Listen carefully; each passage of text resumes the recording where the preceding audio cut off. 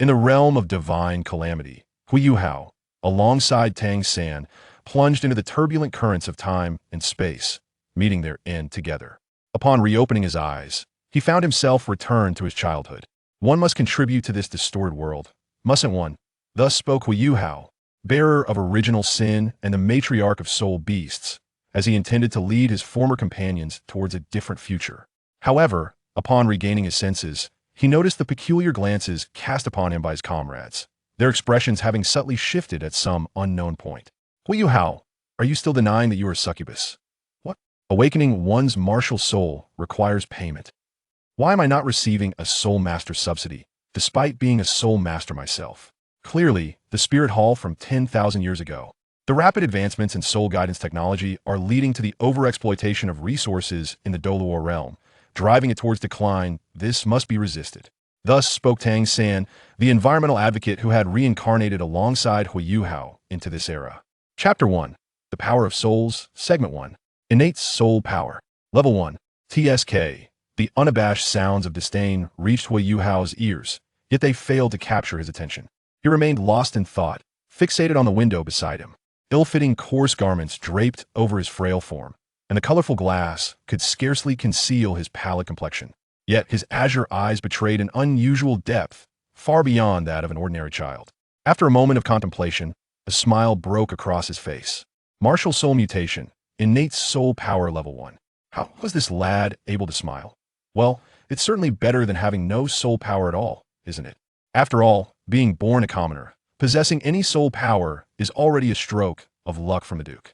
As the derisive remarks continued to echo around him, an intangible energy radiated from those present, flowing in tendrils towards Huo Yuhao, who felt the gathering of the sin of pride coalesce into a gray orb within his mental space. The ashen hue, reminiscent of lifeless dust, gradually transformed, revealing a profound dark blue undertone.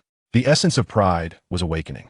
Recalling the moment when he and Tang San perished together in his previous life, a glint of light flashed in Huo Yuhao's eyes.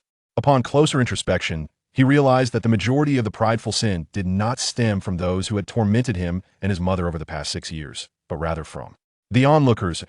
As a direct descendant of the Duke of the White Tiger, he was naturally esteemed for being able to awaken the evil White Tiger martial soul. This prestige endowed Huo Yuhao, a mere illegitimate child, with a remarkable status within the household. Thus, the ceremony of Huo Yuhao's awakening was met with extraordinary attention from all within the manor. Both those who had previously bullied Huo Yuner and those who remained merely spectators awaited a decisive outcome. Should Huo Yuhao awaken the evil White Tiger, the former would hasten to offer their apologies, while the latter would seize the opportunity to ingratiate themselves.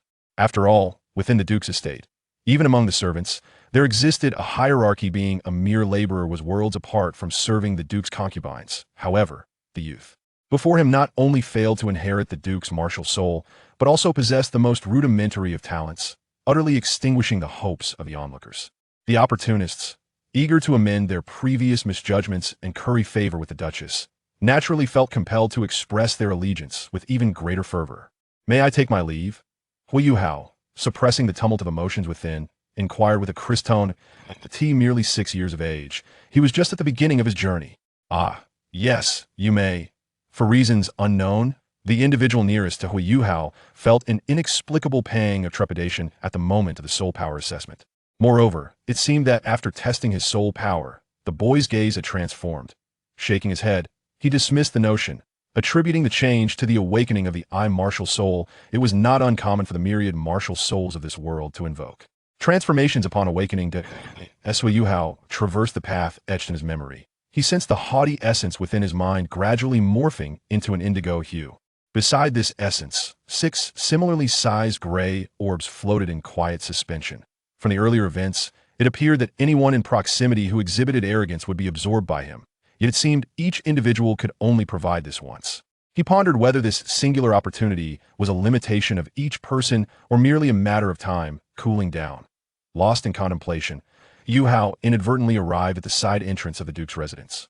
Observing the verdant woods outside, he caressed the white tiger dagger nestled in his embrace and stepped forth.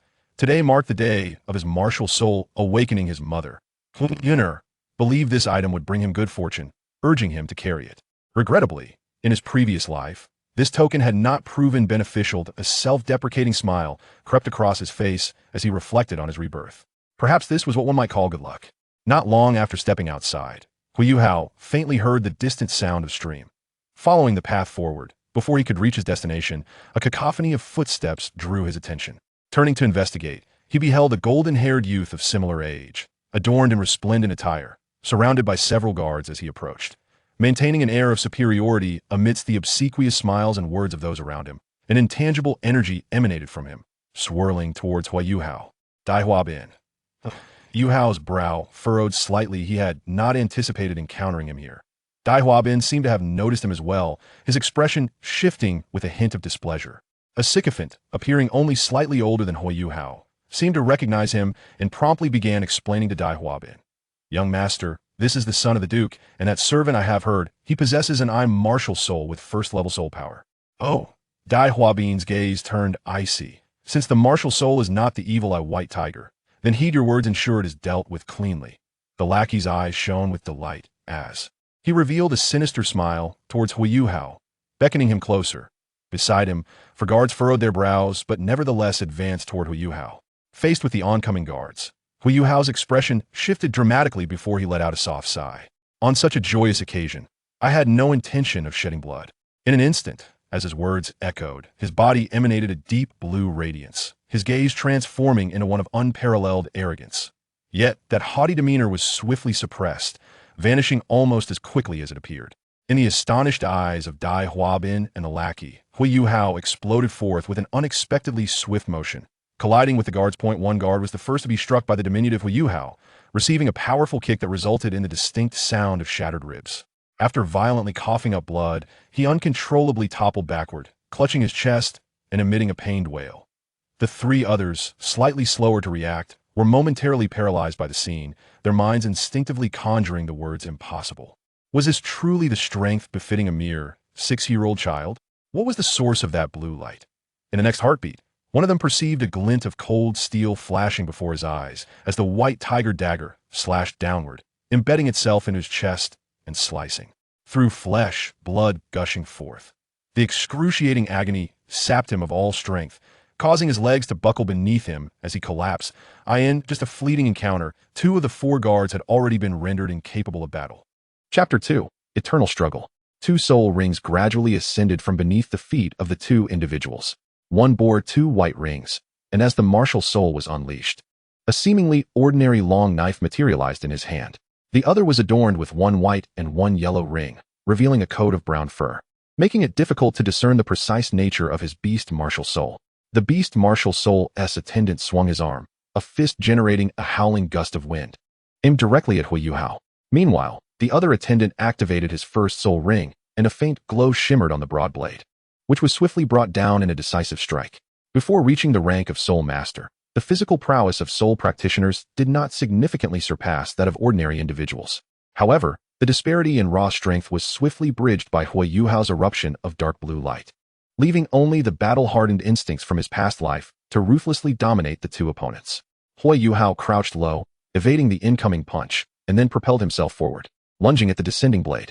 In that moment, his white tiger dagger swept upward at an angle, perfectly intercepting the edge of the long knife. A cacophony of metal scraping against metal ensued, and sparks erupted as the blade ground against the dagger, ultimately becoming lodged against it. In that fleeting instant, Huo Yuhao collided forcefully with his adversary, catching the attendant off guard. As the attendant staggered backward, a sudden, searing pain shot through his wrist, where he grasped the knife, eliciting an involuntary cry of agony. Huo Yuhao's frail form pressed against the attendant, and the white tiger dagger plunged deep into the flesh of the opponent's wrist, as if piercing tofu. Feeling the instinctual struggles of his foe, Huo Yuhao's gaze hardened, and he gripped the hilt of the dagger, twisting it with all his might. Crimson blood splattered forth as the nerves were severed, rendering the attendant incapable of maintaining his grip on the long knife, his body beginning to convulse uncontrollably. Huo Yuhao coldly withdrew the dagger and slowly rose, turning his head to regard the last remaining attendant. Trembling, the attendant's face appeared pallid, his heart filled with a fervent desire to curse the young man standing beside Dai Huabin. This was utter nonsense. How could he possess such low-level soul power? Yet, retreat was not an option at this moment. Should anything happen to Dai Huabin, his fate would be scarcely better than death. In the next heartbeat, He unleashed a tremendous shout and charged toward Huo Yuhao, the second yellow soul ring beneath him igniting fiercely. The brown fur took on a faint silver-gray hue, significantly enhancing his defensive capabilities. Although he recognized that this might not fully withstand the dagger's sharpness, it would at least prevent him from succumbing to a single blow like the others. The distance between them rapidly diminished, and Huo Yuhao once more raised the dagger, thrusting it directly toward him. This time, however, the attendant noticed that the slender blade seemed to be enveloped in a hazy golden light. Instinctively, he raised his fur-covered arm to block, and just then, the sound of the blade piercing leather echoed. But astonishingly, the sharp edge did not immediately breach his defenses. This was well within the expectations of the guard, who gritted his teeth against the pain coursing through his arm. With his other hand, he reached out, intent on grasping Huo Yuhao by the throat. However, as he lifted his arm, he felt a surge of domineering spiritual force infiltrate his wound, cascading into his mind and erupting violently. It was akin to having his skull mercilessly struck by a hammer, as an intense agony and dizziness assailed him. Huo Yuhao, having anticipated this moment, seized the opportunity to draw his dagger and delivered a swift horizontal slash. A fine line appeared across the guard's neck, and crimson droplets oozed from the wound. Feeling the sharp sting in his throat, he instinctively raised his hand to touch it, trembling as he beheld the blood on his fingers. He opened his mouth in a desperate gasp, but could only emit a hoarse, deflating growl. Ultimately, under Huo Yuhao's indifferent gaze, he gradually collapsed to the ground. The 6-year-old Dai Huabin had never witnessed such a brutal scene before, having only recently awakened his martial soul. He watched in horror as Huo Yuhao methodically dispatched the remaining 3 guards, his body feeling as though it were leaden, unable to budge an inch despite his frantic efforts. At last, after Huo Yuhao had dealt with the final guard and stood up, panting slightly, he turned to face Dai Huabin. In the latter's eyes, Huo Yuhao's striking azure gaze resembled a soul-devouring abyss. The young man beside Dai Huabin also turned pale, stammering, You are not Huo Yuhao." Upon hearing this, Huo Yuhao raised an eyebrow, feeling an increasing sense of wariness as he strode towards the two. Dai Huabin instinctively took 2 steps back, shedding the arrogance he had previously displayed. Then, as if he had found a lifeline, he trembled and implored, "You cannot kill me. Otherwise, you will surely regret it. My mother from the Duke's manor will not spare you, and you will face relentless pursuit until both you and your mother perish." Indeed, the Duchess was capable of such a thing. Huo Yuhao nodded in agreement, his pace steady as he approached Dai Huabin, until his fist, imbued with golden light, loomed larger before him. "Do you know?" he began. "A person's life bestows 3 gifts." With a resounding thud, Dai Huabin was sent sprawling to the ground, blood gushing from his nose. "The first gift is what your mother teaches you to do." As the words fell, the spiritual force carried by the sovereign's presence infiltrated Dai Huabin's body, ruthlessly dismantling the remnants of his sanity, the excruciating pain rendering him incapable of even a scream. "The second gift is what society teaches you to do." Huo Yuhao's voice echoed in his ears, and in the next moment, the white tiger dagger pierced through his palm, which he had braced against the ground. "The third gift is the opportunity of the future. The first 2 gifts cannot be chosen, but one's future is generally dictated by oneself." Huo Yuhao crouched down, brutally yanking at his golden hair, calmly gazing into the eyes marked with the white tiger's distinctive dual pupils, the chilling aura emanating from him, suppressing Dai Huabin's bodily convulsions. "I do not comprehend the confidence and superiority you possess, believing that one can simply decide another's fate. Perhaps it is due to the environment in which you have been raised, where the Duchess has shielded you so well that those around you revolve incessantly, leading you to believe that the entirety of this world is yours to command. Some things, even if not presently yours, will inevitably belong to you in due course. Regrettably, because of you, because your mother has forced me into the role of your adversary, your third gift is me. Because of my existence, all that you rely upon will cease to exist in the future. Perhaps after enduring this ordeal, you will mature, developing a sense of understanding. Yet, because you have made me your enemy, you shall tremble at the mere mention of my name, feel your legs weaken at the sight of my face, and yearn to flee upon hearing my voice." Huo Yuhao leaned close to the young man's ear, his voice soft, yet resonating like the proclamation of a demon from the depths of hell regarding his fate. Experiencing such nightmarish scenes at such a tender age, while being struck directly by the weight of the world, is sufficient to leave an indelible nightmare etched in Dai Huabin's psyche. All of this is a consequence of your words, to the death. As his words fell, the dagger embedded in Dai Huabin's palm twisted abruptly. The intense pain forced him to open his mouth, yet before his cry could fully escape, Huo Yuhao had already withdrawn the dagger, delivering a swift kick that struck the young man's face. Once more, his visage was ravaged, and Dai Huabin, appearing utterly wretched, finally succumbed to unconsciousness. Only after executing this act did Huo Yuhao turn his gaze towards the young man beside him, the coldness in his eyes deepening. The young man suppressed his trembling body, mustering a smile of ingratiation akin to that he had shown to Dai Huabin, which appeared utterly ludicrous. You are a traveler too, aren't you? Chapter 3. The Fated Death. Strange words caused Huo Yuhao to furrow his brow, while the young man misinterpreted this as a sign of persuasion. Yet, before he could continue speaking, the ensuing scene rendered him utterly stunned. Huo Yuhao's eyes ignited with a rose-gold luminescence, and a peculiar golden glow blossomed from his forehead, reminiscent of dawn's first light. Although not overly dazzling, it compelled the young man to squint instinctively, and from that golden radiance, a vertical eye gradually opened. The Eye of Destiny? As if a realization had struck him, the young man shrieked in terror, "You are not a traveler. You are Huo Yuhao." This vertical eye was, naturally, the Eye of Destiny that had accompanied Huo Yuhao's soul in its rebirth, a divine artifact unique to him. The recognition from the other party did not surprise Huo Yuhao. From his previous behavior, it was clear that this individual possessed an unusual understanding of him. It was evident that prior to this, he had no interaction with Dai Huabin, and the incitement for the guards to act against him had clearly stemmed from this person's malice. However, before anything else, he needed to ascertain what the other party meant by traveler. Sensing Huo Yuhao's unmasked killing intent, the man trembled all over, and at that moment, he regained a modicum of strength, hastily attempting to flee. Yet, in the next instant, he felt a tremendous force grip the nape of his neck, sending him sprawling to the ground, utterly off balance. The intense tremor sent a wave of dizziness through his mind, followed closely by a series of sharp, resonant sounds that pierced the air. Agony surged from his limbs to his brain, compelling him to emit a harrowing scream. In but a fleeting moment, his limbs had already dislocated. "Please, don't kill me. I still have my use. I can assist you in dealing with Tang San." He raised another hand, placing it upon the forehead of his adversary, and commenced to recite a mysterious and arcane incantation with practiced ease.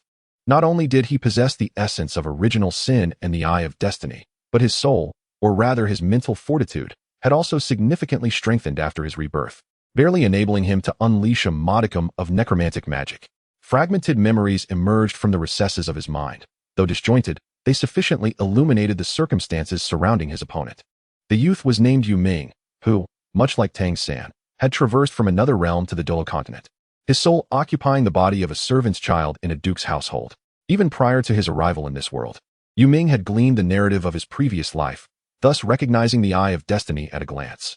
Upon his arrival, a peculiar martial spirit had manifested within his spiritual realm, which, once its attributes were determined, could evolve through the continuous absorption of powers from soul beasts of the same attribute.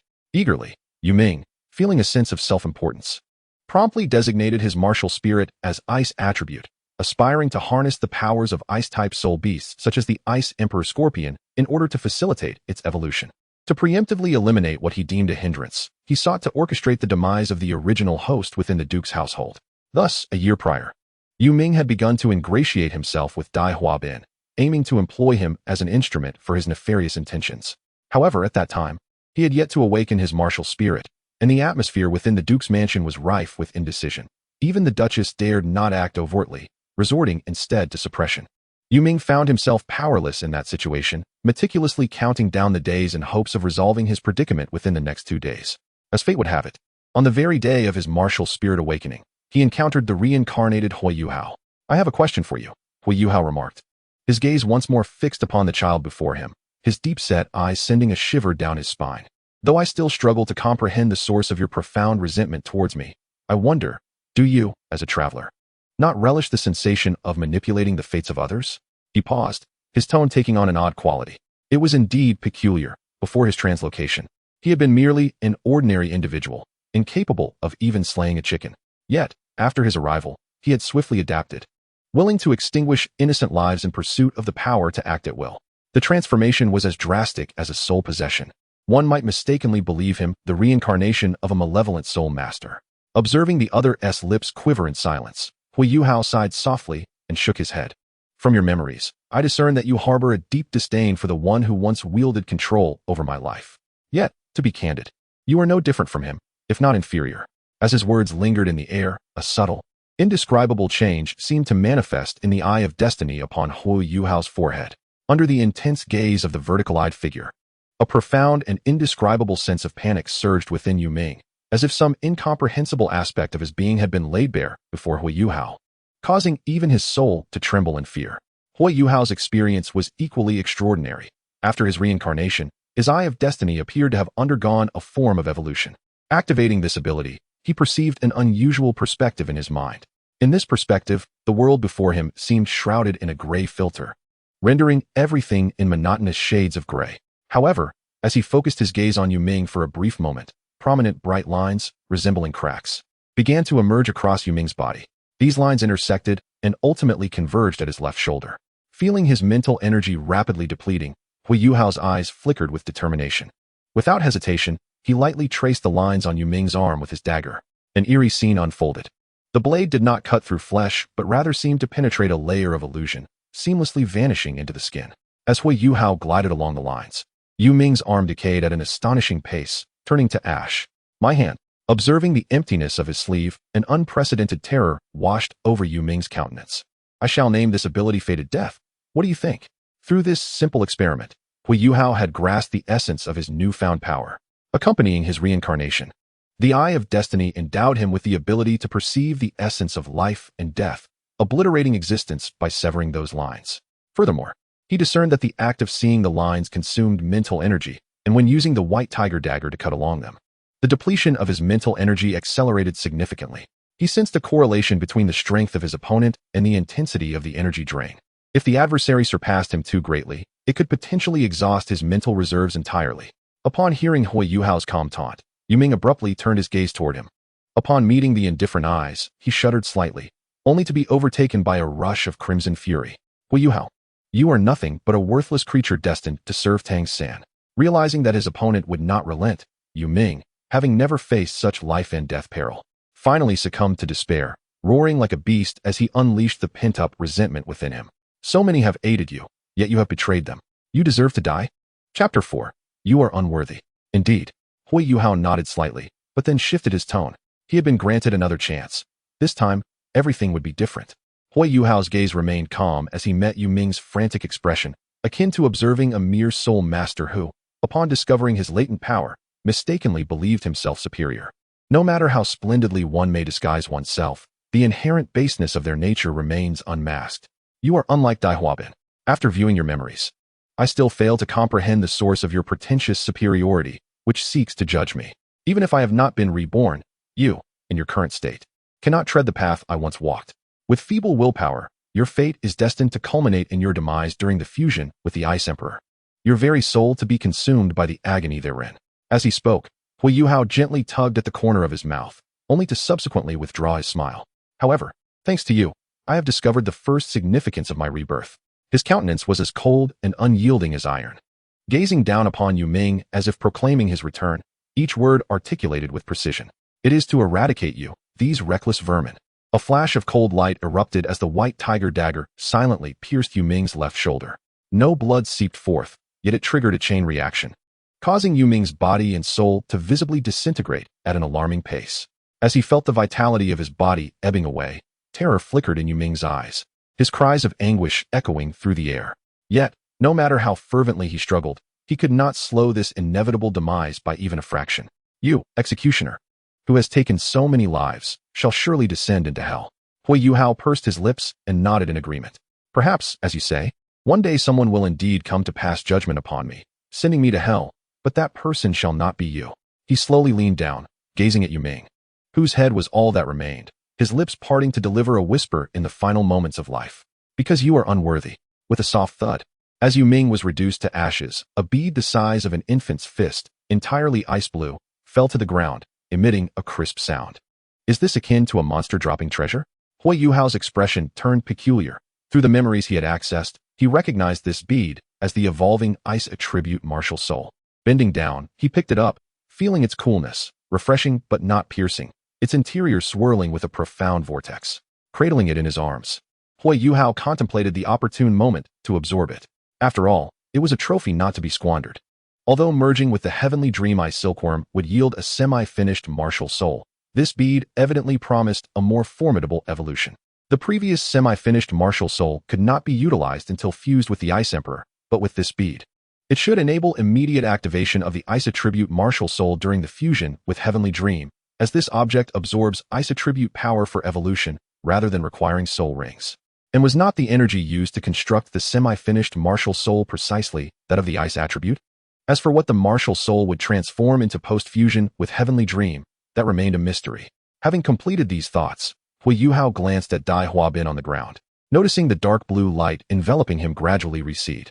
A sharp pain coursed through his limbs, and an overwhelming sense of weakness made his body tremble involuntarily. This power stemmed from the recently unlocked essence of pride, one of the 7 deadly sins of the divine realm, and Huo Yuhao had just begun to grasp its effects. There were 2 outcomes, both describable under the singular concept of transcending limits. For instance, the explosive ability he just employed, reminiscent of the god of arrogance from the divine realm, allows for a significant enhancement of both his soul power and physical attributes within a brief span. This capacity was a crucial element in his ability to vanquish 4 guards despite possessing only first-level soul power, particularly when he utilized the technique known as ruling the world. Without soul power as a medium for fusion, mere mental prowess would prove inadequate. A sense of relief washed over Huo Yuhao. Grateful that the guards accompanying the opponent were not particularly formidable, as they were merely within the safe vicinity of the Duke's estate. Had they been soul masters of higher ranks, even the power of arrogance would likely have been insufficient for him to withstand their might. After all, his soul power was merely at the first level, and his physical condition, compromised by malnutrition, rendered him among the weakest of his peers. Regardless of his combat experience, he would find it impossible to contend against foes with overwhelming physical strength. If the first effect was explosive, the other was subtle and pervasive. In essence, the moment the sin of arrogance was unlocked, it began to enhance Huo Yuhao's physique, permanently elevating both the quality and quantity of his soul power beyond previous limits. This phenomenon may not be overt at lower levels, but as he ascends, the disparity between him and others will become increasingly formidable. The benefits of enhanced soul power quality extend beyond mere physicality. It is worth noting that in the Douluo Continent, there are scant effective methods for body tempering. From first-ring soul masters to ninth-ring titled Douluos, physical enhancement relies heavily on soul power. Naturally, Huo Yuhao, with soul power quality surpassing that of his peers, would possess superior physical attributes, including the density of bones and muscles, as well as the strength of his organs and meridians. Of course, there are drawbacks. Firstly, this power can instill a sense of arrogance in daily life. However, for Huo Yuhao, this poses little concern. As the god of emotions in his previous life, he was innately resistant to such feelings. While the impact of unlocking more sins remains uncertain, it currently does not affect him. Secondly, the increase in soul power capacity necessitates a longer training duration. Yet, this issue pales in comparison to the advantages conferred by the sin of arrogance, and he could always seek methods to expedite his cultivation in the future. Huo Yuhao's smile faded as he turned to the woods behind him. Have you seen enough? Come out. Suddenly, a flurry of movement emerged from behind a tree, and shortly thereafter, a figure with dark hair appeared, head lowered, hands nervously clutching her skirt. Despite the slight alteration from her appearance on the first day of school in his previous life, Huo Yuhao recognized her at once. Who else could it be but Zhu Lu? Although she feigned composure, the tears welling in her eyes and her trembling form betrayed her inner turmoil. As for her presence here, it was likely due to the elders of her clan facilitating an introduction to Dai Huabin. Huo Yuhao was well aware of the relationship between the Duke's estate and the Zhu family, which was rife with internal factions. Given Dai Huabin's innate talent, it was only natural that some would seek to invest early. Enough now, do not cry. Huo Yuhao reined in his aura slightly, rubbing his brow to alleviate the headache caused by excessive consumption of spiritual power. Since the other party had not provoked him, he naturally had no intention of resorting to violence. Would he be able to remain here quietly until someone came to find him?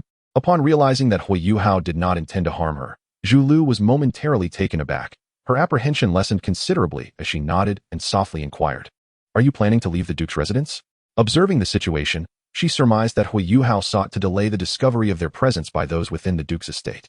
Seizing the opportunity to depart, Huo Yuhao raised an eyebrow, his voice suddenly laced with a touch of coldness. "What do you want?" "Nothing," Zhu Lu replied, flustered, waving her hands in denial. She then carefully removed the storage ring from her wrist and cautiously extended it towards Huo Yuhao. "There is some money inside that should be of assistance to you." Chapter 5, The Blacksmith Boy. Huo Yuhao regarded the ring handed to him, then lifted his gaze to observe Zhu Lu intently. Unbeknownst to her, he had discerned a change in her expression. Glancing at Dai Huabin nearby, she nudged the ring closer to Huo Yuhao. "You need to act quickly. I may not be able to keep this hidden for long." Huo Yuhao inhaled deeply, accepting the ring, his tone softening considerably. "Thank you. I will return it to you the next time we meet." In his previous life, as the god of emotions. He had been highly sensitive to feelings. Although he had lost his divine status now, it was still quite feasible to ascertain whether a 6-year-old child was lying by observing their eyes and the emotions they emitted. It was vital to acknowledge that the assistance he received extended beyond mere monetary aid. With the storage ring, he could expedite the process of packing his mother's belongings, alleviating the burden of carrying an unwieldy load while departing the Duke's residence. Leaving the Duke's estate was an inevitable choice. Even if he had not seriously injured Dai Huabin, there was no way his mother could remain here. After all, the news of her martial soul awakening had reached the ears of the Duchess, making suppression a foregone conclusion. Staying here would only lead to a repeat of past tragedies. His confrontation with Dai Huabin had merely accelerated the urgency of their plans. As for whether his mother would be willing to leave the Duke's residence, he had already devised a strategy. This time, by whatever means necessary, even if it required deceit, he would ensure his mother departed from this place. With a sudden crack, Dai Huabin twitched as though struck by lightning, exacerbating his already severe injuries. Zhu Lu was startled, but soon found herself unable to suppress a laugh at the comical scene before her. The residual fear in her heart dissipated significantly, replaced by a burgeoning curiosity that pulsed with her racing heartbeat. Who could have imagined that her simple visit to accompany her mother to the Duke's residence, prompted to engage with this exceptionally talented young master, would culminate in witnessing such a breathtaking spectacle? The entire confrontation could only be described as devastatingly swift. A boy of her age, lacking even a soul ring, had effortlessly dispatched 4 guards, an account that would be met with disbelief by anyone who heard it. What might the other party be like the next time they met? The Heaven Soul Empire, Heaven Do City. After the passage of countless millennia, although the address has long since transformed, the symbolic name commemorating the prosperity of the Tiando Empire remains in use by the Tianhun Empire for its capital. Nestled within an inconspicuous alley of the city lies a somewhat shabby blacksmith shop, its dilapidated sign covered in dust, barely revealing the characters for Old Tang's blacksmith shop.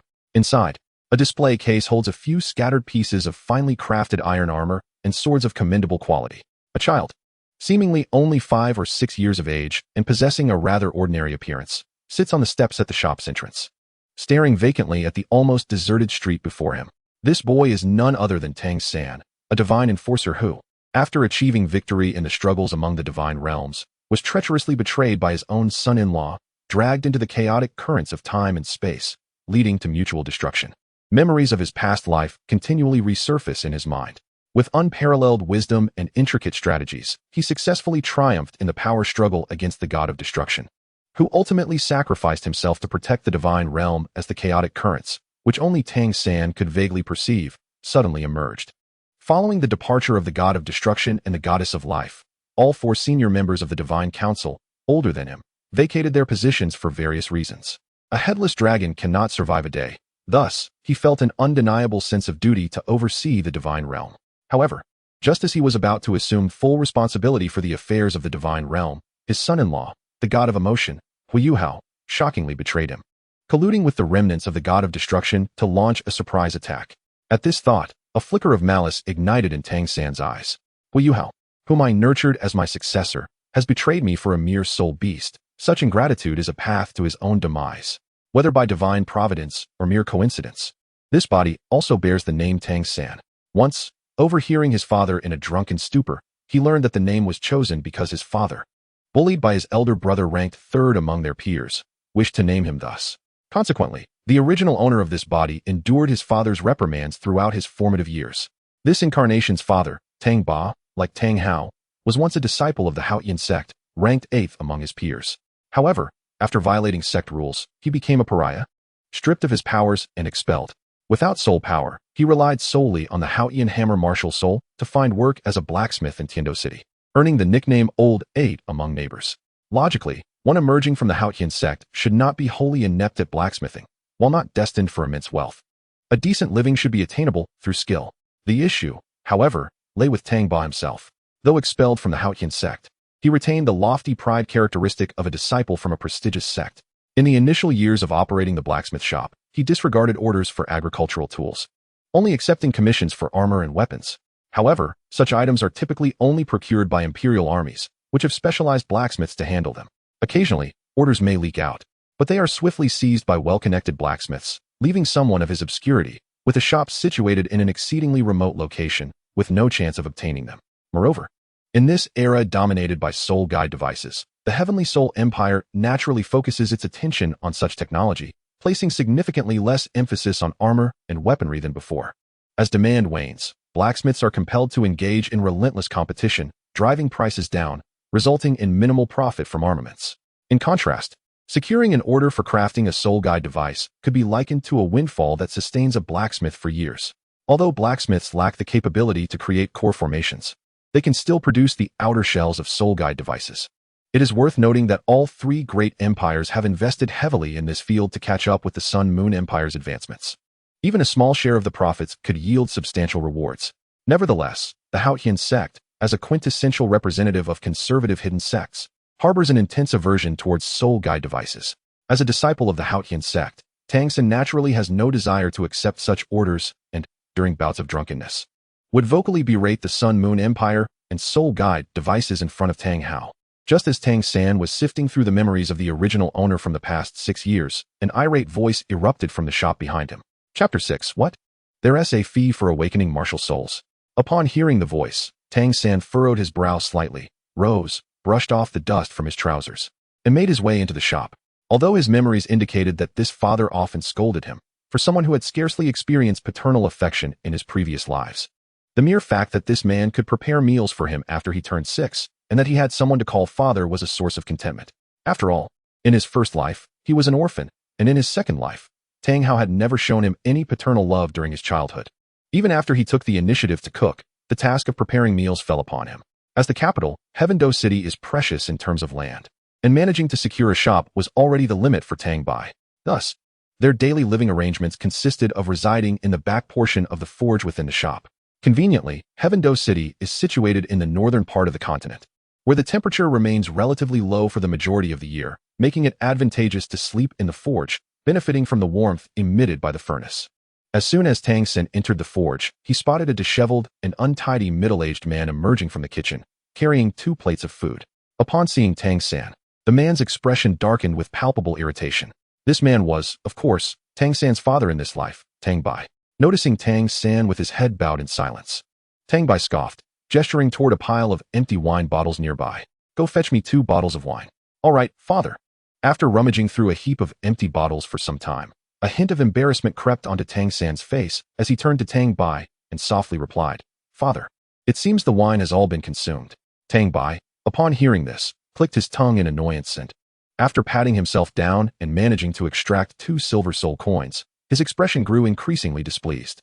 The blacksmith shop is struggling, and no one knows if they will have work in the coming days. If they spend the little money they have left on alcohol, they fear they may starve. Come over and eat. Why didn't your mother take you with her back then? Now I can't even enjoy a drink. With little regard for his feelings, Tang Ba vented his frustrations on Tang San, who plopped down on a seat and began to eat hastily. On the table were merely 2 vegetable dishes. The meager portion of minced meat in front of Tang Ba was intended to accompany his drink, while Tang San was left with the purely vegetarian dish. However, this was nothing to him, as he had endured days of only eating plain porridge in his previous life. It is essential to remember that the other person is his father. To Tang San, regardless of his father's faults, he remains his father. In his first life, he had heard the saying, among all virtues, filial piety is paramount. Although he was an orphan then, he deeply resonated with this saying, longing for a family. Perhaps it was this mindset that moved the heavens, granting him a father to accompany him in each of his subsequent rebirths. Tang San also had a vague recollection of his mother, who he remembered as a beautiful woman, not extraordinarily stunning, but certainly captivating among ordinary folk. He had heard stories from his mother about how she and his father met. After arriving in the city of Tiando, Tang Ba, being proud and arrogant, had lived in poverty for several years. Nonetheless, fortune smiled upon him. As a disciple of the Haotian sect, he occasionally received orders for hidden weapons from the Tang sect. The continent's foremost sect a millennium ago. Although the Tang sect had declined, it still allowed Tang Ba to earn some money, and their living conditions gradually improved. It was during this time that his mother recognized his abilities and married him, giving birth to Tang San 2 years later. As time passed, Tang Ba's drinking problem worsened. Not only did he curse the Tang sect in his drunken rants, but he also transferred all his anger from being abandoned by his wife onto Tang San. It is worth noting that Tang Ba had named him Tang San as a way to vent his grievances from the Haotian sect. Now, this combined resentment led to even harsher beatings. However, for the current Tang San, none of this mattered. After all, among all virtues, filial piety is paramount. No matter how his father treated him, he was still his father. Interestingly, while his mother was an ordinary person without soul power, her martial spirit was blue-silver grass. And his father's martial spirit was the Haoyan hammer. Contemplating this, Tang San felt a surge of destiny wash over him. In excitement, he looked up at Tang Ba and asked, "Father, I am already 6 years old. When can I awaken my martial spirit?" Tang Ba frowned, looking at him as if he were a fool. "What do you need to awaken a martial spirit for? With that money, I could buy so many drinks. It's already a miracle I can provide you with food, and now you want to spend my money to awaken your martial spirit?" Taken aback, Tang San instinctively replied, "Isn't it free to awaken a martial spirit?" "Free?" Tang Ba chuckled lightly, remarking that there were indeed free opportunities available. By joining a noble family as a servant or enlisting in the army, one could awaken their martial soul at no cost. "When you grow a bit older, I could certainly send you," he added. However, he mentioned that he had heard tales of the Martial Soul Hall awakening martial souls for commoners a millennium ago. Upon hearing this, Tang Ba raised an eyebrow, intrigued. "Oh, it seems you are not merely a glutton. You possess some knowledge of the Martial Soul Hall. Who told you that?" Yet, he did not linger on the topic. Before Tang San could respond, he continued, his tone laced with a hint of mockery. "The Martial Soul Hall may have awakened martial souls for free, but where is the Martial Soul Hall now? It has long been annihilated, 1,000 years ago." For a fleeting moment, Tang San's expression stiffened. As a deity, he would not concern himself with the possibility of freely awakening a martial soul. For there were divine regulations prohibiting gods from interfering in mortal realms. As one of the 3 enforcers of the divine realm, he was bound to set an example. It was precisely due to his unwavering dedication and adherence to rules that both the evil and benevolent deities placed great hope in him, entrusting him with the divine realm before their departure. Yet, now, he found himself confronting the bitter fruits of his own sowing from a millennium prior, forcing him to taste the consequences firsthand. Chapter 7. Deceiving others is one thing. The reason for this is that it is a thankless endeavor. Although soul masters can indeed wield greater influence in warfare, the probability of an ordinary person awakening innate soul power is dismally low. In the year of his own awakening, only he and Xiao Wu, both studying as work-study students, emerged from several villages surrounding Nodding City. Xiao Wu, being a 100,000-year soul beast, had a distinct advantage. While his father, Tang Hao, was a titled Douluo, and his mother a 100,000-year soul beast. Coupled with the Xiantian skill, they were far removed from the realm of commoners. Among genuine commoners, it would be considered a blessing if 1 out of 20 could awaken innate soul power. This is one reason. The proportion of individuals capable of awakening innate soul power is exceedingly low.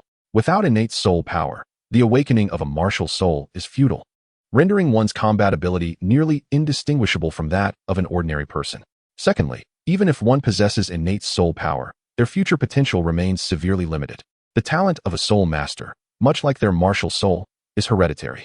Unless a martial soul undergoes a mutation, the offspring of 2 commoners devoid of soul power will unlikely possess high innate soul power. Such individuals, typically endowed with 1st or 2nd level innate soul power, are destined to plateau at the 1st or 2nd ring. It is worth noting that a millennium ago, the master was the son of the Blue Lightning Tyrant sect's leader.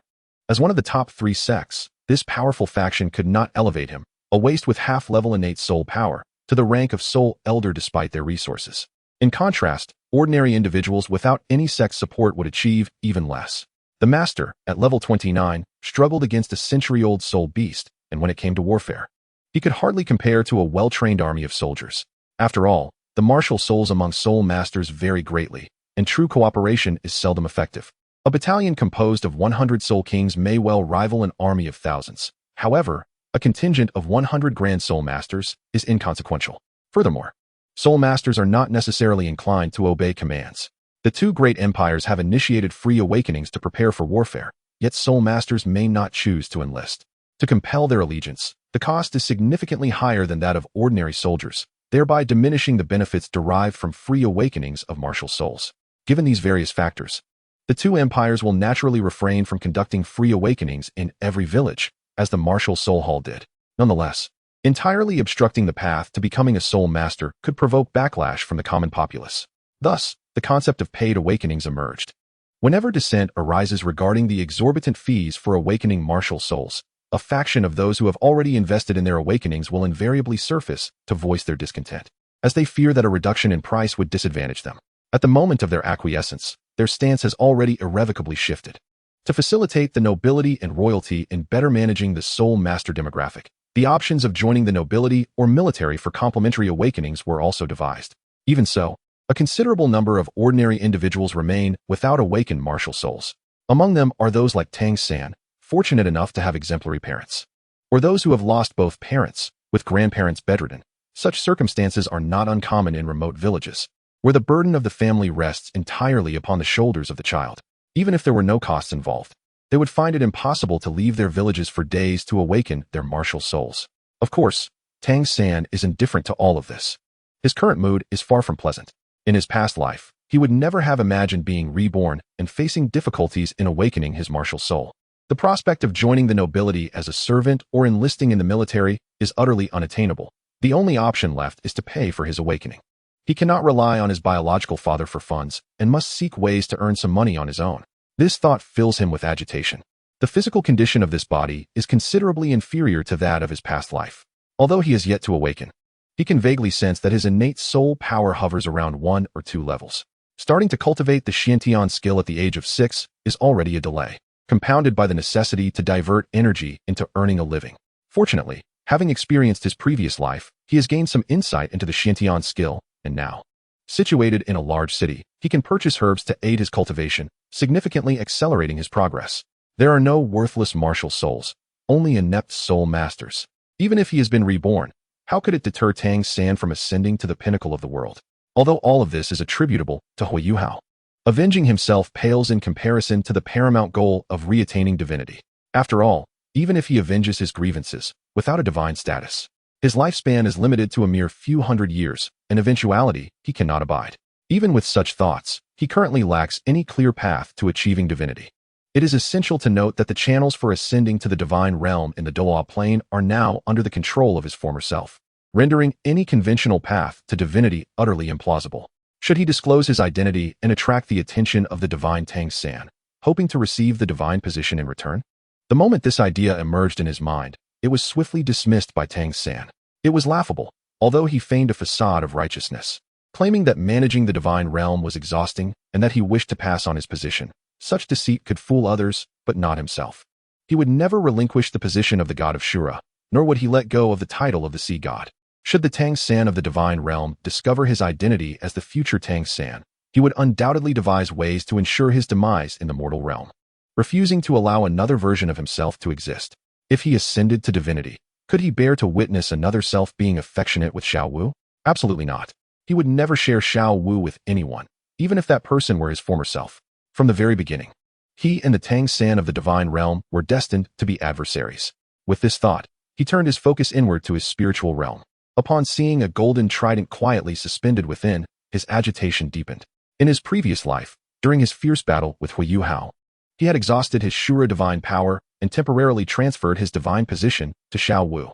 Consequently, he entered the chaotic flow of time and space as the sea god, and the golden trident was reborn along with his soul in this realm. Had he known, he would have chosen to be reborn with the Shura identity. Perhaps he would have wielded a more formidable Shura sword. However, what was done was done. He could not lament his fate. Even possessing a divine artifact, he dared not use it lightly. If the Tang San of the divine realm discovered that he too possessed a trident, the worst outcome would be the revelation of his true identity.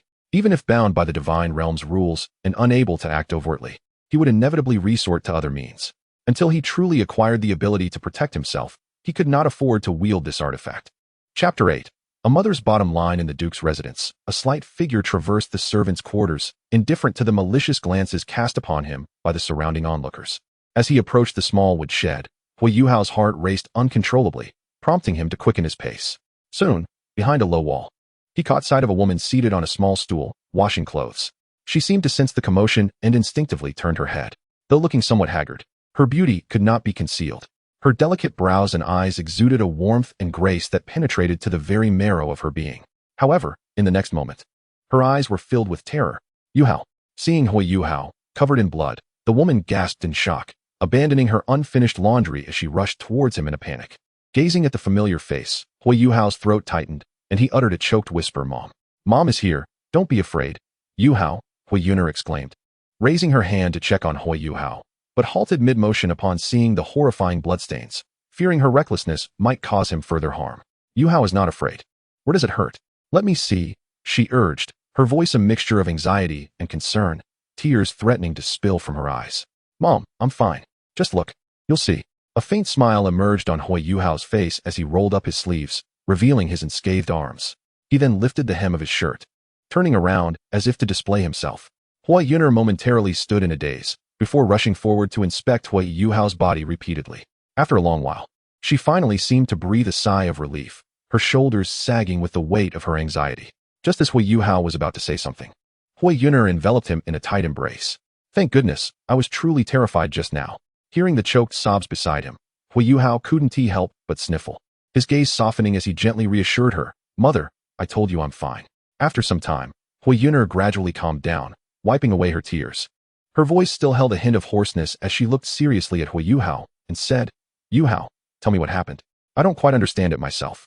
Huo Yuhao replied, shaking his head before recounting his ordeal. Upon hearing his account, Huo Yuner's expression tightened, prompting her to ask, "And then what?" Huo Yuhao pulled out the blood-stained white tiger dagger from his bosom and spoke softly. After finishing his description, Huo Yuner felt a slight calmness wash over her. She couldn't help but feel relieved that he had taken the white tiger dagger with him for his soul awakening.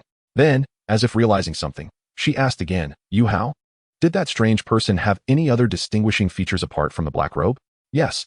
When I saw him running, it seemed like he wore white armor underneath. Later, when I slashed at him, I tore his black robe and noticed a tiger head emblem on the shoulder of the white armor." As soon as Huo Yuner heard that the assailant wore white armor, an ominous premonition surged within her. When Huo Yuhao mentioned the tiger emblem on the shoulder, it struck her like a thunderbolt, causing her heart to momentarily halt. White Tiger Guardian. She had initially thought that the Duchess's people were responsible, but to her shock, it was the personal guard of the White Tiger Duke, sworn to serve him alone. The reality before her left no room for doubt. The last appearance of the White Tiger Guardians at the Duke's residence had occurred long before Huo Yuhao's birth, and his description matched perfectly with the armor she had seen before. It was impossible for him to be so precise without having witnessed it firsthand. "Mother, what are the White Tiger Guardians?" Huo Yuner pursed her lips, her expression sorrowful as she gently stroked Huo Yuhao's head. "It's nothing. I was mistaken." How could she explain that these were the guards of his father? How could she let her child know that the very hands that had sought to abduct and even kill him belonged to his father's subordinates? She had always believed that Dai Hao had been misled by the Duchess, remaining unaware of this matter.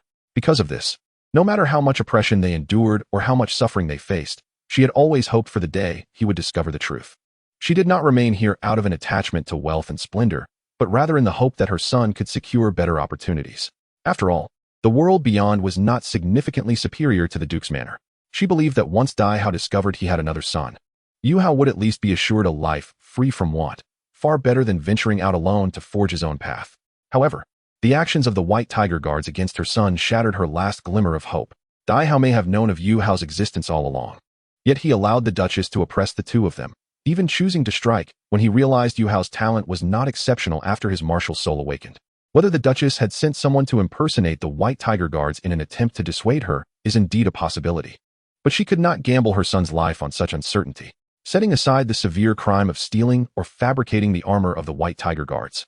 Would the Duchess dare to risk Dai Hao's wrath for this?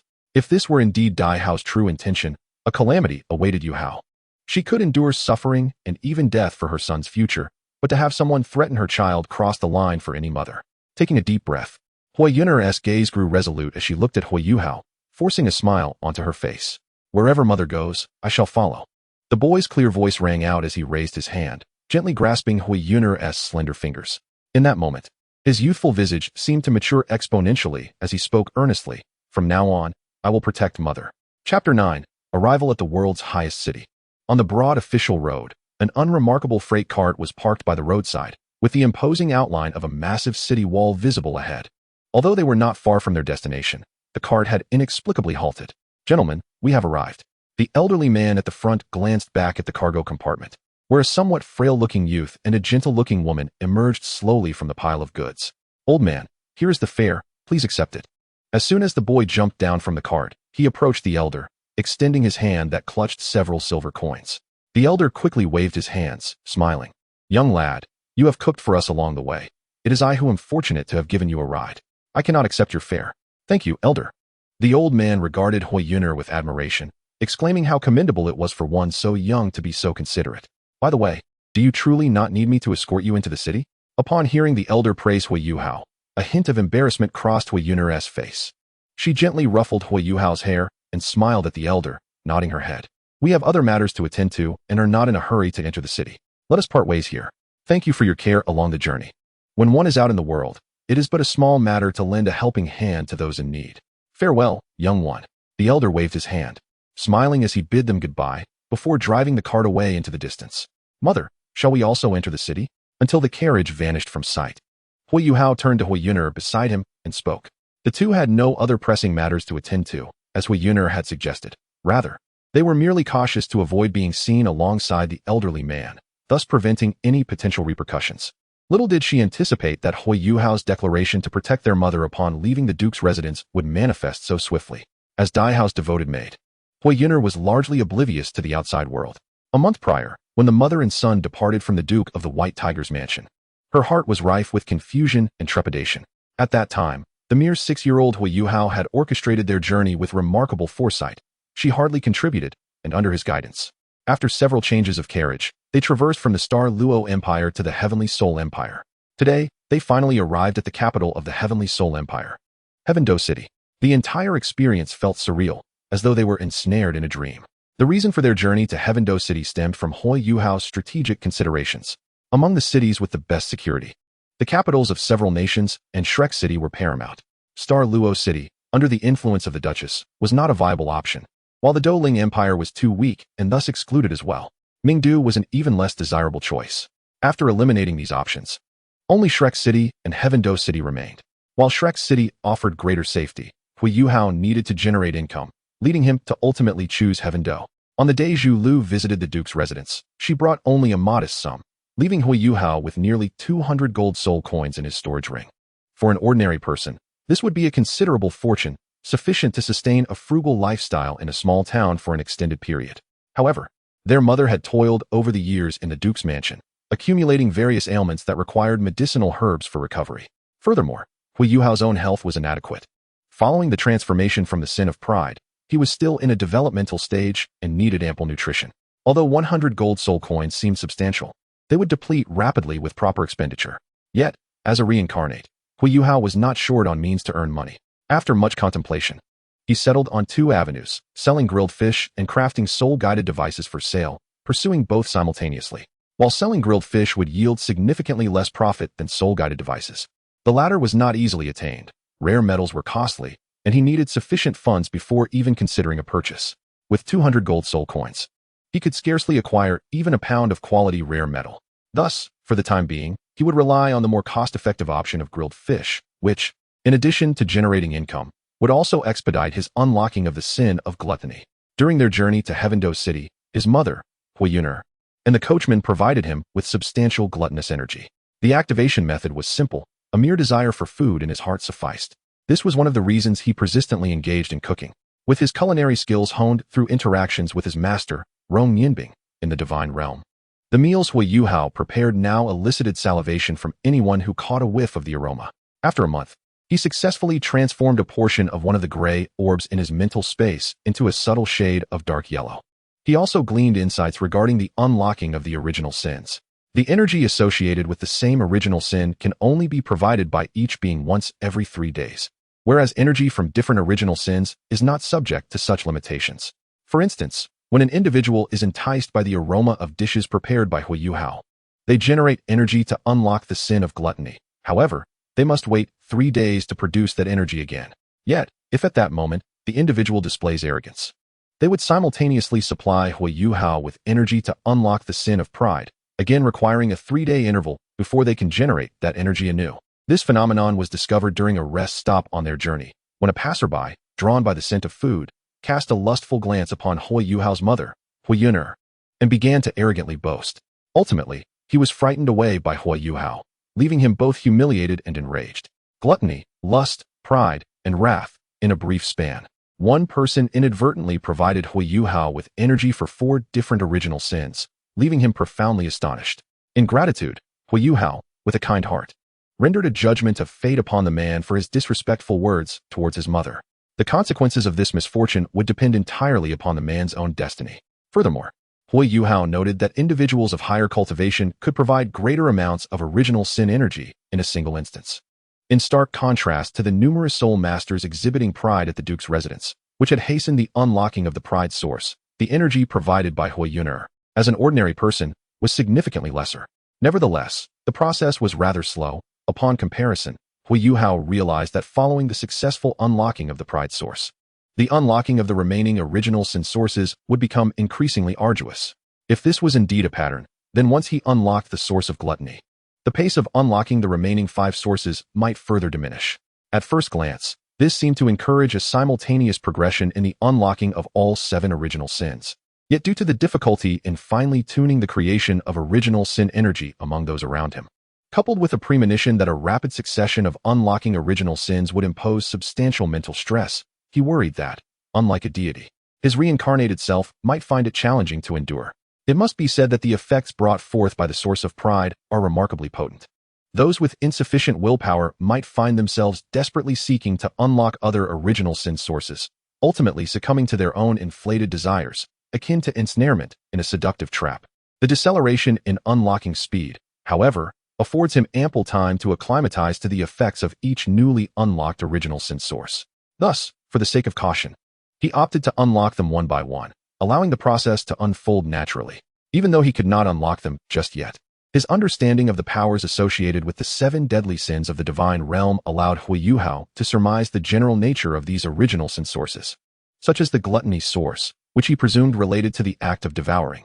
As he pondered, Huo Yuhao's attention was drawn to the mental space, which predominantly appeared in shades of gray, yet faintly illuminated by a peculiar dark red orb. That was the sin of lust. Recalling the demeanor of the god of lust from his previous life, his expression grew somewhat complicated, feeling a wave of distaste wash over him. Surely, it could not be that exaggerated? Chapter 10. The flavor is strong. Having undergone scrutiny by the guards at the city gate, the two entered the bustling city, where the streets were teeming with life and vibrancy. In contrast to the taciturn Huo Yuhao, his mother, Huo Yuhao, surveyed her surroundings with wide-eyed curiosity. Suddenly, Huo Yuhao's voice broke the silence. "Mom." Startled by his unexpected address, Huo Yuhao looked down at him, asking, "What is it?" "I wish to change my name to Huo Yuhao." The abrupt statement left Huo Yuhao momentarily speechless. Before she could gather her thoughts, Huo Yuhao continued, "From now on, I shall be solely your son, not the son of the White Tiger Duke. Those who have bullied you in the Duke's manor will face their reckoning." At his words, Huo Yuhao felt a pang of emotion, instinctively tightening her grip on his hand.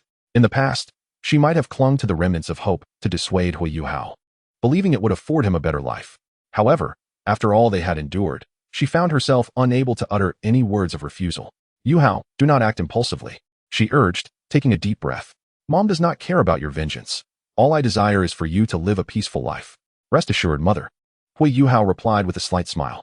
"Your son is quite formidable."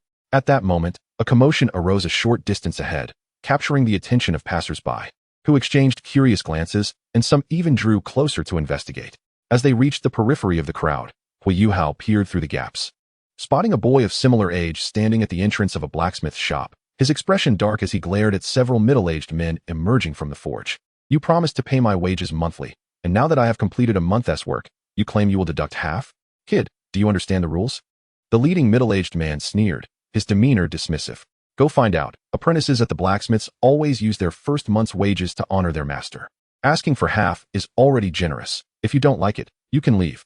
As the man's words fell, Huo Yuhao noticed a flicker of latent fury in the boy's eyes, causing him to furrow his brow as a thought briefly crossed his mind, only to be quickly quelled.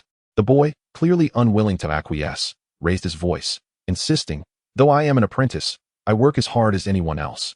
Give me that half of my wages."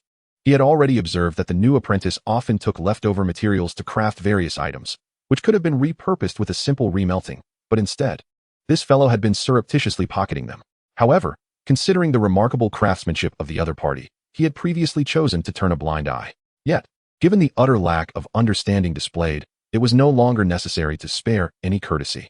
Upon hearing the words of the middle-aged man, those around them quickly realized that this was merely a case of dogs biting dogs. Peculiar glances were cast upon the young man, causing his already somber expression to appear as if it would weep. The boy, of course, was Tang San, Reborn. In order to save money for his martial soul awakening and to purchase medicinal herbs, he was forced to seek work at another blacksmith shop, as his family's forge was hardly thriving. Moreover, if his father discovered that he was earning money through blacksmithing, he feared all his earnings would be surrendered. As someone who prioritized filial piety, while it was indeed his duty to buy wine for his father, he believed that strengthening his own abilities would allow him to fulfill his filial responsibilities more effectively. Thus, he chose to secretly work outside to earn money. To his dismay, the owner of this blacksmith shop seemed to perceive his youth as an opportunity for bullying and targeted him unfairly. He was merely utilizing some discarded scraps to forge hidden weapons, a practice he had engaged in during his previous life. Others in the shop were doing the same. Yet the owner chose to single him out for public rebuke. In his past life, as the son of a master blacksmith and closely associated with 3 renowned smiths, he could not tolerate anyone tarnishing the sanctity of the blacksmith's profession. Observing the owner before him, his fists clenched tightly, only to loosen again moments later. He realized he was still too weak. Although he could handle several blacksmiths with hidden weapons, he was currently in Heavendo City, and any altercation would attract the attention of the law enforcement team, which was not to be trifled with. Thus, he had to endure for the time being. Endurance.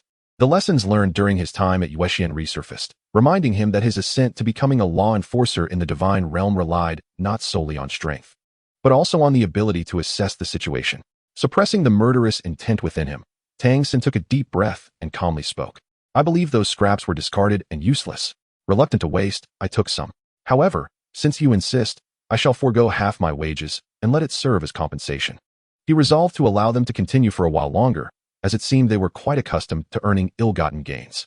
As a former law enforcer in the divine realm, renowned for his integrity as the Shura god, he felt compelled to uphold justice. Having said this, he chose not to linger, weaving through the crowd under the gaze of onlookers and departing without a backward glance. Among the crowd, Huo Yuhao silently observed the scene. His expression perplexed. Why did it feel so intense? A wave of inexplicable familiarity washed over him, and he suddenly realized something. Was it possible that Tang San had also been reborn like him? Huo Yuhao's eyes flickered, but he quickly settled into calmness. While he was uncertain if Tang San had indeed been reborn in the Douluo realm, it was clear that his current focus should be on enhancing his own strength. Even if Tang San had truly been reborn in the same realm, he felt no concern, for he did not believe Tang San would surpass him if they were indeed starting from the same point. The real challenge he needed to contend with was the one looming above. Hello, I would like to customize a roasting oven.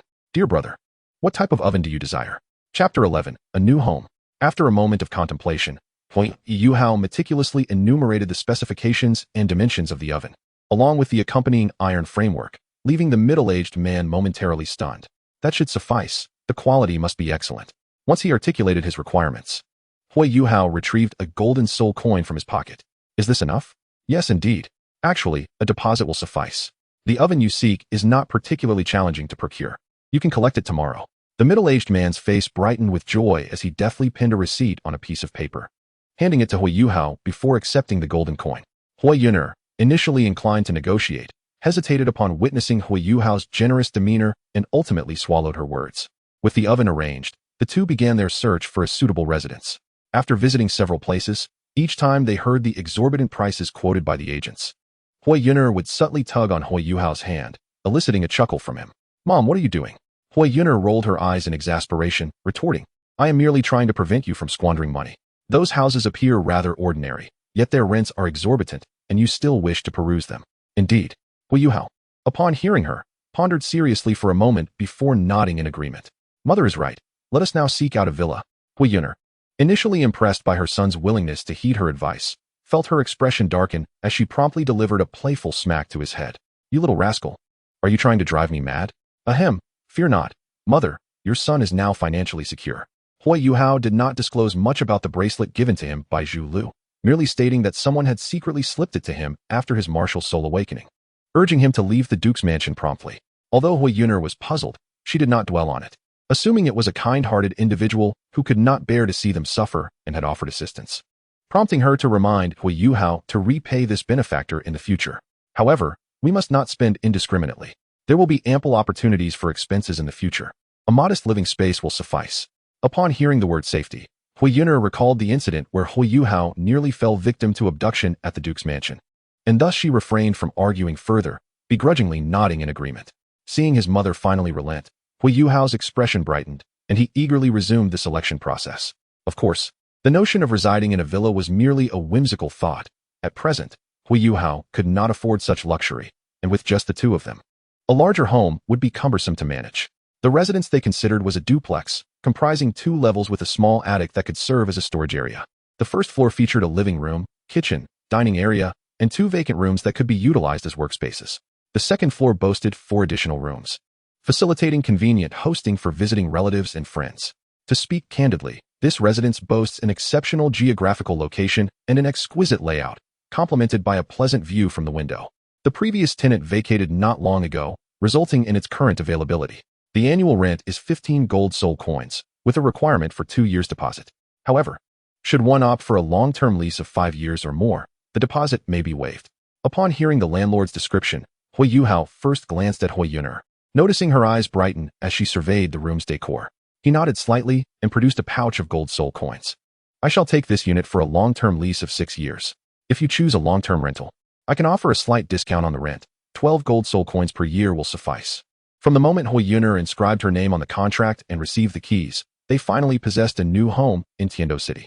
Although a pang of regret for their expenditure lingered, the joy of relocating significantly dulled the sting.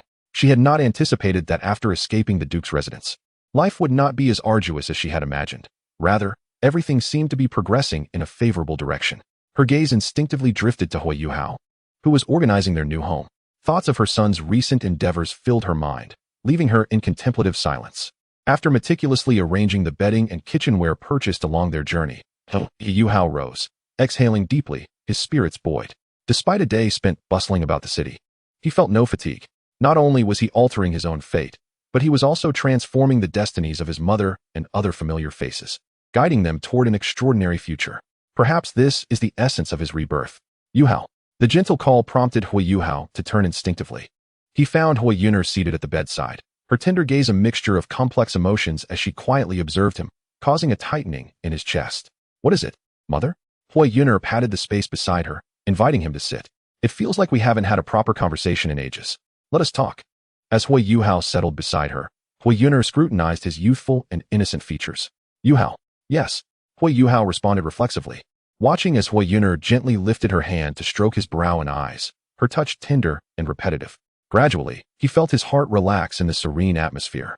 Yet her subsequent words caused his body to tense instinctively.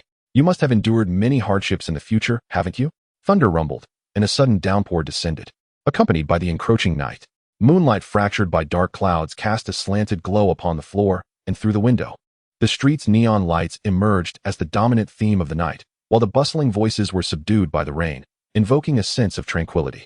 Yet, at that moment, Huo Yuhao's heart raced, beating fervently. After all he had experienced, even the most oblivious of mothers should have perceived the changes within her son. A gentle smile graced Huo Yuner's face, her bright eyes reflecting his image.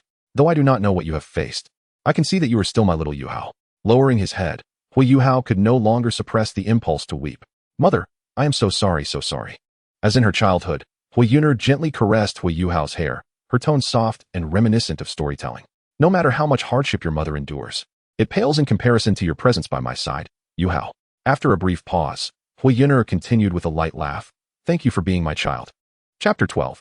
Is your fish skin made of gold?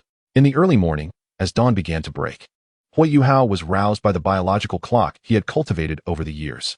Instinctively, he gazed out the window at the clear, pristine sky, devoid of any clouds, with stars faintly twinkling amidst the backdrop. After the torrential rains of the previous night, everything seemed to be rejuvenated. Stretching lazily, Huo Yuhao stepped out of his room. The door to Huo Yuner's bedroom was wide open, and he could faintly hear the clattering of utensils from downstairs. Upon hearing the commotion, Huo Yuner peeked out from the kitchen and cheerfully called, "You're awake.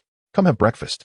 Seeing 2 bowls of steaming porridge on the dining table, Huo Yuhao sighed. Mom, I can handle this myself.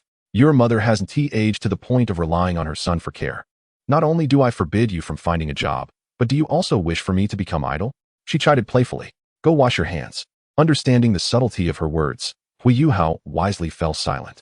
He had expended considerable effort the previous night persuading Huo Yuner to remain at home, and he feared that any further comments might undo his hard work. After finishing breakfast, he informed his mother and left the house. Instead of heading directly to the blacksmith shop, he first ventured to the marketplace in Tiando City, since he intended to sell grilled fish. It was essential to procure the necessary ingredients. During the past month on the road to Tiando City, he had not neglected his training.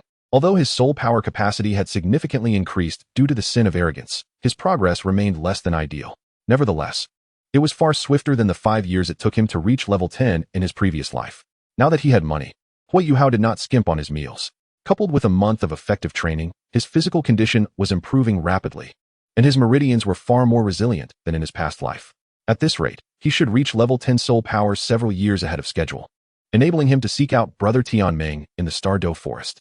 Upon arriving at the marketplace, after an animated haggling session with a fishmonger, Huo Yuhao purchased 50 bluefish at the price of 2 copper coins each weighing between 2 to 3 pounds. He had the vendor prepare them before departing, leaving the fishmonger in a state of astonishment as he began to engage in a battle of wits with other stallholders. "Whose child is this?" an onlooker exclaimed, utterly bewildered by Huo Yuhao's astuteness, as they had never encountered such a clever child. Having gathered all the necessary materials, Huo Yuhao sauntered out of the marketplace amidst the awe-filled gazes of the vendors, internally expressing gratitude to Zhu Lu. Without the storage ring she had gifted him, selling grilled fish would have been a daunting task, as transporting such a quantity to another location was no trivial endeavor. After acquiring a roasting furnace from the blacksmith shop and purchasing some charcoal for grilling, Yuhao finally completed the preparations for his grand barbecue venture.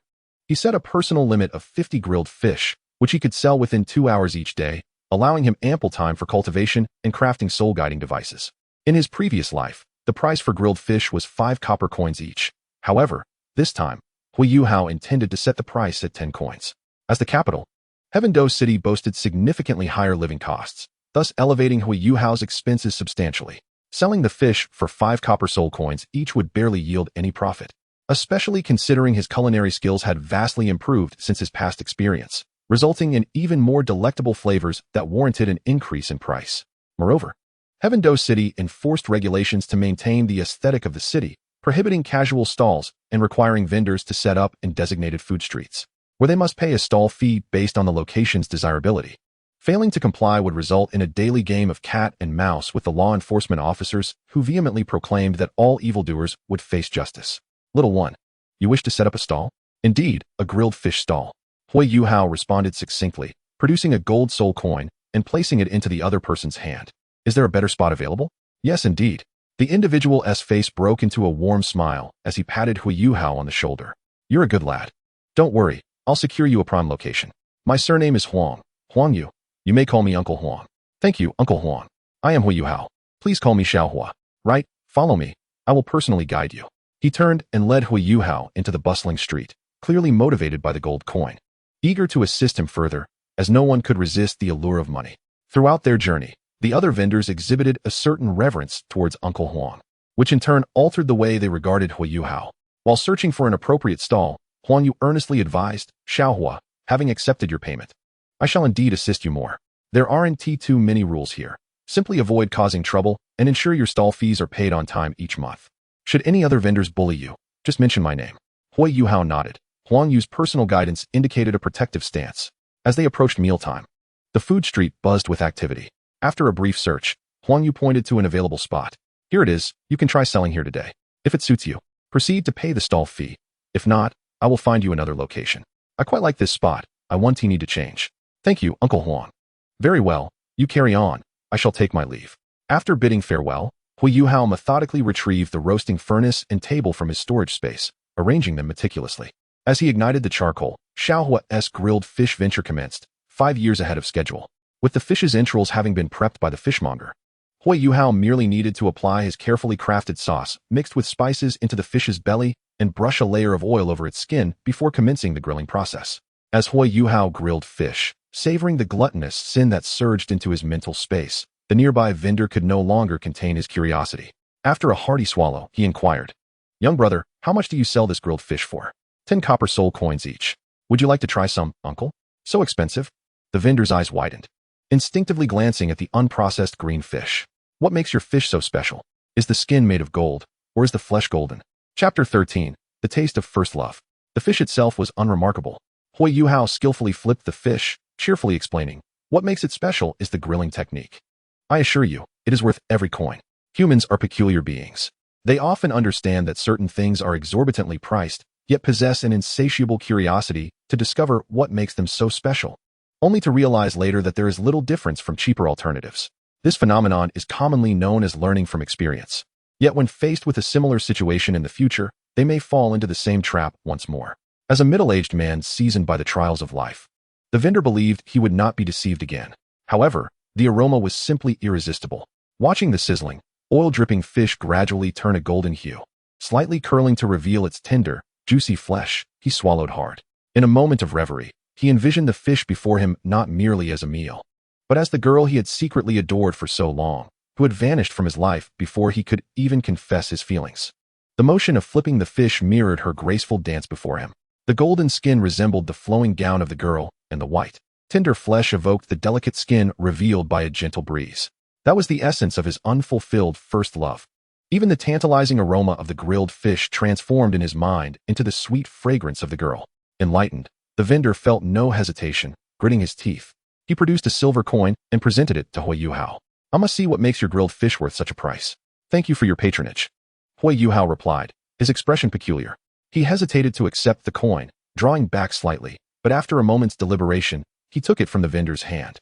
For reasons unknown, he suddenly sensed a surge of lustful sin emanating from this man. What on earth was he thinking? Am I not selling grilled fish? Suppressing the chill creeping up his spine, he continued to flip the fish, awkwardly asking, would you like it spicy? Just a little.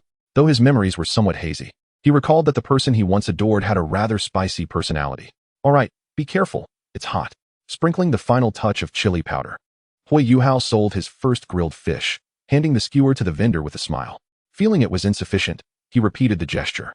Golden grease dripped from the fish skin, exuding an enticing aroma that made it resemble a delicate dusting of gold. All present instinctively swallowed, their eyes fixated on the vendor, eagerly awaiting the outcome. As soon as the man took hold of the fish, he could not contain himself and took a hearty bite.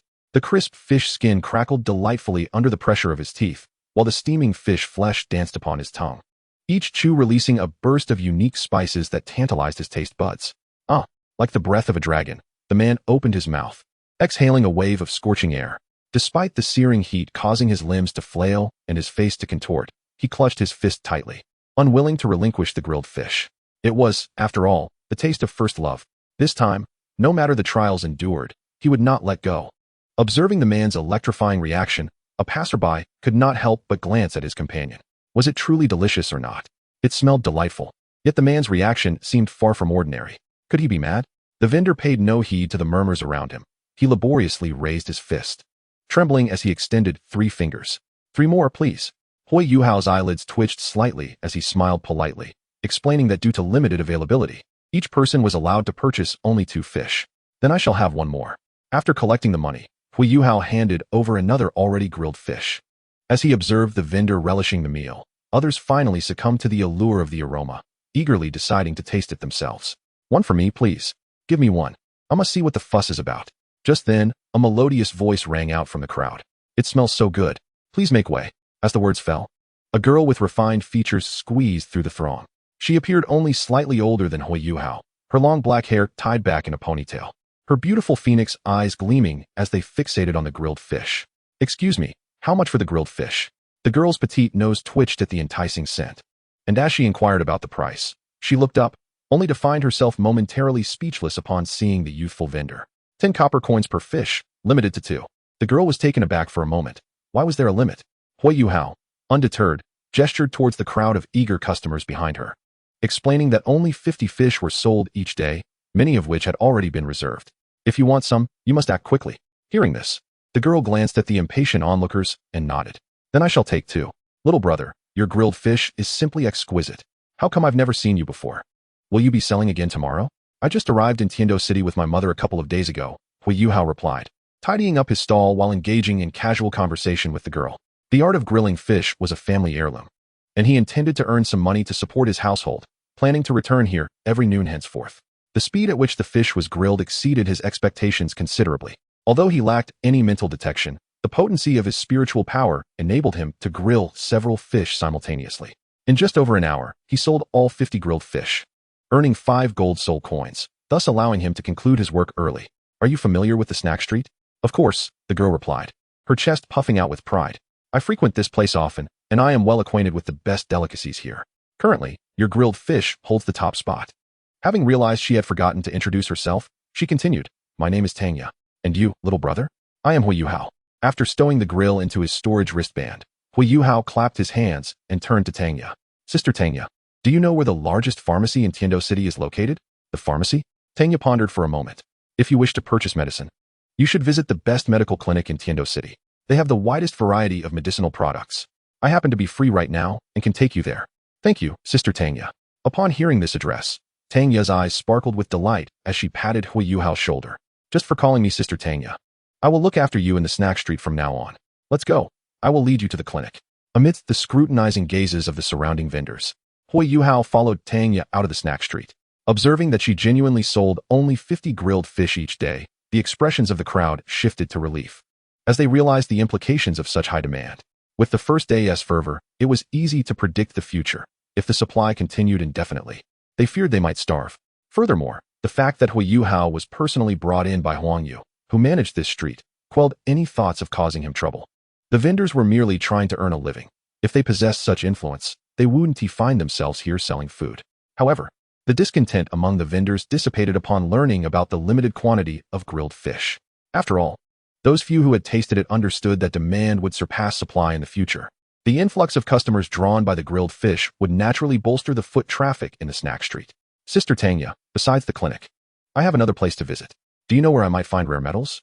Looking at Tangya, Huo Yuhao suddenly conceived an idea.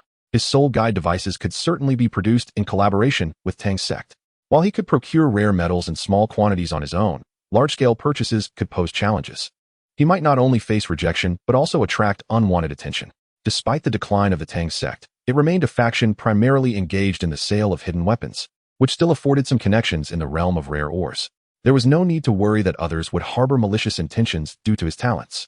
Using the Tang sect's reputation as a guise when selling soul guide devices would also help him avoid drawing too much attention. Though former connections had become distant due to the Tang sect's decline, their lack of value was the reason. If there were profits to be made, under normal trading circumstances, these individuals would naturally not refuse to sell a batch of rare ores to the Tang sect. After all, selling to anyone was still selling. Despite previous acquaintances, only a fool would refuse a chance to profit. The conflict with Tang San should not extend to implicating a sect with merely a nominal connection. Moreover, having interacted frequently with Tangya in a past life, it is undoubtedly more advantageous than dealing with a completely unfamiliar force. Rare metals? These are quite difficult to procure, as their market prices tend to be exorbitantly inflated. Upon the mention of rare metals, Tangya's smile noticeably faded, for the decline of the Tang sect is closely tied to the three empires' shifting policies regarding rare metals. As the three empires increasingly prioritize soul-guided devices, the significance of rare metals has soared, leading to a corresponding rise in prices. Regrettably, the Tang sect has remained stubbornly stagnant, clinging to the legacy of the so-called founding master, Tang San. For the past 10 millennia, every master has been required to appoint a bearer of the blue-silver grass martial soul, a truly pathological adherence. Even if this generation wishes to enact change, it is already too late. The Tang sect currently lacks the resources to train even a single soul master. I have a penchant for collecting various peculiar metals, and as a large city, Tiando City should boast many varieties I have yet to encounter. Thus I wish to broaden my horizons and purchase a few for my collection. Huo Yuhao explained softly, his words not wholly inaccurate. For a soul master, rare metals are akin to a beautiful maiden. Stripped bare and awaiting attention, no soul master would ever decline rare metals. I happen to know of some shops that may sell rare metals. I can take you there on our way. Thank you, Sister Xiaoya. I'll treat you to grilled fish tomorrow. Really? Tangya's eyes sparkled as she grasped Huo Yuhao's arm, quickening her pace. What are we waiting for? Let us hurry. After turning a couple of corners, the two finally arrived at the finest medical hall in Tiando City, as Tangya had described. Huo Yuhao gazed up at the building, which emanated an ancient and grand aura. The entrance bustled with people, yet there were no visible advertisements. A newcomer might not even recognize it as a medical hall.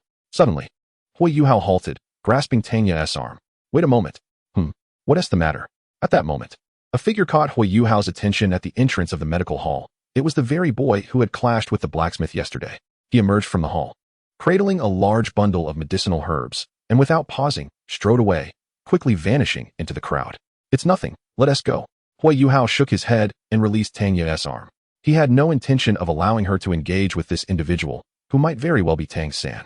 If it were indeed the case, yesterday's events suggested he was too preoccupied with his own affairs to concern himself with the fate of the Tang sect. Reflecting on the fates of certain members of the Divine Realm Committee in his past life, a peculiar expression crossed Huo Yuhao's face. The Tang sect was founded by Tang San himself. Given his temperament, it is inconceivable that he would willingly allow others to call him master. Thankfully, the current decline of the Tang sect offers no benefit to Tang San, and could even be described as a disastrous predicament. If that boy truly is Tang San, then judging by yesterday's circumstances, he is likely too absorbed in his own troubles to spare a thought for the Tang sect's survival. Why so secretive? As he gazed at the retreating figure of Huo Yuhao, Tanya, blissfully unaware of her narrow escape, murmured softly before entering the apothecary alongside him. "Hello. Are you here for a consultation?" Upon their entrance, a young man clad in a blue robe approached them with polite inquiry. "I require some medicinal herbs," Huo Yuhao promptly stated, detailing his needs, which included remedies for Huo Yun'er's health and supplements to fortify and nurture her meridians. As he listed the items, the apprentice's face betrayed a hint of embarrassment. He fumbled for paper and pen and cautiously asked, "Could you please speak a bit slower?" At that moment, a middle-aged man approached, patting the apprentice on the shoulder. "All right, let me attend to these two. You go tend to other matters." With a sigh of relief, the apprentice bowed and exited, leaving the middle-aged man regarding Huo Yuhao with a curious expression, a slight smile gracing his lips. "I did not expect to have two individuals seeking similar herbs today, and both so forthright in their requests. Have you studied medicine, young lad?" "I have not," Huo Yuhao replied, shaking his head. "I simply frequent this place often, and over time, I have memorized the herbs." He then casually inquired, "The other person you mentioned, are they a child of similar age to mine? Frequenting? If one were to regularly consume such herbs, they might end up quite foolish." The middle-aged man thought to himself, choosing not to challenge Huo Yuhao's claim. He merely shook his head in response. In truth, he found himself questioning his own life. To possess such knowledge of herbal medicine at such a tender age made him feel as if he had wasted his own existence. Yet, recalling the apprentice from earlier lightened his spirits once more. It was not that the apprentice was inept, but rather that some children were exceptionally gifted.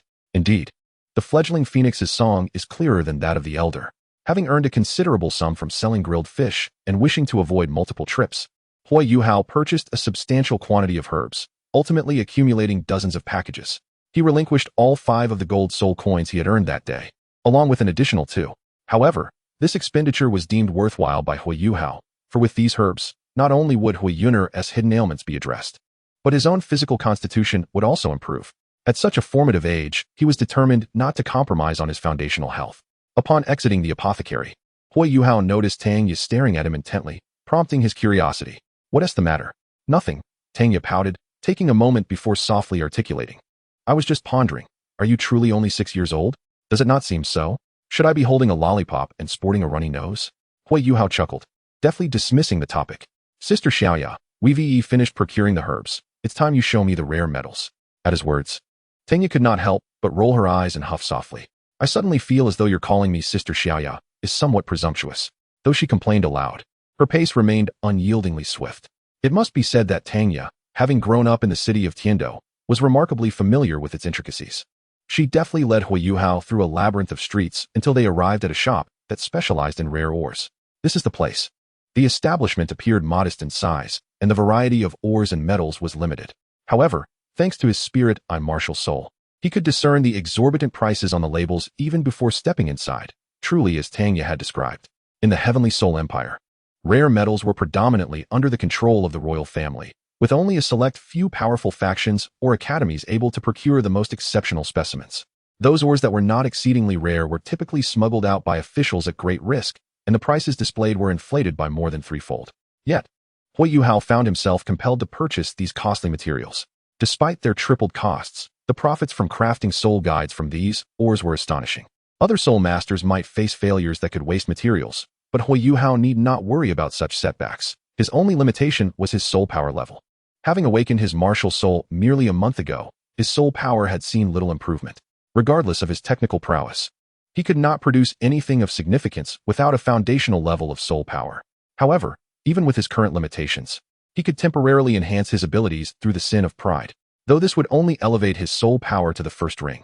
His accumulated skills from his previous life would suffice to craft any third-level soul guide, albeit at a considerable cost to himself.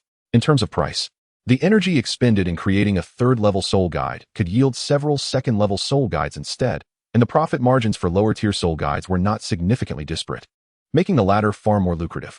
Although the time seemed lengthy, Huo Yuhao sensed that his physical condition and soul power level were profoundly inadequate. He believed that as he gained strength, the duration of his weakness would diminish, and his explosive capabilities would improve. Tanya, having noted the prices above, visibly paled.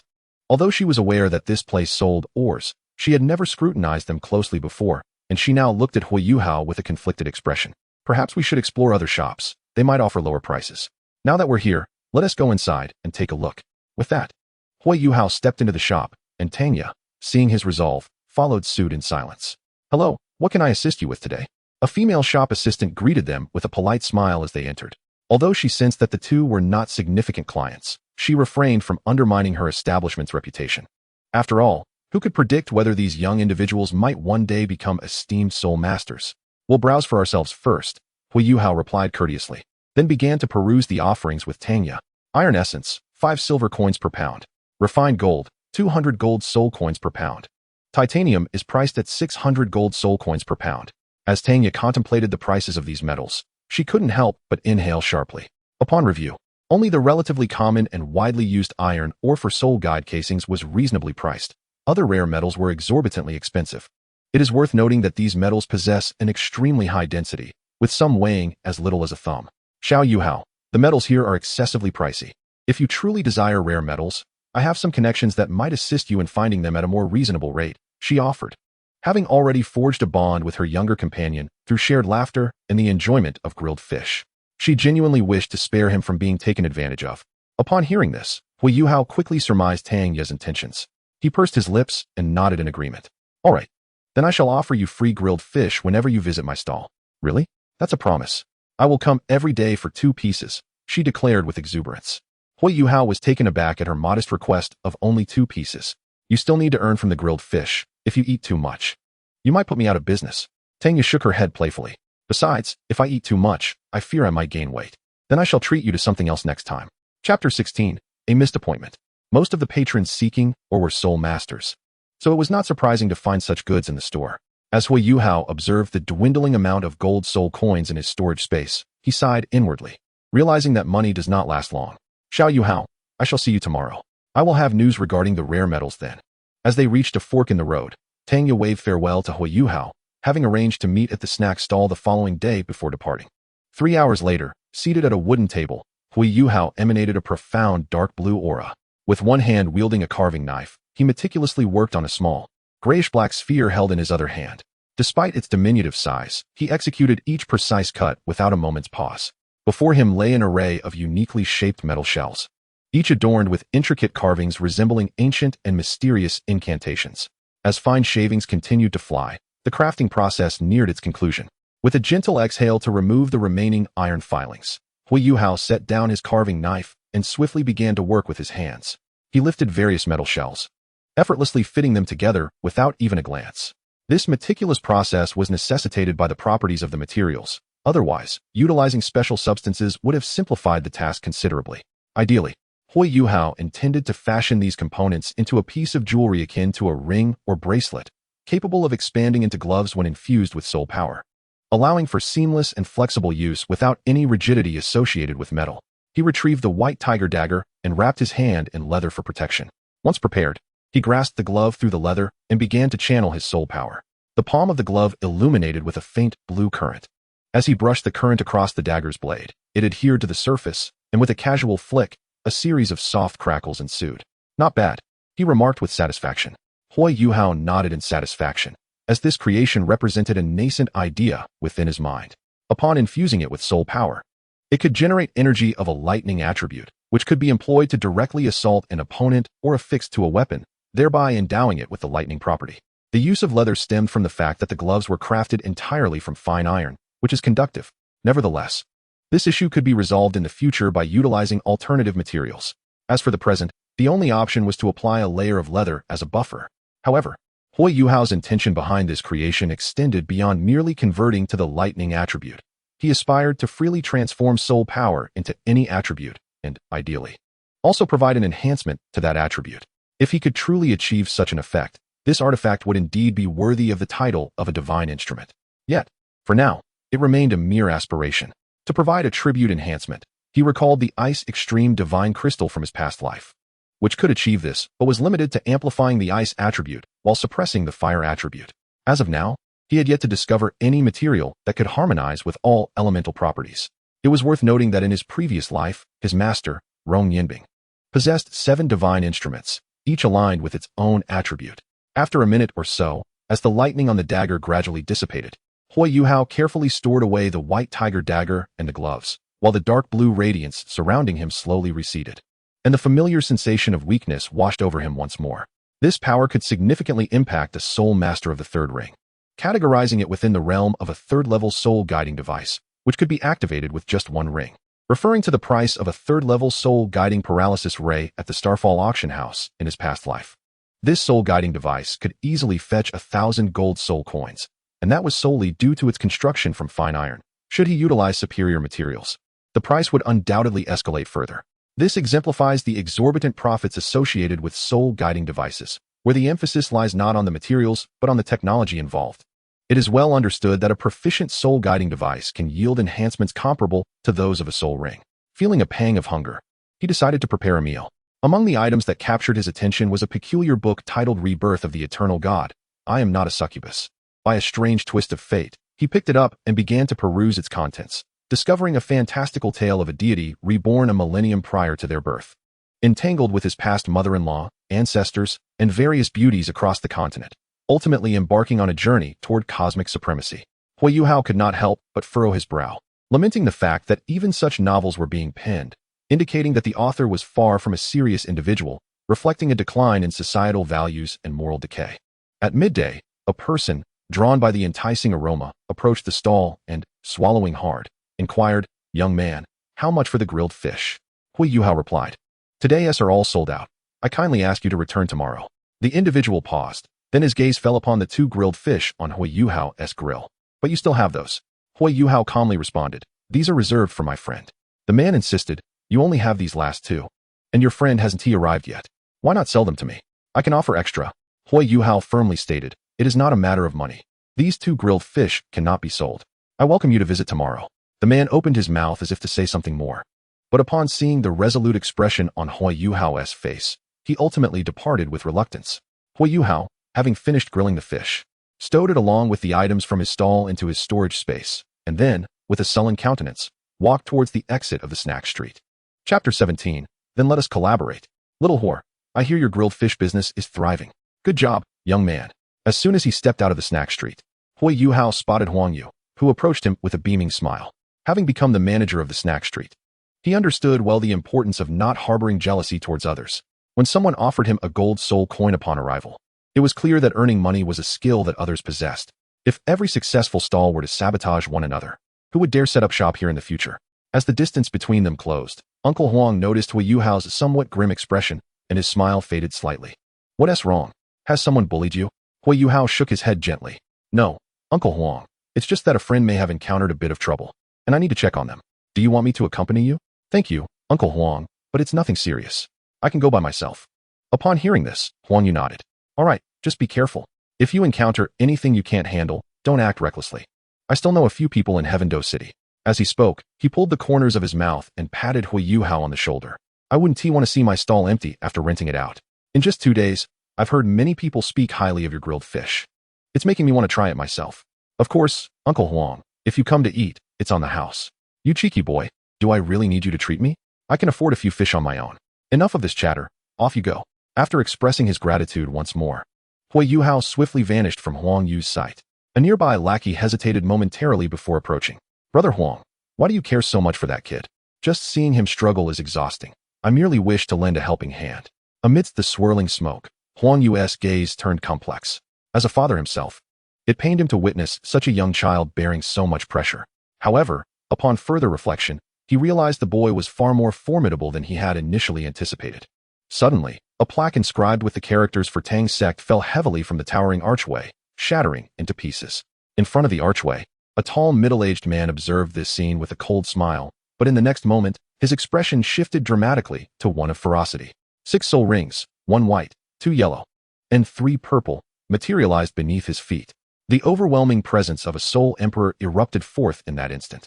He surveyed the area, his gaze sweeping over the onlookers who had been drawn in by the commotion. Those who met his eyes instinctively lowered their heads. Noticing this, the middle-aged man let out a haughty snort and bellowed, "What is so interesting? Haven't you all seen a demolition before? Get lost." At his command, the crowd dispersed like startled birds, daring not to linger. Moments later, 2 young men approached the middle-aged man, bowing respectfully. "Zongzhu, seeing the two young men return empty-handed. The middle-aged man frowned. Did you find anything? The eyes of the two young men flickered with a hint of trepidation. One of them swallowed hard and, trembling, spoke. Useless. The middle-aged man barked in anger. You can't even capture a little girl in a city as vast as Tiando. Where could she possibly run to? Expand the search area and continue looking. Yes, yes. They acknowledged, yet one couldn't help but wonder why he himself wasn't searching.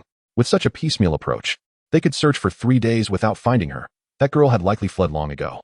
Enough grumbling. We must search, one said. It's not just the two of us. And I remember that girl from Tangmin is rather attractive. If we do find her. The chuckle from his companion eased his expression, and a mysterious smile curled at the corners of his lips as they instinctively quickened their pace. The sunlight slanted down behind him, casting his front entirely in shadow, with a pair of cerulean eyes filled with chilling resolve fixed intently upon them. Sensing something amiss, the two exchanged glances and drew their weapons, regarding the youth with hostility. Kid, what do you want? One demanded. Aren't you part of the demolition crew? Observing the long blades in their hands, Huo Yuhao raised an eyebrow, incredulous. Is it customary for demolition team members to carry swords and knives? He mused. Never mind. I want to hinder myself from asking you a few questions. He retrieved a white tiger dagger from his storage space, its sharp blade glinting coldly in the sunlight. If I happen to apply too much force, I trust you'll bear with it. Meanwhile, Tanya felt as though her soul had been lost, curled up in an empty alley, clutching her knees and staring blankly at the dirt beneath her. Though her stomach cried out in hunger, she remained oblivious. Thanks to the secret passages established by Tangmin from its inception, she had successfully evaded the onslaught of the Iron Blood sect. But her parents had sacrificed themselves to protect her, forever remaining behind. Gripping the storage ring in her hand, which contained the last remnants of Tangmin's legacy, an invaluable cache of rare metals originally intended for crafting hidden weapons, she recalled how her parents had cheerfully handed it to her before bedtime after listening to her. Everything had transpired so suddenly, like a nightmare, and her mind remained in turmoil. After spending an entire day in this state, she still had no notion of where to go next. Just then, a steady footfall echoed from outside the alley. She remained unresponsive until the footsteps halted abruptly and drew closer, seeming to approach her. A ripple of unease stirred within her. Is it the Iron Blood sect coming for me? The footsteps finally reached her, coming to a stop, and a gentle voice resonated nearby. If you don't eat, your body will weaken. Tanya's body jolted, and as she lifted her gaze, she saw 2 skewers of grilled fish being offered to her. Though the aroma was no longer as robust as the day before due to the cooling, it still provoked a peculiar growl from her already empty stomach. Eat up. I promise to save some for you. Suddenly, she seemed to have activated some hidden switch, as she opened her mouth wide and took a hearty bite of the roasted fish, tearing and chewing with fervor. Amidst the motion of her mouth, her already swollen and reddened eyes brimmed with tears once more. She lifted the hand clutching the fish, desperately trying to wipe away the tears with her arm. Yet she could not stem the flow. The entire scene appeared quite comical, yet the youth before her did not laugh. Instead, he sat quietly beside her, gazing at the scenery outside the alley in contemplative silence. Recognizing the futility of her efforts, Tanya resigned herself to the task of wiping away her tears, suppressing the whimpers that resembled those of a small beast, while devouring the fish with great gulps. By the time she had finished both roasted fish completely, Tanya felt as though she had been revived. She pursed her lips and turned to Huo Yuhao, her voice hoarse as she inquired, What brings you here? Huo Yuhao replied softly, I saved 2 roasted fish for you, but you did not arrive. Not wanting to waste them, I came. Tanya felt as though the words were lodged in her throat, and after a moment of stammering, she continued, How did you find this place? The Iron Blood sect must surely be searching for her. If even they could not locate her here, how could this boy have succeeded? It's merely luck, he said. I have always had good fortune. I stumbled upon it quite by chance. Liar, Tanya scoffed lightly, unrelentingly exposing Huo Yuhao's deceit. It was nearly evening. If he had truly begun searching for her at noon upon realizing she had not come, he must have spent the entire afternoon looking. All right, Huo Yuhao conceded with a shrug. Upon learning you were from the Tang sect, I reasoned there must be an escape route. And it certainly wouldn't be near the Tang sect, so I began expanding my search area in circles. You certainly made it easy to find you. As for whether anyone would have placed the exit of a secret passage near the sect, Huo Yuhao believed it unlikely. If the Tang sect had indeed done so, there would likely be no survivors by now. Wouldn't that be akin to waiting to be caught in a trap? Tanya fell silent at this, and then extended a ring towards Huo Yuhao. This is the rare metal I promised you. I cannot afford such an amount, he replied. In the next moment, Tanya firmly pressed the ring into his hand. Consider it payment for the roasted fish. Without you, I wouldn't have even been able to bring these out. This is worth countless meals of roasted fish, he remarked, yet he did not refuse again. After accepting it, He turned to Tanya and asked, "What are your plans moving forward?" "I do not know. Do you seek revenge?" Huo Yuhao pressed on, his calm voice causing Tanya's body to tremble. The resolute expressions of her parents as they pushed her into the secret passage flashed in her mind. And in that instant, her fists clenched tightly. She nodded vigorously. "Then let us collaborate." Chapter 18. My home is quite spacious. Collaborate? Yes, collaborate. Huo Yuhao produced the gloves he had crafted the previous night, demonstrating their functionality while he spoke. "I possess the ability to create soul guides. Yet I require the channels of the Tang sect to procure additional rare metals, as well as to facilitate the sale of these soul guides.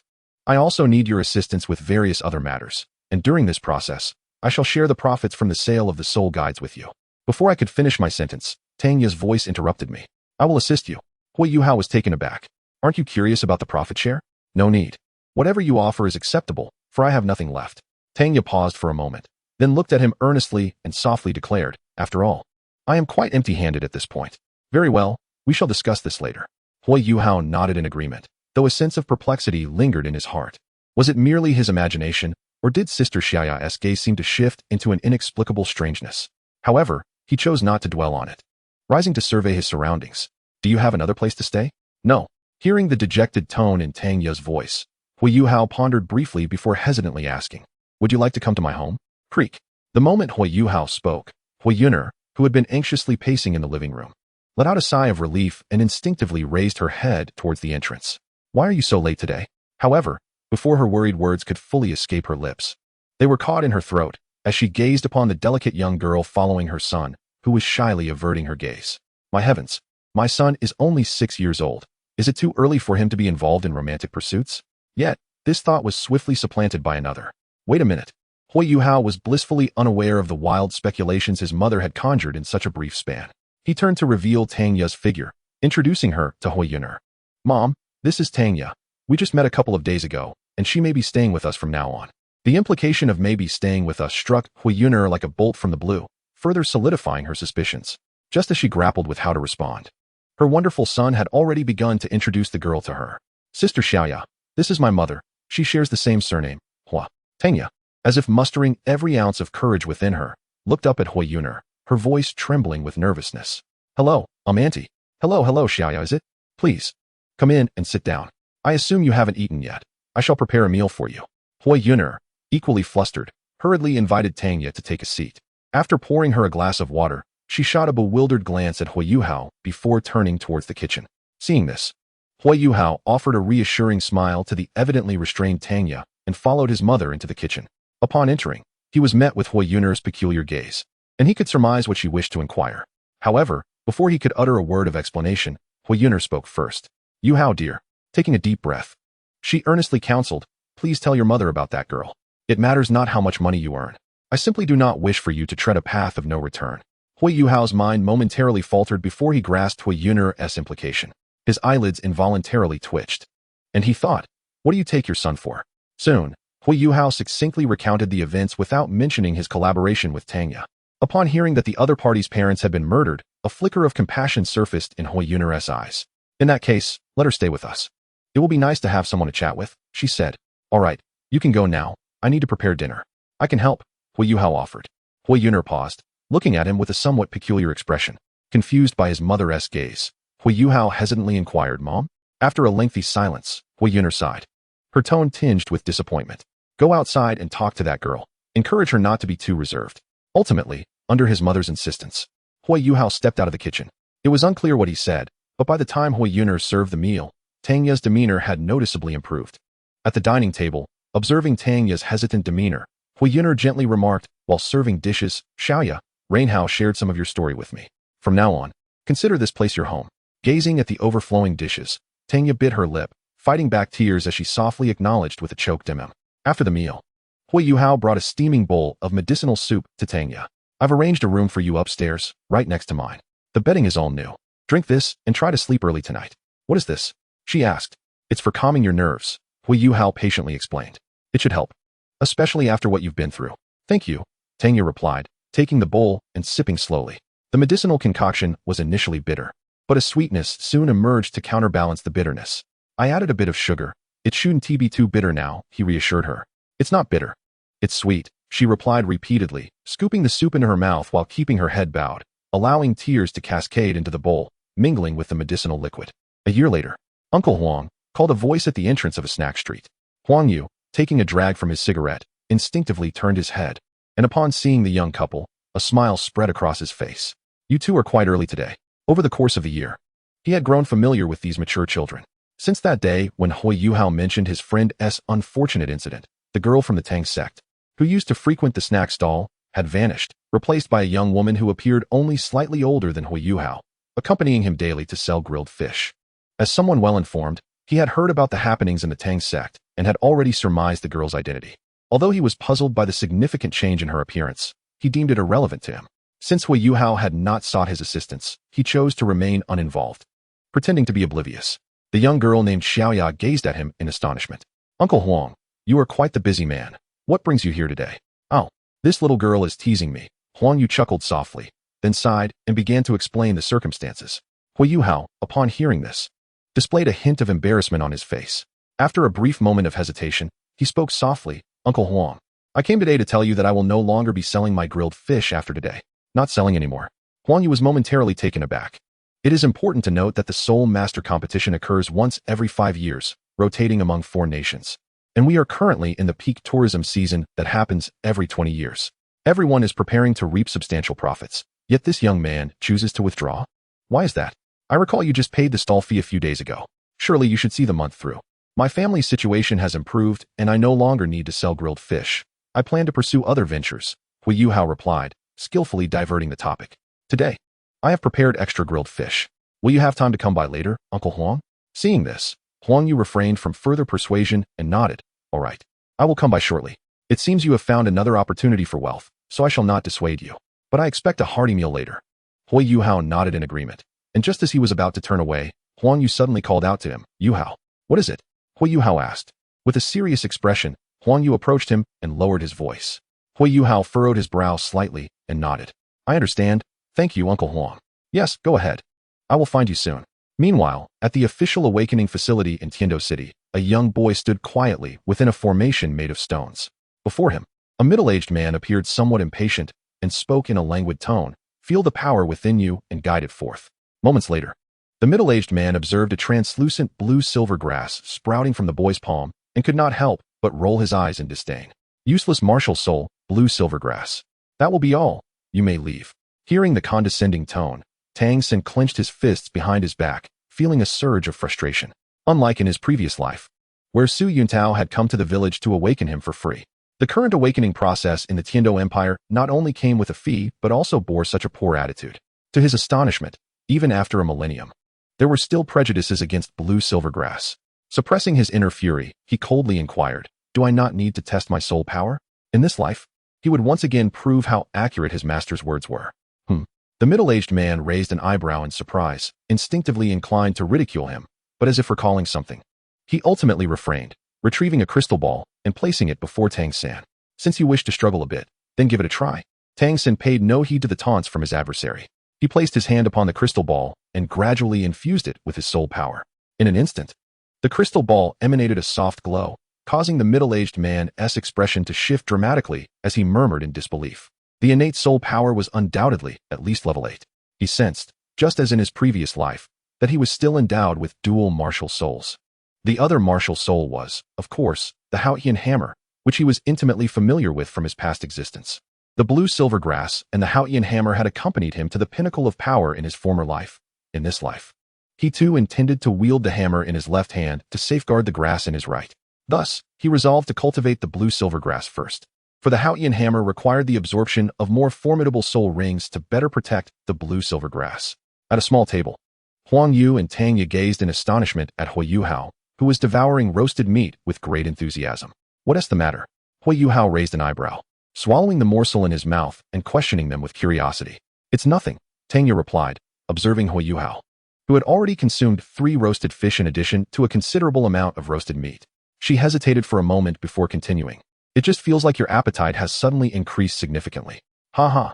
Children are in their growth phase. They need to eat more, Huang Yu chuckled heartily, giving Huo Yuhao a pat on the shoulder while savoring his roasted fish, shaking his head in a mock sigh. It's a pity it's work hours, otherwise. It would be delightful to have a drink. Huo Yuhao smiled and said nothing further. His sudden ability to consume so much was, of course, the effect of the newly unlocked sin of gluttony. Upon unlocking the source of gluttony, Huo Yuhao discovered that his efficiency in absorbing energy from food had significantly increased. Even consuming ordinary roasted fish and meat allowed his soul power to rise, albeit at a very slow rate. This indicated that his cultivation speed could be enhanced considerably. With superior ingredients, the pace would accelerate even more. However, this increase seemed to occur only when his soul power was not expended. For instance, if Huo Yuhao's soul power was at full capacity, consuming food would gradually elevate his soul power level. Yet, if he had depleted his soul power or sustained injuries, the energy gained from food would first replenish the expended soul power and heal his body. Moreover, it appeared that his internal resistance to energy had significantly heightened. Any energy entering his body, whether harmful or beneficial, would be gradually absorbed. Beneficial energy was straightforward: soul rings, soul bones, and various rare treasures suitable for absorption all belonged to this category, leading to a direct enhancement of soul power. Conversely, destructive energy, akin to the soul skills used by others at the cost of their soul power, typically inflicted direct harm on the body, necessitating a resistance using one's own strength, making absorption impossible. Yet, with the source of gluttony, the situation changed.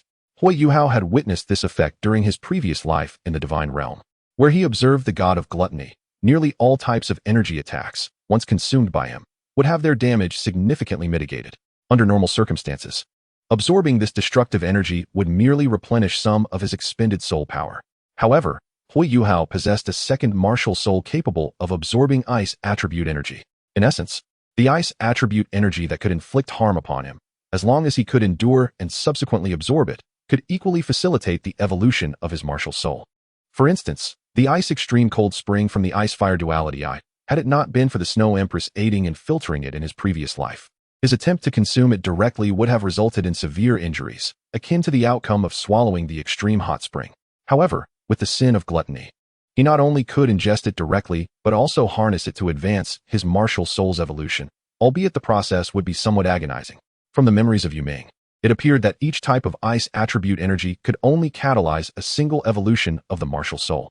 For example, the Ice Blue Emperor Scorpion and the Ice Blue Scorpion possessed ice attribute energies of the same kind, which precluded consecutive evolutions.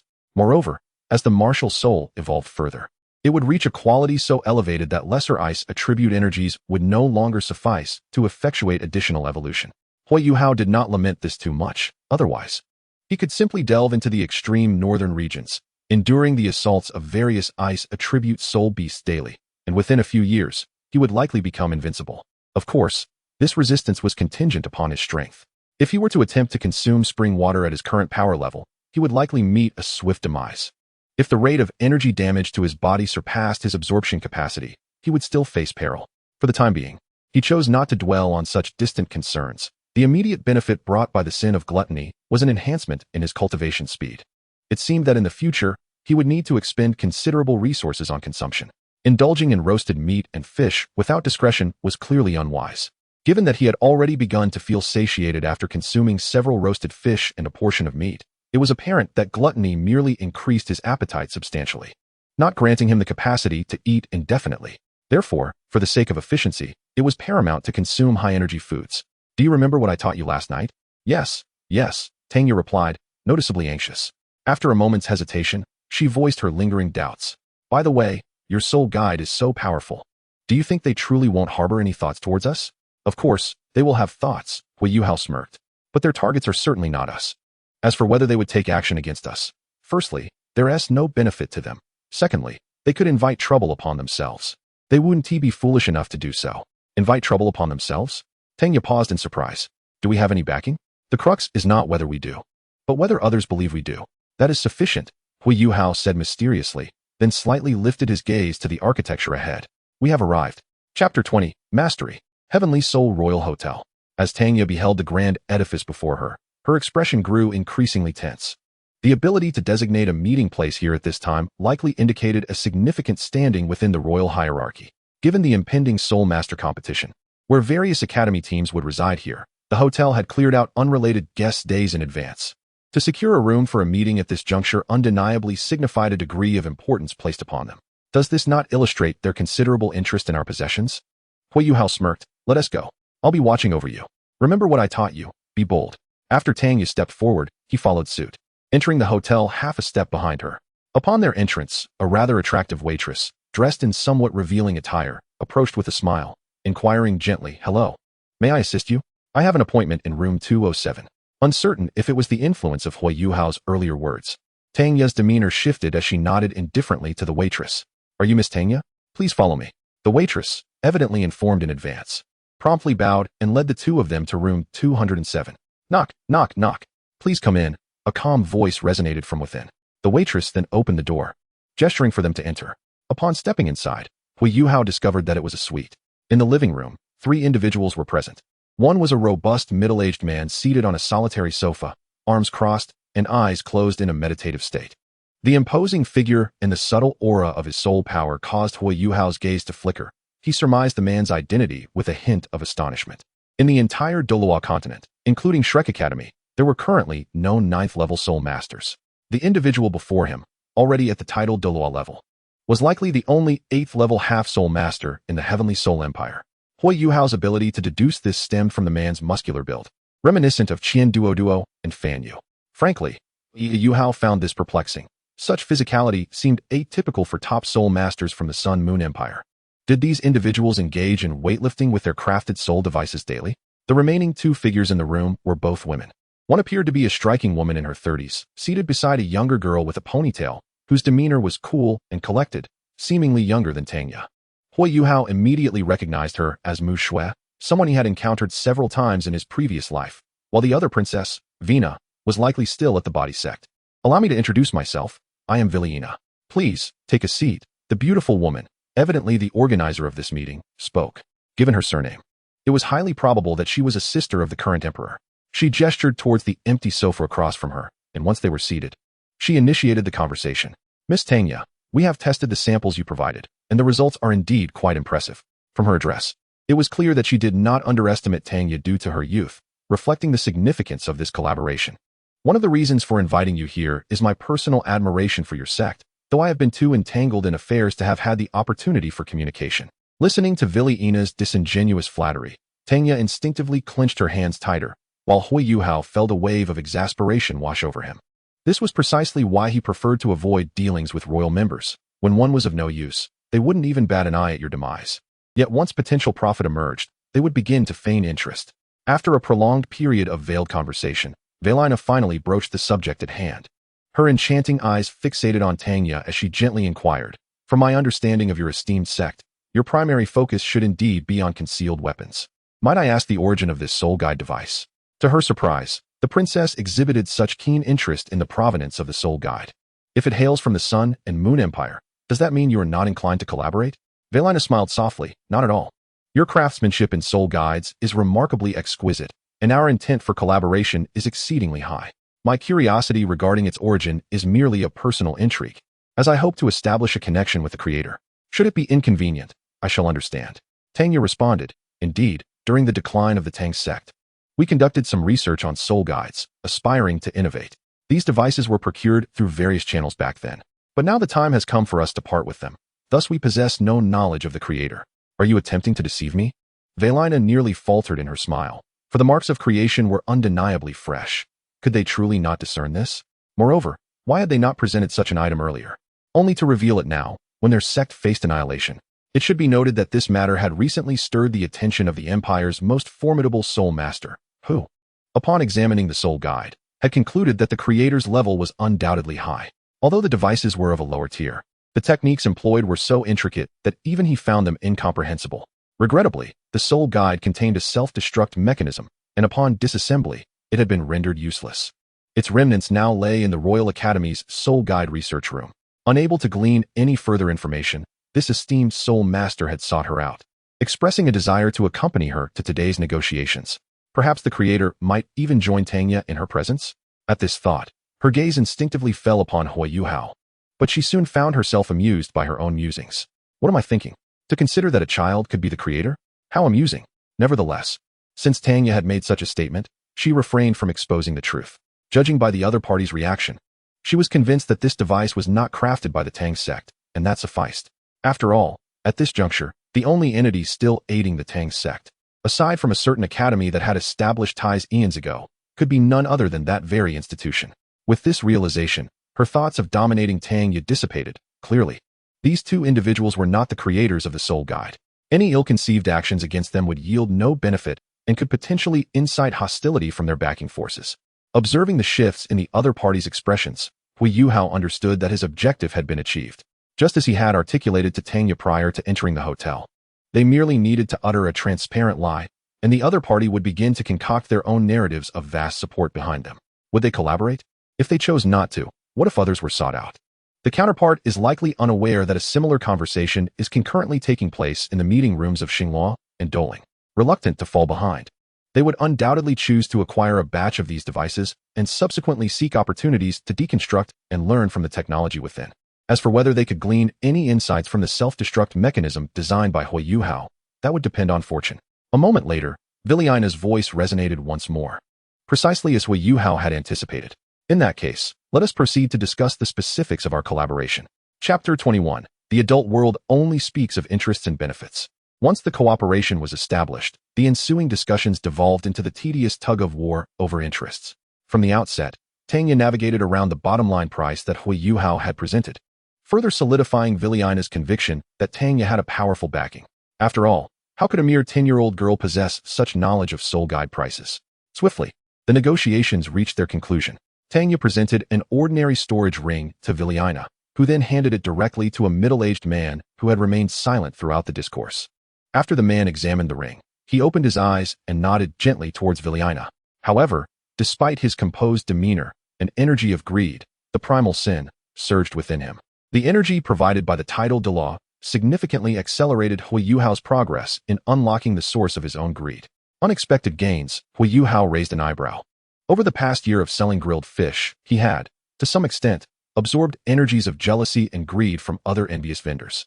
Yet, due to their lack of soul power being mere ordinary people, the progress had remained minimal.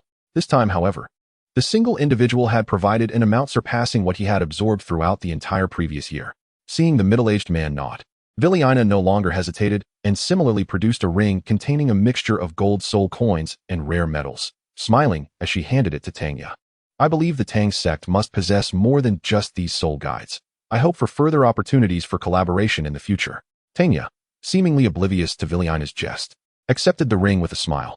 Should there be discoveries, opportunities will arise. With the transaction complete, she and Huo Yuhao made to take their leave. Just then, Viliana called out to her once more. Wait a moment, Miss Tang Ye. No need, she interjected calmly.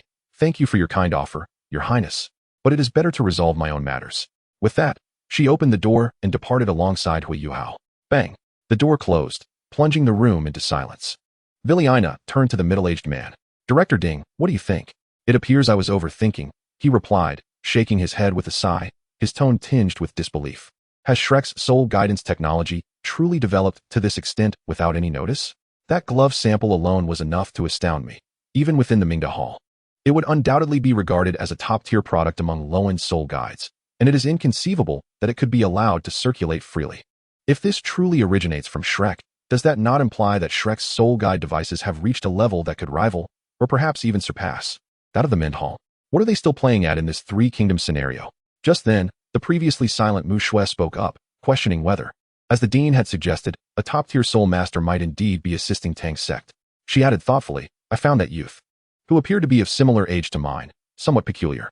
Viliana did not immediately counter her claim. Instead, she smiled and explained, Mu Shui. Dean Ding has stated that the creator of those soul guide devices possesses skills that match his own, making it improbable that it was crafted by a mere child. However, these are all basic soul guide devices, which can be produced by low-ranked soul masters, cannot they?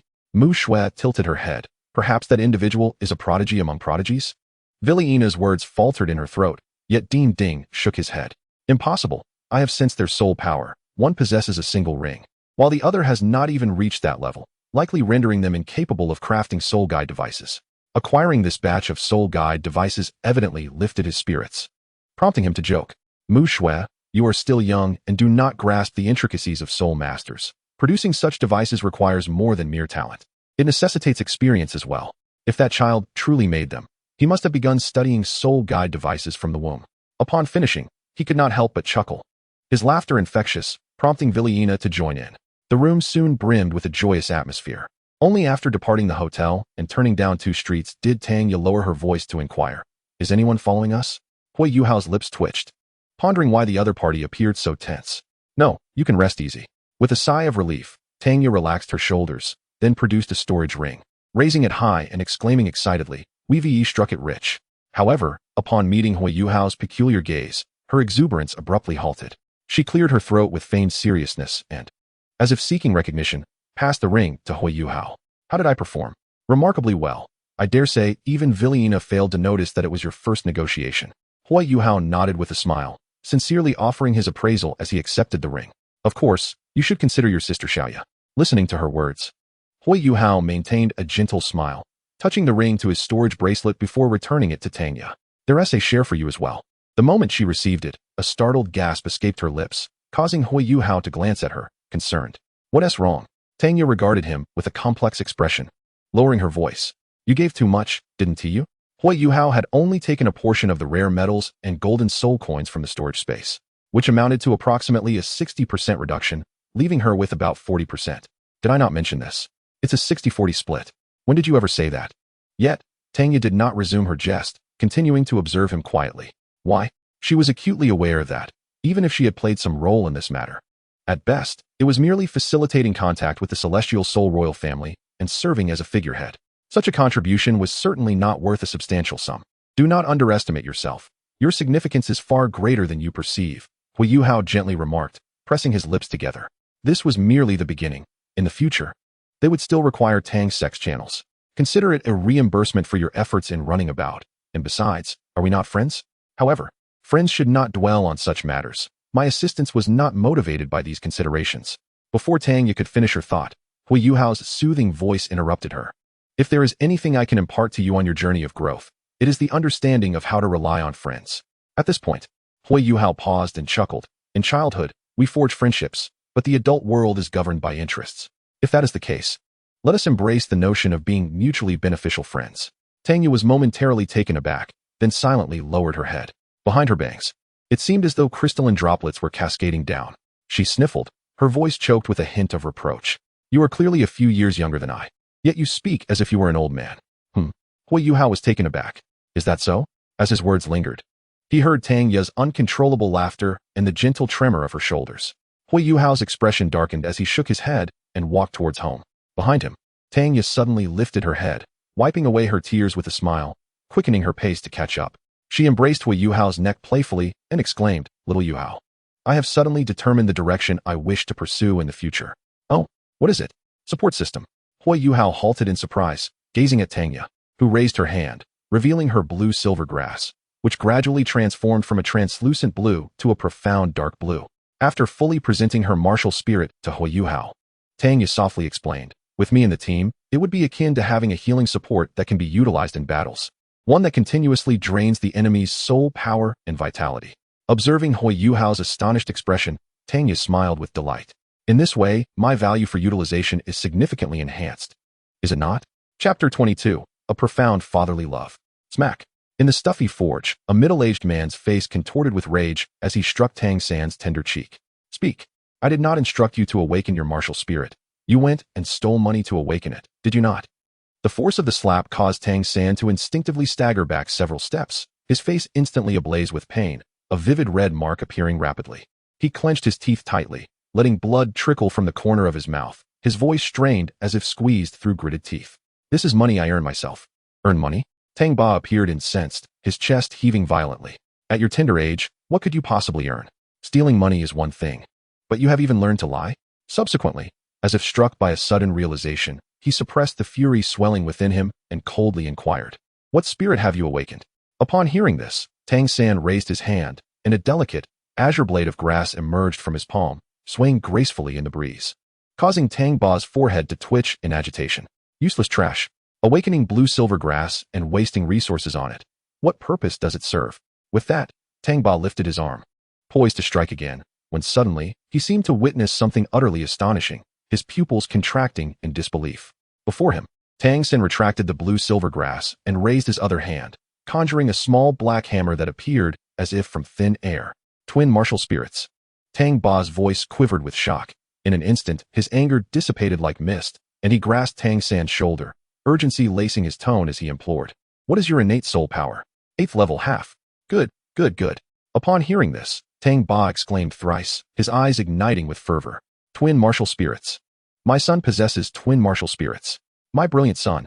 He suddenly enveloped Tang San in a powerful embrace, and after a moment, he belatedly remarked, Little San, you must be hungry. Come, father will take you out for a splendid meal. With that, he took Tang San's hand and strode out with laughter. My son has twin martial spirits. My son is a genius. Feeling the warmth of his father's broad palm, Tang San's nose tinged with emotion. In his previous life, even when Tang Hao learned of his twin martial spirits and innate full soul power, he merely embraced him once.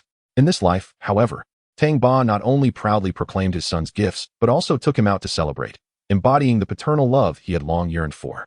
After traversing 3 lives, he finally felt the profound warmth of a father's love.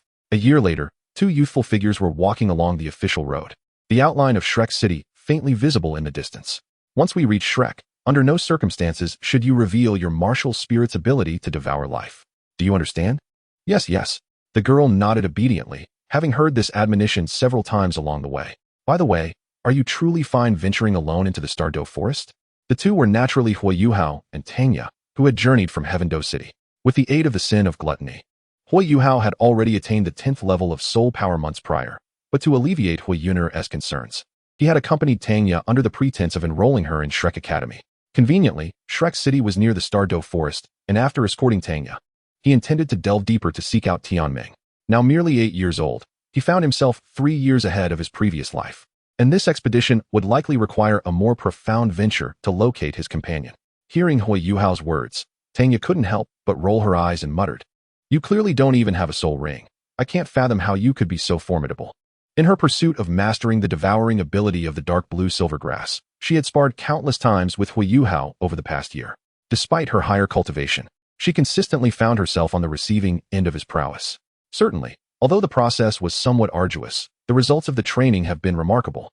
She has now gained mastery over her martial soul, capable of controlling it to exclusively consume the soul power of her opponents. As for the ability to devour life force, Huo Yuhao mentioned that once her control strengthens further, he would instruct her on its application. Let us proceed, he said, a faint smirk playing on his lips, refraining from elaborating. Not to mention combat techniques. In terms of soul power alone, the 10th level soul power, transformed by the sin of arrogance, is not inferior in either quantity or quality to Tang Ya's soul power, which is nearing the 20th level. As they drew nearer to Shrek City, the registration point of Shrek Academy came into view. Although a letter of recommendation from a city lord is required to enroll at Shrek Academy, the fact that each city lord writes more than one letter annually means that many still come to register. From a distance, the crowd appeared overwhelming, evoking a sense of suffocation. Realizing that the time for parting was approaching, Tanya gazed at Huo Yuhao's retreating figure, as if having made a certain decision. She softly called out his name, Yuhao. What is it? He turned back to find Tanya before him, arms outstretched and playfully shaking them, pouting, Once school starts, we want to see each other for a long time. I need a hug. Huo Yuhao's expression darkened instantly, and he retorted, Haven't you had enough hugs at home? There are so many people out here. At this, he instinctively glanced around and noticed the curious gazes from passers-by, evidently drawn to Tang Ya's exquisite beauty. Under such scrutiny, a sense of inexplicable shame arose within him, akin to having committed a secret transgression. Yet, Tang Ya seemed blissfully oblivious, continuing to shake her arms. This is different. With her whimsical and playful nature, Tang Ya was quite beloved by Huo Yuner, often claiming injury after training, insisting that only a hug could remedy it. Having compromised once, Huo Yuhao gained a profound understanding of the distinction between a singular concession and an infinite one. Once his boundaries were breached, his mindset began to numb. But still, hugging at home is one thing. This is entirely different. After a fierce internal struggle, Huo Yuhao finally opened his arms, gently enveloping Tanya. A delicate fragrance wafted into his nostrils, and he intended to keep it brief, but unexpectedly, Tanya tightened her embrace. Before he could speak, her whisper reached his ears. Thank you. Huo Yuhao's body, which had been tense, relaxed slightly as he patted her back, chuckling softly. Now is not the time for this. Hurry inside. With a soft acknowledgement from Tanya, Huo Yuhao distinctly felt her head gently bobbing on his shoulder. The rustle of her hair brushed against his cheek, followed by the tender warmth of her lips gliding across his face, akin to a daring explorer, until they reached their destination and parted swiftly. I'm leaving. Before Huo Yuhao could fully comprehend, Tanya, her cheeks flushed, lowered her head, and merged into the throng of people. Due to the Tang sect's annual exemption from entrance examinations, Tanya completed her enrollment without undergoing any tests after revealing her identity. Little sister, are you a new student this year? I am a third-year student and would like to get to know you. A sudden voice interrupted her, causing Tanya's expression to turn icy. She halted her steps, glanced at the male student who had approached, a glimmer of disdain flashing in her eyes, and spoke tersely. Leave. The handsome young man froze, unable to respond before she walked away. Meanwhile, deep within the Douluo forest, in a mysterious and perilous realm, a soul beast resembling a lion with 3 eyes lifted its head, a look of confusion evident in its gaze. What troubles you, golden lion? Just as the 3-eyed beast was pondering, a commanding voice resonated beside it. As the words fell, the space around them distorted, and a man clad in black robes with flowing black hair stepped forth. Dition. The 3-eyed beast spoke with uncertainty. I sense the aura of destiny. Just beyond the forest's edge. The aura of destiny? A kindred spirit? Dition paused. Then a celestial voice echoed from all directions. I sense it too, my lord. You have awakened? Upon hearing this voice, Dition's face lit with joy, and he promptly knelt on one knee, while the 3-eyed beast lowered its head in respect. Despite being a revered creature of the Douluo forest, its status could not surpass that of Dition. Its lack of a kneeling gesture was due to the affection and attention bestowed upon it by this lord. 2 years ago, I sensed a new aura akin to that of a soul beast in this realm. I had already awakened then. The aura mentioned by the soul beast is now outside the Douluo forest. The ethereal voice deliberated briefly before determining, soul beast, remain here and do not wander. I shall investigate personally. You will go yourself? Dition asked, momentarily taken aback. My lord, has your injury healed? Not yet, it will take time. But this matter must be clarified. The voice withheld certain details. For 2 years prior, it had sensed far more than just that. At one moment, it had even perceived the presence of 2 divine auras. However, compared to genuine deities, those auras were feeble and insignificant had they not been in the same realm. She might not have detected their existence. She speculated that such occurrences might stem from the death of a deity in the divine realm, leaving behind a remnant soul, barely conscious, that inadvertently entered this world. Whether they were friend or foe was uncertain, if her predictions were accurate. This was undoubtedly a prime opportunity to glean insight into the divine realm's circumstances. In an instant, the entire Douluo forest began to tremble slightly, the earth cracking in every direction. A colossal dragon claw, adorned with shimmering silver hexagonal scales, burst forth from the ground, its immense form emerging as if from the depths of an abyss. The radiant silver light it emitted rendered even the sun above somewhat dimmer. An indescribable aura spread throughout the area, and from a high vantage point, one would observe the entire Douluo forest enveloped in a faint silver glow, causing everything within the forest to become increasingly indistinct. In that moment, the spirit beasts throughout the forest seemed to sense something amiss, instinctively crawling towards the heart of the woods. Only a certain large white silkworm, burrowing deep underground, continued to pupate towards the forest's periphery. Upon sensing that terrifying presence, it hastened its digging, emitting a nearly despairing wail. Why must it target me so? After barely escaping the beast god's gaze at 1,000,000 years, now an even more formidable entity appears. Just as its cries reached a crescendo, they abruptly ceased, feeling the receding aura like a tide. The silkworm blinked its 2 brilliant golden eyes in surprise. It seems it's not here to capture me. It sighed in relief. This cursed place is no haven for silkworms. I must hasten my escape. As if having narrowly evaded death, the silkworm exhaled deeply, grunting softly. Yet its frantic movements showed no sign of slowing as it wriggled furiously towards the forest's edge. Meanwhile, at the heart of this perilous domain, before Emperor Tian and the 3-eyed golden lion, stood a maiden clad in a flowing white gown. Her crystalline silver hair cascaded down to her waist, and her exquisite features epitomized unparalleled beauty. Master, you are truly stunning, the 3-eyed golden lion exclaimed, its eyes wide with awe. This was the first time it had witnessed the true form of the spirit beast sovereign, and it eagerly nudged against her arm. The maiden, initially expressionless, surveyed herself before reaching out to pat the lion's head, then turned her gaze towards Emperor Tian. Yes, master. Outside the Douluo forest, Huo Yuhao stood bare in a small stream, occasionally scooping water with a wooden basin to pour over himself. Sunlight filtered through the leaves, illuminating his well-defined muscular physique, showcasing the progress he had made over the past 2 years. After a brief wash, he retrieved from his storage space a peculiar ointment, beginning to apply it all over his body. Since he intended to venture deep into the Douluo forest, Huo Yuhao was determined to make adequate preparations. This self-crafted ointment effectively masked his presence. Although it might not be particularly effective against certain spirit beasts with acute senses, it was the best he could manage. If fortune were to turn against him, there would be little he could do, yet with the eye of destiny, he could sense some dangers and felt no significant concern. To grow stronger, one must embrace the risks, he mused.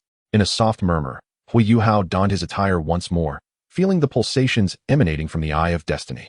With a gaze that bore a hint of complexity, he directed his eyes towards the heart of the forest, yet that intricate expression was swiftly replaced by resolute determination. The moment was not yet ripe. Utilizing the ointment and the forewarnings from the eye of destiny, Huo Yuhao advanced with remarkable swiftness, exhibiting no sign of caution. Given his current prowess, it would be far more perilous to search slowly. Lingering within the forest posed increasing risks. When he reached the spot where he had once encountered the heavenly dream-eye silkworm in his previous life, Huo Yuhao paused deliberately. After a brief moment, and upon realizing that no peculiar sounds reverberated in his mind, he resumed his journey. When fully focused, time tends to elapse rather swiftly. As dusk fell, Huo Yuhao found himself at the edge of the mixed zone. The soul beasts inhabiting the periphery of the Stardow forest were generally weak, with even millennium-level soul beasts being a rarity. The mixed zone, however, was a different tale altogether, where one could unexpectedly encounter 10,000-year soul beasts. And a stroke of misfortune could easily render one into mere fertilizer for the forest. After traveling for a considerable duration, Huo Yuhao decided to scout nearby for a suitable camping spot. The soul beasts that roamed at night were often more ferocious, making further exploration ill-advised. It would be wiser to conserve his energy and continue at dawn. After a brief reconnaissance, Huo Yuhao discovered a clearing with an expansive view, ideal for setting up camp. Now deep within the forest, lighting a fire for cooking was out of the question, but he had always been prudent in carrying ample provisions, especially since unlocking the sin of gluttony, ensuring he would seldom experience hunger. Skillfully, he scattered a circle of beast-repelling powder around his campsite, and just after erecting his tent, he heard footsteps approaching, accompanied by indistinct chatter. It appeared there was an open space ahead. He decided to investigate. As the footsteps drew nearer, a group of 12 individuals soon came into view, a mix of men and women, all seemingly around the age of 20. Upon catching sight of the leading woman's features, Huo Yuhao could not suppress a flicker of surprise. It was Zhang Lishuan, his former acquaintance from the Shrek inner court. As for the other 11, he did not recognize any of them. They were likely disciples from the inner court as well. Chapter 24. Had I known, I would not have parted ways. Upon noticing Huo Yuhao, the 12 individuals were momentarily taken aback, particularly as they sensed his cultivation level, their expressions growing rather peculiar. How could someone seemingly weaker than a first-ring soul master have arrived here? Hello, young man, one of them said. Would it be convenient for us to set up camp nearby? The forest at night is exceedingly perilous. It's prudent for us to band together for mutual protection. After her inquiry, she quickly added, rest assured, we shall not disturb you during the night. Not at all. This clearing is quite spacious. You may make yourselves comfortable. Elder sister, Huo Yuhao replied, granting his consent. Zhang Lishuan expressed her gratitude, then signaled to the others. Following her lead, the group swiftly retrieved their tents and began to set them up. Zhang Lishuan once again turned her gaze towards Huo Yuhao and initiated a conversation. Are you alone in the Stardow forest? Is there no adult accompanying you? Huo Yuhao gently shook his head. I came here alone to obtain a soul ring. It is merely because the soul beasts I require are only found in the mixed zone that I arrived here. As he spoke, he retrieved a substantial roasted meat wrap from his storage space and donned a peculiar soul guide device resembling a glove, whose function was indiscernible. Are you truly alone? Zhang Lishuan was taken aback, yet she refrained from inquiring how he managed to arrive here safely. Such a question could delve into sensitive matters, and asking would only arouse his wariness. After all, they were mere strangers, and he was unlikely to divulge anything. However, navigating the outer zone safely did not imply that this child possessed the strength to venture into the mixed zone, where 10,000-year soul beasts frequently roamed. She knew well that even she, a soul sage of level 80, would not dare linger there for long. After a moment of hesitation, she decided to voice her thoughts. Since you are alone, why not join us in our endeavors tomorrow? If we encounter the soul beast you seek, we could assist you in obtaining it. Given your cultivation, it would be too perilous for you to be in the mixed zone by yourself. Observing the solitary Huo Yuhao, she was inexplicably reminded of her own family's tragic past. Judging from his cultivation, he likely sought a mere century-old soul ring, which should not require an excessive amount of time. Upon hearing her suggestion, Huo Yuhao paused momentarily before smiling and shaking his head. Thank you, big sister, but the soul beast I am searching for is rather special, so I wouldn't want to trouble you. I plan to leave early tomorrow morning. Very well, do take care of yourself. At that moment, the companions who had accompanied Zhang Lishuan had just finished setting up their camp and were retrieving provisions from their storage spaces to prepare a meager meal. The enticing aroma wafted through the air, causing their stomachs to emit embarrassing sounds, making the dry rations in their hands seem utterly insipid. Even Zhang Lishuan instinctively swallowed hard. At such a close distance, Huo Yuhao naturally sensed their movements, and his smile faltered slightly, while Zhang Lishuan's face flushed. Ahem, Before she could explain herself, a steaming taco was presented before her. Big sister, please have some. Since he had taken the initiative to offer goodwill, he felt it inappropriate to consume it alone. No, it's not necessary. Overwhelmed by embarrassment, even someone as composed as Zhang Lishuan felt her cheeks burn as she gazed at the roasted meat wrap offered to her. She initially intended to decline, but ultimately swallowed her remaining words and graciously accepted it, lowering her head and awkwardly expressing her gratitude. Thank you. Having not disclosed her identity earlier, she now found it even more difficult to speak.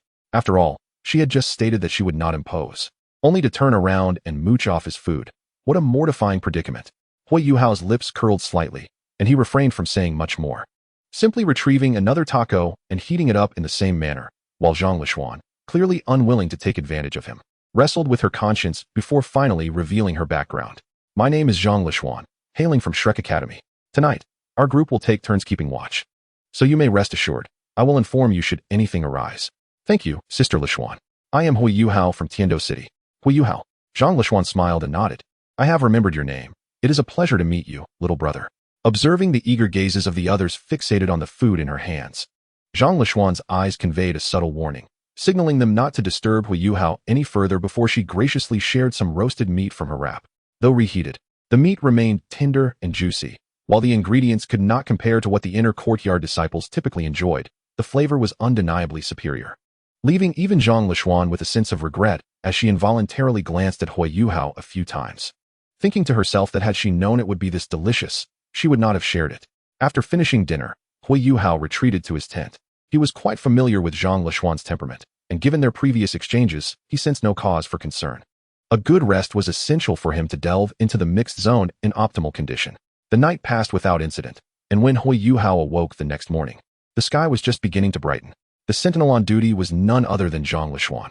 Upon seeing him rise so early, she expressed her surprise, but soon realized he intended to depart alone.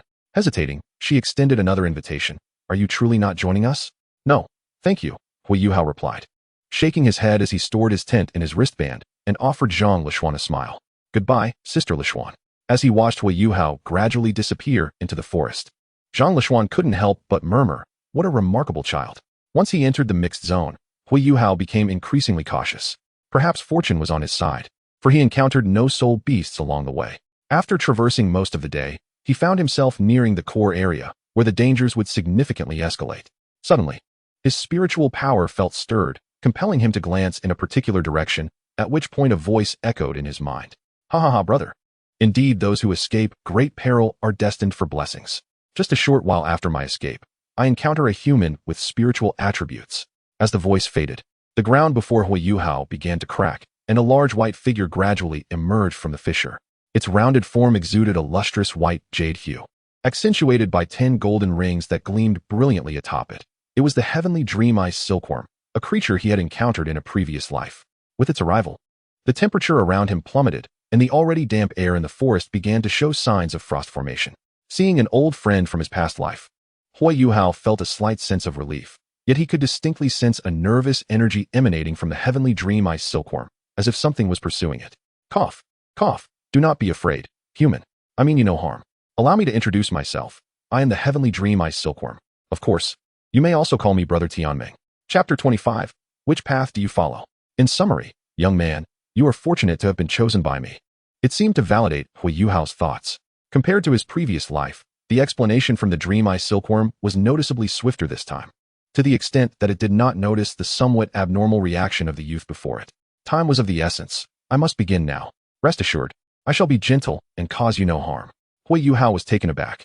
He had not anticipated the dream-eye silkworm to be so impatient and instinctively wanted to speak. Wait a moment. However, before he could finish his sentence, he saw the enormous head rush toward him. The dream-eye silkworm assumed Huo Yuhao was merely frightened, and disregarding its previous terrifying aura, it only sought to escape this nightmare-laden place. At the critical moment, The eye of destiny on Huo Yuhao's forehead suddenly opened, unleashing an indescribable aura. Although this presence did not seem particularly strong to the dream ice silkworm, it instinctively trembled, halting its forward motion. What is this? Dream brother, please allow me to finish. Ignoring the shock of the dream ice silkworm, Huo Yuhao quickly recounted the soul contract in his mind. Since a transformation into a soul spirit was inevitable later, he decided to proceed directly this time. After listening, the dream ice silkworm's agitation subsided, and its golden eyes blinked twice. Such a remarkable benefit from the soul contract? Why have I never heard of this before? Because it originates from the future, crafted by my teacher. What are you talking about? I can hardly comprehend. Listening to Huo Yuhao's words, the dream ice silkworm felt as if its mind had momentarily shrunk, unsure of how to respond. To be frank, it was skeptical about this contract. Based on Huo Yuhao's description, being a soul spirit was indeed superior to being a wise soul ring, as it could occasionally emerge from the mental space for a breath of fresh air. However, the efficacy of this phenomenon relied solely on Huo Yuhao's words, leaving uncertainty about whether it truly held such power. Nonetheless, given the extraordinary nature displayed by this human, there was a significant degree of credibility. As for the possibility of being deceived, the dream ice silkworm did not entertain such thoughts. It was already intent on becoming the soul ring for Huo Yuhao, and there was no need to concoct a falsehood to mislead it. Furthermore, inexplicably, upon seeing this human, it felt a sense of affinity that puzzled even itself. Despite being aware that this feeling was unusual, it could not summon even a hint of wariness toward this human. Could this be what is referred to as fate? The dream ice silkworm blinked its eyes a couple more times, gazing into Huo Yuhao's calm gaze. After a moment, it finally resolved itself, and its voice resonated once more in Huo Yuhao's mind. I shall follow your lead. How shall we conduct the soul spirit ritual? Just seal the power as you planned for the wise soul ring, and, oh yes, remember to relax your mind. Although the process bears some resemblance to a sacrificial rite, a standard soul ritual still necessitates that the host has attained a sufficient period of endurance. Therefore, to engage in the soul ritual with the million-year-old Tianming, it is imperative for Tianming to employ the sealing method he has meticulously researched over many years. Hurry up, otherwise, that fellow may soon become aware of my presence. That fellow? Huo Yuhao felt an inexplicable sense of confusion, yet he refrained from inquiring further. Once both parties were prepared, the ritual commenced swiftly. Huo Yuhao raised his hand and placed it upon the head of the Tianming ice silkworm, beginning to recite the incantation. A golden hexagram formation enveloped both him and the silkworm completely. As the formation emerged, the Tianming ice silkworm instinctively grasped the meaning of the connection Huo Yuhao had described. Through this ritual, he could even distinctly sense Huo Yuhao's emotions, calm, gentle, devoid of malice. Upon further attunement to Huo Yuhao's state, the silkworm's golden eyes suddenly gleamed with astonishment.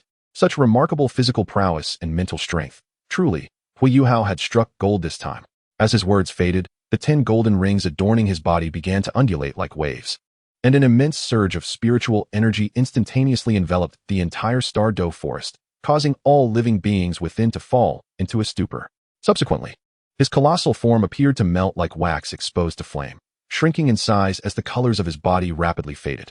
At that moment, the previously clear sky darkened ominously. After a thunderous crack, a gray mist surged through the space, seemingly appearing out of nowhere, and penetrated Huo Yuhao's forehead. The once jubilant Tianming ice silkworm's expression shifted dramatically. Hey, I was the first to set my sights on him. Which path do you hail from? Coming to snatch someone without even inquiring about my name? If it weren't for my time constraints, humph. As his consciousness entered Huo Yuhao's spiritual realm, the scene that unfolded before him sent chills down his spine. Goodness, how lively it is here. What kind of host have I chosen? Within the modest spiritual space, akin to a small pond, the spiritual energy gently rippled, and above it floated 8 luminous orbs. One of these orbs was distanced from the other 7, surrounded by a swirling gray mist, evidently the same gray entity that had just attempted to seize the host. With the addition of the 10 sealed sources of power he had brought along, the spiritual realm now contained 18 luminous spheres, rendering it somewhat cramped. Aside from the gray entity, the other 7 orbs, while differing in color and emitted aura, bore no significant distinction. Among them, the dark blue and dark yellow spheres were the most prominent. The remaining 5 orbs, although displaying some variation in hue, were predominantly shrouded in gray. Upon a careful examination, Tianming Benkan was astonished to discover that this was indeed a form of primordial power. As his spiritual essence drew near, it was irresistibly influenced by the corresponding emotions within him, prompting him to retreat from the 7 luminous orbs, much like the gray mist. Fortunately, these 7 orbs lacked self-awareness. merely floating silently in the realm of consciousness without a hint of movement. However, this was not the source of his greatest astonishment. When he looked up, he once again beheld the golden vertical eye that Huo Yuhao had previously displayed. Experiencing the aura of the Eye of Destiny at such close proximity, he finally comprehended its true nature. This is a divine artifact. Chapter 26. All is well. A calm voice resonated, and Tianming Binkan instinctively turned to see that the youth had mysteriously appeared behind him, his manifested spiritual essence radiating a noble rose-gold hue. You, how can you possess such power? You are a deity of the divine realm? Once, perhaps, Huo Yuhao replied, pausing momentarily before chuckling softly and shaking his head. However, from the moment of my demise, it felt as though I had been cast aside by time, rendering past accomplishments devoid of value. At this juncture, Huo Yuhao hesitated briefly before continuing. What stands before you now is merely an ordinary human. An ordinary human, indeed. Tianming Binkan thought to himself, if every human were like you, what would become of us? He then boldly remarked, no wonder I felt an immediate affinity towards you. It seems you, like me, have suffered at the hands of others. Through all that he had witnessed in Huo Yuhao's narrative, he began to grasp an underlying truth. After all, the only entities capable of reducing a deity like Huo Yuhao to such a state were likely other deities. It was plausible that he had been diminished to a mere wisp of consciousness by other gods of the divine realm before arriving in the Douluo Continent. This implied that, upon attaining divinity in the future, they might very well confront threats from other deities, yet this posed no concern for him. His choice to become a human wisdom soul ring was a gamble. Having resolved to take such a step, he had already contemplated the potential for failure. Now that he had made his choice, regret was not an option. Moreover, Huo Yuhao's current display filled him with immense confidence, especially with the addition of his own 100,000-year soul beast status, forming a formidable alliance. When faced with adversaries, would they not triumph effortlessly? This was a sacred vengeance. In that moment, Tianming Binkan felt his blood surge with fervor. Unbeknownst to Huo Yuhao, Tianming Binkan had conjured an elaborate narrative in his mind. Good. As the radiance of the hexagram array dissipated, a shimmering version of Tianming Binkan erupted from Huo Yuhao's chest, which he deftly caught with his hand. After assessing his own condition, the round little head bobbed in excitement. This sensation is indeed marvelous. It surpasses my own wisdom soul ring significantly. Let me help you expand your sea of consciousness. I must admit, your physical constitution is truly impressive. Suddenly, he seemed to recall something. Yuhao, I have also provided you with an ice-type martial soul. However, you cannot utilize it just yet. With that, Huo Yuhao slightly raised his hand in a gesture, and an intense chill erupted from his palm. Instantly, the moisture in the surrounding air crystallized into radiant ice flowers, which gradually coalesced to form an ice-blue dagger, resembling the design of the white tiger dagger. As Huo Yuhao had anticipated, 2 years prior, he had absorbed the evolving ice-type martial soul obtained from Yuming. Now, after assimilating the primordial ice essence extracted from the heavenly dream ice silkworm, that martial soul had completed its preliminary evolution. It seemed that the purity of the ice energy was so profound that his martial soul had not transformed into the ice silkworm, but rather into a martial soul akin to Ling Luoqing's ice element. Nevertheless, given that the heavenly dream had absorbed a significant amount of the crystallized essence from the ancient ice marrow, the quality of his martial soul was considerably superior to that of Ling Luoqing's. However, due to the absence of soul skills, he could only control the temperature through the consumption of soul power at present. The ability to conjure a dagger was solely attributed to Huo Yuhao's mastery over the ice element from his previous life. The scene before him left the heavenly dream ice silkworm utterly astonished. In his heart, he increasingly felt that his encounter with Huo Yuhao was not mere coincidence. Yet, with his previous conjectures in mind, he refrained from saying much, instead feeling quite pleased. They were all inextricably linked, and as his host, the more formidable Huo Yuhao became, the less worry he had.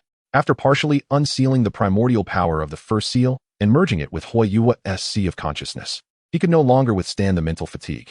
After exchanging a brief greeting, he retreated back into Huo Yuhao's body and fell into a deep slumber. Instantly, the mental realm was once again enveloped in silence.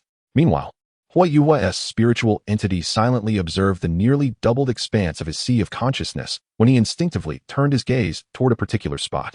In a fleeting moment, he appeared beside the gray mist, trembling as he raised his hand to gently rest upon it. Gradually, a glimmer of tears sparkled in his eyes, rolling down as the corners of his mouth curled with emotion. Master, I have finally seen you again. The gray mist seemed to react to Huo Yuhao's words, trembling slightly before sinking back into silence. After a brief pause, Huo Yuhao, seated in meditation, reopened his eyes. considering the accumulation over the past few months. Upon absorbing the soul ring and making a breakthrough, his soul power had now reached level 13. Additionally, following the evolution of his second martial soul, subtle changes appeared in his exterior. Though not overtly noticeable, his complexion was significantly fairer than before, exuding a faint pearlescent sheen reminiscent of the heavenly dream's true form. Most importantly, however, was the first soul ring bestowed upon him by the heavenly dream ice silkworm. His pupils shone with golden light as a circle of purple soul rings emerged from beneath his feet, suddenly brightening and instantly enveloping a circular area with a radius of 200 meters centered around him. The art of spiritual detection is akin to a dual enhancement of both soul power and mental prowess. Though he currently possesses merely the first ring, the augmentation of his mental strength has rendered the effects of his soul skills comparable to those of his previous life at the third ring, influenced also by the age of his soul rings. With a single ring capable of enduring a millennium, it is evident how significantly the sin of pride has enhanced his physical attributes.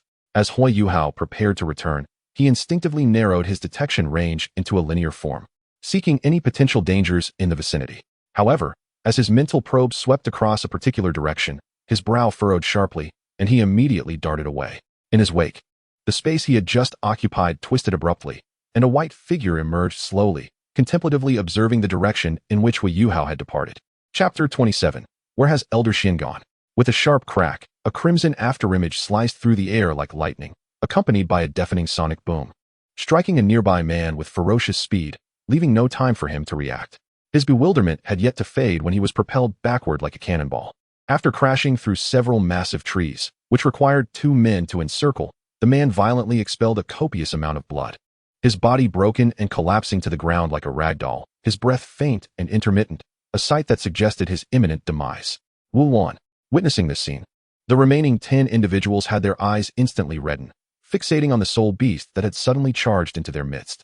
This creature, resembling a gargantuan gecko, was much larger than its more diminutive counterpart, measuring over 10 meters in length, its body cloaked in dark red scales. The recent attack had not come from its fearsome claws, but rather from its enormous tail, which spanned nearly half its body length. Most striking was the noticeable gash across its left eye, indicative of having been blinded by another soul beast. Its abdomen bore several elongated wounds, from which blood continued to seep, revealing that this soul beast had recently suffered defeat in battle and had fled to this location. After dispatching 2 of their number, the remaining eye of the lizard glowed an even deeper crimson, and as it regarded the feeble humans before it, a derisive and playful expression flickered in its gaze. It humanely curled its lips, emitting a disdainful hissing laughter, as if mocking their underestimation of their situation. With foul saliva dripping from its maw, and overwhelmed by the stench of blood, Zhang Lishuan, the leader, wore an exceedingly grim expression. In just one encounter, they had already lost 2 comrades, and one inner courtyard disciple, having recognized the identity of the beast, appeared utterly shattered. Blood-corroded dragon lizard. 100,000-year-old one. Why is a 100,000-year soul beast appearing in the mixed area? Where has Elder Xian gone? Why hasn't he emerged yet? Aside from Zhang Lishuan, the team included 2 soul saints, with the remainder composed of soul kings and soul emperors. With such a lineup, it was clear that even without the loss of 2 combatants, all 12 present would likely be no match for the blood-corroded dragon lizard before them. Faced with a 10,000-year spirit beast, even a titled Douluo would hesitate to claim absolute victory, let alone when confronting the infamous blood-corroding dragon lizard. It is vital to understand that within the realm of spirit beasts, the blood-corroding dragon lizard is notoriously feared, unlike the dark demon, evil god tiger, which devours other spirit beasts to enhance its own power. This creature revels purely in slaughter. The reproductive rate of the blood-corroding dragon lizard is astonishingly high, yet the number of survivors is exceedingly rare. From the moment of their birth, the young lizards, under their mother's directive, are compelled to fight amongst their siblings to determine the sole victor. In such a high-pressure environment, even the last surviving individual often emerges gravely wounded. Lingering on the brink of death, it can be said that not a single hatchling from a brood typically survives, and only the one that endures will earn the mother's recognition, receiving care until it can hunt independently. The brutal competition they face endows them with a terrifying combat instinct and fosters a frenzied disposition for bloodshed. Not only do they attack prey with ferocity, but they will also engage in lethal conflicts with their own kind. In the presence of such a spirit beast, even the battle-hardened disciples of Shrek Academy began to feel a glimmer of despair. At that moment, a commanding shout thundered like a clap of thunder in their ears. Enough! A silver moonlit, ethereal form emerged behind Zhang Lishuan, beneath which 7 spirit rings, 2 yellow, 2 purple, and 3 black, rose majestically. The overwhelming aura caused the onlookers to tremble, significantly alleviating the atmosphere of despair. With Elder Xian's whereabouts unknown, they had no choice but to rely on themselves. The blood-corroding dragon lizard was evidently injured. With their combined strength, they might yet seize an opportunity. However, as soon as she spoke, Zhang Lishuan felt an ominous premonition of death surge within her. The crimson shadow descended once more. Whether it was the previous shout that enraged the blood-corroding dragon lizard or the heightened threat it sensed from Zhang Lishuan, the target of its tail strike was now unequivocally her. Without a moment's hesitation, as she retreated, her 7th and 6th spirit rings ignited in brilliance. In an instant, her body erupted with resplendent silver light, and the silver moonlit specter advanced, enveloping her and the newly illuminated 6th spirit ring within its embrace. As the black spirit ring merged with it, the moon's hue transformed into a profound and eerie black, reminiscent of an abyss that preys upon the unwary, yet encircled by a silver halo, resembling a solar eclipse. Just as the tail of the blood-corroding dragon lizard was about to strike her, a deafening roar erupted from the obsidian moon, accompanied by a blinding pillar of light that rendered one unable to open their eyes. Bolstered by the manifestation of her martial soul and Zhang Lishuan's almost frenzied infusion of spirit power, the might unleashed by her 6th spirit skill startled even the blood-corroding dragon lizard, which had no time to react before the devastating blow landed upon its tail. After a thunderous explosion, accompanied by a torrential downpour of blood, the blood-eroding dragon lizard emitted a painful roar. It gritted its teeth against the waves of excruciating pain, instinctively turning its head to gaze at its tail, where the scales were curled back, revealing a gruesome wound approximately half a meter in diameter. A substantial amount of flesh was vaporized by the immense energy fluctuations, indicating that it had sustained significant injuries. As a soul beast notorious for its ferocity, the blood-eroding dragon lizard was now grievously wounded by a seemingly feeble human, enveloping its consciousness in a torrent of murderous intent. With a fierce roar, it charged directly towards Zhang Lishuan, who had transformed into the silver moon. In stark contrast to the dragon lizard's wrath, the remaining disciples of the inner court exhibited expressions of wild joy upon witnessing this scene. Zhang Lishuan's assault had inflicted such grave damage, illuminating a glimmer of hope for victory. Everyone, protect Zhang Lishuan. One of the soul saints shouted decisively, activating his 7th soul ring. The others immediately unleashed their respective soul skills in response. Given the cooldown of soul skills, only Zhang Lishuan possessed the capability to breach the dragon lizard's scales and inflict harm, necessitating that the battle revolve around her.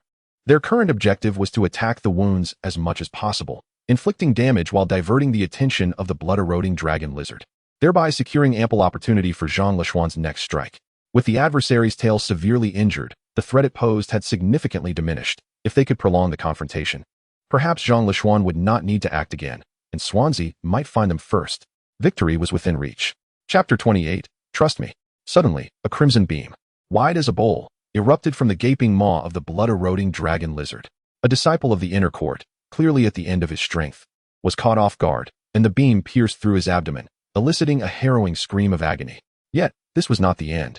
A layer of blood light rapidly spread from the wound, enveloping the disciple's entire body in an instant. Under the terrifying crimson glow, his flesh and bones began to dissolve in a grotesque manner. Without a moment to mourn their fallen comrade, all gazes remained fixed upon the blood-eroding dragon lizard. At this point, only 6 individuals remained, including Zhang Lishuan, and they were nearing their limits, daring not to show any sign of carelessness. Otherwise, the next to perish would be one of them. The blood-eroding dragon lizard was not in optimal condition either. Although these humans were relatively weak, their coordinated efforts had caused it considerable trouble. In its prime, it would have had no fear, but these cunning humans relentlessly targeted its injured abdomen and eyes, exacerbating its wounds to a life-threatening degree. In addition to its tail, there was now a large circular wound on its neck, inflicted by Zhang Lishuan's 2nd strike of her 6th soul skill. Originally aimed at its head, the dragon lizard's desperate surge of power, spurred by the imminent threat of death, caught everyone off guard. Not only did it narrowly evade the beam of light, but it also claimed the life of a soul saint in the process. Zhang Lishuan took a deep breath, forcibly channeling the remaining soul power within her. In a bid to utilize her 6th soul skill once more, she had already dispelled her martial spirit's true form. However, the bloodthirsty dragon lizard, having anticipated her actions, would not afford her any chance of striking true. At this juncture, they were all at the end of their tether, finding it increasingly difficult to coordinate in restraining the dragon lizard. If they could not find an opportunity, The remaining 6 of them would likely meet their demise. Contemplating this dire reality, despair crept into her heart. Under normal circumstances, a soul beast of 100,000 years would have fled at the threat to its life, which is precisely why one must possess the prowess of a supreme Douluo to hunt such formidable creatures. While a typical titled Douluo might be capable of defeating a 100,000-year soul beast, preventing its escape would prove exceedingly challenging. Yet, they were faced with the bloodthirsty dragon lizard, whose extensive experience in slaughter had rendered it with a lowly intellect and a frenzied disposition. Once it entered a state of madness, it would not only possess an aberrant combat instinct, but would also entirely lose its rationality, never even contemplating retreat. Under such circumstances, hitting the creature would necessitate someone to act as bait, seeking an opportunity. Zhang Lishuan bit her lip hard. Her fists clenched so tightly that her arms trembled from the exertion, yet she struggled to reach a decision. In that moment, a gentle wave of mental energy connected with her consciousness, startling Zhang Lishuan. Before she could react, she felt as though the entire world had become transparent. The injured dragon lizard before her, her teammates nearly depleted of soul power behind her, the severed trees, and everything around her transformed into processed information feeding into her mind. Among this information was the image of the young man who had bid her farewell that very morning, now employing his skill to assist her. "Run towards me. Draw it over." The succinct message flickered in her mind. Zhang Lishuan hesitated. Although Huo Yuhao's skill was indeed useful, it did not guarantee that he had the means to vanquish the dragon lizard. Through her mental probing, she had observed the purple soul ring beneath his feet. But it was merely a single ring. It was unlikely he could withstand the aftermath of an attack, much less engage the dragon lizard in combat. Huo Yuhao had aided her, and she could not bring danger upon him. However, with the assistance of this detection skill, the accuracy of her 6th soul skill would significantly increase, providing her with sufficient grounds to take a gamble. Seemingly sensing her thoughts, a new message soon appeared in her mind, this time consisting of just 3 simple words: "Trust me." Upon reading these words, Zhang Lishuan was momentarily taken aback. After a brief pause, she clenched her silver teeth and suddenly pivoted, instantly propelling her speed to its zenith as she dashed toward Huo Yuhao. The dragon lizard, clearly unprepared for this turn of events, stood frozen for half a second before emitting a furious roar, disregarding the remaining 5 individuals and charging directly at Zhang Lishuan. Though it had lost its reason, it would instinctively evade attacks. However, in this situation, it would solely rely on its instincts to pursue Zhang Lishuan, the one who had inflicted the greatest harm upon it after enduring 2 strikes from her 6th soul skill. In a matter of mere breaths, Zhang Lishuan could traverse nearly a kilometer, yet in terms of speed alone, how could she possibly rival the blood-eroding dragon lizard? In an instant, she sensed the menacing aura rapidly closing in behind her. Directly ahead, there lay a small mound of earth standing approximately 2 meters high. As she drew nearer to the mound, the information from Huo Yuhao resurfaced in her mind. "Jump over." Without hesitation, Zhang Lishuan leapt high into the air, her gaze soaring past the mound, and at last, she beheld Huo Yuhao, his demeanor tranquil, not far ahead. Upon witnessing Zhang Lishuan finally enter the range with the blood-eroding dragon lizard, Huo Yuhao's body radiated a dark blue luminescence, followed by a brilliant golden light erupting from his forehead. From that sacred and majestic glow, a resplendent golden vertical eye gradually opened. "Judgment of fate." The succinct phrase escaped Huo Yuhao's lips. As his words fell, an extraordinary light emanated from the center of his brow, spreading with astonishing swiftness, enveloping both Zhang Lishuan and the blood-eroding dragon lizard in an instant. Under the embrace of this light, the world appeared draped in a hazy yet vibrant filter. The air subtly distorted. Zhang Lishuan felt a momentary daze, followed by a golden radiance emanating from her, coalescing behind her into a shimmering golden specter that closely resembled her own form. The blood-eroding dragon lizard likewise burst forth in illumination, albeit not in the dazzling gold of Zhang Lishuan, but rather an eerie, pallid hue. As it detached, the shape of its skull materialized behind it, evoking a sense of dread. After executing this maneuver, Huo Yuhao let out a muffled groan, the vertical eye upon his forehead discreetly closing, yet his own eyes shone brightly. Without a moment's pause, he fled backward, all the while employing his mental probing to observe the ensuing developments. As Zhang Lishuan vaulted over the mound, the blood-eroding dragon lizard, relying on its formidable bulk, showed no inclination to evade, charging directly into the mound. With a resounding crash, earth and stone erupted as the mound collapsed. The concealed items within were flung into the air, dozens of core arrays meticulously prepared by Huo Yuhao. At present, the soul-guiding devices he fashioned were at most of level 3, incapable of inflicting harm on the 10,000-year-old blood-eroding dragon lizard. However, just because one device fell short, did not imply that a multitude would do the same. Drawing inspiration from his past life, he extracted the cores of several soul-guiding devices and interconnected them through a special method, creating a soul-guiding bomb with power magnified 100-fold. Under the judgment of fate's light, the blood-eroding dragon lizard found its luck at an all-time low. As this series of soul-guiding bombs fortuitously lodged themselves in the largest wound on its abdomen. Chapter 29, Run Over by a Heavy Cart. Sensing the energy fluctuations behind her, she swiftly caught up to Huo Yuhao, enveloping him in her embrace, maintaining her velocity as she surged forward. Huo Yuhao, initially lost in his desperate flight, suddenly felt a soft warmth enveloping him from behind, and an overwhelming sensation akin to being crushed by a heavy cart surged within him. As the scenery on both sides swiftly receded, with Zhang Lishuan's assistance, his forward momentum surged several-fold. A second later, a thunderous roar erupted behind them. The anguished bellow of the blood-corroding dragon lizard seemed capable of shattering eardrums.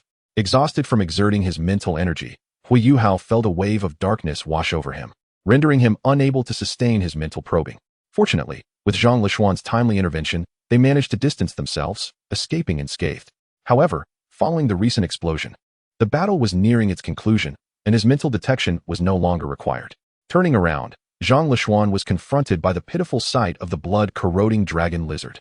Its elongated abdominal wound had been completely torn apart by the explosion, spilling forth a plethora of entrails. Yet, despite such grievous injuries, the creature remained alive, lying on the ground and wailing in agony, a testament to its terrifying vitality.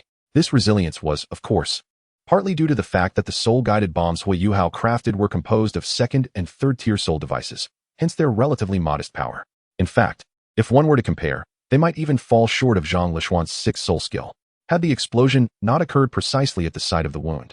Breaching its protective scales would have been uncertain, although it had not yet succumbed. The blood-corroding dragon lizard's desperate struggles revealed that it had clearly lost the strength to resist. Zhang Lishuan, harboring a deep-seated hatred for the creature that had nearly obliterated their team, activated her sixth soul ring once more. A fearsome beam of light pierced through the lizard's skull, finally ending its life. Observing the blood-red soul ring slowly materializing above the corpse of the blood-corroding dragon lizard, Huo Yuhao felt a stir within him, recalling that he had heard Elder Xin mention this incident in a past life. 12 inner courtyard disciples and their leading teacher had been scattered and encountered a 10,000-year soul beast, ultimately resulting in only 4 survivors.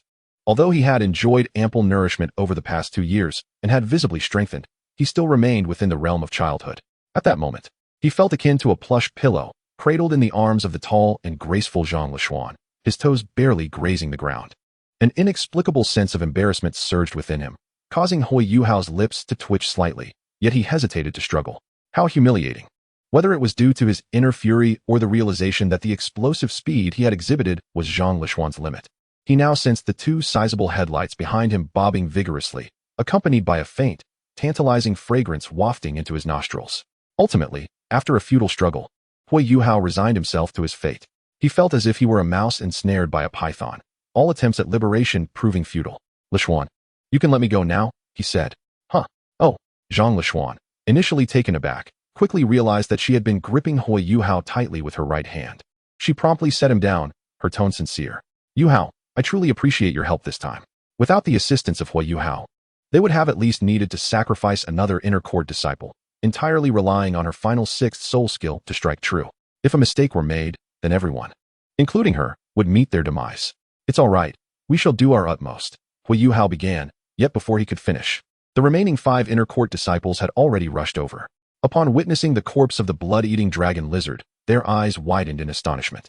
Senior Zhang, how did you manage this? Just as Zhang Lishuan was about to respond, she caught Huo Yuhao slightly shaking his head, and understanding his intent, she refrained from mentioning his third eye and purple soul ring. The entire sequence of events felt like a serendipitous encounter of a blind cat stumbling upon a dead mouse, leaving the team members with expressions of relief, though only Zhang Lishuan vaguely sensed the true source of their fortune. Recalling Huo Yuhao's golden vertical eye, she instinctively shuddered. Was that his martial soul? What kind of extraordinary ability did it possess? With the crisis now averted, one of the inner court disciples glanced once more at the corpse of the blood-eating dragon lizard, their voice trembling with excitement. Since the blood-eating dragon lizard is dead, Senior Zhang swiftly absorbed the soul ring. Upon hearing this, the others turned their gaze towards the crimson soul ring hovering above the dragon's body, their breaths quickening in anticipation. This was a soul ring of 100,000 years. Huo Yuhao remained silent at the side, observing as the inner court disciples fixated on the 10,000-year soul ring, while the progress of the greed source in his spiritual space surged rapidly. The cultivation levels of the inner court disciples were all soul emperors, providing a substantial amount of greedy energy, and coupled with that offered by the 8th level half-soul master from the Heaven Do Empire. It wouldn't be long before his dark golden greed source would be completely unlocked. Faced with the allure of a 100,000-year soul ring, it would be disingenuous to claim he felt no temptation. Although he sensed their greed, the jealousy source within his spiritual space showed no signs of increase. This surprised Huo Yuhao. It indicated that while these inner court disciples also desired the soul ring, they did not resent Zhang Lishuan obtaining it. From their previous address, it was evident that Zhang Lishuan was not yet the inner court's head sister, which spoke volumes about her admirable reputation among peers. Would absorbing a 100,000-year soul ring as the 8th soul ring pose any issues? The benefits of a 100,000-year soul bone for one's physique were significant. Perhaps it would be prudent to absorb the soul bone first and then proceed. Listening to the discussions around her, Zhang Lishuan remained silent, instinctively looking towards Huo Yuhao. Given that everyone had contributed, it would be both reasonable and just for her not to monopolize the reward. Noticing Zhang Lishuan's gaze, Huo Yuhao smiled. Sister Lishuan has exerted the most effort. Naturally, the soul ring and soul bone should belong to you. If possible, could you also grant me the corpse of the blood-eating dragon lizard? The attributes of the blood-eating dragon lizard were not suited to him, and he had little interest in it. Moreover, being merely at the first ring, with a lifespan just exceeding 1,000 years, it would be reckless to attempt absorbing a 100,000-year soul ring. However, the corpse was quite different. The blood-corroding dragon lizard, which had existed for 100,000 years, harbored an immense energy within its flesh, providing substantial sustenance. By absorbing its essence through gluttony, it could significantly expedite his cultivation speed. With a length of 10 meters, it could serve as a delectable snack for several years. Chapter 30. The Quest for Bird Eggs. No problem. Naturally, Zhang Lishuan had no objections. In fact, she felt that Huo Yuhao had been at a loss, for although the corpse of a 100,000-year soul beast was extraordinarily precious, it paled in comparison to the life-saving grace he had just received. Then, as if struck by a sudden thought, she retrieved a dark red envelope from her storage space and handed it to Huo Yuhao. Yuhao, when you turn 11, you can present this recommendation letter at Shrek Academy. Although I am aware that your innate talent would allow you entry without such a letter, I will do my utmost to secure you the best resources. Huo Yuhao gazed at the envelope in astonishment, recognizing that this was not merely a recommendation from a city lord for admission to Shrek, but an internal academy recommendation. Though he had never utilized such a document in his previous life, he had heard of it. To join the inner academy, an outer academy student was required to possess a recommendation from an inner academy disciple. By giving Huo Yuhao the internal recommendation, Zhang Lishuan ensured that when he presented it upon enrollment, the teachers would notify her, allowing her to take better care of him within the academy. Huo Yuhao did not decline. Firstly, he owed a favor to Zhu Lu, and secondly, there were indeed some old acquaintances he wished to meet at Shrek Academy, including Dai Huabin's brother, Dai Yueheng, who still resided there. He had not forgotten the words he had spoken to Dai Huabin before departing the Duke's residence. In this life, Huo Yuner's attitude had shifted, and he naturally intended to be a man of his word. Recalling the silhouette with powder blue hair, Huo Yuhao gently pressed his lips together and smiled as he accepted the envelope. Thank you, Lishuanjia. After securing the letter, he drew forth the white tiger dagger and turned his gaze toward the colossal corpse of the blood-corroding dragon lizard, his eyes momentarily clouded with bewilderment. How am I to divide something this massive? Cough. Allow me to assist you, she said, activating her 5th soul skill. The round moon behind her transformed into a crescent, under her command morphing into razor-sharp blades that sliced through the dragon lizard's corpse, deftly separating large, succulent chunks of meat from the bones. With the deceased blood-corroding dragon lizard's defenses significantly diminished, it could withstand the sharpness of the white tiger dagger. Yet it was utterly incapable of resisting Zhang Lishuan's soul skill. To facilitate Huo Yuhao's collection, she meticulously portioned the meat into evenly sized pieces.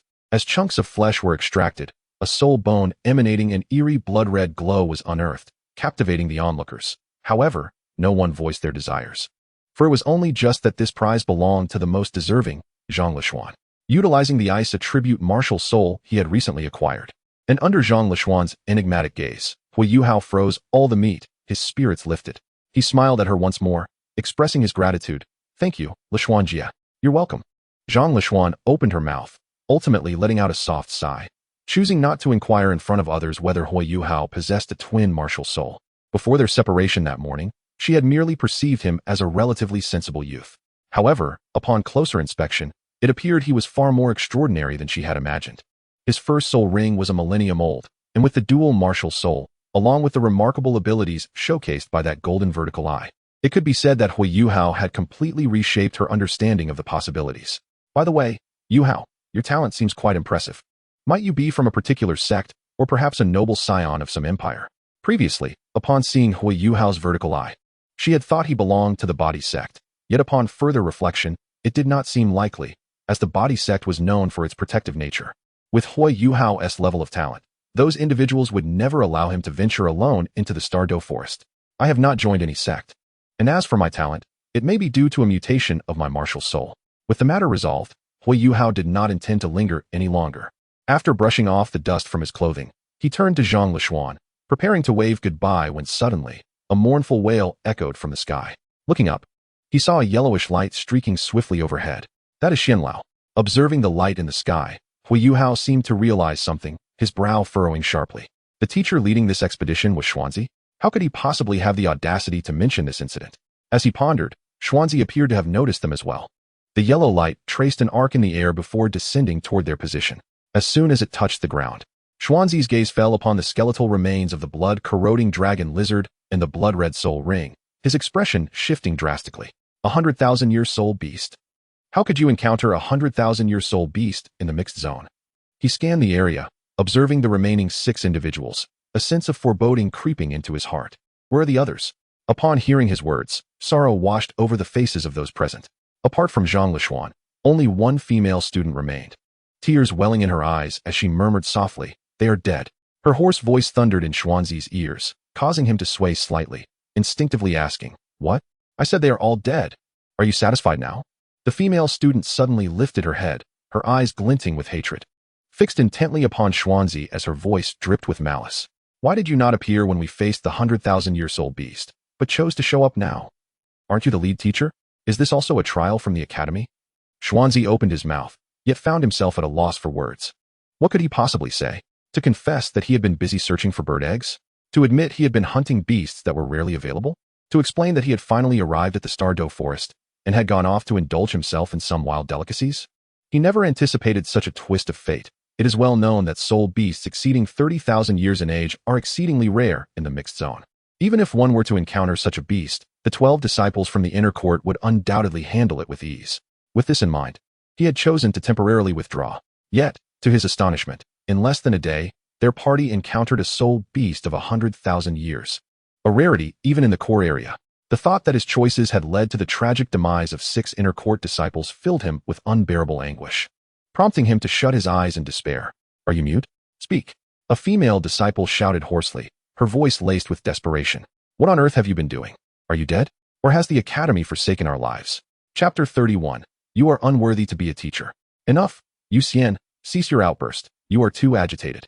A male student attempted to grasp her arm, only to be violently shrugged off by Yu Xian, her voice a haunting wail, as if drenched in sorrow. "Why should I not voice my grievances? Why must I suppress my emotions? My brother, my brother." Without haste, Xuanzi turned his gaze to the side and asked solemnly, "Tell me, what exactly transpired?" One male disciple hesitated momentarily before recounting their encounter with the blood corrosion dragon lizard. As for what transpired after diverting the dragon lizard, he could only relay Zhang Lishuan's account. Upon concluding, Xuanzi couldn't help but glance at Huo Yuhao, saying nothing further. Even though Huo Yuhao had rescued them, it was largely due to fortuitous circumstances. Zhang Lishuan had offered him the flesh and blood of the blood corrosion dragon lizard as compensation, which was already more than sufficient. Taking a deep breath, he turned his attention back to the group, his tone grave. "Now, Lishuan, please absorb the soul ring and soul bone." No sooner had he spoken than a sharp sound drew everyone's attention. Instinctively, they turned to see Yu Xian tearing off the ring that symbolized her affiliation with the Shrek inspection group and throwing it to the ground. Xuanzi's expression shifted alarmingly. "Yu Xian, what are you doing? What does it look like?" "It's quite obvious," Yu Xian replied coldly, her tone devoid of warmth. "From this moment forth, I voluntarily withdraw from Shrek Academy. Have you lost your mind?" Xuanzi's brow furrowed deeply. "Though I bear responsibility for this incident, as a disciple of the Shrek inner court, encountering unforeseen circumstances is simply unavoidable. To become a true powerhouse, one must endure trials of life and death. How can you choose to forsake the academy for this?" Her words elicited frowns from everyone, including Zhang Lishuan, and Huo Yuhao's expression turned icy. Hearing sentiments that echoed those from his previous life, he felt a mix of anger and disbelief. It appeared that prior to the incident involving the Reaper's envoy, Xuanzi had already caused such grave losses among the inner court disciples due to his negligence. The most disheartening aspect was that this old fool had learned nothing from past mistakes, shamelessly using his own failures as lessons for them years later. How can you claim to be a teacher? The coldness of Huo Yuhao's voice caused Xuanzi's brow to furrow. He slightly turned his head, his murky eyes fixed intently on Huo Yuhao, as an invisible pressure enveloped the latter. What did you just say? Upon witnessing the scene, Zhang Leshuan's expression shifted urgently. Before she could react, Huo Yuhao's voice resonated once more. How dare you consider yourself a teacher? He exclaimed, drawing a deep breath that infused his words with a chilling intensity, instantly dissipating the surrounding tension. You speak of unforeseen circumstances as if they are unavoidable. Is this incident truly unavoidable? Were you faced with some unexpected situation that prevented you from aiding them? Xuanzi's countenance faltered, but before he could respond, Huo Yuhao continued with scorn. Is the so-called trial of life and death merely an excuse to send them to their demise? You could have dispatched them to the core area to confront the soul beasts 100,000 years old at the first opportunity. After all it takes is your claim of it being unavoidable, isn't it? If 6 perish, then send 60.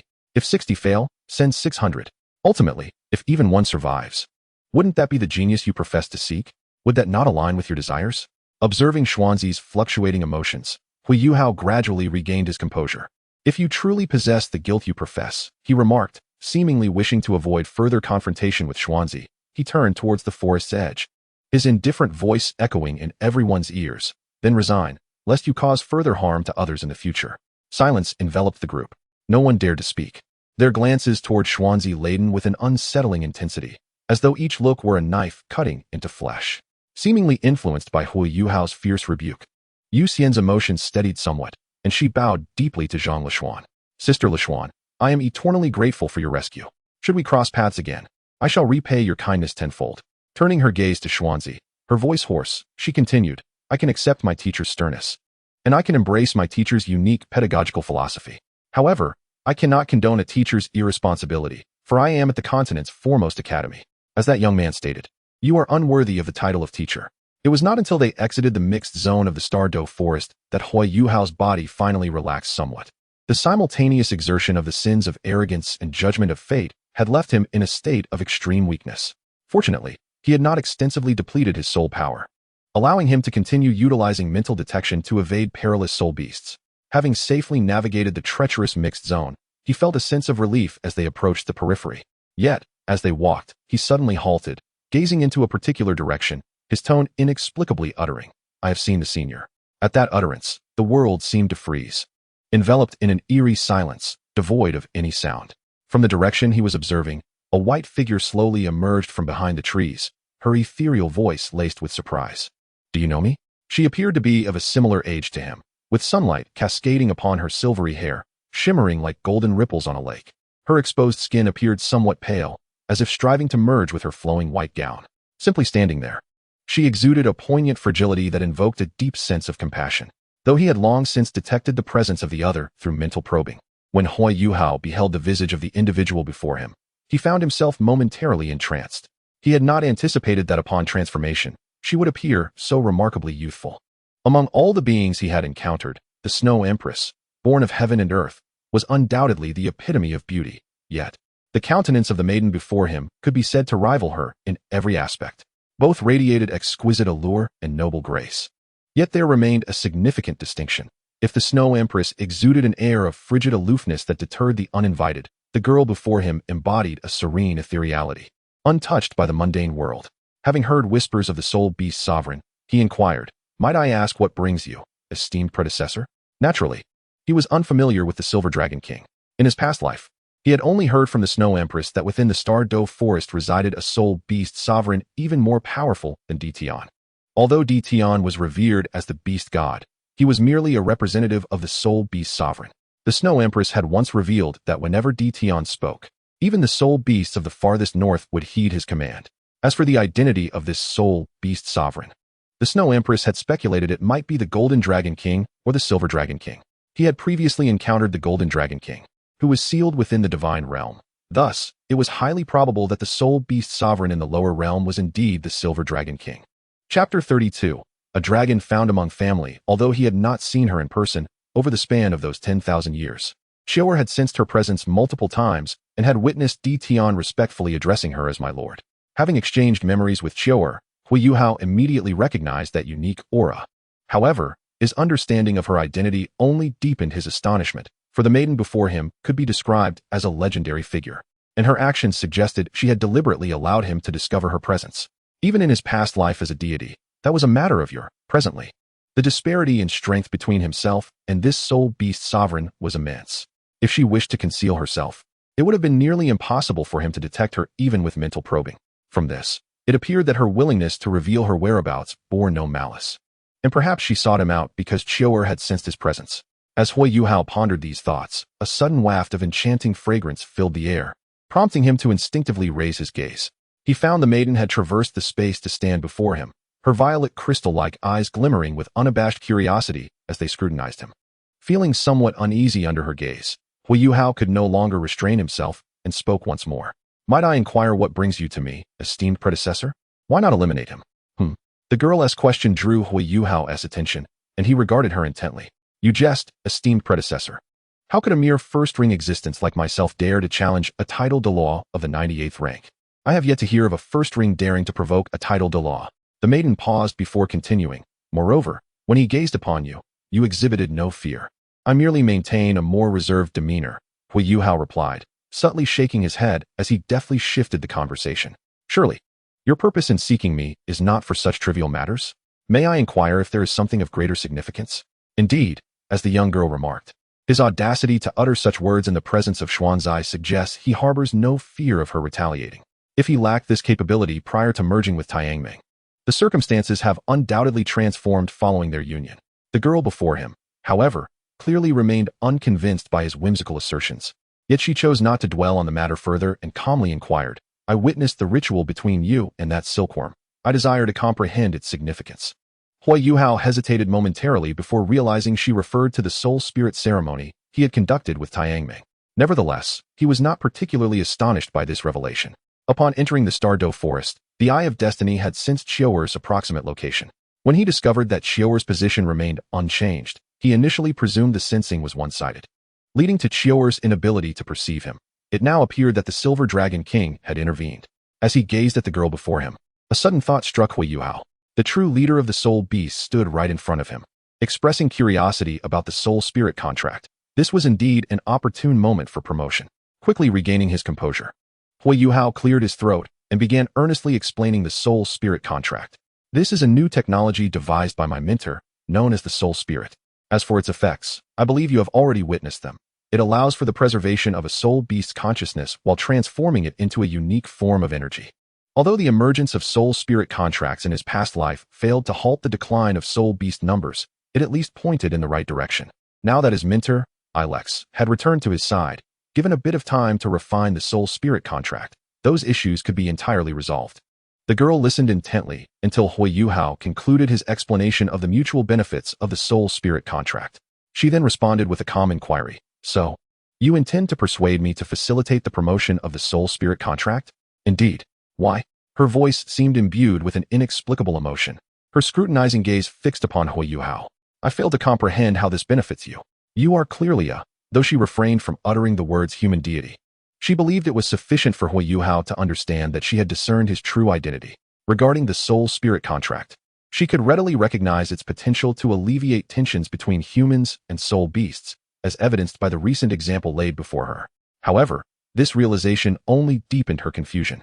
She had initially presumed that a remnant soul of a deceased deity had arrived in this realm, but the existence of the soul spirit contract suggested a complexity beyond her previous assumptions. Perhaps consider it the struggle of one fearful of death. Huo Yuhao did not mention the divine beast, nor would he voluntarily disclose his connection to it. He merely smirked slightly. No matter how formidable one may have been in the past, that is now a distant memory. When confronting the sovereign of soul beasts, one must demonstrate some measure of worth to survive, wouldn't you agree? Is that so? The girl stepped closer, her violet eyes unwaveringly fixed upon him, as if attempting to see through his very essence. After a brief moment, an ethereal voice resounded once more, mercilessly piercing through his web of deceit. In my view, you have never feared me, just as you have never feared the title of Douluo. Moreover, Your gaze reveals that you do not fear death as much as you profess. As he gazed into the depths of the girl's violet eyes, Huo Yuhao's smile gradually faded, and his expression turned exceptionally serene. After a long silence, he let out a soft sigh, parting his lips to speak. It is because I possess this ability that I feel compelled to act. The images of his past life, moments before plunging into the tumultuous currents of time, surfaced in his mind. He slightly raised his head, his vision filtering through the gaps in the leaves, where the azure sky seemed to merge with his very gaze. I have reached this point with the aid of many spirit beasts. He slowly lowered his eyes, a complex emotion unfathomable to the girl reflecting in his gaze, and spoke deliberately. Thus, I believe I ought to do something for them, and nothing more. The girl, seemingly taken aback by his answer, averted her gaze from Huo Yuhao's eyes and, after a moment of silence, gently shook her head. It is regrettable that although your spirit contract has some efficacy in mending the relationship between humans and spirit beasts, I cannot acquiesce to your request at this moment. I can indeed promote the spirit contract among the spirit beast community, but you are currently incapable of doing so within the human sphere, not yet, at least. Even though the youth before her once held divine status, he now stood quite vulnerable.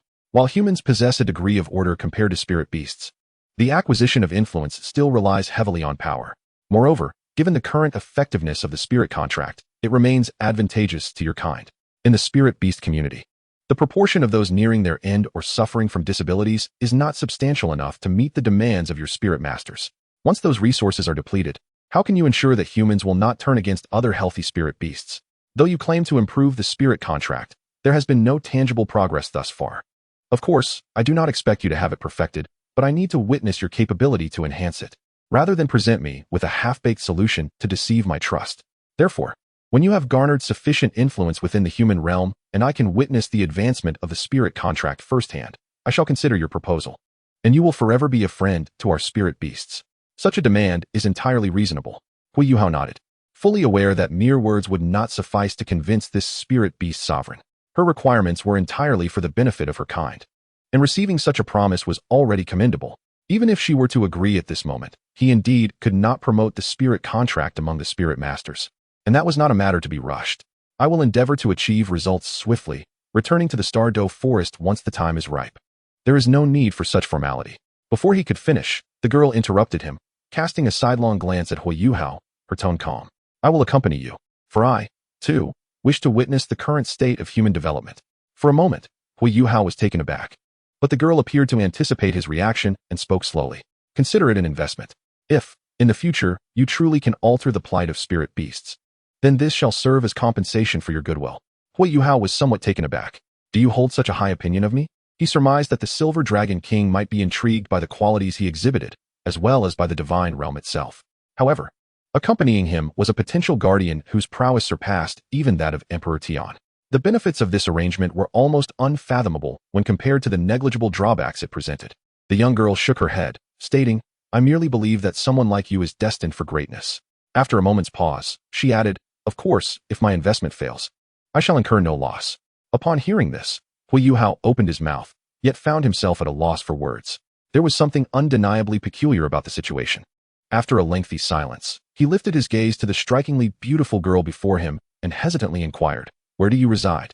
In response, the girl tilted her head, her violet crystal-like eyes blinking softly. Chapter 33. She wants to accompany me home. Creak. Huo Yuhao, seated on the sofa engrossed in her book, instinctively turned her head, her voice abruptly halting upon the sight of the girl behind Huo Yuhao. Another one? She was astonished at how popular her son had become. A myriad of emotions swirled within her.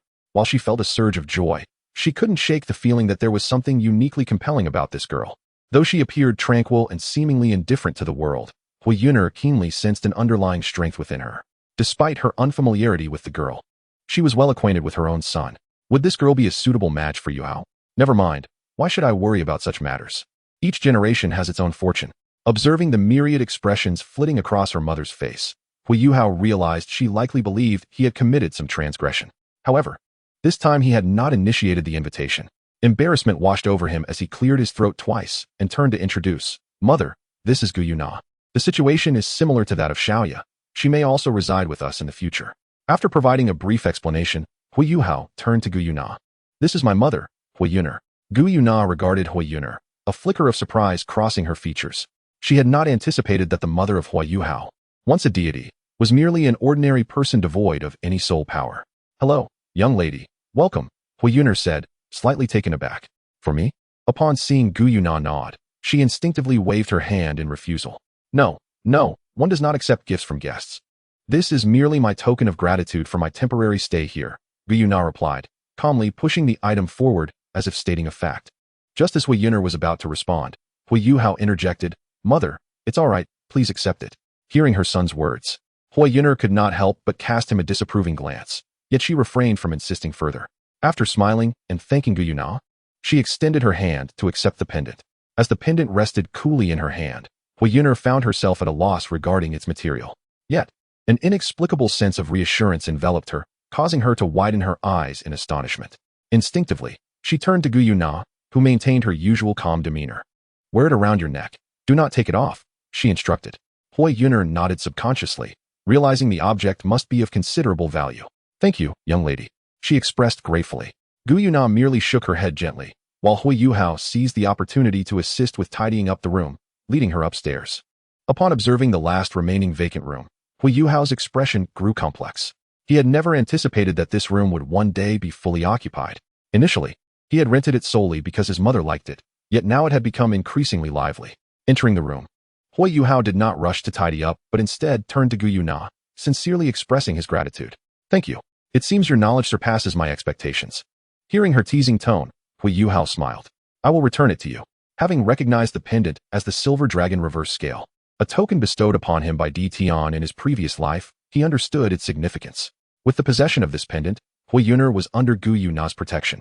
As the only divine combatant in the Douluo realm, the only potential threat to her safety would likely come from deities descending from the divine realm. As Huo Yuhao busied himself gathering bedding and essentials, Gu Yuna blinked her violet eyes in curiosity. "What are you still doing?" she inquired. "Listening to you," he replied. Gu Yuna pondered for a moment before shaking her head. "I haven't decided yet. Let us leave it for now." Once Huo Yuhao had made the bed, he stood up and dusted off his hands before producing a storage ring, offering it to Gu Yuna. "Take this." He had already demonstrated its use during their journey, and Gu Yuna, not overly curious, accepted it and adorned her delicate wrist with it. Huo Yuhao's voice echoed once more, "You will also need a martial soul." "A martial soul?" she echoed, puzzled. Huo Yuhao, noticing her confusion, decided to manifest his own martial soul. His pupils glimmered with a soft golden light as a purple spirit ring gradually ascended from beneath his feet. If you possess power without a martial soul, it may arouse suspicion. While you may not fear these matters due to your strength, complications will inevitably arise. "Is that so?" Gu Yuna remarked, glancing at the spirit ring at Huo Yuhao's feet. "What is the highest number of rings for a human of your age?" Huo Yuhao paused, momentarily taken aback. He had anticipated that Gu Yuna might endow him with a 9-ring title Douluo. After a moment's contemplation, he replied, 2 rings. Even with innate full soul power, achieving the rank of Great Soul Master within 2 years would be considered remarkably swift, placing him among the elite of any major faction. Had Huo Yuhao not undergone the transformation of the Sin of Pride, he might have barely reached the 2nd ring by now. As Huo Yuhao's words fell, Gu Yuna remained still, and 2 soul rings slowly emerged beneath her feet. However, upon seeing the profound hues of one purple and one black, Huo Yuhao's eyelids began to twitch uncontrollably, and an inexplicable competitive spirit surged within him. He opened his mouth and closed it repeatedly, finally whispering, "I feel." This is somewhat exaggerated. Gu Yuna blinked her eyes, and the soul rings underwent a transformation, morphing into 2 deep purple rings. Huo Yuhao opted not to elaborate further. After tidying the room, he walked towards the door, saying, "You should rest for now. I'll call you when dinner is ready." "All right." With the door closing, silence enveloped the room. Gu Yuna glanced around before moving to the window, listening to the voices from the street. She raised her hand, utilizing the last rays of the setting sun to inspect the bracelet Huo Yuhao had just handed her. Not bad. Chapter 34, Ice Lollipop. 1 year later. In a desolate clearing outside of Tiando City, 2 figures stood facing each other. Beside Huo Yuhao lay several craters, still radiating astonishing heat. Observing Huo Yuhao, who seemed unsteady on his feet, Gu Yuna extended her delicate tongue to lick the ice lollipop in her hand. Savoring the sweetness and chill that spread from her taste buds, her beautiful eyes narrowing slightly as she softly inquired, "Shall we continue?" Huo Yuhao took a deep breath. The golden vertical eye on his forehead flickered uncertainly. He slowly raised the white tiger dagger in his hand and gently closed his eyes. For the last time, Gu Yuna refrained from further speech, her silver glowing staff swaying lightly. A massive fireball, nearly half a meter in diameter, materialized out of thin air, hurtling towards Huo Yuhao at an astonishing speed. Through mental perception, even with his eyes shut, Huo Yuhao could meticulously observe the fireball. Yet, at that moment, another scene unfolded in his mind. The tangerine-colored fireball, and the entire world appeared shrouded in a gray haze. As Huo Yuhao's mental energy dwindled rapidly, vibrant cracks finally emerged upon the surface of the fireball. In an instant, Huo Yuhao sprang into action. He took 2 steps forward, thrusting the white tiger dagger towards the fireball without any semblance of defense, as if indifferent to the potential harm it posed. A bizarre spectacle occurred. The fireball, which had radiated terrifying heat just a moment ago, suddenly disintegrated upon being pierced by the dagger, as if it had never existed. Even the scorching heat waves that had distorted the air vanished without a trace in an instant. Witnessing this scene, joy illuminated Huo Yuhao's face. After countless attempts, he had finally succeeded. Waves of sharp pain flooded through him, causing his vision to darken. He collapsed onto the ground, sprawled out, gasping for breath as he stared up at the sky. As footsteps approached, a figure in a white skirt entered Huo Yuhao's line of sight, carrying a faint, orchid-like fragrance. Incredible ability. A celestial voice resonated, as Huo Yuhao gently lifted the hem of her skirt and crouched down, revealing a pair of fair, slender calves beneath her flowing gown. Observing Huo Yuhao, who resembled a despondent fish, she couldn't resist poking his cheek with her delicate fingers. Upon hearing Huo Yuhao's assessment, Huo Yuhao's lips curled into a subtle smile, unable to conceal the joy swelling within him. After all, having died once to attain such prowess was no small feat. It was indeed a hard-earned success. With Huo Yuhao's guidance, his mastery of the predetermined death technique had soared over the past year. Several months prior, he had discovered that this ability could not only affect living beings, but also various forms of energy, indicating that he could potentially negate incoming attacks. Just moments ago, he had managed to apply this skill, albeit clumsily, during a high-speed battle. Huo Yuhao pursed her lips and glanced at the setting sun, softly stating, "It's almost dinner time. Weren't we supposed to visit the clinic afterward?" "Oh right." Huo Yuhao, momentarily distracted, recalled their prior commitment. However, feeling the fatigue coursing through his limbs, he swallowed hard, a sheepish smile spreading across his face. "Ahem, we might have to wait a bit longer." Huo Yuhao remained silent, extending the popsicle she held toward him. "Would you like some?" Huo Yuhao was momentarily taken aback by the glistening treat, and before he could react, the popsicle was already in his mouth. "You seem quite thirsty," she remarked. A refreshing sweetness enveloped his palate, and he instinctively slurped, feeling a significant relief in his physical state. "Ahem, thank you." Realizing the moment had come, he decided to savor the popsicle first. "No need to thank me. It was you who purchased it." An hour later, the two returned to the clinic. It had been 3 years since Huo Yuhao first arrived in Tiando City, and due to the marked improvement in both Huo Yuhao and his own health, the frequency of their medicinal purchases had drastically declined. Upon entering, the middle-aged man who had previously attended to him approached, casting a glance at Huo Yuhao before regarding Huo Yuhao with a knowing look, discreetly giving him a thumbs up from beneath his sleeve. "Good lad. You never repeat your visits. Good to see you again, little brother." Huo Yuhao's eyelids fluttered, feigning ignorance of the man's gestures as he handed over a note listing the required medicinal herbs. "These are the herbs I need to purchase this time." Unlike the previous visit concerning his hidden ailment, this time the herbs were primarily for health enhancement. The middle-aged man briefly scanned the note, unable to suppress a glance at Huo Yuhao, now harboring a deeper appreciation for the young man's medical knowledge. Nodding, he replied, "We have all these herbs in the store. I'll fetch them for you." As Huo Yuhao and Huo Yuhao exchanged glances during their wait, a sudden commotion erupted at the clinic's entrance. "Hello, where's my mother right now?" The young maiden, adorned in modest attire, possessed a delicate beauty. Her eyebrows resembled distant mountains, and her eyes glimmered with the essence of spring water. Her cascading locks, a deep shade of black-purple, flowed like waves. Though she appeared youthful, her stature was remarkably tall, particularly accentuated by her long, elegant legs, which conveyed their length even through the fabric of her trousers. Upon encountering the girl, the apprentice momentarily froze, as if recalling her identity. He then spoke while turning to lead the way. "You are Jiang Nan, are you not? Please, follow me. Do you know her?" Huo Yuna's voice resonated nearby. Huo Yuhao nodded gently, acknowledging their acquaintance, albeit with the caveat that she might not recognize him. His gaze trailed after Jiang Nan's retreating figure, tinged with curiosity. But how could she be here? "It concerns her mother. She has been experiencing heart complications." Huo Yuhao turned to see a middle-aged man, who had just been gathering herbs, approaching him with several bags of medicinal materials. His gaze, however, remained fixed on Jiang Nan as she departed, and he let out a soft sigh. "Her mother was brought to us a year ago under rather complex circumstances. Many of our doctors have examined her, all declaring themselves powerless, and we could only aim to alleviate her symptoms. The man paused, then glanced at Huo Yuhao. I see you possess some knowledge of medicine. Young brother, would you be interested in taking a look? Chapter 35, Treatment Methods. Although the clinic had strict regulations against disclosing patient information, there are always exceptions. A medical establishment is meant to save lives, and one cannot allow rigid rules to deny someone the chance for survival. The compassion of a healer is paramount. The clinic had ascended to become the largest in Heavendo City, not solely due to their medical skills and herbs, but also because of the reputation they built through their responsible treatment of patients, which is the cornerstone of their enduring legacy. As for Huo Yuhao, after several encounters, he had already discerned that this youth's understanding of medicine was on par with their own. Allowing him to take a look posed no risk. Perhaps he might indeed discover a solution. If you can save her, we would be willing to share half of the medical fees paid by the little girl thus far. The man proposed.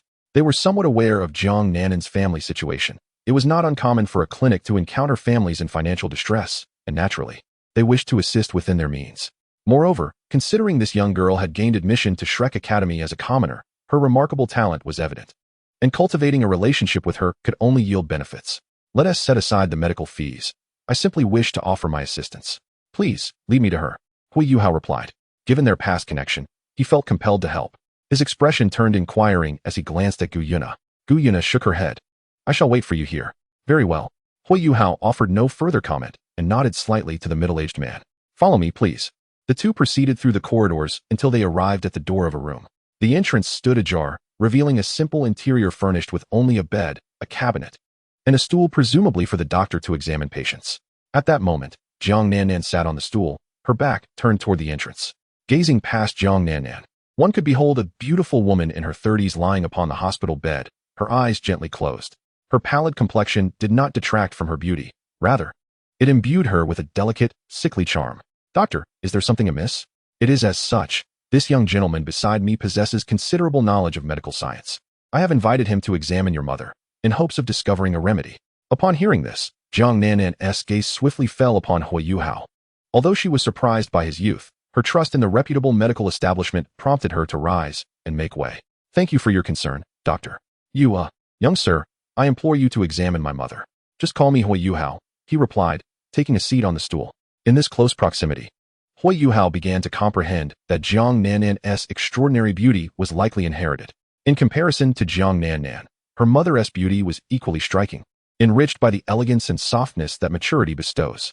He took one of Jiang Nanan's mother's hands, channeling a wisp of soul power into her body, probing delicately. Before long, Huo Yuhao discerned the underlying cause of her ailment. Indeed, as the doctor had previously stated, her heart suffered from a congenital deficiency in blood supply. In her youth, the symptoms were subtle, occasional dizziness, but as she approached middle age, her bodily constitution began to decline, revealing the ailment more prominently. Fortunately, the situation was not yet dire. Had a year passed, although treatable, her heart would have become increasingly fragile, leading to greater consequences. Yet, while the current remedy would not demand a monumental sacrifice, Huo Yuhao's expression wavered, his heart heavy as he glanced at Jiang Nanan. Is there a way to cure my mother's illness? Meeting Jiang Nanan's eyes, brimming with hope, Huo Yuhao hesitated, opening his mouth to speak, before eventually nodding slowly. There is a way? Really? Jiang Nanan's eyes sparkled with anticipation. Observing Huo Yuhao's conflicted demeanor, she presumed he sought compensation. Without a moment's hesitation, she retrieved a pouch of gold soul coins from her storage space and presented it to him. Please, save my mother. I know this may not suffice, but I will procure the remainder swiftly. Alternatively, should you desire anything else, do not hesitate to ask. It is not a matter of money. Please allow me to explain. Your mother's heart is not particularly difficult to treat, but the process requires your assistance. Huo Yuhao quickly outlined his treatment method. In essence, it involved injecting soul power and guiding it into the heart for a thorough cleansing. Although this procedure appeared daunting, executing it was nothing short of challenging. For the heart is a vital organ. Even the slightest harm could prove fatal. However, Huo Yuhao possessed the ability of spiritual detection. With this skill, he could guide Jiang Nanan through the process without needing to intervene directly. As long as the process proceeds smoothly, the heart condition can be ameliorated, and subsequently, with the aid of herbal remedies, one can attain a state akin to that of an ordinary individual. The reason for Huo Yuhao's inner turmoil lies in the resemblance to his past life, when he rescued the leader of the Dragon Gate, Nan Shui. Even though he accomplished this through guiding Jiang Nanan, the mental probe would inevitably reveal every detail of her mother without any blind spots. I agree. Jiang Nanan's resolute voice resonated within the room, causing Huo Yuhao to momentarily pause in surprise. The middle-aged man who accompanied him was the first to react. He cleared his throat and made his way towards the door. I just remembered I have another patient to attend to, so I'll take my leave. With a soft click, he kindly closed the door behind him. The room descended into an eerie silence, and after a brief moment, Huo Yuhao, somewhat belatedly, nodded in understanding. In that case, let us commence. With Jiang Nanan having spoken so decisively, he felt no further inclination to hesitate. His eyes gleamed with a golden light, and in the midst of Jiang Nanan's astonished gaze, a profound purple soul ring slowly ascended, drawing her into the shared realm of mental probing. The astonishing effect widened Jiang Nanan's eyes, dispelling any lingering doubts, igniting a sense of excitement within her. There's hope. Huo Yuhao's voice rang out once more. You should first acclimatize, and then we shall begin. Remember to control the flow of your soul power along the path I indicate. Jiang Nanan nodded earnestly.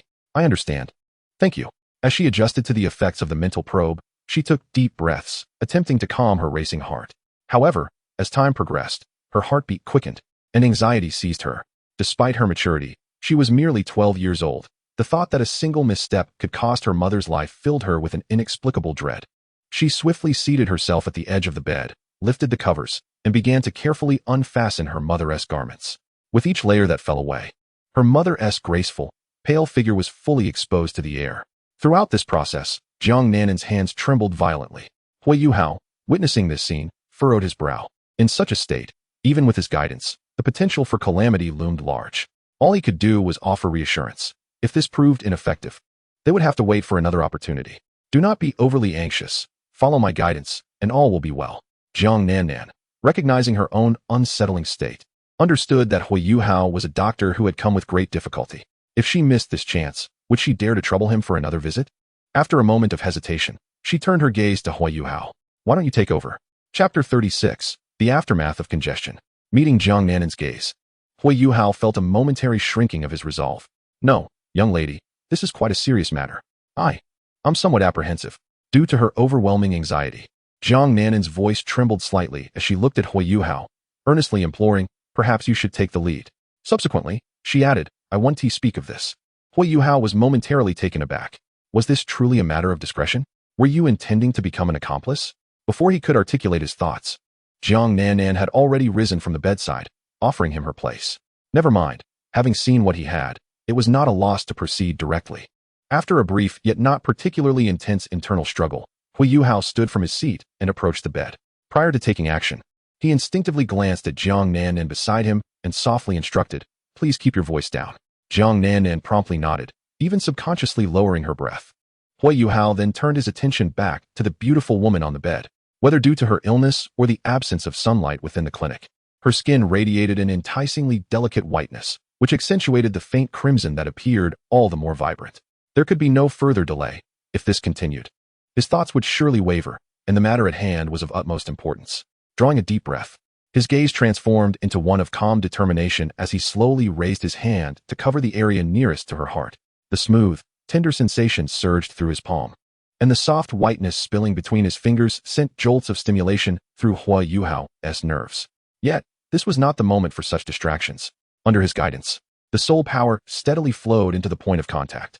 The bizarre scene caused Jiang Nanan's cheeks to flush. An inexplicable thrill washed over her, akin to the opening of a new realm, while the morbid sensation coursed through her like poison, spreading rapidly within her heart. Gradually, however, this emotion was subdued by an overwhelming sense of worry.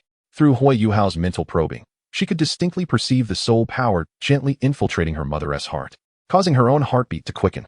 An acute tension gripped her, rendering her breathless, fearful of disturbing Huo Yuhao's focus.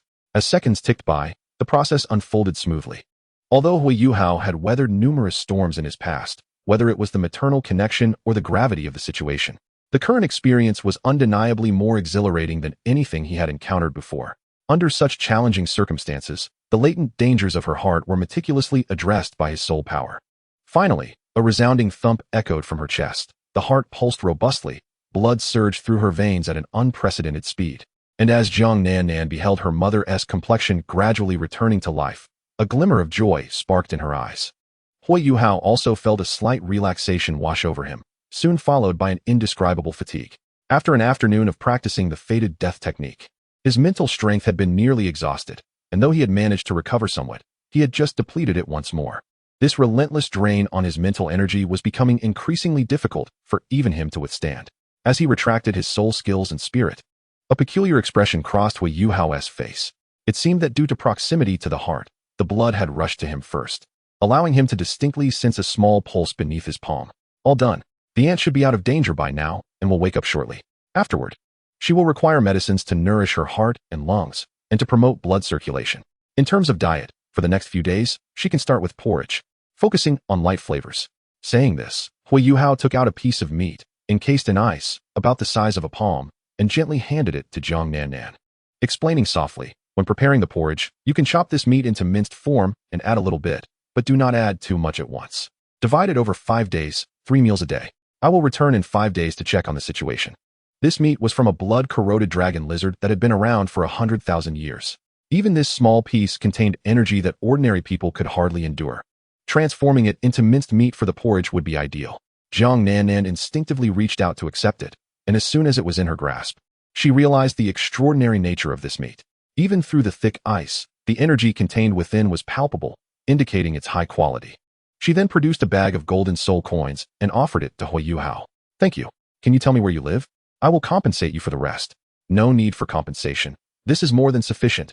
Huo Yuhao initially intended to refuse, but upon seeing Jiang Nan's determined gaze, he reluctantly accepted the bag of coins, taking half for himself before returning the remainder to her. After all, I did not exert much effort. Just as Jiang Nan was about to say something else, a faint whisper caught her attention, prompting her to turn her head. She saw the beautiful woman lying in bed, fluttering her eyelids before slowly opening her eyes. Mom, you're awake? Nan, what are you doing here? The beautiful woman brightened at the sight of Jiang Nan, her expression filled with concern. Did you come during your break? Yes, I came over on my break. How are you feeling now, Mom? Huh. Upon hearing Jiang Nan's words, the beautiful woman instinctively assessed her own body. After a moment of astonishment, a look of joy spread across her face. I feel much better. I am no longer dizzy. Which doctor found the method to treat my ailment? A trace of regret flashed in her eyes, but recalling that the person would return in 5 days eased her mood somewhat. The beautiful woman nodded slightly and then glanced at her bare upper body, a blush creeping onto her cheeks.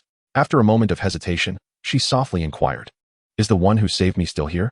"Ah, this is a life-saving grace. I must properly thank them the next time they come." Jiang Nan reassured her with a gentle smile. "Don't worry, Mom, I will express my gratitude. Right now, the most important thing is for you to rest well. You will recover soon." "Oh, thank you for your hard work, my child." After a brief pause, the beautiful woman hesitated before speaking. Nan, could you hand me the clothes beside me and then step outside for a moment?" Seeing her mother's improved complexion lifted Jiang Nan's spirits. "Mom, do you need to avoid changing in front of your daughter?" The beautiful woman's blush deepened, as if she might bleed from embarrassment. "All right, just go outside." Though Jiang Nan felt a tinge of surprise, she had witnessed all that Huo Yuhao had done moments before and had no reason to doubt him. Furthermore, through her mental probing, she could ascertain that her mother's ailment had indeed been cured. Unable to fathom the situation fully, she refrained from voicing her thoughts, handing her mother the clothes from the cabinet before departing the room and making her way to the kitchen of the medical clinic. It was the perfect time for a meal, and she intended to borrow the kitchen to prepare some meat porridge for her mother. As she walked, a thought seemed to strike her, causing her elegantly arched brows to lift slightly, and she began to murmur to herself. Huo Yuhao felt as though he had heard that name somewhere before. Inside the room, the beautiful woman lifted the covers, glancing down at her ample bosom, a flicker of embarrassment and irritation crossing her features. Why wouldn't it diminish? Chapter 37, A Little Thought. What's wrong? The girl we encountered today reminded me of something, Huo Yuhao explained, his voice mingling with the ethereal sounds around him. In my mother's eyes, your situation is quite similar. Huo Yuhao felt a twitch at the corners of his mouth, memories flooding back of the last embrace when he sent Tangyo off to school. And the thought of it sent a twinge of pain through his head. How had everything suddenly changed? He felt he hadn't done anything wrong. Although he found himself in a predicament, if given the chance to choose again, he would still make the same decision. Some things must be done regardless of the consequences. And he would not regret it. Well, let us take it one step at a time, he resolved. Before long, a vendor pushing a cart approached. The very same one from earlier that afternoon when they had bought popsicles. Perhaps due to the striking impression they had left, the vendor recognized them immediately and jested. "Hey, young man, not going to buy another for your little girlfriend?" Huo Yuhao inexplicably recalled the popsicle that had been shoved into his mouth earlier that day. Instinctively, he glanced beside him, only to find Gu Yuna looking back at him. Meeting her amethyst-like eyes, he hesitantly inquired, "Do you want one?" "Yes," she replied. At this, Huo Yuhao turned to the vendor and nodded. "One for me, please." "Sure thing." The vendor promptly halted his cart, grinning as he accepted the money from Huo Yuhao, lifting the lid of the cooler to retrieve a popsicle wrapped in oil paper and handing it to him. "Here you go, young man. Hold on tight." Taking the popsicle from Huo Yuhao, Gu Yuna tilted her head slightly. "Aren't you going to eat?" Huo Yuhao glanced at the popsicle in her hand and smiled, shaking his head. "No, you enjoy it." "Really?" Gu Yuna unwrapped the oil paper, just as she had that afternoon, extending her delicate tongue to taste the popsicle before continuing. "You seem to enjoy it this afternoon. I thought you liked them." Huo Yuhao's expression twitched slightly. After saying this, he instinctively quickened his pace, while Gu Yuna blinked a couple of times, saying nothing and silently following him. As soon as he opened the front door, the sounds of cooking from the kitchen wafted out. Hearing the commotion, a small head with a ponytail peeked out from behind the door. "You must be Gu Yuna, right?"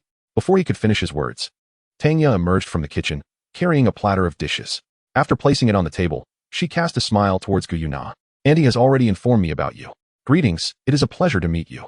From now on, we shall be family." Huo Yuhao sensed a hint of stiffness in Tang Ya's smile as she looked at Gu Yuna, while Gu Yuna responded with a calm nod. "Hello. I encountered a patient while purchasing medicine at the clinic and assisted them. The matter has been resolved." After contemplating, Huo Yuhao refrained from mentioning Jiang Nanan's mother's situation. After all, in his previous life, she had never brought it up, suggesting that there might be some discomfort surrounding the topic. Observing the seemingly changed Tanya before him, he softly inquired, "How has your year at the academy been?" "Humph, it hasn't been long since I enrolled, yet I have already reached level 20. With the assistance of the academy teachers, I obtained my second soul ring, and I am now a great soul master," Tanya replied, her lips curling into a proud smile as she shook her head with delight. "Moreover, during the freshman assessment, my roommate and I secured first place, earning the title of core disciples in the outer academy, and I have gained some notoriety there." "Is that so?" Huo Yuhao raised an eyebrow, though he was not particularly surprised. After all, without the suppression of her devouring ability, Tanya was undoubtedly among the elite talents at Shrek Academy, making her selection as a core disciple entirely justifiable. Being chosen for this position would also ensure a tilt in resources towards her, allowing her cultivation to progress at an accelerated pace. With this in mind, he turned to Tanya and asked, "Sister Ya, what is your soul power level now?" 25. She declared, as if she had been anticipating his question, her head held high and her nose almost reaching the heavens. "Why? Do you think I would become complacent and neglect my training due to a minor achievement?" Huo Yuhao coughed awkwardly, feeling a surge of satisfaction within. At this pace, Tanya could very well ascend to the soul respect realm by her second year, remarkably ahead of her previous life, when she only reached it by the end of her third year. In this life, she could almost rival Bei Bei and Su Sanshur if she were to utilize her dark blue silver grass to absorb life force. Her training speed would likely increase even further. Just as he pondered this, he suddenly noticed Tanya making a move. Instinctively looking up, he saw her raising her arms, her expression brimming with anticipation. "Hurry, hurry. It's been a year since I last hugged you." Huo Yuhao's expression twisted momentarily, and after a moment's hesitation, he gently embraced her. The softness of her figure, accompanied by a faint fragrance, eased his weary spirit. Before she began attending school, she loved to wrap her arms around him from behind while pretending to read, although she barely turned the pages of the book throughout the entire afternoon. Typically, girls develop physically much earlier than boys, and with Tanya being 3 years his senior, she now stood a half head taller than him. However, he considered himself fortunate. Recalling the last time he had been cradled like a doll by Zhang Lishuan in the Stardow Great Forest made him feel a surge of melancholy. Fortunately, at that moment, there were not many people around. After Tanya embraced Huo Yuhao, her gaze inadvertently swept over Gu Yuna, noticing the other party sitting expressionlessly nearby. Her beautiful eyes flickered slightly before she rested her head on Huo Yuhao's shoulder, gently inhaling his scent, her hands wandering curiously over his body, feeling the growth he had undergone over the past year. "Yuhao, have you become fairer?" At first, Tanya thought it was merely her illusion, but upon closer inspection, she realized it was indeed true. "It happened after I absorbed a soul ring in the Stardow Forest," Huo Yuhao explained softly. Then, as if recalling something, he hesitated momentarily before asking, "Sister Xiaoya, since you have gained some recognition in the outer academy, haven't any classmates or seniors approached you?" Huo Yuhao felt the arms around him tighten, and soon after, he heard Tang Ya's voice laced with laughter. "However, most of them dare not bother me after I scolded them. Having you, little Yuhao, is enough for me." Chapter 38. That is an implicit acknowledgement. Due to excessive mental exertion, The fatigue etched on Huo Yuhao's brow was evident to anyone who glanced his way. After dinner, under Huo Yuner's urging, Huo Yuhao, having truly reached his limit, bid farewell and ascended the stairs first. After a quick shower, he unusually opted not to meditate, but instead chose to indulge in a restful sleep, allowing his mind to unwind. Perhaps due to the day's exhaustion, Huo Yuhao fell into a deep slumber the moment his head met the pillow, leaving only the sound of his steady breathing in the room. Time passed, and the moon hung high in the sky outside. Suddenly, a faint clicking sound echoed within the room. With that sound, Huo Yuhao's bedroom door creaked open slightly from the outside, revealing a pair of violet eyes cautiously observing the situation within. As the saying goes, the first step is always the hardest. Having accomplished this initial endeavor, the figure visibly relaxed and approached Huo Yuhao's bedside.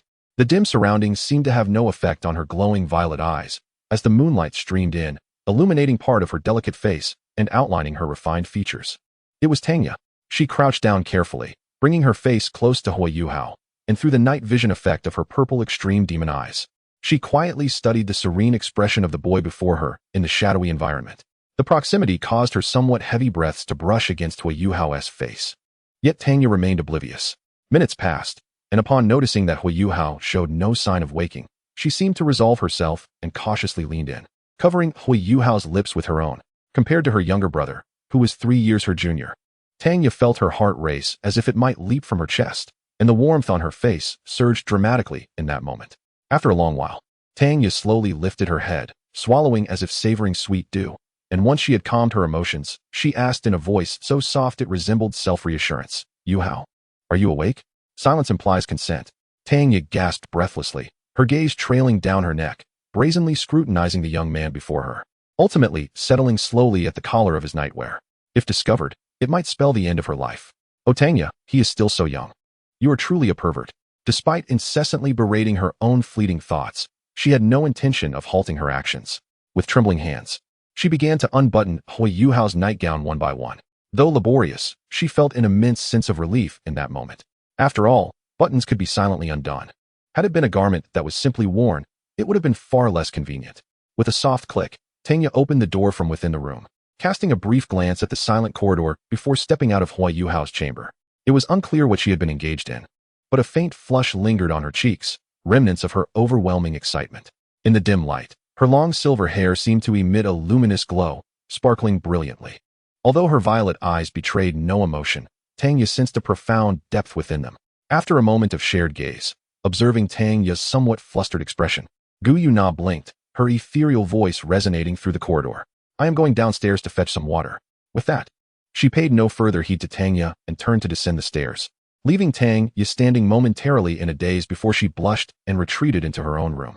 The following morning, Huo Yuhao awoke, sitting up in bed. Listening to the chirping of birds outside, his confusion evident. He instinctively raised his hand to touch his slightly swollen lips, but then paused, feeling a mild stickiness around his neck and upper body. He pulled at his collar, glancing down at himself, yet found nothing amiss. Had he been sweating last night? Huo Yuhao murmured in puzzlement, not dwelling on it for long. He slowly closed his eyes, savoring the full restoration of his mental strength. But soon his attention shifted to the dark red orb within his mental space, causing his brow to furrow slightly. Why does it feel like the progress of desire unlocking has increased a bit? Am I seeing things? With no other choice, he picked up the clothes he intended to wear that day, resolved to take a shower first. As he opened the door, he encountered Tanya emerging from her room. "Good morning, Xiaoyajia," he greeted.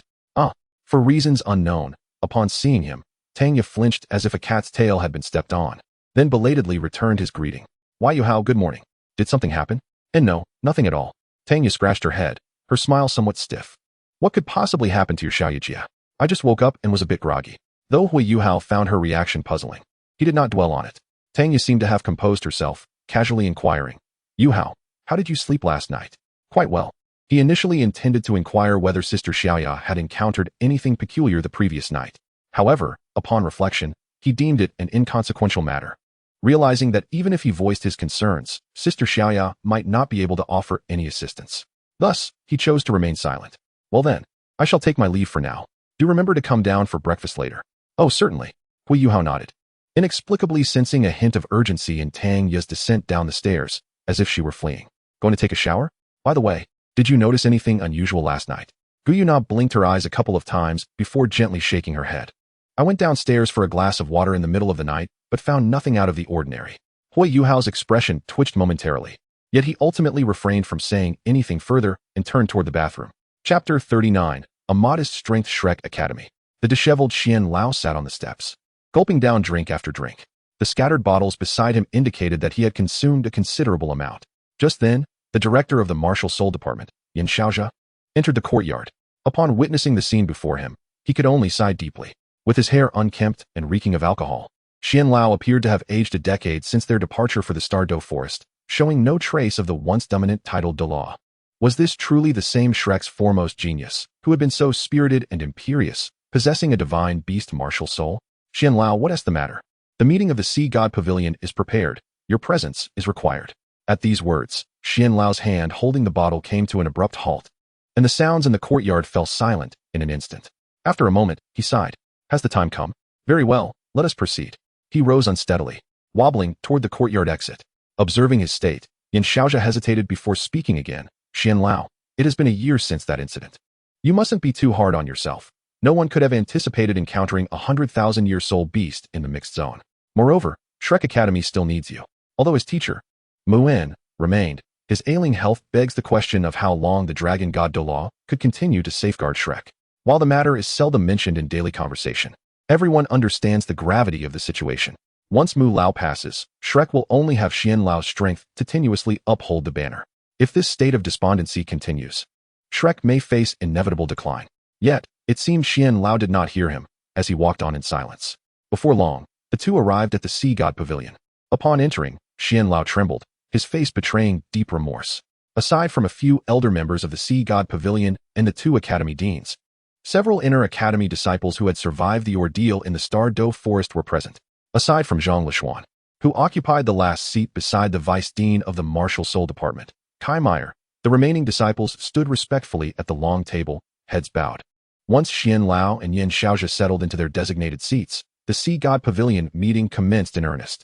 The purpose of convening this meeting at the Sea God Pavilion is undoubtedly clear to everyone, so I shall proceed directly.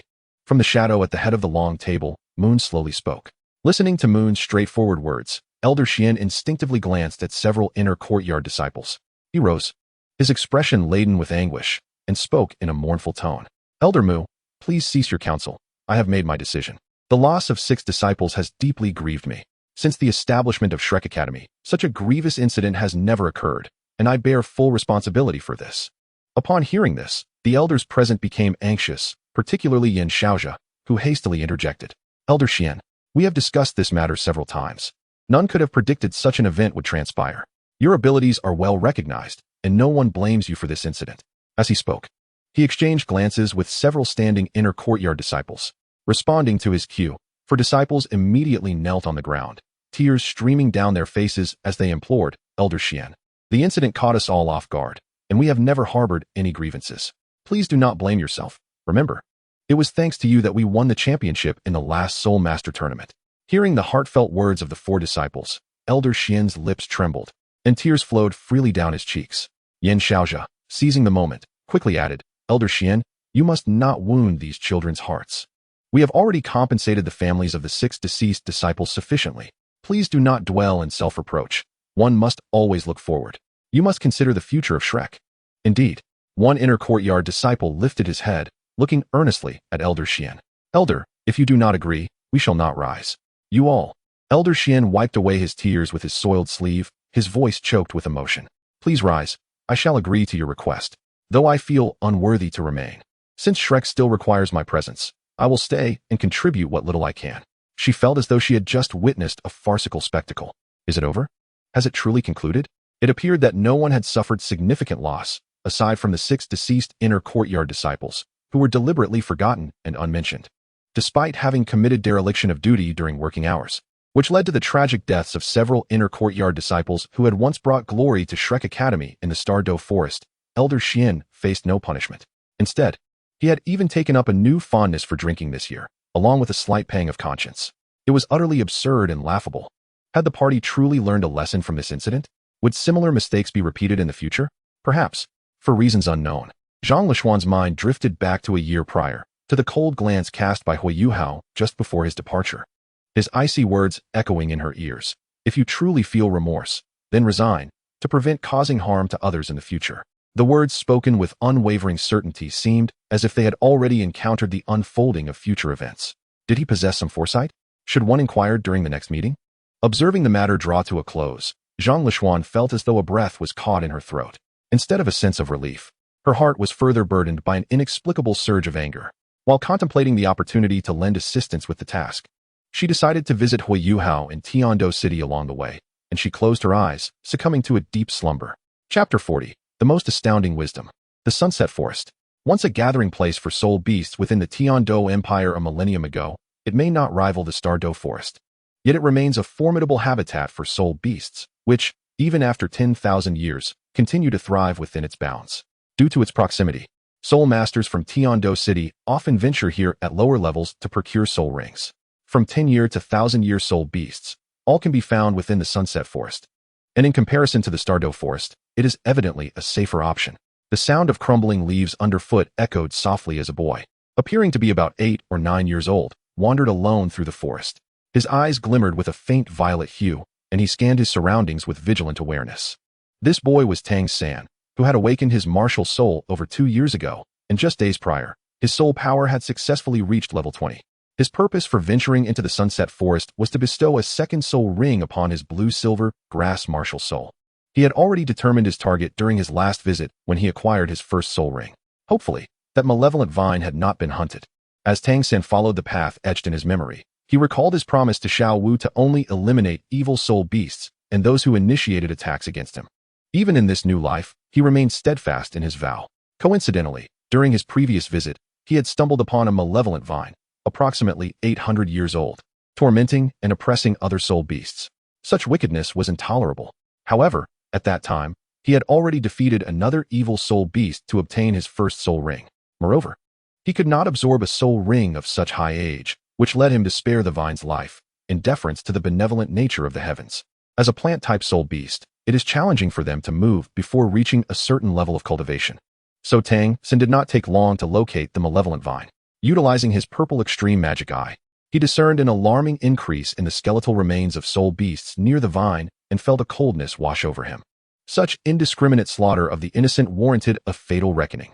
No sooner had he spoken than an array of uniquely shaped hidden weapons appeared in his hand, glinting ominously in the sunlight. Taking a deep breath, he raised his hand, and several projectiles shot forth. A flash of cold light passed, and the hidden weapons silently disappeared into the body of the ghost vine. As the verdant liquid splattered from the wound, the ghost vine became aware of Tang San's presence and instantly lashed out with numerous tendrils toward him, unfazed by the onslaught. Tang San swiftly executed the ghost shadow mysterious steps to retreat as a yellow soul ring manifested beneath his feet, glowing fiercely upon its emergence. From Tang San's hands, dozens of blue-silver grasses sprouted and spread forth, leaping into the air like venomous serpents, entwining with the ghost vines, though appearing to be a mere entanglement. This time the number of blue-silver grasses was vastly greater than in his previous life. Previously, with a single ring, he could only conjure 10 strands, but now there were a staggering 40. This remarkable transformation was attributed to the fact that his first soul ring was derived not from the mandala snake, but from a gecko-like soul beast, which granted him the ability to proliferate. As for why he could utilize a binding technique akin to his past without the mandala snake soul ring, it was due to his extraordinary intellect. To put it simply, armed with his past experience of wielding the blue-silver grass martial soul, he could employ the binding skill even in the absence of a soul ring. What a terrifying feat this was. It was akin to transforming a soul ring skill into a self-created soul technique through sheer wisdom. Nonetheless, despite achieving such a level of mastery, Tang San did not harbor any feelings of arrogance. As a powerful being reborn as a god king, such accomplishments were to be expected. It is worth noting that in his previous life, although he held the titles of the Shura god and the Sea god, the deities would privately refer to him as the god of wisdom. Such a designation in the divine realm speaks volumes about the prodigious intelligence he displayed daily. Although his former master had laid out a path to greatness for the blue-silver grass martial soul, advising him to proceed methodically, circumstances must also be considered. Having created his own binding soul technique, it was only natural that his first soul ring need not mirror that of his past life. This change allowed him to wield even more blue-silver bindings. Imagine the difference between 10 strands of blue-silver grass entwining and 100. The distinction is profound. Thus, when he acquired his first soul ring 2 years prior, He hunted a soul beast that proliferated rapidly, possessed toxic attributes, and was inherently malevolent. As expected, upon absorbing the soul ring, not only did his first soul technique transform into proliferation, but the blue-silver grass also became as resilient as in his previous life. Infused with a hint of toxin, essentially a high-tier version of the mandala snake from his past. Reflecting on the scornful gazes of the staff during his martial soul awakening, Tang San's expression turned icy as his hidden weapons surged forth like a tempest toward the ghost vine. In this lifetime, he was determined to completely alter the world's perception of the blue-silver grass as a worthless martial soul. "Mother, I'm heading out," he declared. Of course, if she were to accompany him, it would be no trouble at all. As a mother, seeing her son garner such popularity would bring her immense joy. Perhaps. Huo Yuhao pondered for a moment before shaking his head. Today marks the 5th day that Jiang Nanan had originally agreed upon, and due to uncertainties about potential issues that might arise, he opted not to bring along Gu Yuna or Tangya this time. Strangely, since the first day, his comprehension of the relationship between Tangya and Gu Yuna has grown increasingly perplexing, despite the latter's utter passivity throughout. Tangya exudes an air of apprehension towards Gu Yuna, as if she were ensnared by some compromising evidence. It cannot be merely described as fear. Rather, it is a sense of reticence, as though she were being held in check. Huo Yuhao did not elaborate further, since Huo Yuhao had become a soul master. Her concerns regarding his safety had considerably diminished. "Be cautious on your way," she advised. Huo Yuhao smiled and waved farewell, turning towards the bustling street. Chapter 41. The unspoken understanding of roommates inside the medical clinic. The door to the ward was pushed open from the outside. As Jiang Nanan entered, her brow furrowed slightly. "Mom, didn't I tell you to rest? Why are you getting out of bed?" "You silly girl, I know my own body. I'm perfectly fine now." "That is not acceptable. You must wait for the doctor to examine you and confirm that everything is all right." Jiang Nanan showed no regard for her mother's authority. Initially, her mother had insisted there was nothing to worry about, until the day she fainted at home, revealing the severity of her illness. "Having just finished a meal, I need to move around a bit." "Don't worry, I'm all right." Before Jiang's mother could respond, a knock echoed from outside the door, eliciting a look of delight from Jiang Nanan. "Come in." As the words left her lips, a remarkably youthful boy stepped through the door, causing Jiang's mother to nearly drop her jaw in astonishment. "Is this the one treating me? So young? He doesn't seem older than Nanan." The thought of being treated by someone so young stirred an inexplicable sense of embarrassment within her, yet it was swiftly followed by a profound sense of relief, for it signified that her affliction had hope for resolution.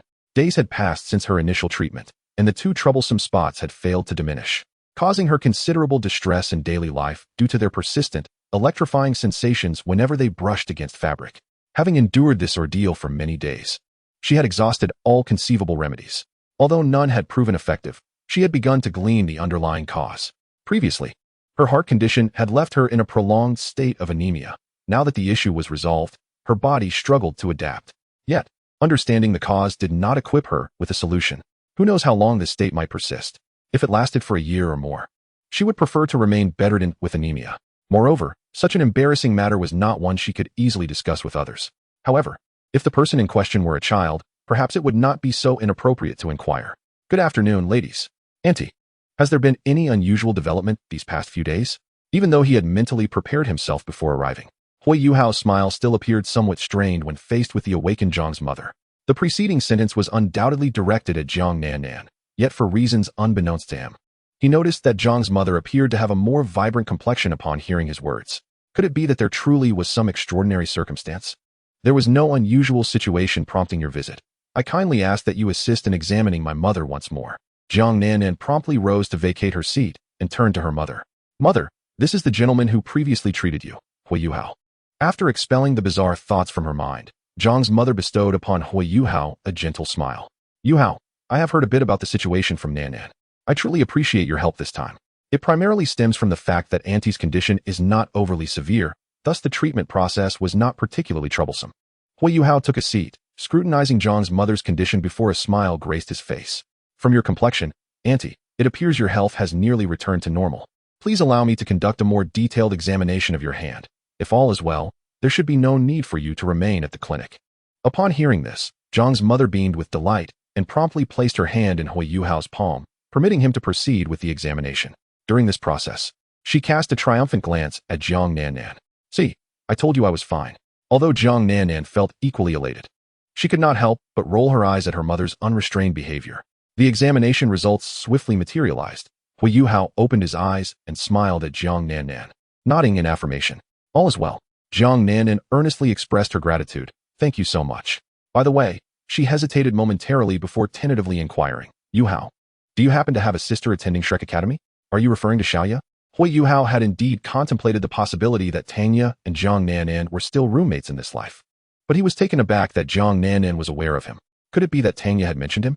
Despite having formed a hypothesis in his mind, when Huo Yuhao confirmed it, Jiang Nannan was overwhelmed by the sensation of how small the world truly was.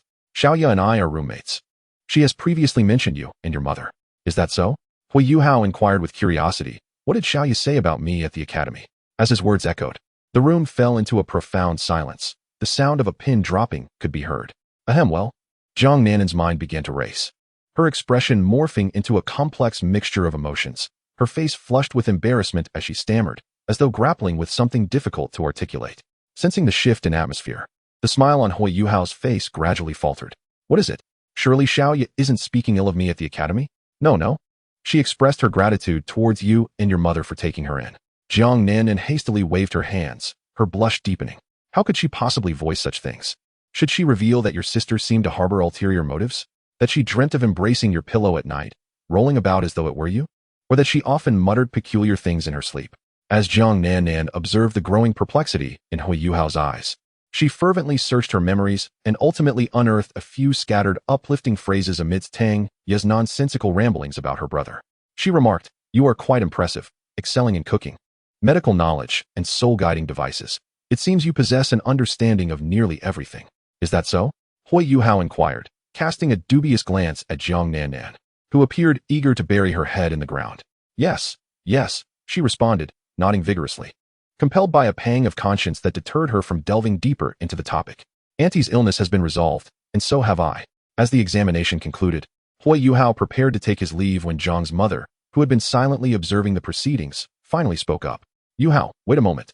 You've rendered us such a tremendous service. We must offer you an opportunity to express our gratitude, don't you think? Without allowing Huo Yuhao to respond, she continued, Today, Auntie is being discharged from the hospital, and we plan to celebrate with a sumptuous dinner. It would be too solitary for just the two of us to dine alone. Please grant Annie the chance to treat you to a meal, if you would be so kind. Understanding that Huo Yuhao might be aware of their family's circumstances, she opted for a modest gesture of appreciation in the form of a meal, hoping to alleviate any undue burden. As she anticipated, Huo Yuhao's demeanor softened at her words, and he did not decline. Then I shall trouble Auntie, he replied. Chapter 42. I do not understand. With the key inserted into the lock, the door that had remained unopened for some time swung open, releasing a faint scent of dust into the air. Observing the somewhat dusty abode, Zhang's mother turned to Huo Yuhao with an apologetic smile. Mom, allow me to tidy up, Jiang Nannan offered as she skillfully moved toward the interior of the house. All right. Zhang's mother nodded. Yuhao, you should rest for a while. I will go prepare dinner. However, before she could finish her sentence, Huo Yuhao cheerfully interjected. Annie, I can assist Nannan with the chores. Zhang's mother's expression turned serious. Oh no, that cannot be. How can we have a guest help with household tasks? Auntie, I came here to celebrate your discharge. What difference does it make whether I am a guest or not? Nonetheless, that is not acceptable. What would others think if they heard that we had our guest doing housework? Seeing her mother's conflicted expression, Jiang Nannan could not help but chuckle. Come on, Mom. You know how he is. If you were to let him do nothing, he likely wouldn't even want to come. He is a good child, Zhang's mother mused. Mom, Xiaoya mentioned that Yuhao is quite skilled at cooking. Perhaps we shall be in for a treat tonight. Is that so?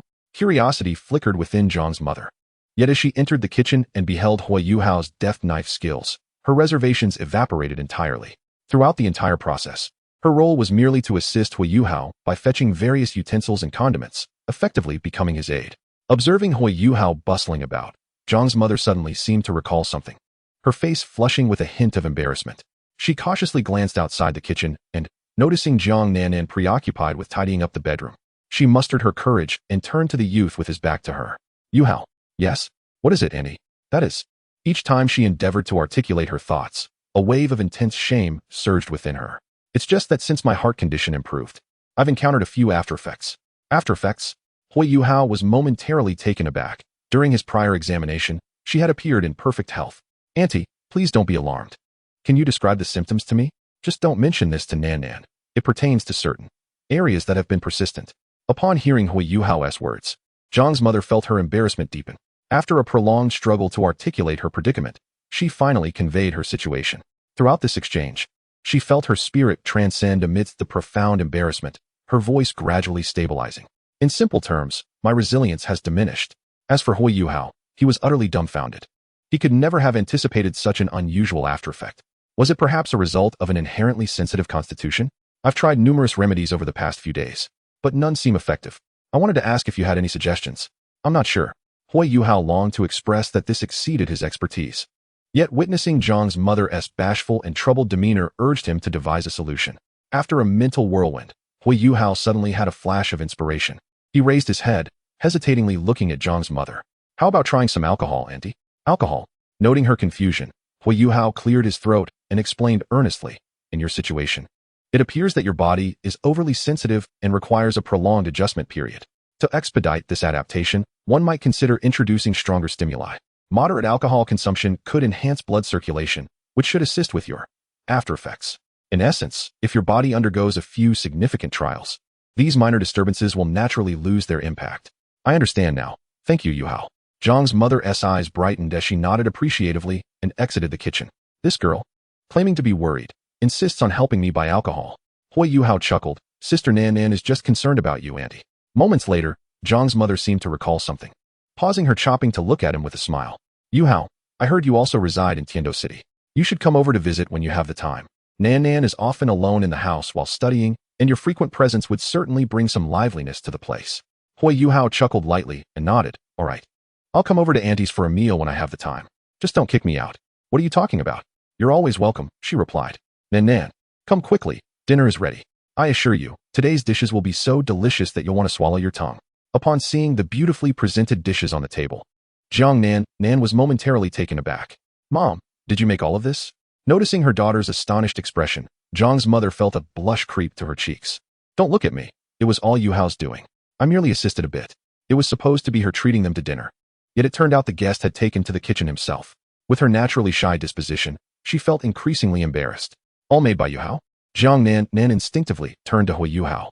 Yuhao, you can cook at such a young age? Where did you learn?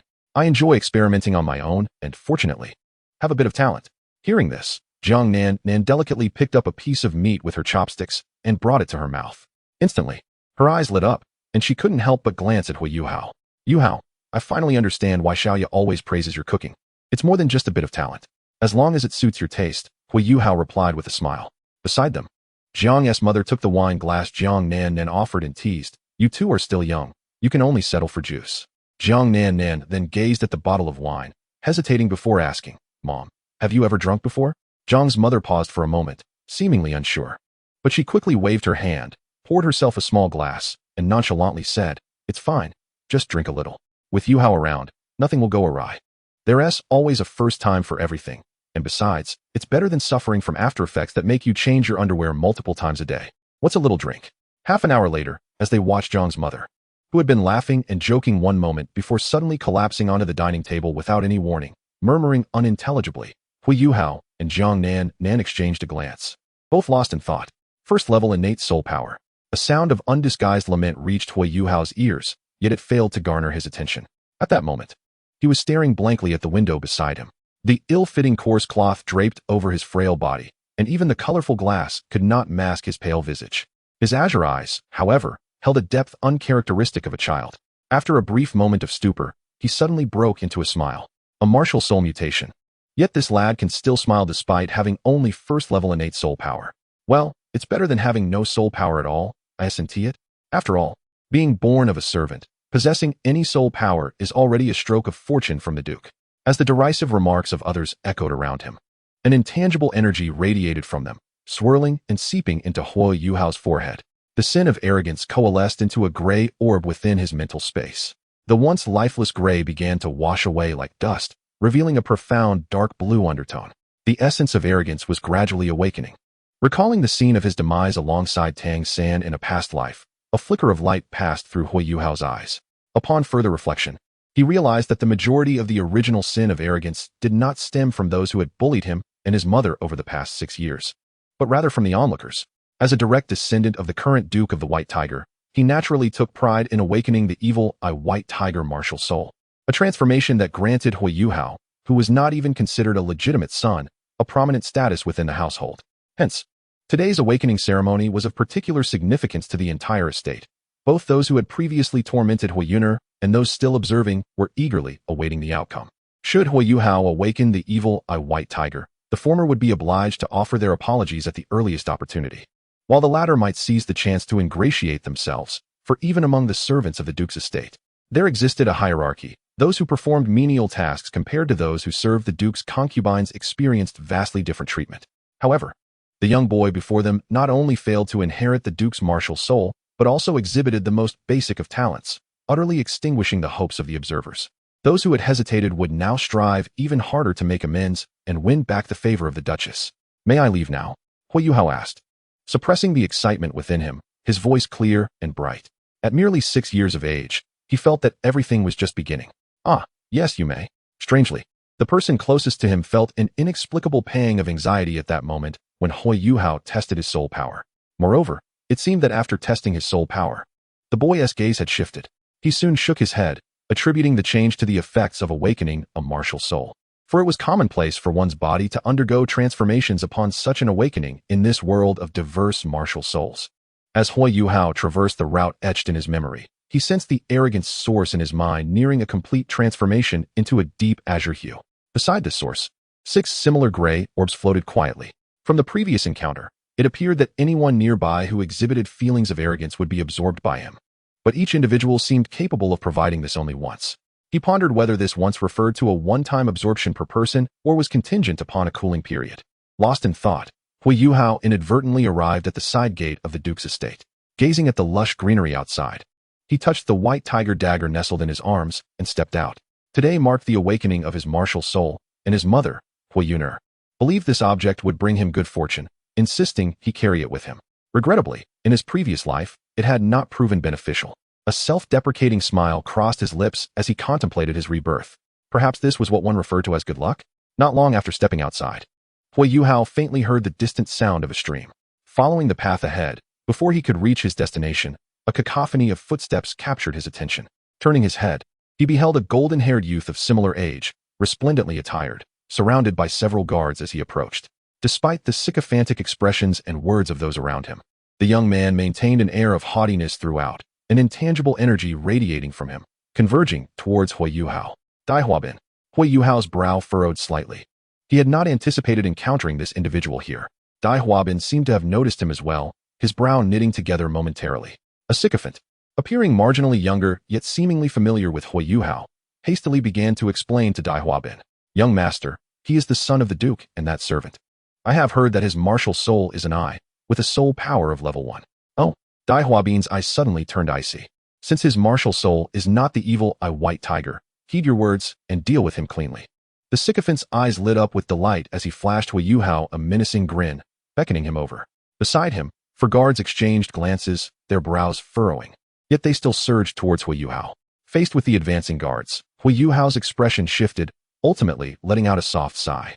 On such a joyous occasion, I had no intention of shedding blood.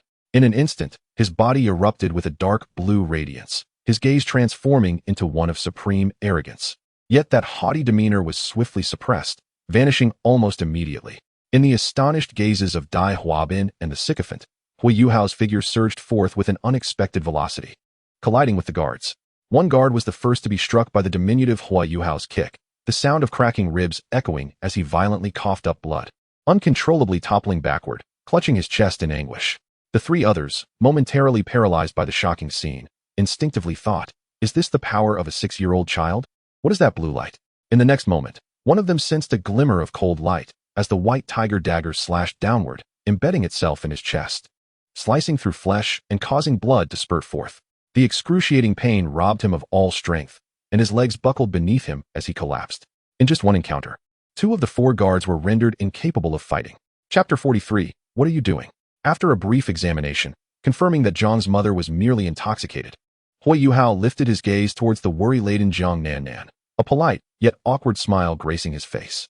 "And he certainly has quite the tolerance for alcohol." Zhang Nan felt a wave of relief wash over her. Suppressing her urge to laugh as she tidied the dishes on the table, she spoke softly. "I truly appreciate your help today. I can handle the cleanup here. Could I trouble you to carry my mother to her bedroom? It's getting cold." and I fear she might catch a chill sleeping here. Of course.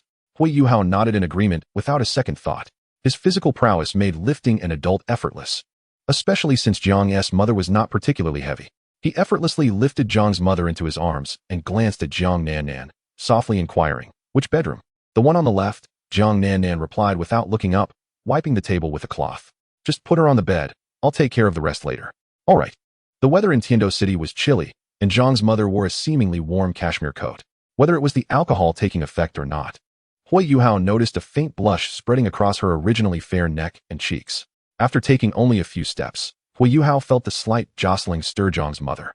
Her tightly shut eyelids fluttered slightly, and her already rosy lips deepened in hue, occasionally exhaling warm breaths against his neck, sending an involuntary shiver down his spine.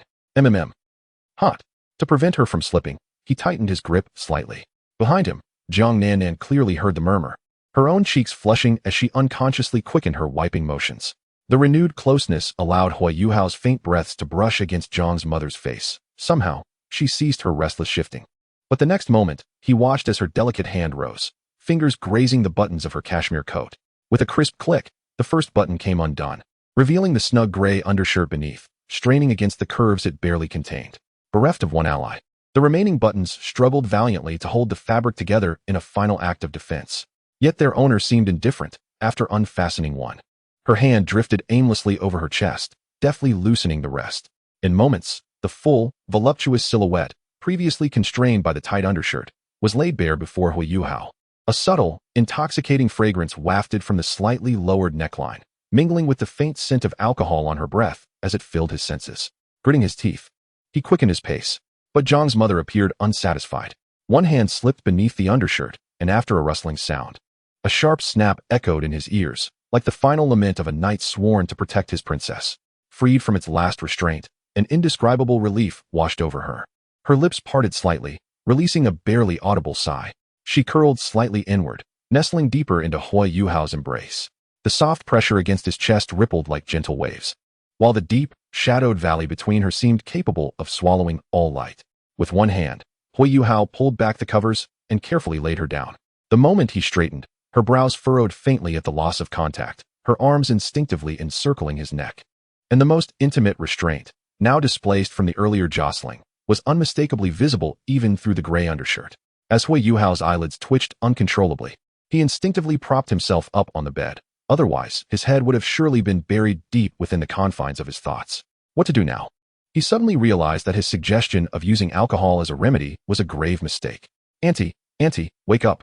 At the sound of Huo Yuhao's call, Jiang's mother's tightly shut eyes quivered slightly, and finally, under the boy's expectant gaze, they slowly opened. Yuhao? Her dazed expression regained some clarity upon seeing the youth before her. As her lips parted, a hoarse yet unusually gentle call emerged from her throat. Auntie, how do you feel? A bit dizzy, Jiang's mother replied slowly, her words sluggish and muddled. After a considerable pause, she asked, Am I drunk? Yes, Auntie. Could you let go of me for a moment? I'll brew you some tea to sober up. Drinking is perhaps not the most suitable remedy. As Huo Yuhao spoke, he attempted to free himself from Jiang's mother's embrace. However, in her inebriated state, she seemed oblivious, mistaking his actions for remorse over her drunkenness, and instinctively tightened her grip, pulling Huo Yuhao closer to her. It's fine, I don't blame you. It's not a matter of blame. Whether it was the atmosphere or his own exhaustion from supporting himself, Huo Yuhao's breath grew increasingly heavy, brushing against Jiang's mother's face, causing her temperature to rise. Jiang's mother bit her lip, her complexion flushed with an unusual hue, her hands wandering through Huo Yuhao's hair at the back of his head, seemingly enduring something. Nevertheless, her voice remained soft. Next time, just drink a little less. Under the intoxication of alcohol, any sense of shame Jiang's mother felt seemed to vanish entirely. Instead, she found the sensation of floating rather delightful, amplified by Huo Yuhao's fervent breaths that escalated her rising temperature. An unexpected thought crossed her mind. Isn't this treatment remarkably effective? Once that notion took root, her thoughts began to spiral uncontrollably into the abyss. She unconsciously glanced into the azure depths of the boy's eyes. Yuhao, why don't you stay here tonight? Unaware that Jiang's mother's foggy mind was veering into strange territories, Huo Yuhao felt utterly bewildered. What on earth was happening? Why had things turned out this way? Before he could unravel the situation, Jiang's mother's voice, thick with unusual emotions, rang out once more. I feel like the after effects will fade more quickly this way. Is that so? Huo Yuhao parted his lips, at a loss for words. Just then, The sound of approaching footsteps broke the tension, and Jiang Nan's concerned voice gradually filled the air. Yuhao, what's wrong with my mother? In the next moment, time seemed to come to a standstill. Jiang Nan's words abruptly ceased, and the room fell into an eerie silence, as palpable as the sound of a pin dropping. Staring at the scene before her, Jiang Nan's mind plunged into chaos in an instant. A disheveled beauty, with a flushed complexion, lay languidly upon the bed, her arms entwined around the neck of a youthful boy. The bizarre scene struck Jiang Nan with an overwhelming shock, the gravity of which is easily imaginable. Most importantly, the woman was her mother, and the peculiar emotions that had surged within her upon witnessing Huo Yuhao treating her mother's ailment resurfaced, spreading through Jiang Nan's heart at a pathological speed. Clutching at the last shred of hope, Jiang Nan asked, her tone laced with confusion, What are you doing? Chapter 44, yet again trampled. It's Nan. Jiang's mother seemed oblivious to the inappropriate nature of her and Huo Yuhao's position, turning her gaze towards the doorway where Jiang Nan stood, and mumbled, Tonight, Yuhao is sleeping with me to treat the aftereffects. Aftereffects? Upon hearing this, Jiang Nan's expression tightened, and she quickly turned her attention to Huo Yuhao. Are these aftereffects dangerous? Huo Yuhao's lips twitched. It wasn't that perilous. Listening to Huo Yuhao's reassurances, Jiang Nan instinctively recalled her mother's sudden request for alcohol earlier, and a vague understanding dawned upon her. She nodded gratefully at Huo Yuhao. Yuhao, I truly appreciate your efforts. No. Huo Yuhao had nearly voiced his thoughts, but the gratitude reflected in Jiang Nan's eyes rendered him speechless. His mouth opened and closed repeatedly, and after a moment of internal persuasion, he sighed softly. You're welcome. Since you're staying here tonight, would you like to? Jiang Nan hesitated. As if a thought had crossed her mind, her cheeks inexplicably flushed. Perhaps a shower first? A few minutes later, she stood at the bathroom door, gently knocking. Yuhao, did you bring a change of clothes? I have some in my storage space, no need to worry. Huo Yuhao felt an inexplicable oddity in the air as he heard her voice from outside. How did a simple treatment turn into this? Before long, a rustling sound emanated from beyond the door. Then I'll help wash the clothes you change out of. No, that's unnecessary. Before she could finish her sentence, a light laugh escaped Jiang Nan. You've helped us so much. I ought to do something in return, right? Anticipating Huo Yuhao's potential objections, she preemptively continued. And don't say you haven't done anything. I have some understanding of how difficult my mother's condition is to treat. Huo Yuhao fell silent, quietly pouring water from the wooden tub over himself. Yuhao, do you know? I actually feel very fortunate to have met you at the medical clinic. Through the frosted door of the bathroom, Jiang Nan seemed to open up, glancing at the stars outside as she spoke softly. Before this, I had learned of a hidden sect that could save my mother, but the price they demanded was my own life. Huo Yuhao's gaze flickered, and his mind suddenly grasped the gravity of her words. Although she did not mention the name of the sect, recalling the relationship between Su Sanshi and Jiang Nan in his previous life, he finally comprehended the extent of her gratitude. So you must realize how significant your assistance has been to me. Jiang Nan paused, her tone serious as she declared, I owe you a life. My price for assistance is not exorbitant. Those golden soul coins will suffice. Is that so? Upon hearing Huo Yuhao's resigned words, a faint smile graced Jiang Nan's lips. I'll keep that in mind. Not wishing to dwell on the topic any longer, she continued, By the way, Yuhao, if possible, could you come over to my house to play more often? Huo Yuhao, intrigued by her words reminiscent of Jiang's mother, inquired, What's the matter? It's just that my mother seems quite fond of you. Throughout the years she has raised me, I have never seen her smile as joyfully as she did during dinner today. Therefore, I hope you can visit whenever you have the time. Of course, I will compensate you. There's no need for compensation. Huo Yuhao smirked slightly, rising to dry himself with a towel. I'm quite pleased to have a place to enjoy a meal, and I shall visit often. Upon returning to the bedroom, Jiang's mother, seemingly having awaited his return, tenderly lifted the covers, her gaze inexplicably fixed upon Huo Yuhao. Her feelings were peculiar. Despite the heat radiating from his touch, she felt no discomfort. Yet, during his brief absence for a shower, an unsettling restlessness had settled over her. In less than 10 minutes, she found herself growing impatient. Huo Yuhao, noticing the intense look in Jiang's mother's eyes, swallowed nervously. After a moment of mental preparation, he cautiously slipped under the covers. As soon as he lay down, he felt the warmth beside him draw near, akin to embracing a plush pillow, as Jiang's mother enveloped him in her arms. Involuntarily inhaling his scent, she experienced that peculiar sensation again, sending a shiver through her being, prompting an instinctive, soft murmur from her lips. With her unconscious movements, Huo Yuhao felt the playful nudging of her curves beside him, boldly showcasing their impressive allure. The familiar discomfort he had endured at the hands of Zhang Lishuan in the Star Dove Forest resurfaced, making him feel like a fragile boat amidst a tempest, silently braving the brilliant storm. Sensing Huo Yuhao's unease, Jiang's mother, somewhat dazed, rolled her throat lightly and tentatively lifted her tank top slightly, asking, "Would you like to try what you did that day to heal me?" Creaking sounds came from the kitchen as Huo Yuner peeked out while preparing breakfast. Upon seeing Huo Yuhao, she sighed in relief. Although he was now a sole master, her worry lingered over his unexpected overnight absence. Recalling the exhausting ordeal of being run over by a cart the previous night, Huo Yuhao pursed his lips, his smile appearing somewhat strained. That patient's condition was rather complicated. By the time I resolved it, it was far too late, so I simply spent the night at the clinic. Was the clinic a comfortable place to sleep? Huo Yuner remarked, noticing the faint trace of fatigue etched on Huo Yuhao's brow, her heart aching for him. After having breakfast, let's take a brief rest. All right. Huo Yuhao nodded gently. Rather than saying he hadn't slept well, it would be more accurate to say he had scarcely slept at all the previous night. The moment he closed his eyes, the vision of the white flowers he encountered last night flooded his mind. Healing is truly not a task for the ordinary. Huo Yuhao sighed softly and sat at the dining table for a while, as Tang Ye and Gu Yuna gradually made their way downstairs. Upon seeing him, Tang Ye's eyes lit up, and she pulled out a chair, expressing her concern. "Yuhao, are you all right?" As her words fell, Gu Yuna seemingly glanced at Tang Ye inadvertently, and upon sensing her gaze, Tang Ye's face suddenly flushed, her composure faltering as she nodded in a forced manner. "Then you should rest well." With that, she hurriedly retreated to the kitchen to assist Huo Yuner in preparing breakfast, as if fleeing. Huo Yuhao raised an eyebrow at this, but before he could ponder further, he was suddenly enveloped by a fragrant breeze. He noticed Gu Yuna had somehow appeared beside him, her delicate face leaning towards his neck, gently inhaling. After a brief moment, Gu Yuna lifted her head, her violet eyes blinking twice. "Are you holding on to the healing aspect?" Chapter 45, The Legend of the Dragon King. "Yuhao, why are we here?" Tang Ye couldn't help but voice her curiosity as she surveyed the lush woods surrounding them. While she was certainly familiar with the sunset forest, the three of them had no need to gather soul rings. So what was their purpose here? "To teach you how to harness your devouring talent for cultivation," Huo Yuhao explained softly. As his words echoed, his pupils emanated a faint golden glow, drawing Tang Ye and Gu Yuna into a shared mental exploration. Understanding Huo Yuhao's intention, Tang Ye nodded without further inquiry. Soon, with the aid of the mental probe, Huo Yuhao led the two to a clearing that appeared to be the battleground of two colossal soul beasts. Massive trees lay severed, some bearing fierce claw marks, while others showed signs of being charred. The scene was undeniably tragic for the flora. Huo Yuhao turned to Tang Ye, speaking gently. "What you need to do now is act as a conduit between them, allowing the life force of the entire system to flow." "Huh?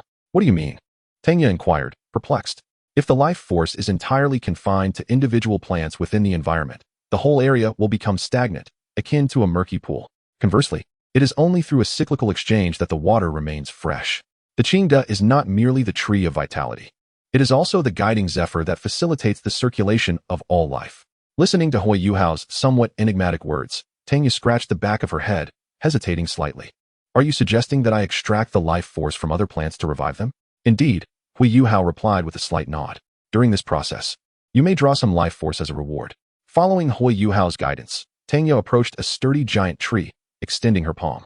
A dark blue-silver grass began to extend until it made contact with the trunk, extracting a portion of life force from it.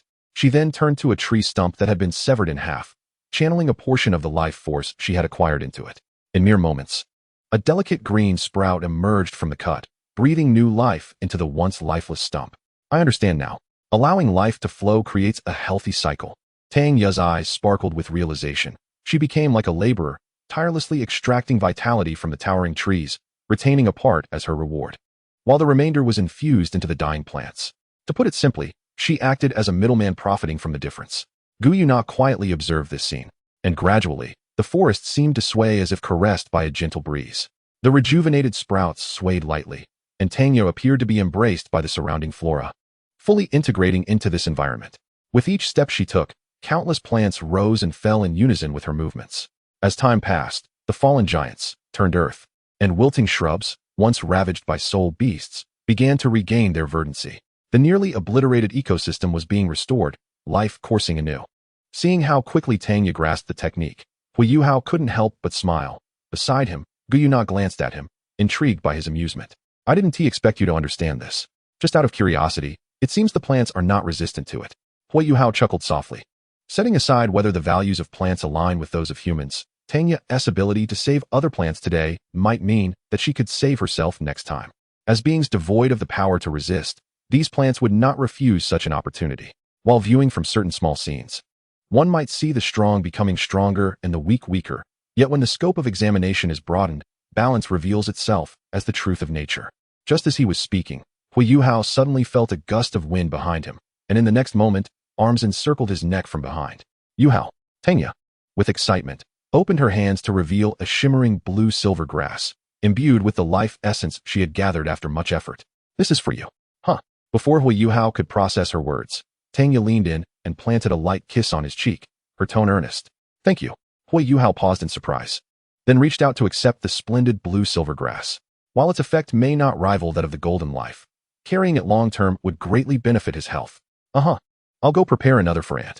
After saying this, Tanya playfully kissed him again before gleefully returning to her work. Observing her spirited demeanor, Huo Yuhao touched his cheek, still warm from her kiss, and gently tugged at the corners of his mouth. Meanwhile, Guyuna silently watched the scene, her gaze flickering slightly.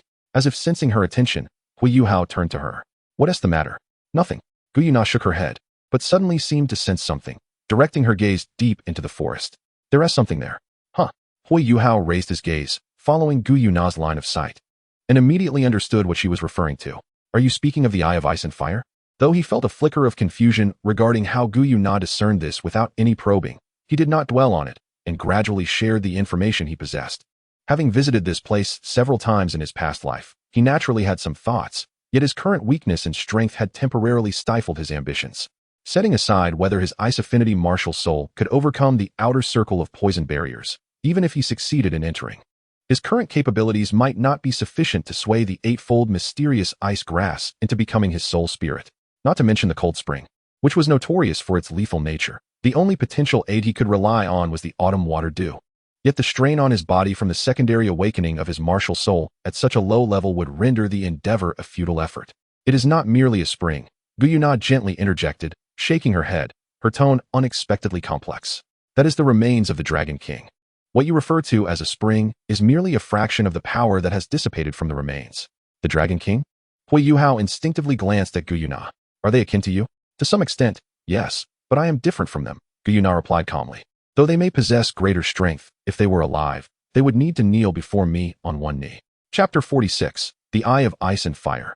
Observing Huo Yuhao's bewilderment, Guyuna softly elucidated. In the heyday of the Dragon Clan, they were direct subordinates of the Dragon God. While I am a fragment separated from the Dragon God, effectively a manifestation of the Dragon God itself, hence our differing statuses. Is the Eye of Ice and Fire the resting place of the Ice and Fire Dragon King's remains? Huo Yuhao pondered for a moment, and suddenly looked up at Guyuna. Will it be of assistance to you? What is it? Nothing. Only the power left behind by the Dragon God, which shares my origin, can be of help to me. In contrast, the remnants of the Ice Dragon King would benefit you greatly, not only allowing your Ice Affinity martial soul to evolve, but also conferring immense advantages upon you. Huo Yuhao was momentarily taken aback. He had not anticipated that Guyuna mentioned this matter due to the Ice Dragon King's potential benefits for him. He opened his mouth several times, uncertain of what to articulate, and after a long silence, he finally uttered 2 words. Thank you. You're welcome. Your growth will enable you to swiftly gain a voice within the human community, fostering a mutually beneficial relationship. Her voice remained ethereal, yet Huo Yuhao sensed a slight uplift in her tone compared to before. Returning to the matter they had been discussing. While the prospect of absorbing the Ice Dragon King sounded appealing, the reality of such an undertaking was far from simple. Guyuna had previously mentioned that her current strength only reached the level of a first-tier deity, while the Ice and Fire Dragon King was even more formidable, essentially a deity king. Was this something he could truly absorb? He was merely at the first ring. He could not even absorb the cold spring that emanated from the Ice Dragon King's remains, and was now contemplating the absorption of the Ice Dragon King itself. Is this step not too ambitious? It is essential to recognize that dragons are often proud and domineering beings, even in death. Their lingering willpower does not permit their strength to be easily absorbed by others. In his previous life, his mentor Moon suffered greatly due to a dragon's essence. Despite being nurtured for a century, he was ultimately harmed by the hidden malice within the dragon's essence due to carelessness, which severely injured his core. A mere ordinary light sacred dragon caused great trouble for the illustrious dragon god Douluo, and now he was about to attempt to absorb the essence of a dragon king. The difficulty of this task was exponentially greater. The 2 dragon kings had been deceased for many years, and their remaining energy had long ceased to be of divine king caliber. It was uncertain if they even retained the power of a first-level deity. As if anticipating Huo Yuhao's thoughts, Gu Yuna cast him a sidelong glance and softly explained, although you cannot fully absorb it at present, acquiring a measure of it to facilitate a round of evolution for your martial soul is still achievable. Prepare yourself, we shall depart shortly. Upon hearing this, Huo Yuhao refrained from further comment, turning to inform Tang Ya, who was still gathering life force, before focusing his attention on Gu Yuna. Let us proceed. I know the way. Before he could finish his sentence, a delicate sensation enveloped his palm, causing him to pause and instinctively glance at the soft hand that grasped his. Accompanied by Gu Yuna's ethereal voice, she said, there is no need for such complications. Following her words, Huo Yuhao distinctly felt an invisible wave emanating from Gu Yuna, causing fear to flash in the eyes of the surrounding soul beasts, who, after a mournful whimper, hastily retreated from their current location. In the next moment, a pitch-black spatial rift materialized before them, swallowing the two into its depths. When their vision cleared, they found themselves gazing at a sky filled with multicolored poisonous clouds, and not far ahead lay a lake with distinctly red and white waters. The surrounding flora had evidently sensed the presence of these uninvited guests. Some emitted a faint glow, while others twisted their stems and leaves, subtly orienting themselves toward the newcomers. A large pale pink flower, situated at the confluence of the two colors, gently swayed, its tone tinged with caution. Who are you? How did you get here? It could not help but feel anxious. It had not sensed any disturbance in the external poisonous array, yet these two appeared out of thin air. Strangely, the silver-haired human girl exuded no discernible aura. One must understand that the perceptive abilities of plant soul beasts are inherently superior to those of animal soul beasts, and such an occurrence was unprecedented for it. Feeling ignored, the pink flower's voice took on a hint of irritation. This was not merely due to the demeanor of the intruders, but also out of concern for the environment upon which they depended for survival. If the origins of these two humans were unclear, who could say whether they would disclose the state of this place once they left? Should such a revelation occur, it would likely spell disaster for all the plants residing here. As soon as the words were spoken, the young girl finally halted as she desired, turning her head towards its direction. Although her eyes remained as calm as ever, an indescribable chill enveloped it. What do you intend to do? In an instant, the petals of the large pink flower instinctively recoiled, and in the face of Gu Yuna's subtle pressure, even its tone took on a cautious note. You have invaded our sanctuary. You ought to introduce yourself. Sanctuary? Gu Yuna let out a light scoff, as if she had heard a rather amusing jest.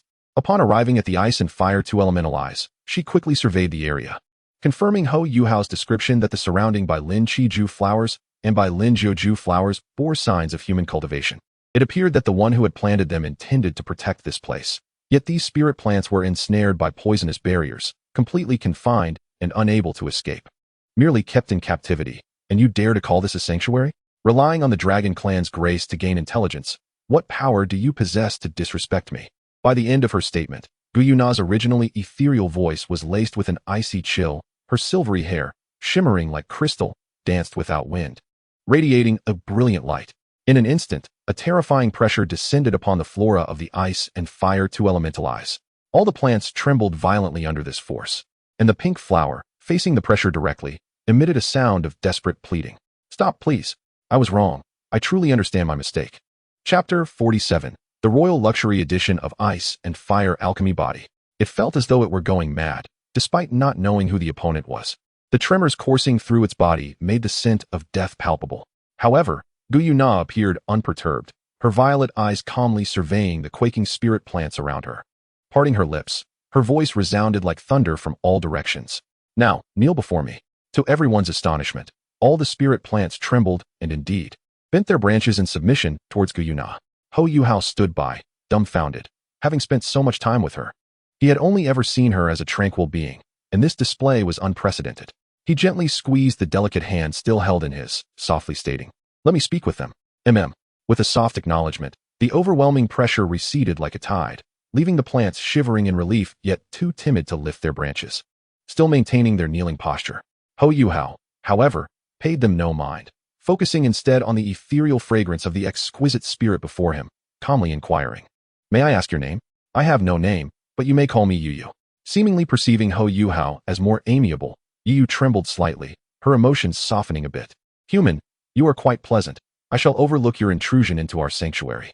Immediately following, it became evident that the entity was somewhat perturbed by Gu Yuna's earlier remarks, prompting it to continue speaking. Moreover, we are hardly confined. The poisonous barriers surrounding us were deliberately arranged by that individual to ensure our safety and prevent any humans from intruding upon our domain. Upon hearing this, Gu Yuna and Huo Yuhao exchanged a glance instinctively.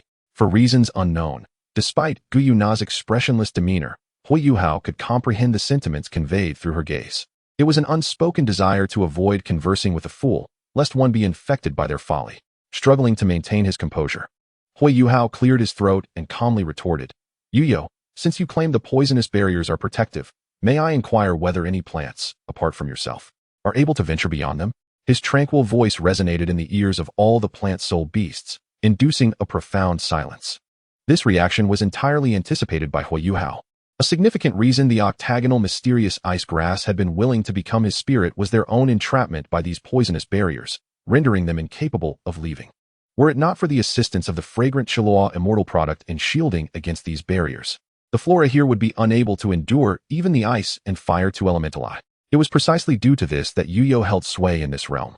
Even if what you say is true, Yuyo's tone faltered, that individual has also facilitated our planning, allowing us to better harness the ice and fire two elemental eye to enhance our cultivation. Huo Yuhao's lips twitched slightly.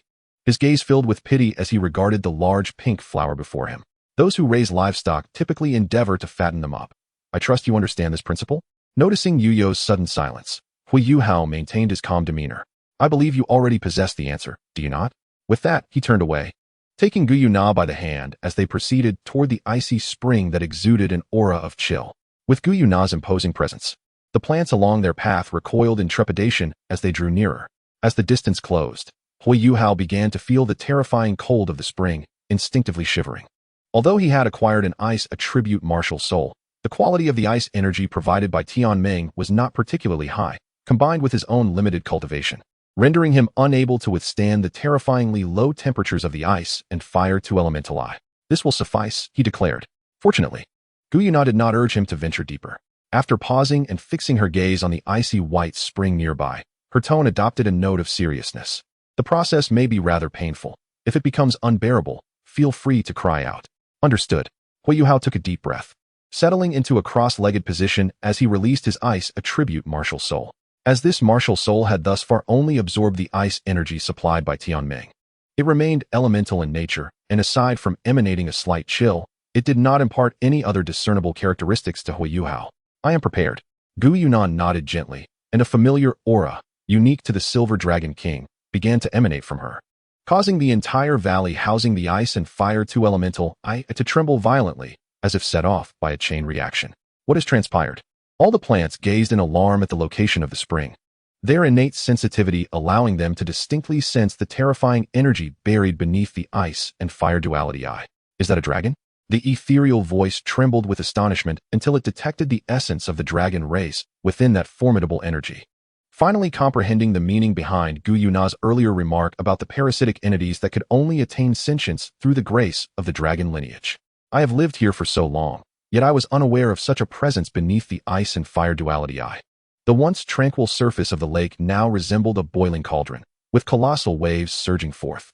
The already chilling temperatures plummeted further due to the residual energy of the Ice Dragon King, causing the air above the lake to crystallize into vast expanses of frost. Moreover, it was not just the cold spring. Even the red, searing spring exhibited the same phenomenon. The surrounding flora had no doubt that even a mere trickle of this spring's energy could incinerate everything in the valley, reducing it to barren wasteland. However, their concerns were unwarranted, for under Gu Yuna's control, the spring seemed to be obstructed by an invisible barrier, preventing any energy from escaping. As time elapsed, two radiant beams of light suddenly surged skyward from the tumultuous lake, the blinding brilliance causing observers to instinctively squint. Moments later, the luminescence began to wane, revealing two massive dragons that appeared to be formed from the lake water itself. One was white, the other red, although they bore a striking resemblance to the lake. The energy they emanated far exceeded that of the ice and fire duality eye. Even from a distance, Huo Yuhao could distinctly perceive the terrifying energy contained within those two dragons, his throat constricting as he turned to Gu Yuna. Wasn't it agreed that only a small amount would be absorbed? Allowing you to absorb a little is not tantamount to taking it all. Gu Yuna gazed at the two dragons, her voice unusually tinged with excitement. I will seal the remainder and take it with me. However, I did not anticipate that the souls of these two dragons had not fully dissipated, which is indeed a pleasant surprise. Will this be of assistance to you? Yes. Their power is of no use to me, but their souls can aid in restoring my strength. Furthermore, sealing them will be easier with their cooperation. Huo Yuhao's expression twitched before he continued to inquire. And what about the Fire Dragon King? The same applies. It is also for your absorption. As Guiyuna spoke, she raised her hand, beckoning the two dragon souls, which were reduced to mere instincts, their eyes gleaming with eagerness as they rushed toward her. The energy of the two dragon kings, even if absorbed in the slightest, would be lethal to you at this stage. You should be grateful that there are two dragon kings here, especially those of opposing attributes, the Ice and Fire Dragon Kings. Uncertain of what Guiyuna had done, the two dragons continually shrank as they approached, ultimately transforming into two spheres, one red and one white, each no larger than a thumb, adorned with intricate dragon patterns. Is this a dragon pill? As Huo Yuhao's bewildered voice fell, two faint phantoms emerged from the dragon den, swiftly vanishing into Guiyuna's body. Any singular attribute would rapidly dismantle your physique. Hence, simultaneous absorption is essential to achieve a balance between the two energies, which should also significantly enhance your physical prowess. Listening to Guiyuna's elucidation, Huo Yuhao inexplicably recalled a concept from his past life, where he had encountered the notion of achieving a refined body of ice and fire through the concurrent absorption of the eight-pointed xianbing grass and the fierce fire apricot blossom. He couldn't help but nod with a peculiar expression. Thus, does this imply that I am undergoing an upgraded version of the ice-fire refined body? Now that he comprehended this, he resolved to commence. With a single gesture, Guiyuna summoned two slender strands of energy from the dragon den, which then penetrated his chest. Excruciating pain descended upon him instantaneously. Chapter 48. Evolution of Martial Spirits. Observing his body tremble uncontrollably, yet gritting his teeth in silence, Huo Yuhao remained resolute. Guiyuna, with a tranquil demeanor and flickering gaze, suddenly heard a somewhat intricate voice whispering in her ear, "Are you not concerned that he may perish from this?" At that moment, Huo Yuhao's garments had been utterly obliterated by the terrifying energy left behind by the two dragon kings. His originally fair skin displayed a stark contrast. One section glowed of vivid crimson, while another appeared ashen, tormented by extreme cold. Although the means by which this energy was sealed remained a mystery, the anguish would not diminish regardless of the quantity absorbed. It was inconceivable for anyone to endure such torment. Despite not grasping how the young girl had uncovered the secrets buried beneath the eye of ice and fire, the recent observations allowed for a vague deduction regarding the eight-pointed xianbing grass. Nevertheless, the audacity exhibited by these two exceeded its expectations. While the girl, seemingly of dragon lineage, was one thing, the boy absorbing the energy was distinctly human. Furthermore, from its perception, this human's cultivation was exceedingly feeble. The mere fact that he could avoid being obliterated by that dreadful energy was remarkable, and yet he dared to aspire to absorb it? Guiyuna appeared to be stirred by this remark, casting a detached glance at the eight-pointed xianbing grass, her voice unwavering. "With my presence, he shall not come to harm." The branches and leaves of the eight-pointed xianbing grass momentarily stilled, as if struck by a realization, responding with astonishment. "A human is truly worthy of such commitment from you?" "I merely." From her silence, Guiyuna lowered her gaze upon Huo Yuhao and softly spoke. "I see a certain future within him. This future fills me with anticipation, compelling me to take this gamble. At present, it is merely a strand of energy. What is there to deem unworthy? You know I do not refer to that, but rather to your so-called method of ensuring his safety." Upon hearing this, Guiyuna shot another glance at the eight-pointed xianbing grass. "That is no concern of yours. Instead of fretting over this, you would do better to contemplate your own future." Instantly, the eight-pointed xianbing grass fell silent, understanding Guiyuna's implication, devoid of the support from dragon energy. The longevity of the eye of ice and fire remained uncertain, whether it would endure for 1,000 years, or perhaps 10,000. The lifespan of plant soul beasts is significantly longer than that of ordinary soul beasts, rendering their existence rather ephemeral. Should Huo Yuhao utter such a sentiment, a considerable portion of them might harbor resentment. However, once they came to the realization that they were merely parasitic creatures confined in captivity, their mindset began to shift. Even with the ice and fire duality eyes still present, how many would willingly remain, only to be ultimately harvested by humans as supplements? Before he could ponder further, Guiyuna seemed to sense something, turning her head towards Huo Yuhao, whose body was beginning to tremble violently. While the octagonal mysterious ice grass spoke in an inexplicably solemn tone, he was nearing his limit. Just as Guiyuna prepared to intervene, Huo Yuhao's body suddenly radiated a golden light.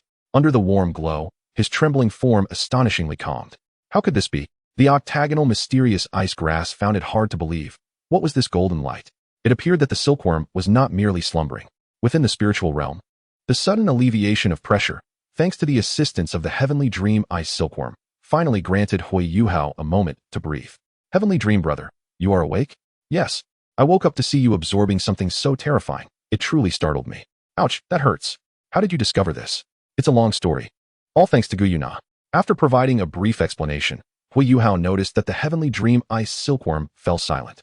Heavenly Dream Brother, what's wrong? Nothing. Just feeling a bit contemplative. The Heavenly Dream Ice Silkworm's voice trembled. The disparity between humans and silkworms is indeed vast. It's painful. Please, do not speak to me. Outside, Guyuna continued to observe Huo Yuhao intently. As time passed, the red and white hues on Huo Yuhao's skin began to fade, while a terrifyingly low temperature, much lower than before, radiated from his body.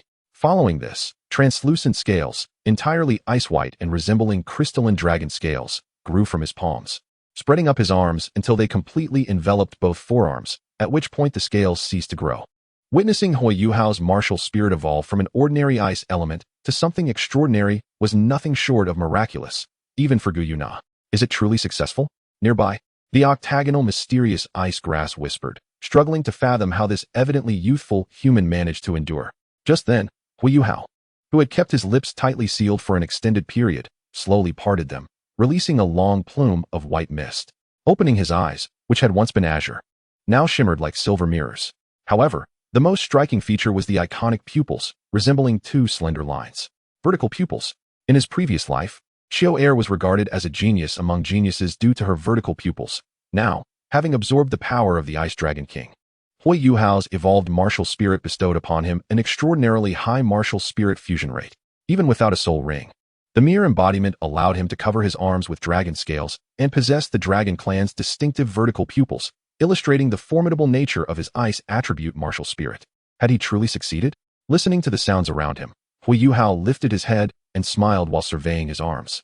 Thank you so much this time. How do you feel? Incredible. Huo Yuhao couldn't help but exclaim, though he had merely absorbed a trace of the dragon's essence. The evolution of his ice attribute martial soul surpassed that of the Ice Emperor Scorpion from his previous life, both in terms of power and physical prowess. As it evolved into a beast martial soul, it retained the ice control abilities from its former elemental state, allowing him to manipulate the surrounding temperature.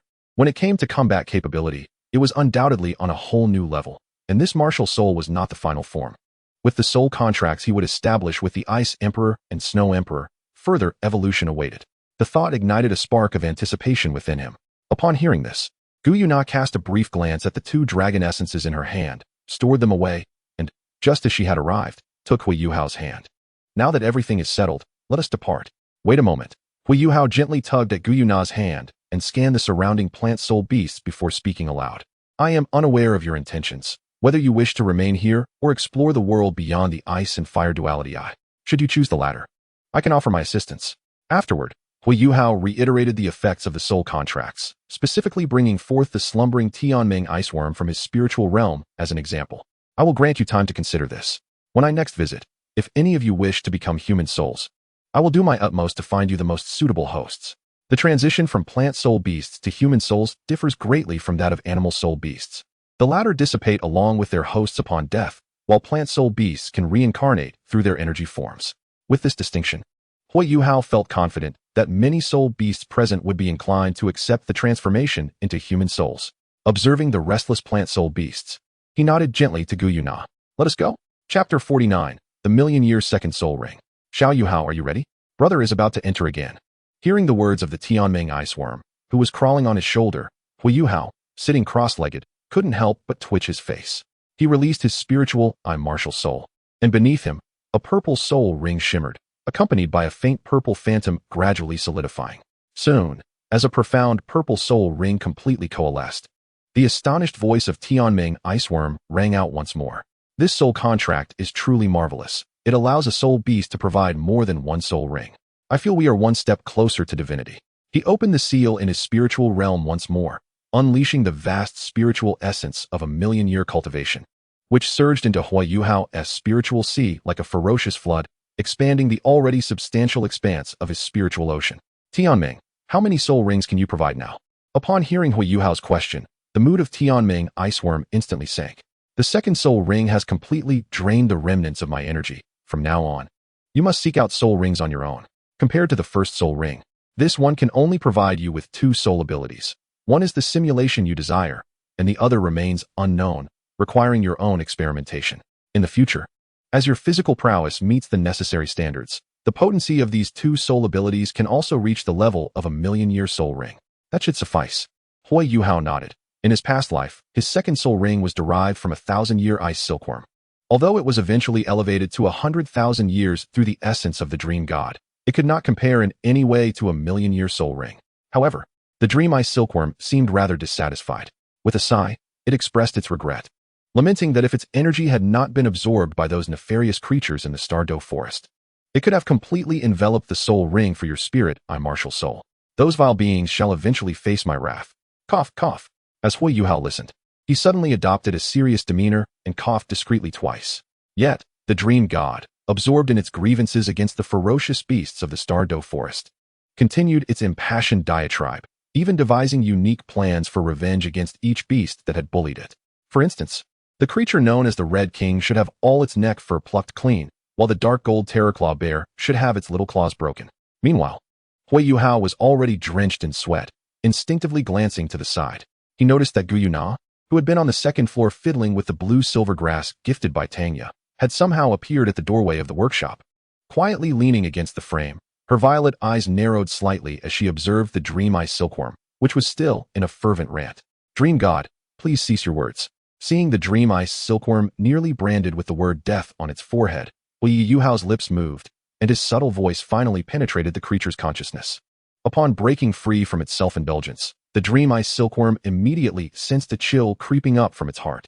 Instinctively, it turned its head and, upon seeing the silver-haired figure at the door, froze in place. After a long moment of awkward silence, it finally stammered, "Ahem. I just remembered that I haven't slept yet today. I shall take my leave." With that, the dream ice silkworm dared not linger for another second, transforming into a gleaming white light and vanishing into Huo Yuhao's chest. In the 2 years since, he had spent his nights meditating and training, while during the days, he practiced the destiny of death with Guyuna, crafted soul guidance devices, and occasionally visited Jiang Nanan's home to share meals and converse with her mother, Jiang Wanjun. The drinking therapy that Huo Yuhao had suggested proved effective, as her recovery from the aftereffects had indeed accelerated significantly, allowing her to fully recuperate in just over 2 months. Although the treatment had concluded, Jiang Wanjun had retained the habit of drinking, indulging occasionally. Huo Yuhao had learned her name during one of their conversations. While he found it curious that Jiang Nanan shared her mother's surname, there were indeed other peculiarities to ponder.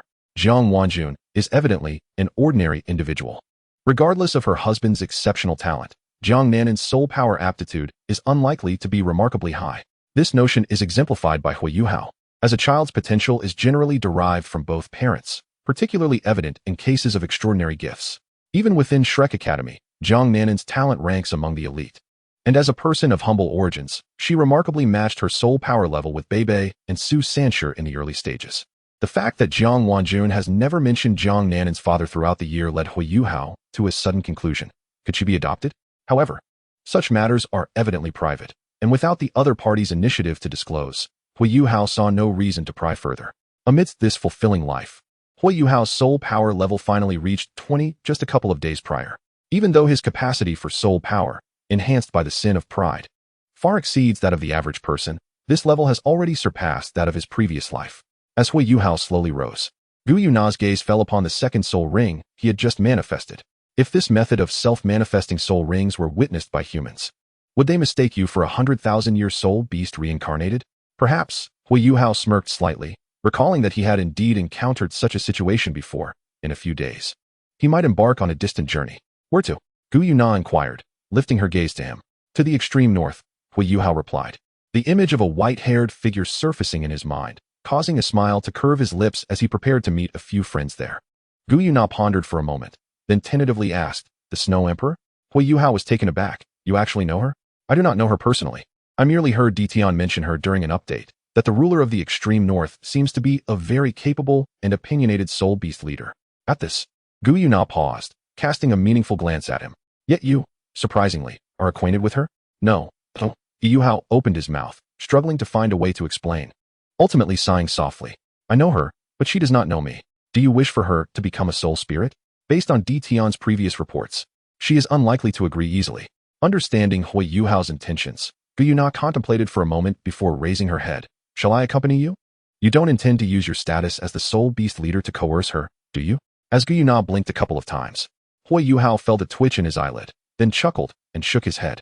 Thank you, but I am merely going to make friends this time. Having you, the soul beast leader, accompany me would change the nature of the visit. I can manage this alone. Please take care of things at home. All right, Gu Yuna acquiesced, her gaze falling upon the blue-silver grass infused with life that Tangya had gifted her. After a moment of silence, she spoke words often shared by Huo Yuhao and Tangya. Huo Yuhao paused briefly, smiling as he nodded. Very well. However, witnessing this scene within the spiritual realm, Tianming Iceworm was utterly astonished. If not for the identical aura, he would find it hard to associate the girl before him with the soul beast overlord, revered even by the beast god Di Tian. Yuhao, what is the matter? What's wrong, brother Tianming? In this lifetime, I have never asked you for anything. Today, I kneel before you, pleading for you to teach me a few techniques, as I am about to venture into the extreme north. I wish to partake in this journey as well. Listening to the increasingly choked voice of Tianming Binkan, Huo Yuhao could not help but roll his eyes. Yet, I have done nothing amiss, and isn't Gu Yuna quite normal? Do you perhaps harbor a misunderstanding of what constitutes normalcy? Yuhao, let us be frank. Observing Huo Yuhao's bewildered expression, Tianming Binkan hesitated for a long moment before ultimately refraining from voicing her thoughts. Ahem, in any case, do exercise caution. I sense that those around you possess ulterior motives, and you might find yourself. After much contemplation, Tianming Binkan finally discovered a suitable phrase to articulate her concerns, completely devoured. Chapter 50. The extreme north on the plains, snowflakes howled past in the biting wind. And as far as the eye could see, the world was a monochrome canvas, seemingly enveloped in a realm of purest white. A snowflake fortuitously drifted into Enlunya's hood, landing upon her neck, its frigid touch provoking an involuntary shiver. Enlunya pursed her lips, glancing at the elderly man beside her, eager to speak. However, before she could utter a word, her gaze was drawn to a slender figure amidst the swirling snowstorm in the distance. Was that a person? Unlike them, this individual appeared not to be bundled up against the cold, simply clad in a white fur coat. Were it not for the short black hair, Enlunya would have no doubt that this figure belonged to the pristine landscape, indistinguishable from its surroundings. An absurd sensation surged within her, and by the time she sought to discern the figure more clearly, it had vanished entirely into the tempest. Could that truly have been a human? Yet, in the next moment, the elderly man beside her seemed to sense something terrifying, his expression changing abruptly. Run! Without affording Enlunya a moment to process, he seized her collar and fled in the direction from whence they came, as if a moment's delay would result in dire consequences. Grandfather? What has happened? What was that? Being whisked away by her grandfather, Enlunya focused intently on the unfolding events, etching the awe-inspiring scene into her memory, as if it were a manifestation of celestial power. Ice Emperor, I have arrived. Dare you to show yourself? A grand voice resonated like thunder across the heavens, accompanied by an aura that sent shivers through her very soul, rapidly spreading across the boundless expanse of snow. Not long after, a terrifying energy erupted from a location opposite the golden beam of light, resembling a drop of paint dispersing in water, as dreamlike shades of green began to bleed into the gray-white clouds above. Tianming, is that you? A clear female voice rang out, and Enlunya distinctly felt her grandfather's pace quickening further. Time seemed to lose meaning as they finally reached the edge of the extreme north. The elderly man, still reeling from their narrow escape, set Enlunya down, panting heavily. Grandfather, are you all right? In the cold, silent night, Enlunya gently patted the old man's back while glancing behind. Watching the golden light and emerald clouds that had entirely vanished, a tinge of fear rising within him. I am fine, the elder reassured, waving his hand after catching his breath, his face mirroring the same trepidation. Enlunya's eyes widened in astonishment. Those were two soul beasts, but I distinctly saw them. Such terrifying power must belong to soul beasts over 100,000 years old. We must have chanced upon them during a territorial dispute, which explains our narrow escape. As for the boy who resembled a human, I took note of him. He is likely the manifestation of one of those ancient soul beasts. Grandfather, what about my soul ring? Very well. Meanwhile, in a cave located in the heart of the extreme north, a scorpion approximately 1.5 meters long, with a tail of vibrant green, gazed at the human youth before her with a complex array of emotions. After her spiritual essence had been imprinted, her voice resonated directly in Huo Yuhao's mind. What should I do?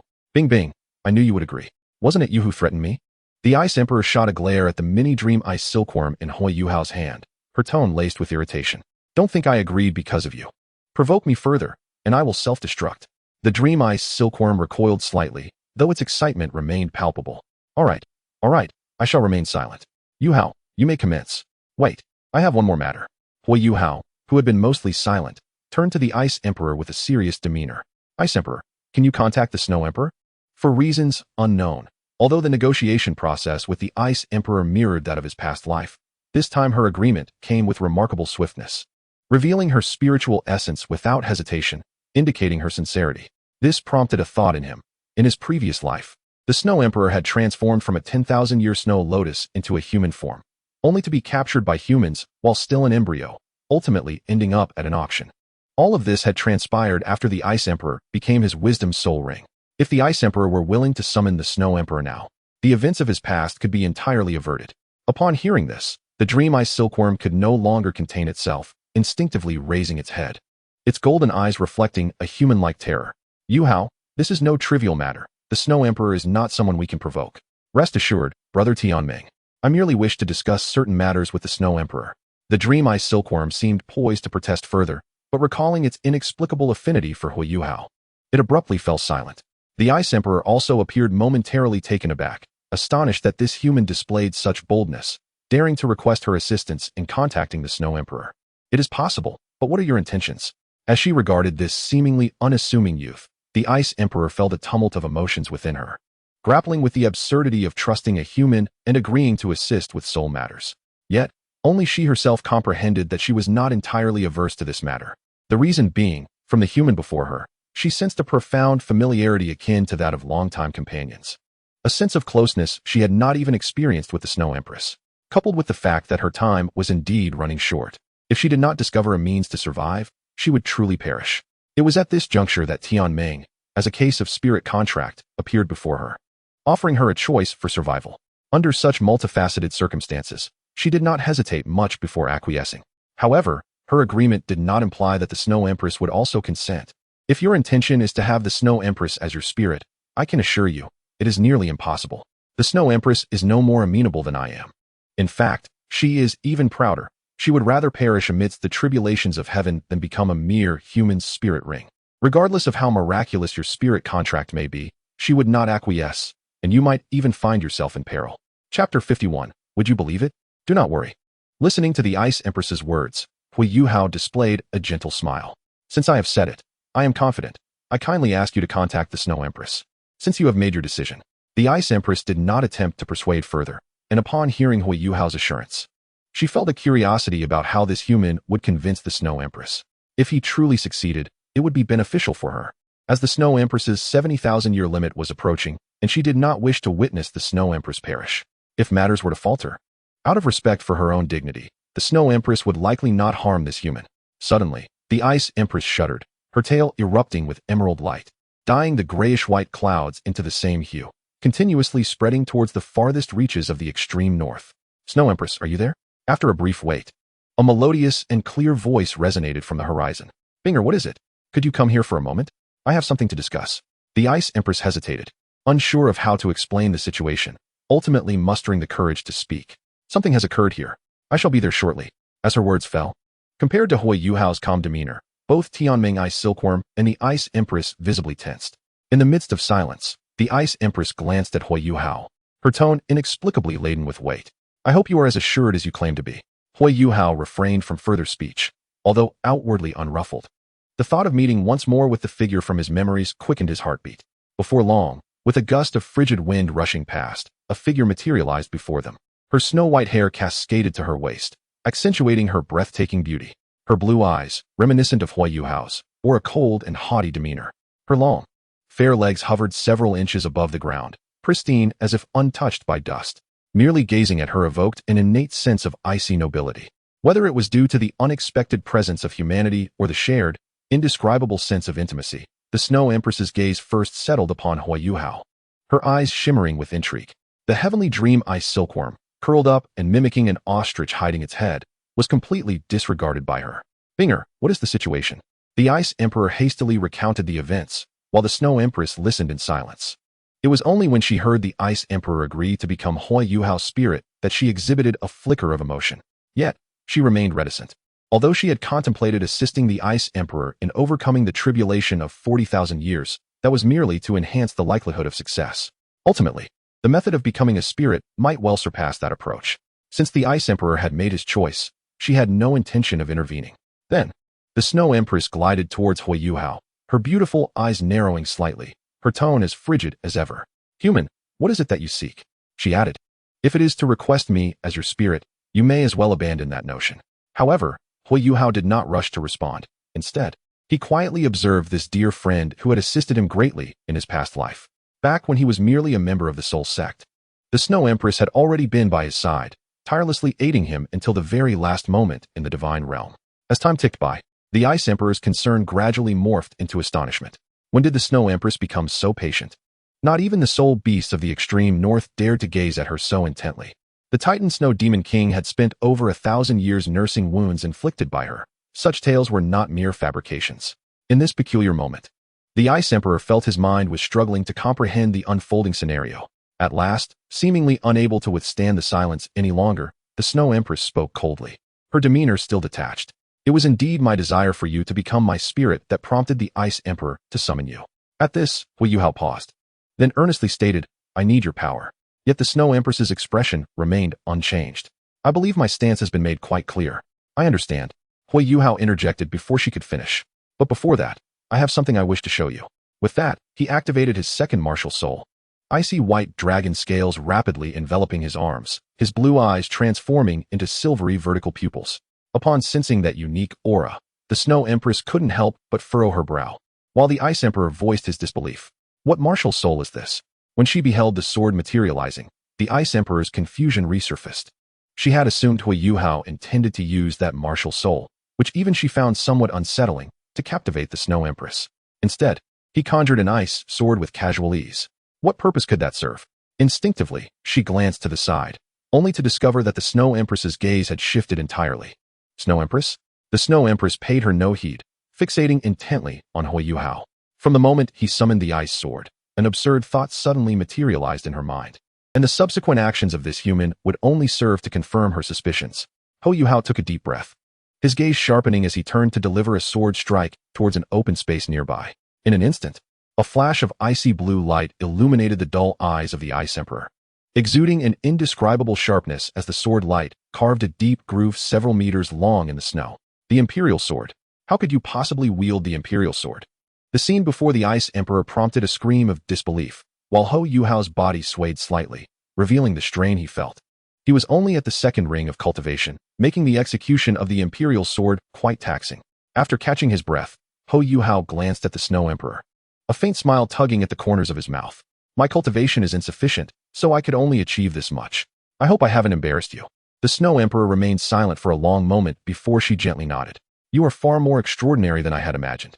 I wish to know how you came to master this technique. Would you believe me if I said you taught it to me?" The seemingly absurd and dismissive answer elicited a contemplative response from the Snow Emperor as she looked at Huo Yuhao, questioning him in return. "If I taught you, then you should also know the other technique, right? Is this what you mean?" As he spoke, Huo Yuhao raised his left hand, and in that moment, the surrounding chill converged towards it, tinting his originally fair palm with a faint icy blue hue. Chapter 52. What a fool. Sensing the undeniable cold emanating from his hand, the Snow Emperor fell silent once more. He truly can. How could she not recognize her own signature skill? Despite being inferior in cultivation, the proficiency with which he executed the technique certainly matched her own. But how could this be possible? That was her original combat technique. How could an unfamiliar human possibly perform it? "I truly cannot execute the Imperial Cold Sky." Huo Yuhao dissipated the chill from his hand, observing the Snow Emperor's conflicted expression with a light chuckle. "But I suppose it is unnecessary for me to continue demonstrating, correct?" Silence enveloped them. The howling cold winds and the cacophony of the snowstorm vanished in an instant. Huo Yuhao chose not to speak further, merely watching the silent Snow Emperor. "Your current body cannot yet bear my power." After a long pause, the Snow Emperor lifted her head, gazing deeply at him, her tone markedly less indifferent than before. "Moreover, I cannot leave with you now. There are matters in the extreme north that require my attention. Come again next time." At this point, she hesitated, struggling to articulate the remainder of her thoughts. "When you come next time, I will provide you with an answer." Upon hearing this, both the Ice Emperor and the Dream Ice Silkworm were momentarily taken aback. They had never anticipated such a turn of events. Though not fully articulated, it was clear that the Snow Emperor had been persuaded. They had truly succeeded. Huo Yuhao also felt a slight sense of relief as two profound purple soul rings began to rise beneath his feet. As the first soul ring illuminated, a mental detection link was established with the Snow Emperor. Through this connection, he conveyed the potential future circumstances in which the Snow Emperor might be captured by humans upon transforming into her human form.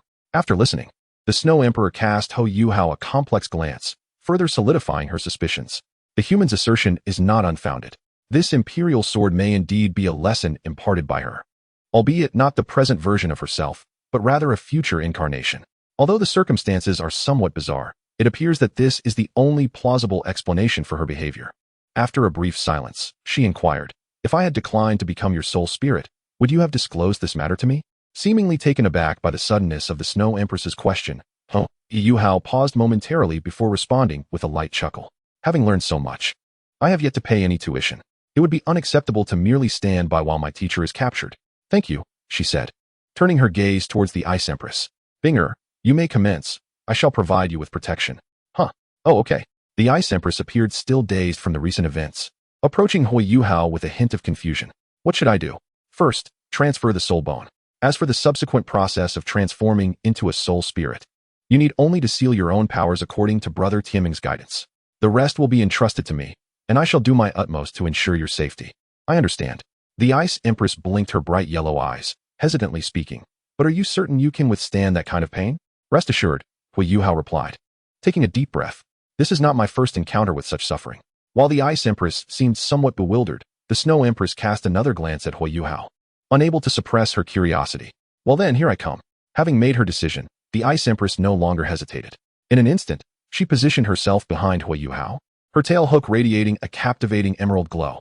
In the next moment, it pierced through Huo Yuhao's back like a bolt of lightning, breaking through skin, fascia, and ultimately embedding itself within his bones.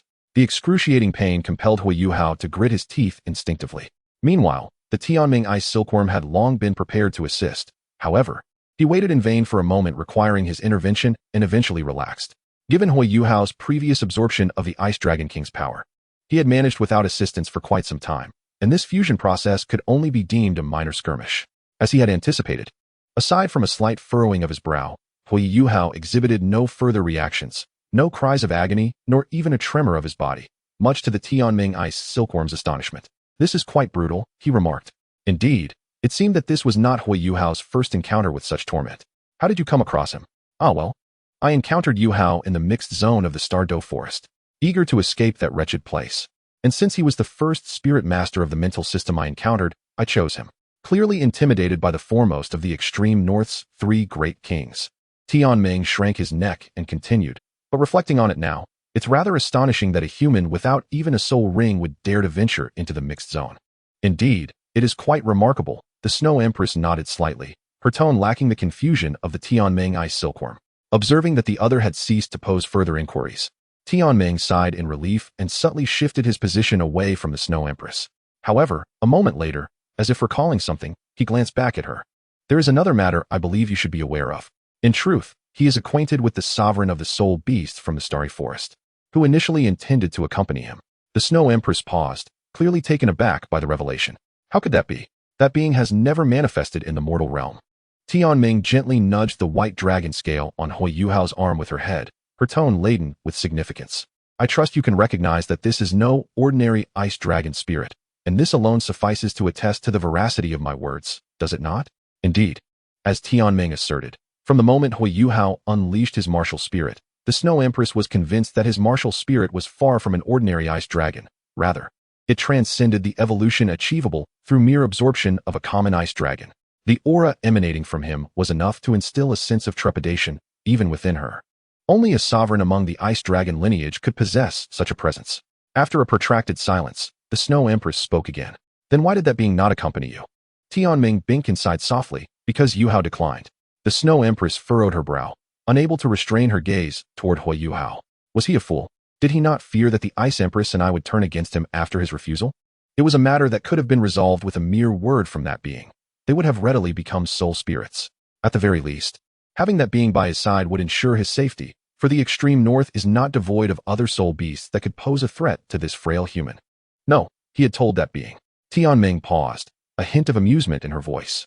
This journey to the extreme north is for the purpose of forging friendships. Silence descended once more. The Snow Empress gazed at the youth, her mouth opening several times, yet she found herself at a loss for words. After a long moment, her cool voice rang out again. What a foolish boy. Chapter 53, Original Sin, Greed.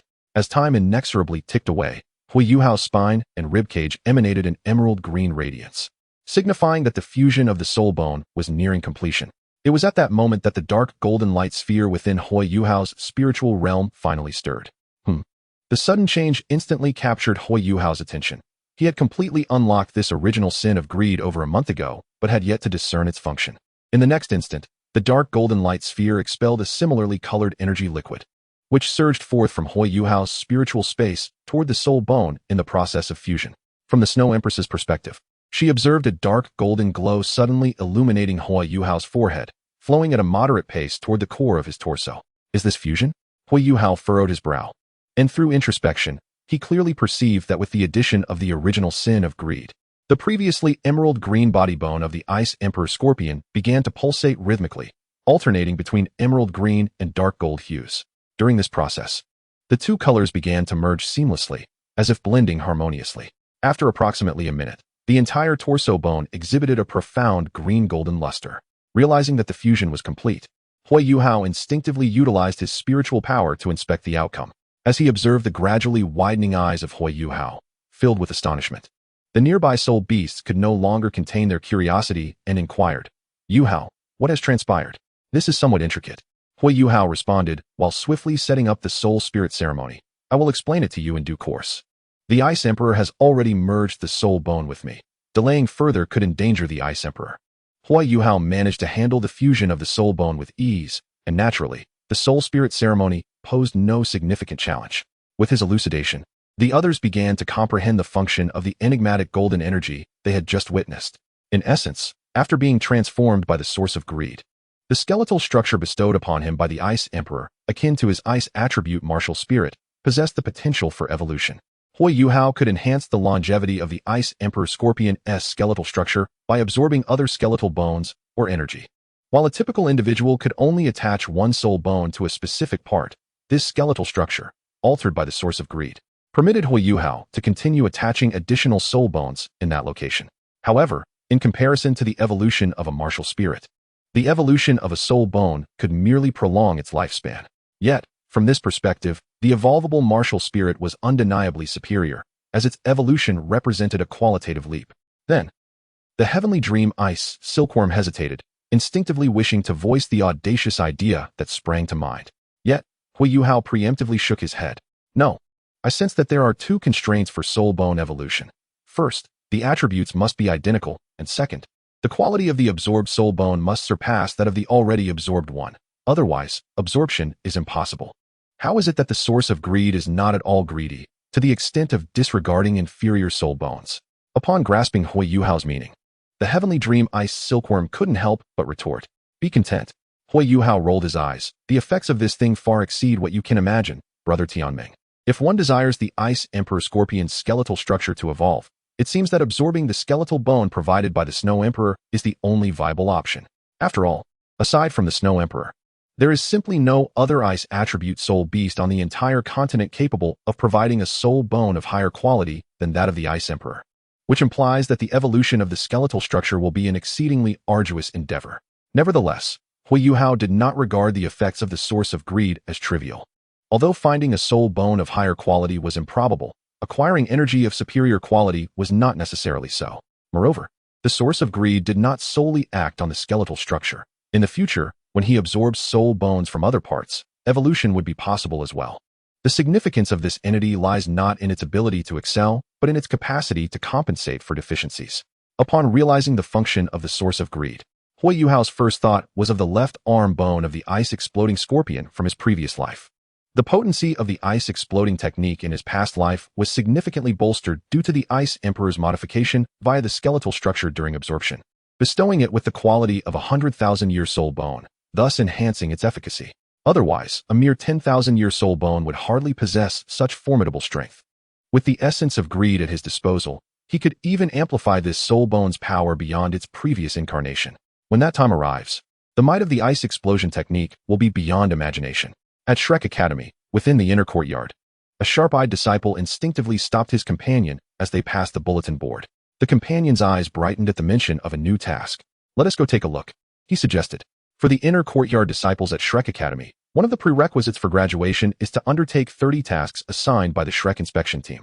These tasks are registered daily by dedicated instructors on a designated notice board, allowing inner courtyard disciples to browse and select suitable missions.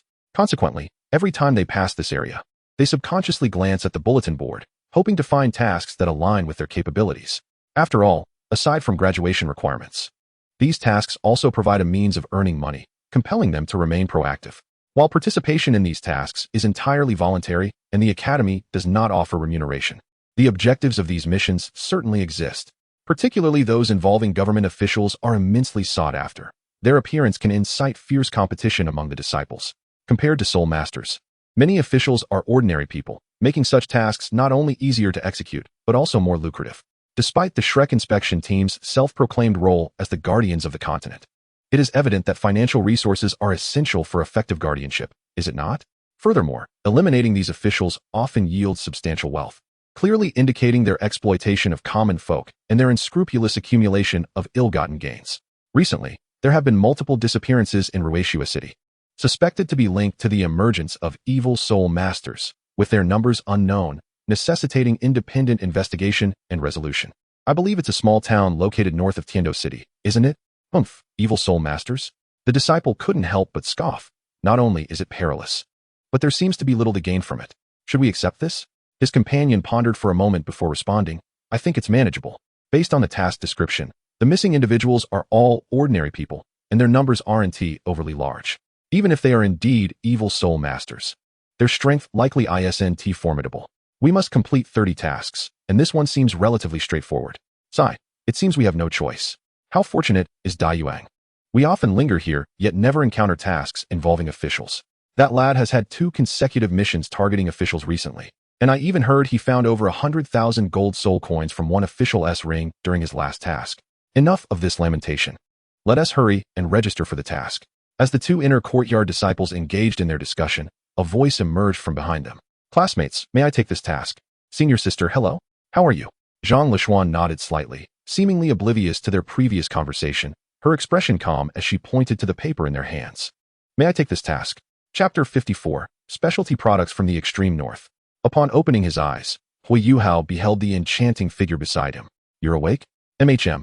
He gently shook his head, turning to the Snow Empress. How long have I been asleep? The soul ritual with a beast of the Ice Emperor's caliber nearly drained his mental strength to the point of unconsciousness upon its conclusion. 10 days. Such a lengthy duration? Upon hearing the answer from the Snow Empress, Huo Yuhao momentarily paused, instinctively glancing towards her. Have you been here all along? The Snow Empress shook her head, revealing an ice-blue lotus in her palm. Before Huo Yuhao could react, the lotus was presented to him, her cool voice resonating once more. You can still absorb another spirit ring. Go ahead and take it. This had been discussed prior to their soul contract with the Ice Emperor. In contrast to the spirit martial soul, which allowed for multiple spirit rings to be provided by Tianming, the evolution of the Ice attribute martial soul clearly followed a different path. It aimed to acquire the power of more spirit beasts to facilitate its continuous evolution. While enduring blows could also yield power, such an approach was inefficient, especially considering an entity like the Snow Empress. If he were to receive a beating from her in hopes of evolving his martial soul, he might not survive the encounter. Thus, for his second martial soul, each spirit ring's position was of utmost importance, unless absolutely necessary. Huo Yuhao did not intend to have the spirit provide a second ring. But this isn't meant for your transformation, Huo Yuhao said, bewildered. Wasn't it agreed that he would receive a response upon their next meeting? Handing him the snow lotus, which was intended for transformation, seemed akin to severing his own path. Observing Huo Yuhao's confusion, the Snow Empress pressed her lips together, offering no explanation, and simply placed the snow lotus into his hands. The snow lotus, imbued with the essence of heaven and earth, was unlikely to attain sentience even after 100,000 years of absorption. It would demand nothing. With me watching over it, seize the opportunity to absorb it. In the spiritual realm, the Ice Emperor turned to Tianming Iceworm, unable to suppress his curiosity. Why do I sense something amiss with the Snow Empress? No. Tianming Iceworm replied after a brief silence, shaking his head slowly. This is the normal reaction. The Ice Emperor, puzzled, furrowed his brow. What are you talking about? Ahem. Since you are genuinely curious, I shall enlighten you. In a nutshell, Tianming Iceworm said, his expression turning serious. Heaven did not give birth to one like Huo Yuhao. The Demoness Eternal Night stretches long. Did you do something in secret? I seem to recall seeing you and the Snow Empress discussing something before the soul ritual. Ahem. I merely recounted what Huo Yuhao had done. At most, I provided auxiliary support. Explaining this is quite complex, but eventually, you will understand. Ignoring the peculiar conversation between the two spirits in his mental space, Huo Yuhao glanced down at the snow lotus in his hands and nodded gently. All right. With the release of his second martial soul, an orange-golden spirit ring began to rise slowly from beneath Huo Yuhao's feet. A clear indication that it was a spirit from a beast over 200,000 years old. In his previous life, the Ice Emperor's spirit ring, being a wisdom spirit ring, had manifested as a blood-red ring adorned with golden patterns. The transformation brought about by the absorption of the Ice Emperor, resulting in the evolution of Huo Yuhao's martial spirit, was now fully revealed before the Snow Emperor. Delicate dragon scales emerged from his palms, swiftly spreading up his arms. It appeared that due to the acquisition of a soul ring, the dragon scales enveloped both arms entirely, no longer stopping at the forearms as before.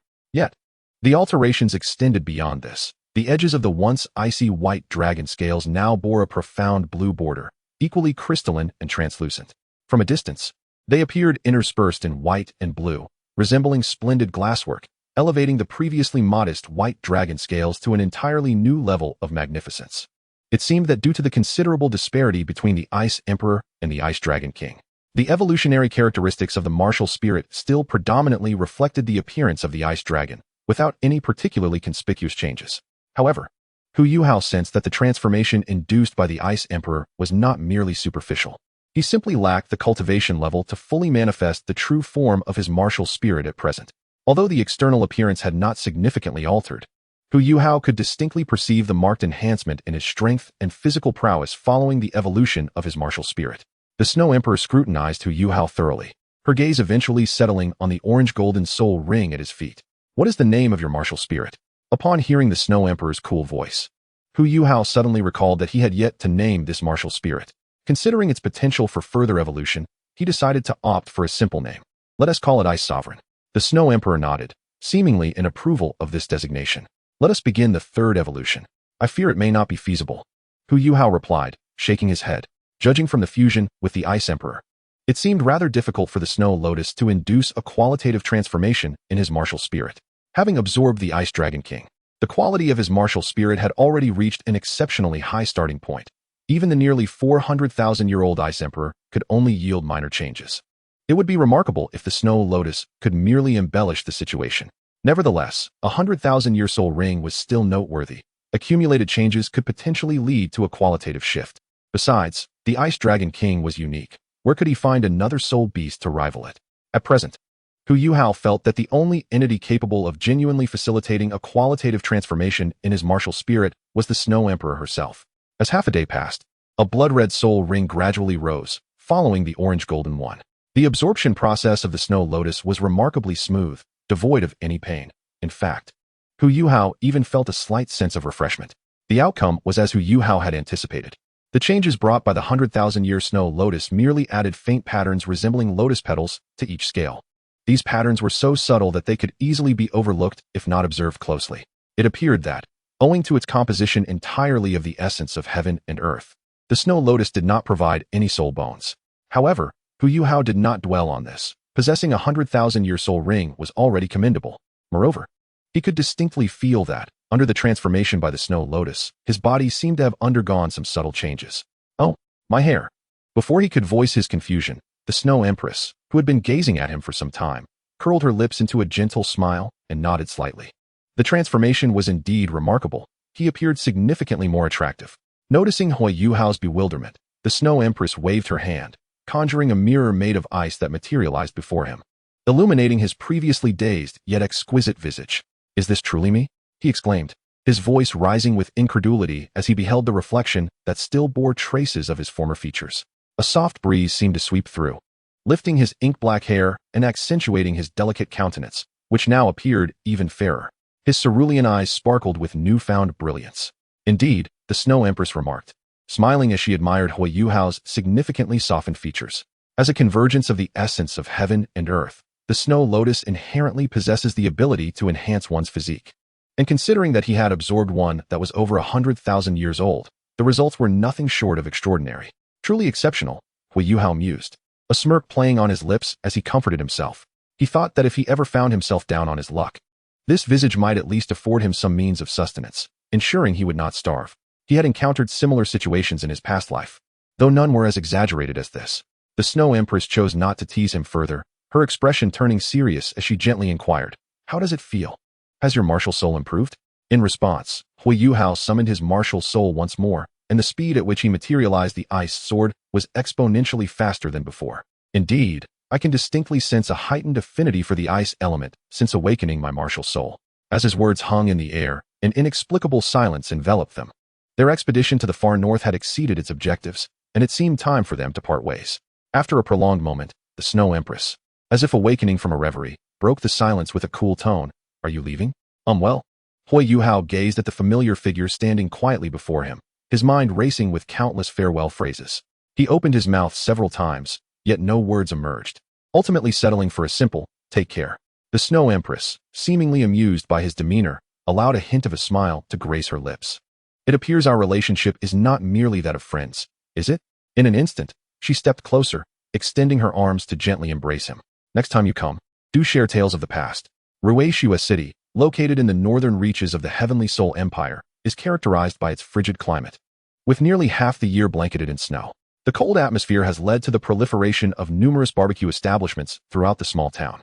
As darkness descended, patrons filled these venues, for even the lowest temperatures could not deter the warmth provided by hearty spirits and savory meats.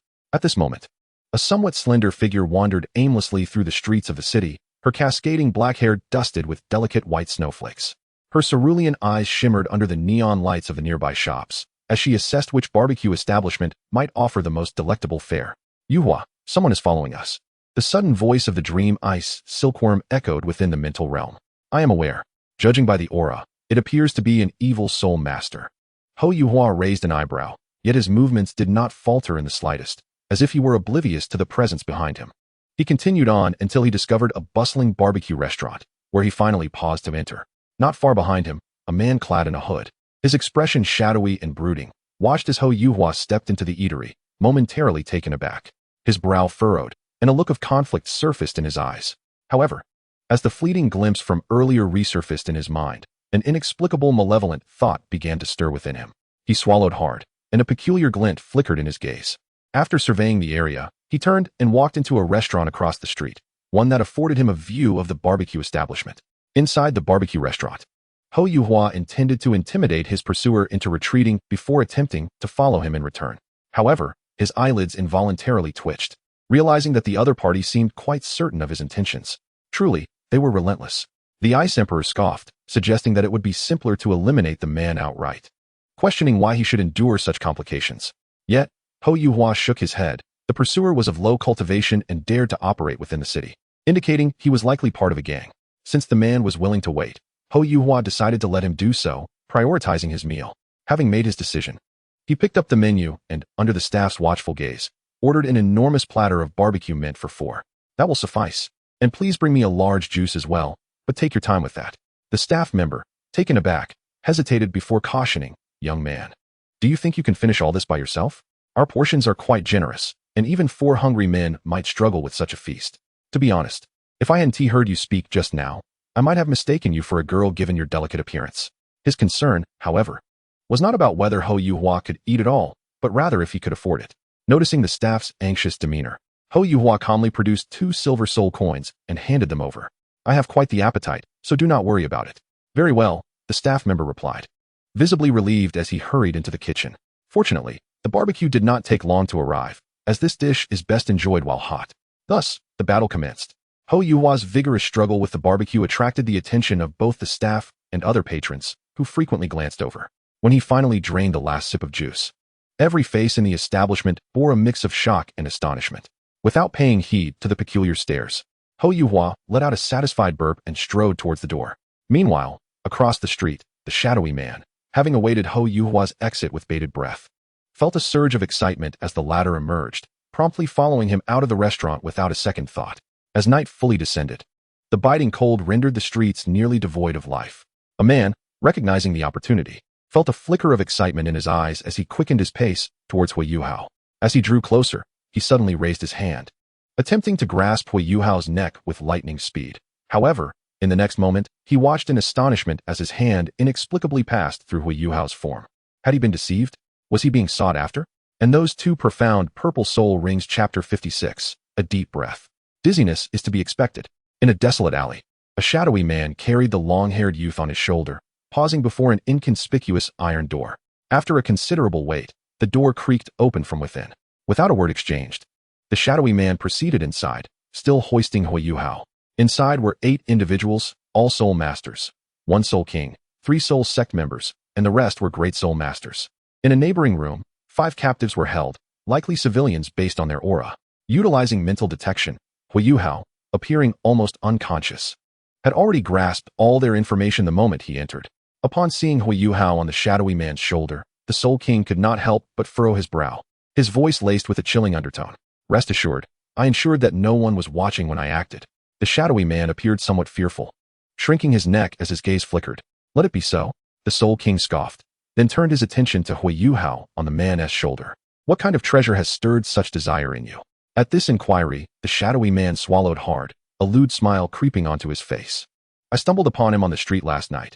He is quite young, and his looks are absolutely exquisite. At this proclamation, the others exchanged knowing smiles, their eyes glinting with significance, except for one youthful figure who appeared somewhat gaunt and could not help but frown. Is that so? The Soul King seemed intrigued by the shadowy man's words and nodded towards a robust soul sect member beside him. The muscular man, understanding the cue, prepared to lift Huo Yuhao's hair to examine his appearance. However, the shadowy man instinctively stepped back, stuttering, "Boss, I worked hard to acquire him. You cannot take him from me." Seeing the shadowy man bite his lip in reluctance, the Soul King finally signaled the muscular man to proceed. The burly figure swiftly swept Huo Yuhao's long hair aside, grasping his chin to gently lift his face, revealing his striking features to the gathered audience. The cold weather had rendered the youthful visage somewhat pale, yet it did nothing to diminish the breathtaking beauty that instinctively took their breath away. After a brief moment of shock, all eyes, save for that of the earlier youth, sparkled with desire, flooding Huo Yuhao's mental space with a wave of lust, leaving him with a shudder. These beasts. Listening to the wild laughter of Tianming, Huo Yuhao felt he was on the verge of losing control. Struggling to suppress the urge to take action, he redirected his focus to the frowning young man, intending to observe further. The burly man closest to him undoubtedly had the clearest view. A faint, alluring scent wafted into the air, and excitement flickered in the burly man's eyes, his breath becoming heavier as he spoke. "Boss, this is indeed a rare gem. I see it, quite impressive." After murmuring a few words, the Soul King clapped his hands with enthusiasm. "All right, take her to that room. When she wakes up tomorrow, I shall keep her company." Upon hearing this, the shadowy man's expression changed, but under the suddenly fierce gaze from the other, he hesitated, his lips moving without uttering a word. Just as he prepared to carry Huo Yuhao away, a voice abruptly resonated from within the room. "Uncle Jiang, she is clearly still a child. Let her go." At this utterance, everyone fell silent, the room instantly becoming so quiet that a pin drop could be heard. The Soul King, referred to as Uncle Jiang, suddenly turned cold, his gaze icy as he fixed it upon the young man who had spoken. "What did you say?" Overwhelmed by an invisible pressure, the young man's expression faltered, yet he steeled himself, replying through gritted teeth. "When you invited me to join, you didn't say it would be like this. What are you all doing every day? How many of those you capture are truly wicked? Moreover, it has escalated to the point where you would target an innocent child." The burly man beside Huo Yuhao prepared to act, but Uncle Jiang halted him with a gesture, approaching the young man with a cold smirk. He gazed at the youth, who trembled with fear, yet met his gaze without flinching, and sneered. "If I hadn't saved you, do you think you would still be standing here, speaking to me? Have you forgotten the disdainful faces of those who once looked down upon you? Have you forgotten how they oppressed you because of your martial soul, forcing you into a corner? But these people are innocent." The young man attempted to interject, but Uncle Jiang interrupted him. "Ridiculous. Are we not innocent? Why should we be labeled as evil soul masters simply because our martial souls are considered sinister? Everyone is innocent. Why should only we suffer? What we are doing is merely an act of revenge, returning the injustices this world has dealt us." At this point, Uncle Jiang leaned closer to the young man, whispering coldly into his ear. "I tolerated you because I saw potential, yet I did not anticipate your cowardice. I have changed my mind. You must kill her to truly become one of us." The young man instinctively trembled. "What? Uncle Jiang, with an indifferent demeanor, pronounced the young man's fate word by word. If she does not die, you will. Why? The young man retreated a few steps, fear gripping him, and then collapsed to the ground as if all strength had drained from him, his lips quivering as he emitted pained sobs. Why must it be this way? Why must we harm others to survive? I merely wish to survive. He suddenly lifted his head, revealing a visage streaked with tears of overwhelming emotion. As he gazed at Uncle Jiang, his voice hoarse with desperation. What sins did I commit in my past life that condemned me to bear the burden of a soul I could not choose? Is merely existing a transgression? Why will none of you relent and allow me peace? I apologize, but such is the cruelty of this world. Often, we are bereft of the power to choose. Uncle Jiang's eyes reflected pity, yet his tone was chillingly cold. Regrettably, you have failed the test. At that moment, a sound akin to a blade piercing flesh drew the attention of the crowd. Following the noise, they beheld a burly man standing beside a shadowy figure. His expression one of terror as he futilely attempted to cover his throat, which gushed blood. Meanwhile, the individual who had been slung over the shadowy man's shoulder, Huo Yuhao, had opened his eyes, brandishing a bloody dagger before the hulking man, his voice low and steady. Breathe deeply. Dizziness is to be expected. It was only when the man crumpled to the ground, convulsing, that Huo Yuhao turned to survey the stunned onlookers, his gaze eventually settling on a young man. You are not at fault. Chapter 57. Boss, don't elbow. Upon hearing Huo Yuhao's words, the crowd's initial reaction was not concern for their fallen comrade, but astonishment at the realization that the assailant was but a youth. The first to recover from the shock, Uncle Jiang whirled to face the shadowy man, his expression contorting into one of palpable rage. You traitor, old three. Yet, the shadowy man remained oblivious to his words. Standing silently behind Huo Yuhao like a loyal sentinel, his very soul now bound by their master-servant contract. Observing this, Uncle Jiang's gaze flickered before settling on Huo Yuhao. And just as Huo Yuhao anticipated a confrontation, Uncle Jiang's demeanor shifted abruptly, as though nothing had transpired. Young man, how about we end this matter here? Huo Yuhao raised an eyebrow, remaining silent. Old Three's transformation is likely a consequence of your influence. I surmise he has succumbed to his own greed. Conversely, we have not provoked you, and the one who attacked you has met his demise at your hands. Having delineated the grievances in mere moments, Uncle Jiang proposed anew. Thus, I believe it prudent to conclude this affair, allowing no further injuries. Indeed, one does not attain leadership solely through strength. Huo Yuhao smiled, seemingly in agreement with his suggestion, and turned towards the exit. Yet, at the very instant Huo Yuhao pivoted, a fierce glint flashed in Uncle Jiang's eyes. And as 5 soul rings, 2 yellow and 3 purple, materialized beneath him, his skin grew increasingly pale, and his once murky amber eyes took on a crimson hue. In the next heartbeat, he surged towards Huo Yuhao like an apparition.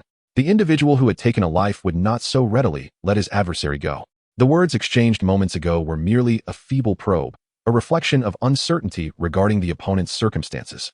The ease with which Huo Yuhao acquiesced to his proposal, coupled with that seemingly youthful visage, was sufficient for him to ascertain that the earlier display was merely a facade. How could this be? The first and second soul rings are purple. Suppressing the unrest within, Uncle Jiang consoled himself, reminding that even with purple soul rings, his opponent was merely a great soul master, while he himself was a soul king. Dealing with a great soul master should be effortless, should it not? I had anticipated that you might delay for a moment. As Huo Yuhao's calm voice resonated, the first soul ring blazed with brilliance, causing Uncle Jiang to momentarily falter, his actions stalling in shock. The first soul skill, mental disruption. Such formidable efficacy, what manner of soul skill is this? Just as he steeled himself, Huo Yuhao's form erupted with a dark blue luminescence, his aura surging dramatically in an instant. The effect of arrogance, a sin, was unveiled before all.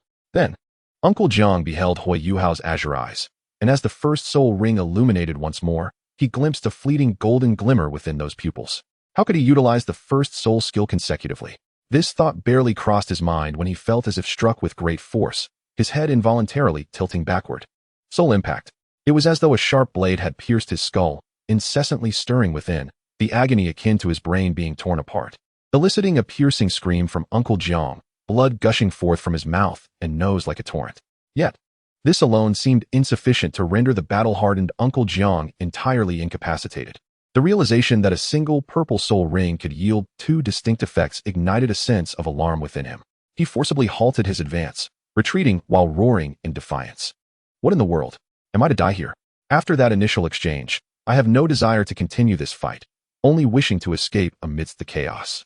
However, among the 3 soul zone present, the burly man had already fallen, and the youth who had previously spoken in Huo Yuhao's defense clearly would not intervene. As for the last soul zone, he was ensnared by the shadowy man who had made the first move before Uncle Jiang could utter a word. The remaining Great Soul Masters, witnessing their leader spewing blood at the mere flicker of Huo Yuhao's eyes, were too frightened to approach. Uncle Jiang, upon observing this, felt a surge of indignation. "You fools! If I perish, do you think he will spare you?" After a moment resembling the irritation of a mosquito bite, a powerful wave of dizziness surged from his core, plunging the already beleaguered Uncle Jiang into darkness, causing his retreat to instinctively slow. In the next moment, an immense force coursed through the threads, yanking him towards Huo Yuhao. The life thread. Apart from its simulation, the second soul ring bestowed by the heavenly dream ice silkworm granted yet another soul skill. The threads woven from mental energy exhibit remarkable resilience. Upon contact, they inflict a disorienting effect akin to a soul impact upon the opponent. However, their influence is limited to control without inflicting harm, which allows them to affect multiple adversaries simultaneously. "Do you truly believe I am afraid of you?" As escape became impossible, a wild glint flickered in Uncle Jiang's eyes. His fourth and fifth soul rings illuminated consecutively, transforming him into a torrent of crimson light, propelled towards Huo Yuhao with the force of the threads. Meanwhile, several other great soul masters encircled him, ready to launch their assault. Suddenly, Huo Yuhao's torso radiated a brilliant emerald glow, and another thread shot forth from his hand. But this time, it targeted not a foe, but rather the young man who had defended him moments before. Upon ensnaring him, Huo Yuhao yanked his arm back sharply, sending the youth soaring, unprepared, into a room occupied by 5 innocent bystanders. After executing this maneuver, Huo Yuhao adhered the thread he had released from the youth to the door, slamming it shut with a resounding thud. In an instant, a chilling aura radiated from Huo Yuhao, enveloping the entire room. With a thunderous crash, the soul-guiding lanterns on the ceiling shattered. Frost spread across the floor, walls, and windows in vast swathes. This was the soul bone skill, eternal freeze domain. Bolstered by the sin of pride, the two-ring great soul masters lacked even the capacity to resist, becoming mere ice sculptures. The only ones capable of movement were Uncle Jiang and the soul masters still engaged in combat. As the crimson light finally dissipated to reveal Uncle Jiang, he was similarly cloaked in a layer of white frost, yet it was evident that the domain skill had inflicted minimal damage upon him. He conjured a blood-red orb exuding a foul stench, its grotesque visage aimed menacingly at Huo Yuhao. At that moment, he was struck with terror as he realized Huo Yuhao's soul rings had transformed. Chapter 58. The world is not beautiful. A fusion of orange gold and blood-red light filled Uncle Jiang's vision.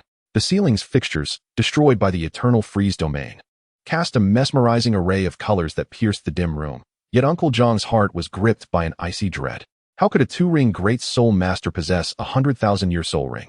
Delicate scales spread across Huo Yuhao's shoulders, shimmering in the moonlight filtering through the window, creating an ethereal glow. His silver vertical pupils resembled those of a deity surveying all beneath. There was no hint of gentleness, no trace of compassion, only an unsettling indifference that sent shivers down one's spine.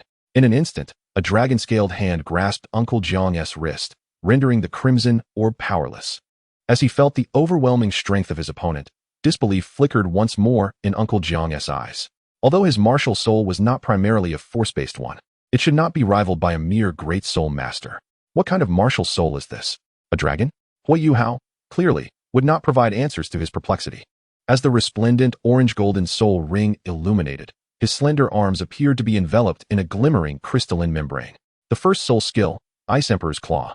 Before Uncle Jiang could react, Huo Yuhao, with a surge of strength in his arms, twisted forcefully, accompanied by the sound of cracking bones, followed closely by Uncle Jiang's muffled groan, laden with agony. Observing Uncle Jiang, unable to maintain his grip on the crimson orb due to the excruciating pain, Huo Yuhao remained composed, pulling downward with his left hand that still grasped Jiang's wrist. Caught off guard, Uncle Jiang toppled forward, colliding with Huo Yuhao's knee, which he had abruptly raised. The impact was thunderous. His face bore the brunt of the blow, with his nasal bones collapsing and 2 blood-stained teeth flying to the ground. As Uncle Jiang lost control and fell backward, not merely from the pain, but as if his tear ducts had been struck, tears streamed uncontrollably down his face, mingling with the blood from his nose, cascading down his distorted visage, his expression no longer reflecting the earlier ferocity. Hearing the footsteps drawing near once more, he trembled, biting back the agony as he stammered, "Please, spare me." Those words he must have heard often while tormenting others. Huo Yuhao calmly retorted, "How did you manage it?" Upon witnessing the scene, Huo Yuhao let out a soft sigh, and the soul ring beneath him, signifying 10,000 years, radiated an enchanting crimson light. A splendid ice-blue lotus blossomed in his hand, surrounded by a swirling white chill. This being his first time utilizing this soul skill, Huo Yuhao scrutinized the snow lotus for a moment before plucking a petal and placing it in his mouth. The petal was smooth and icy, exuding a refreshing fragrance without any distinctive taste, reminiscent of holding a piece of ice within his mouth. As the petal gradually melted, transforming into delicate streams of liquid accumulating in his mouth, Huo Yuhao hesitated briefly before swallowing the liquid down his throat. In an instant, he could distinctly perceive a significant enhancement in his ice attributes, his eyes involuntarily brightening. It seemed that due to the exceptional quality of his martial soul, the enhancement was not overwhelmingly pronounced. However, based on the melting speed of the snow lotus, this effect could persist for approximately 20 minutes. Furthermore, it not only augmented his ice attributes, but also seemed to clear his mind considerably under the influence of the fragrance, likely possessing the ability to dispel similar states of dizziness. It is worth noting that in his previous life, the owner of the continent's premier weapon martial soul, the Seven Treasures Glazed Tower, Ning Tian, had one soul skill dedicated to dispelling control.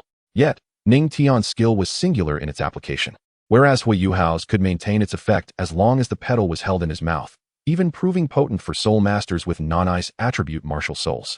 To be honest, I have encountered evil soul masters numerous times and comprehend your predicament, yet some matters. Huo Yuhao paused, his tone chillingly solemn. Once a decision is made, one must be prepared to bear the consequences. As the crimson soul ring illuminated once more, the snow lotus in Huo Yuhao's grasp began to transform from its crystalline blue hue into a pristine white. Huo Yuhao released it with an indifferent flick of his hand, allowing the snow lotus to drift downwards like a solitary leaf caught in the autumn breeze. During this descent, the previously half-opened lotus flower unfurled rapidly, its petals blossoming in layers until they burst forth in every direction. Those seemingly gentle petals became as sharp as the finest blades, mercilessly slicing through the bodies of everyone present, excluding Huo Yuhao himself, including the shadowy man. Even after piercing their forms, the bloodied petals embedded themselves into the walls as effortlessly as a knife through tofu. As the petals gradually dissipated, the once relatively clean walls of the room became marred with frost and punctured holes, stained with blood, resembling a scene from the depths of hell. Pushing open the door, Huo Yuhao calmly stepped aside, observing the 5 trembling civilians and the young man within. After a brief silence, an expression of surprise ignited in the eyes of the civilians, prompting them to rush outside. The young man, trailing behind, shuddered upon witnessing the horrific sight within the room. A grand soul master did all this. He instinctively glanced at Huo Yuhao, but could not reconcile the stark contrast between the gruesome scene and the seemingly harmless youth beside him. What? Are you not leaving? Do you seek to avenge them? Watching the young man's hesitance, Huo Yuhao lowered his gaze and gently nudged the corpse at his feet. He was not wrong. Sometimes, weakness is the original sin, leaving one with no choice in the face of certain circumstances.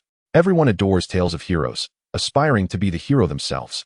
Yet the vast majority are destined to serve merely as the backdrop for the hero's salvation or as instruments to ignite the hero's righteous fury through their demise. Beyond that, there exists no alternative. Huo Yuhao paused, his tone composed as he articulated the truth. For this world is far from beautiful. The young man lowered his gaze, trembling slightly. Yet I believe. From the silence, Huo Yuhao gazed out at the moonlight, his voice gentle as he spoke. If one were to negate everything they have stood for, then both past values and present endeavors would lose all significance. I have witnessed all that you have done, and until the very end, you did not succumb to despair. With that, Huo Yuhao smiled faintly, placing a reassuring hand on the young man's shoulder before turning to exit. You are truly remarkable. Creaking shut, the iron door closed. Not long after stepping outside, Huo Yuhao halted, a hint of exasperation in his tone. Following a young man at this hour is hardly a commendable habit. Wouldn't you agree, Sister Lishuan? Chapter 59. What use is such imagination? Yuhao? Is that you? A voice filled with surprise echoed, and a tall figure cloaked in dark green emerged slowly from the shadows before Huo Yuhao. As the hood of the cloak was lifted, cascading waves of silky black hair flowed like water, bathed in the luminous glow of the moonlight that gently outlined its exquisite contours, as if veiled in a gossamer shroud. Zhang Lishuan swiftly appeared before Huo Yuhao, her enchanting eyes surveying him from head to toe. Her tone a blend of disbelief and the joy of reuniting with an old friend. It is astonishing how much you have changed in just 2 years. I hardly recognized you as Yuhao. Not only has your appearance undergone a remarkable transformation, but so too has your martial soul. Although she had witnessed Huo Yuhao wielding an ice-type martial soul in the past, She had not observed the scales or the vertical pupils at that time, which led her to feel a sense of familiarity without connecting the dots. It has been a long time, Lishuanjia. Huo Yuhao smiled and nodded. Though he had already surmised her purpose upon seeing the inspector's robe draped over her figure, curiosity nevertheless danced upon his features. What brings you here? What do you think?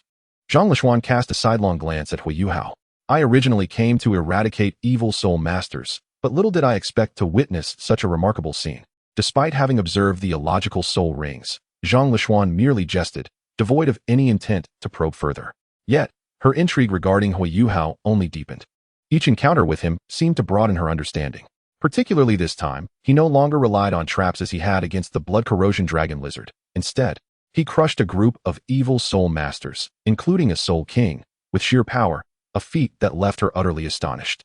However, what captivated her attention most was the demeanor he had displayed moments ago, in stark contrast to the young man who had been thrown into the room.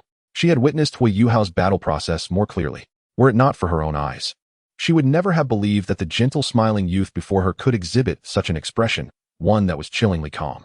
His silver-white eye showed no anger at the actions of others, no cruelty in taking lives, nor any tenderness that would suggest mercy. With an almost haughty indifference, he delivered death to that group of evil soul masters, as if dismissing the weight of mortality, treating life as mere dust upon a polished table, effortlessly brushed away. Such a person had, 2 years prior in the Stardow Forest, actively rescued her.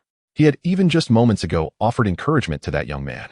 Now, standing before her, he appeared as if nothing had transpired, smiling and engaging in casual conversation. Huo Yuhao, what on earth have you experienced? Isn't it simple? I've completed my tasks, so Lishuan Jie can now relax a bit, he replied, his expression lighthearted. What do you mean by simple? Observing Huo Yuhao's cheerful demeanor, Zhang Lishuan pursed her lips and retorted with a hint of annoyance. Those individuals are evil soul masters. You, a mere second-ring soul master, dared to confront them. That's utterly reckless. If, she left the sentence hanging, her stern gaze causing Huo Yuhao to break into a cold sweat. He awkwardly responded, rest assured, Lishuan Jie. I know my limits. You saw what I did just now. She had intended to visit Tiando City after completing her tasks, but who would have thought she would encounter him here? Huo Yuhao shrugged his shoulders, his tone tinged with a hint of exasperation. Zhang Lishuan, upon hearing this, could not help but gaze at Huo Yuhao's features under the moonlight, her lips gently pressing together. I find this situation not particularly difficult to comprehend. Most evil soul masters are driven by insatiable desires, and it is indeed understandable to encounter someone like Huo Yuhao. Fortunately, Huo Yuhao possessed the strength to protect himself. Otherwise, had she arrived a moment later, he might have faced unspeakable horrors, such as a frail youth shackled in a dungeon, subjected to the inhumane torment of those perverse evil soul masters, his mouth emitting desperate cries for help. Lishuan, save me. No, I must not dwell on that. Such thoughts would only harden my fists. The mere contemplation of such a scene provokes immense anger. Shaking off her turbulent thoughts, Zhang Lishuan retrieved a white jade vial from her storage space and handed it to Huo Yuhao. Take this. What is it? Huo Yuhao instinctively accepted the vial, momentarily taken aback upon seeing it filled to the brim with pills, each rivaling the quality of Xian Shui Dan. Roughly estimating, the various pills within the vial could be worth over 1 million gold soul coins, and that was with the discounted price available at Shrek Academy. If auctioned separately, their value would likely double or more. You are still in the foundational stage. These pills will help solidify your base. These pills were part of the reward she had requested for herself. Huo Yuhao pressed his lips together, but before he could utter a word, Zhang Lishuan, as if foreseeing his hesitation, grasped his hand holding the jade vial and nudged it towards him. Enough with the pleasantries. These are merely low-level soul master items. Even if you return them to me, it would be a waste. Compared to the life-saving favor I owe you, these are nothing. With that, Zhang Lishuan smiled. After all, how could the life of a soul Douluo be so cheap? Feeling the irresistible force of Zhang Lishuan's delicate hand, Huo Yuhao had no choice but to nod in resignation. Then thank you, Lishuan. MHM. Seeing Huo Yuhao seriously stow away the jade vial, Zhang Lishuan nodded in satisfaction. Do you have any pressing matters ahead? Not really, why? A knowing smile played on Zhang Lishuan's lips as she replied, thanks to someone, my task has been resolved ahead of schedule, and I find myself quite at ease. Would you care to join me for a late-night snack? Chapter 60, The Reliable Gu Yuna. By the shore of an unnamed lake, Zhang Lishuan sat upon a large stone, quietly observing Huo Yuhao as he set up a barbecue grill. The moonlight was just right, casting a silvery glow upon the lake's surface, which shimmered gently with the caress of a soft breeze, infused with a refreshing coolness that invigorated the spirit. The unprecedented tranquility enveloped Zhang Lishuan, causing her pupils to gradually lose focus, making it difficult to discern whether she was gazing at Huo Yuhao or the occasionally rippling lake behind him, or perhaps both. As her thoughts drifted, Zhang Lishuan suddenly spoke up. Yuhao, was the barbecue roll you made last time really crafted by your own hands? Huo Yuhao looked up, momentarily bewildered, and after a brief pause, recalled that she was referring to their encounter in the Star Dou Forest 2 years prior. Yes, how did it taste? He inquired. When I took the first bite, I regretted giving away the meat, she replied. Is that so? Next time, I'll treat you again, Lishuan, but tonight, we won't settle for ready-made food.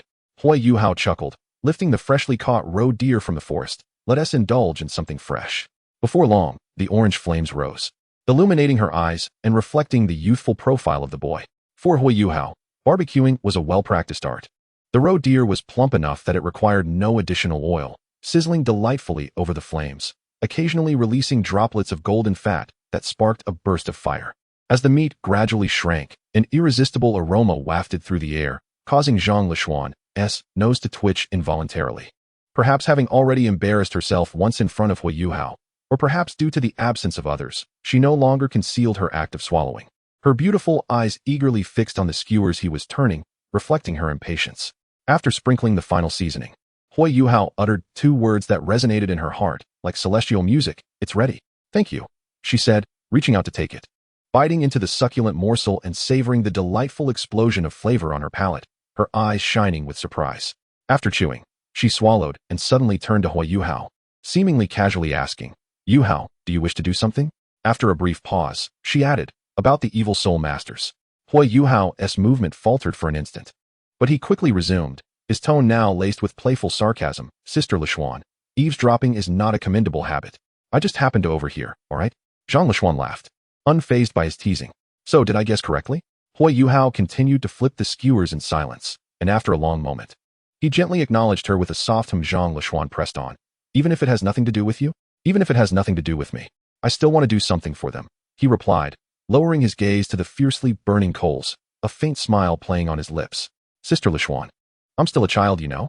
In this passionate age, it's quite normal to impulsively desire to do something foolish and irrational. Still a child?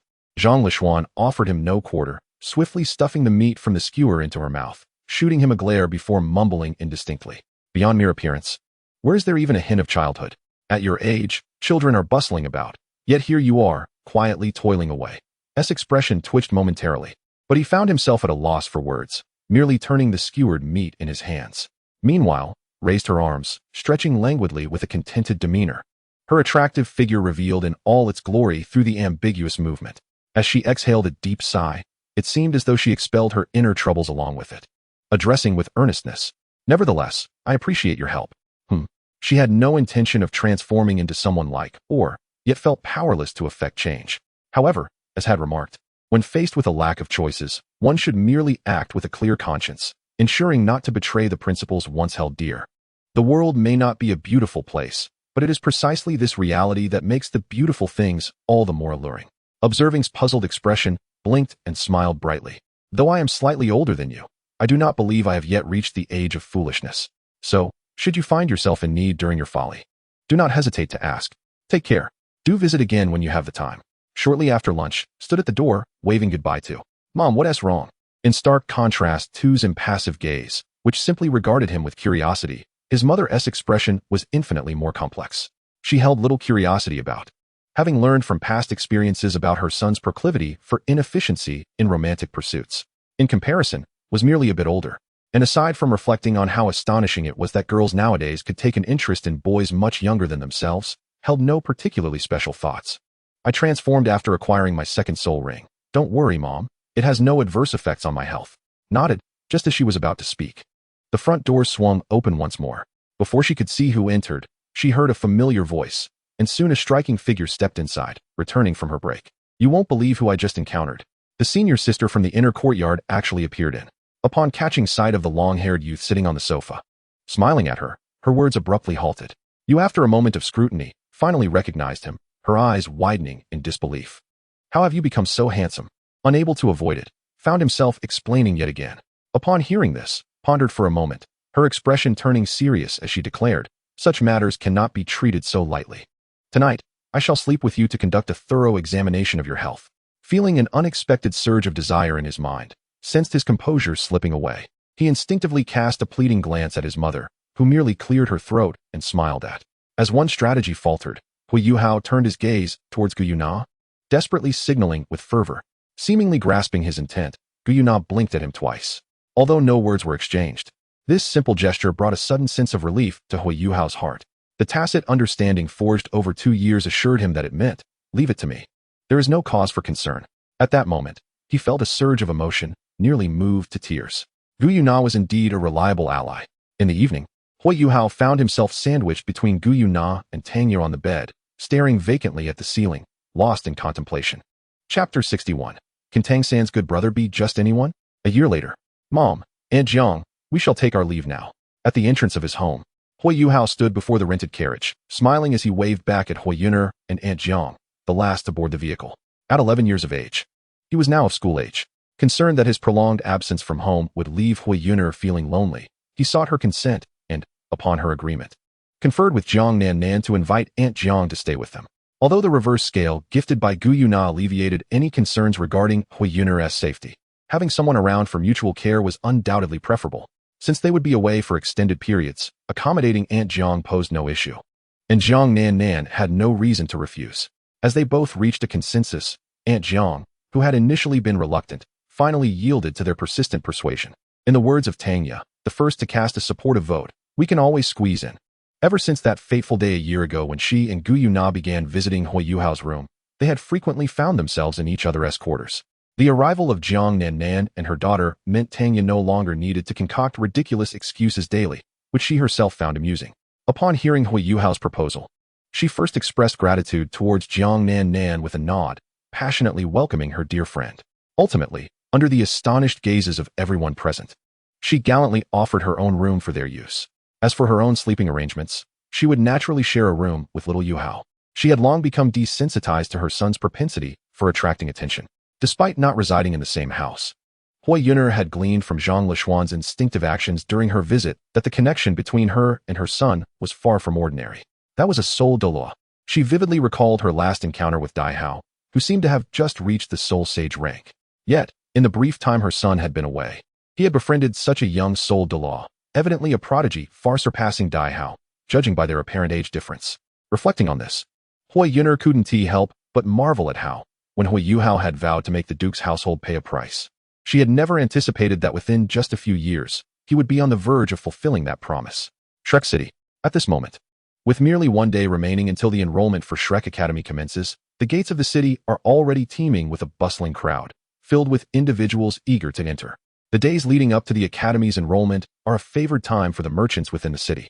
Many who have arrived early do not resist the allure of exploring this colossal city, renowned as one of the finest on the Douluo Continent. This period presents an opportune moment for those merchants to reap profits. At the north gate, a seemingly ordinary youth approached the inspecting guard, who, after casting a cursory glance at him, inquired, "What is your name? What brings you to the city?" "Tang San," the youth replied. The guard nodded slightly and asked, "Do you have any identification?" "I do." Although obtaining the city lord's recommendation letter was not particularly challenging, it still required a considerable expenditure. Fortunately, the black-hearted blacksmith shop he had vanquished yielded not only substantial wealth, but also rare metals that could be sold. Otherwise, securing that letter might have proven difficult indeed. The guard did not inspect the contents, but merely glanced at the wax seal on the envelope before waving him through. "You may enter."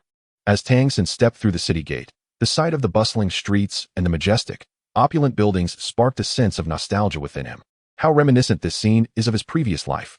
Back then, he and Xiao Wu had also arrived in what was then considered the luxurious Soto City, intending to join Shrek Academy. However, unlike those times, Shrek was no longer the obscure, dilapidated institution it once was. It had transformed into the foremost academy, gathering the continent's most exceptional talents. Yet, despite this transformation, Tang San firmly believed that he would emerge as the strongest among these prodigies. After all, his abilities now far surpassed those of his former life at the same period. He had once led Shrek to triumph against the malevolent Spirit Hall. What was there to fear in facing a few juniors? As he ambled along, Tang San suddenly halted, turning his head toward a nearby couple's hotel. Although Xiao Wu had once dubbed him a lewd tiger for his association with a pair of alluring twins, he could not shake the feeling that he would resonate well with such individuals. Reflecting on it now, Perhaps this exemplifies the notion that like attracts like. Despite their lascivious tendencies and penchant for bullying the weak, did not the qualities required to be Tang San's brother necessitate some extraordinary traits? Ma Hongjun, who frequented the more decadent venues, and Oscar, who always had a sausage hanging from his mouth, were both remarkable in their own right. Tang San's companions could not be mere ordinary folk. It was precisely for this reason that they could converge at Shrek, an academy celebrated for nurturing exceptional beings. The subsequent events confirmed his foresight. Who could have imagined that the two who clashed over the last available room would ultimately become steadfast brothers in arms? Time certainly has a way of passing swiftly. With this thought, a subtle, confident smile graced Tang San's lips as he continued deeper into the city. As time progressed and dusk approached, the smile that once adorned his face had long since vanished. Are there any rooms available? He inquired. There is but one room left, came the reply. Tang San let out a faint sigh of relief. He observed the attendant behind the counter, who instinctively raised his head, momentarily taken aback upon realizing that he was alone. Generally, couple hotels, owing to their more romantic ambience, tend to charge a higher price. Was this young man, arriving alone at such an establishment, simply affluent with no other place to spend his wealth? Sir, are you staying alone? Yes, all other hotels are fully booked. Tang San replied, nodding slowly. He was well aware of the higher costs associated with couple hotels, but given the circumstances, he had no other option but to choose this one. The attendant finally understood and nodded.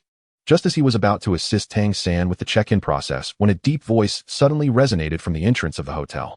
This room, I shall take. Chapter 62. Is this truly Venomous? Gazing into those distinctive dual pupils, a fleeting recognition washed over Tang San, stirring an inexplicable sense of déjà vu within him. The world indeed is a small place. However, compared to Dai Mubai, the boy before him exuded an aura of darkness. A conspicuous scar marred his right palm, extending from the center of his hand to the back, suggesting it had been pierced by some sharp object. Had Huo Yuhao been present, he would have instantly recognized the identity of this youth. Was it not Dai Huabin, who had been severely beaten at the Duke's estate years prior? While Tang San observed him discreetly, Dai Huabin seemed utterly disinterested in even glancing at Tang San, striding directly towards the counter and reiterating to the attendant, this room, I shall take. The attendant instinctively cast a glance at Tang San, his demeanor betraying his hesitation. He truly did not dare to intervene in this matter. Although managing such a large hotel in Shrek City suggested that his employer possessed some influence, it did not mean that he was unafraid of trouble. These two youths were evidently prodigies here to enroll at Shrek Academy, while he was merely an ordinary individual. If he were to inadvertently offend one of them, no matter how formidable his employer, it would be too late for protection. At best, his employer could seek vengeance after the fact, earning a few silver coins a month. Who would be foolish enough to risk their life? Excuse me. At that moment, Tang San, previously ignored, felt a chill run through him as he interjected, I arrived first. Upon hearing this, Dai Huabin turned his head to scrutinize him, his gaze brimming with disdain. And what of it? You think you have the right to come before me? At this declaration, the two middle-aged men behind him furrowed their brows slightly, one of them lowering his voice to speak. Young master, we are in Shrek City. We must not draw too much attention. If a conflict arises and attracts the law enforcement team, it would be difficult to explain to the lady. Upon hearing this, impatience flickered across Dai Huabin's face.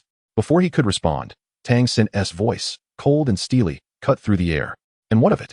Having been treated with such contempt by the descendants of his brother's lineage, Tang San's gaze darkened ominously.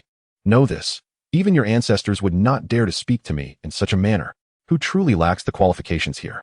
Tang San retorted with a cold smirk. Have your parents taught you nothing about manners? Even now, he occasionally dreams of those indifferent azure eyes while asleep. The first gift was a lesson imparted by his mother. Cold words echoed once more in his ears, transforming Dai Huabin's expression into a grotesque mask of fury, leaving him unconcerned with anything else. Seeking death. With a thunderous roar, white fur erupted from Dai Huabin's arms, and 3 soul rings, 2 yellow and 1 purple, manifested in succession. In an instant, he completed his martial soul manifestation. Yet, this was not the end. The purple soul ring beneath his feet suddenly blazed with light. The third soul skill, White Tiger's Diamond Transformation. The young man's palm, already resembling a fan, swelled once more, and his sharp tiger claws shimmered with a gleam akin to gold and iron, striking towards Tang San without hesitation. Witnessing this scene, Tang San's pupils constricted sharply, evidently taken aback by the opponent's sudden frenzy spurred by his mere words. What kind of madman is this? Fortunately, his extensive combat experience prevented him from panicking at the unexpected assault. As he activated his Xiantian skill, his palms emanated a lustrous milky white glow. In his haste, He was unable to summon his martial soul and instead relied solely on his Xianyu hand to counter the incoming tiger claws. Bang! A tremendous force surged through his arms, leaving Tang San feeling a numbness that rendered him uncontrollably retreating. Having prioritized the cultivation of blue silver grass, he was inherently weaker than Dai Huabin, who possessed a white tiger martial soul. The sudden attack left him no opportunity to release his martial soul, thrusting him into a passive position upon contact. He had to create distance. Gritting his teeth, Tang San sought to utilize the opponent's strength while attempting to employ Ghost Shadow Misty Step. If only he could find a moment to circulate his Xiantian skill and restore the feeling in his arms, he could secure victory through hidden weapons. However, Dai Huabin seemed unwilling to grant him this opportunity. After his palm was blocked, a fierce glint ignited in his eyes as his second yellow soul ring illuminated. The second soul skill, White Tiger's Radiant Wave. A white energy sphere erupted from his mouth, hurtling towards Tang San. Faced with Dai Huabin's merciless strike, Tang San scoffed coldly and finally unleashed his martial soul. Observing the three soul rings rising beneath Tang San, nearly identical to his own, both Dai Huabin and the two middle-aged men were momentarily taken aback. A youth dressed so simply was, in fact, a three-ringed soul master? In the next moment, dozens of blue-silver grass tendrils erupted from Tang San's hands, colliding with the white energy sphere. Following another tremendous explosion, a wave of shattered blue-silver grass vines swept through the hotel lobby, leaving chaos in its wake. Yet, this was not the end. As the explosion subsided, Dai Huabin suddenly let out a shriek, and before the two middle-aged men could react, they witnessed Dai Huabin collapse to the ground, his face ashen, with two piercing needles embedded in his shoulder. Poison. A cold smile crept across Tang San's face at the remark. How rare it was to encounter such treachery. What he had executed was merely a surprise attack amidst the explosion, a mere fraction of the true essence of his hidden weapons. If it were not for the fear of attracting trouble, he would have aimed directly at the lower regions of his opponent with those two strikes. I advise you to take him for treatment promptly. Otherwise, if time drags on, the consequences may be something you would not wish to witness. Judging by the aura exuded by these two middle-aged men, they are likely formidable soul kings. At present, he lacks the confidence to secure victory in a short time. Should the confrontation continue, the arrival of the enforcement team from Shrek City would complicate matters considerably, even if he were in the right. Thus, he has chosen to employ this method to drive the adversaries back. Were it not for the presence of witnesses, he would have acted with lethal intent long ago.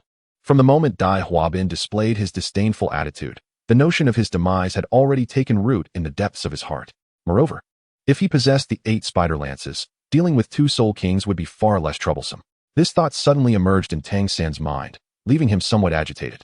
In his previous life, the external soul bone was incredibly powerful, enhancing his mobility significantly while also possessing a formidable poison.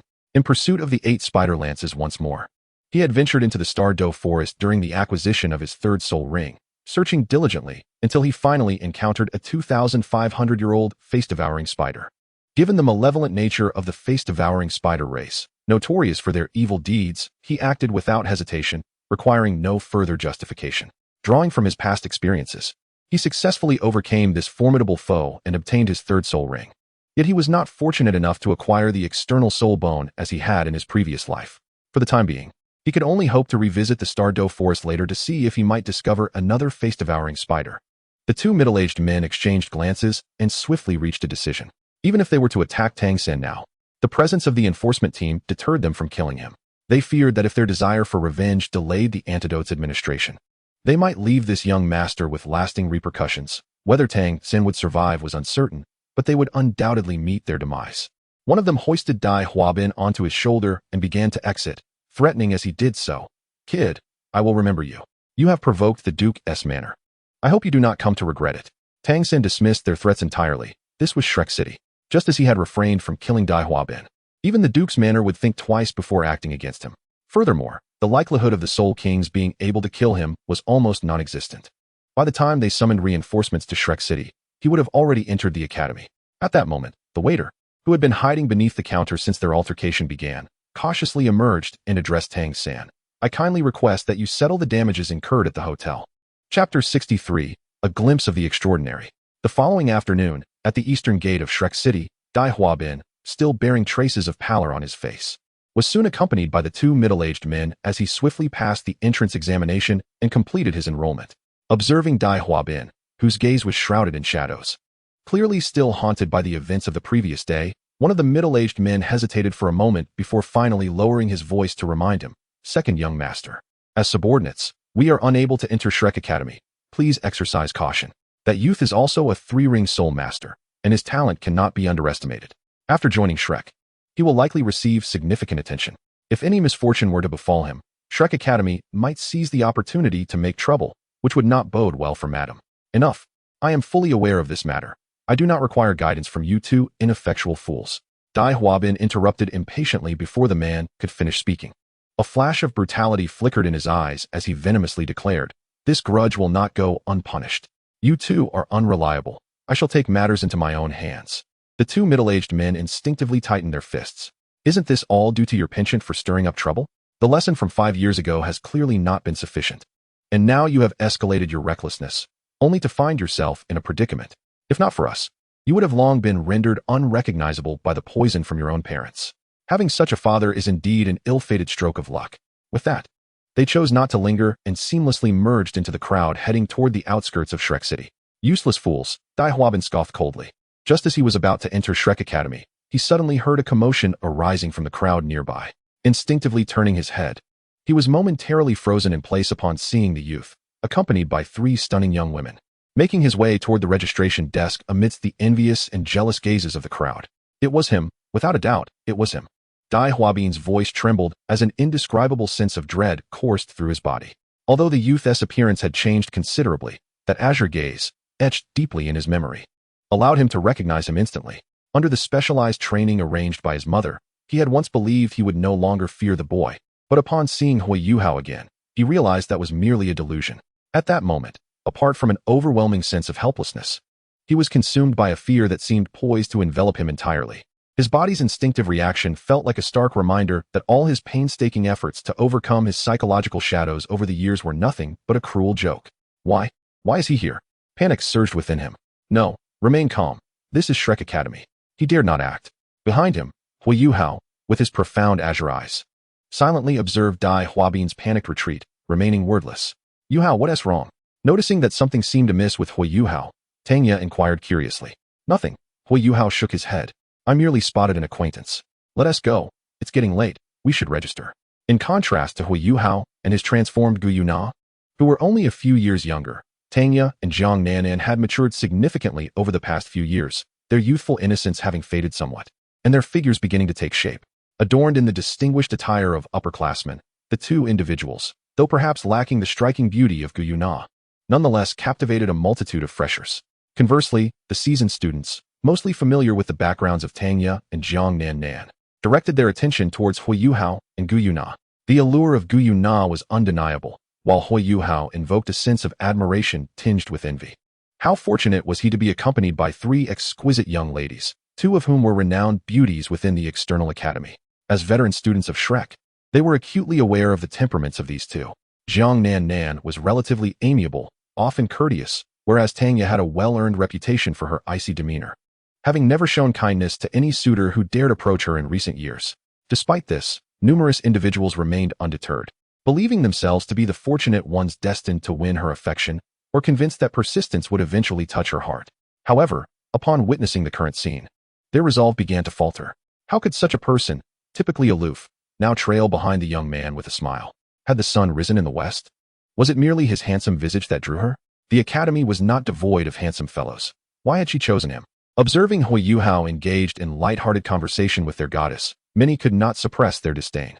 What was so remarkable about him? 3. Did they not fear drowning? As for Huo Yuhao, oblivious to the whispers of discontent, he was focused on the escalating envy within his mind, suddenly finding a sense of pride in his situation. "Senior, who are those individuals?" inquired a newcomer, his curiosity piqued. The upperclassman glanced at him sideways. "What? Do you wish to approach them?"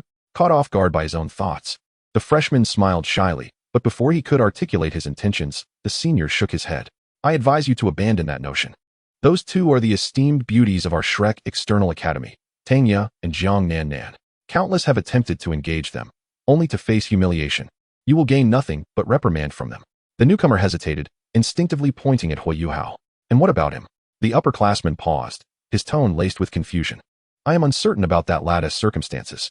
He appears to be a freshman, and I have never heard of Tangya or Jiang Nanan having boyfriends.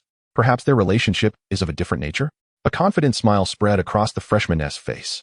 If there is no established relationship, it means I still have a chance. Does it not? Where do you find such audacity?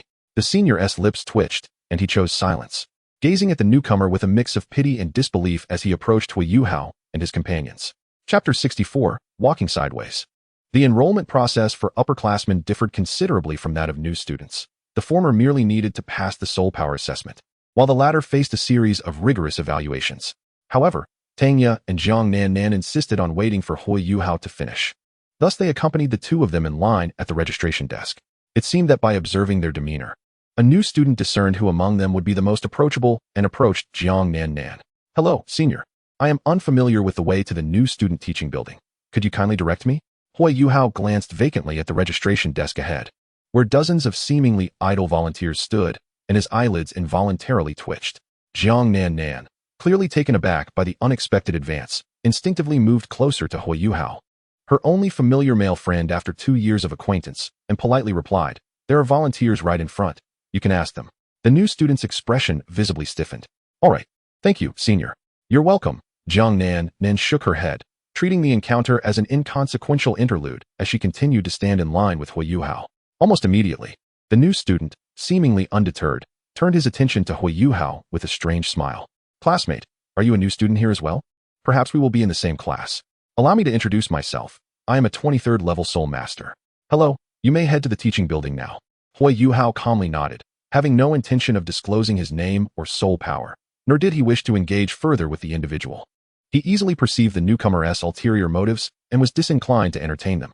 Ignored once more, the new student's face flushed with embarrassment, alternating between shades of green and red, as the sympathetic glances from those around him elicited a faint sting upon his skin.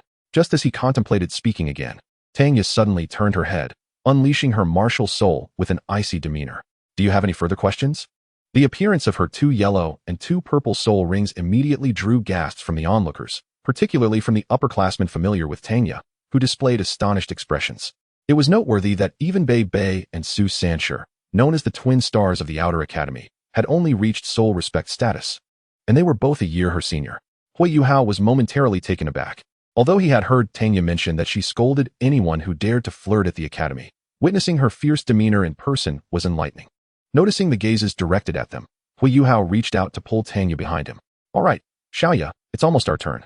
With Huo Yuhao's gentle tug, Tangya's grim expression softened considerably, and she obediently ceased to acknowledge the new student. Their linked hands seemed to flaunt their connection, as if she were afraid others might overlook it. The new student, clearly feeling uncomfortable, hastily retreated into the throng, his expression sour. This minor incident did not disrupt the registration process. Soon, it was Huo Yuhao and Gu Yuna's turn, and after a brief registration, the teacher nodded. "Please release your martial souls. Allow me to observe your soul rings." As Huo Yuhao's pupils glimmered with a faint golden light, 2 purple soul rings slowly ascended from beneath his feet, captivating the astonished gazes of those around him. A millennium? The first and second soul rings belonged to a grand soul master of 1,000 years. In that moment, Tangya's previously displayed soul rank seemed insignificant. Despite the comprehensive understanding that had developed over the years regarding soul rings, the knowledge that the age of acquired soul rings could be enhanced was no longer a secret. However, such feats required formidable strength and considerable sacrifice to achieve. For someone as young as Huo Yuhao, the only plausible explanation was that his physical constitution was exceptional, allowing him to directly absorb a 1,000-year soul ring. This was not merely rare, it was unprecedented. Taking a deep breath to quell his excitement, the registration instructor regarded Huo Yuhao with fervent eyes and an eager tone. "What is your soul power? 26, right?" Huo Yuhao paused momentarily before retrieving a vividly red envelope from his storage space and presenting it to the instructor. "Is this useful?" The instructor, momentarily taken aback, accepted the envelope with incredulity, his eyes widening. After a brief moment of shock, realization dawned upon him as he swiftly turned to Huo Yuhao. "Do you know Zhang Lishuan?" Upon receiving a nod from Huo Yuhao, the instructor finally understood. Previously, Zhang Lishuan had asked him to keep an eye out for any students bearing an inner academy recommendation letter and to notify her immediately if one appeared. At that time, he had been somewhat perplexed, but upon witnessing Huo Yuhao's talent, everything fell into place. After instructing a colleague to inform Zhang Lishuan in the inner academy, the instructor pondered for a moment before shaking his head with a wry smile. "Very well, you are exempt from the upcoming entrance examination.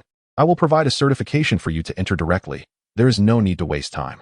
At this pronouncement, the expressions of the other new students shifted, yet they dared not voice their concerns. Though they were unaware of the contents of the red envelope, they could not overlook Huo Yuhao's extraordinary talent. The impact of those 2 purple soul rings had left them utterly awestruck. The instructor, evidently unperturbed by the reactions of the other new students, shifted his gaze toward Guiyuna. Surely, a genius personally recruited by an inner academy disciple need not follow the standard procedures? However, in the next moment, the scene unfolded before him, once again challenging his perceptions. 1, 2, 3 purple soul rings gracefully arose from Guiyuna's feet. Even Huo Yuhao could not suppress a twitch at the corner of his mouth. As memories of the day he had manifested his second soul ring with the help of his dream brother flashed through his mind, an instance when the latter had blinked innocently and bestowed upon him another soul ring. It was undoubtedly intentional. You two are together, aren't you? The instructor wiped the beads of sweat from his forehead and quickly prepared another certification, waving his hand. All right, both of you are exempt. You may enter.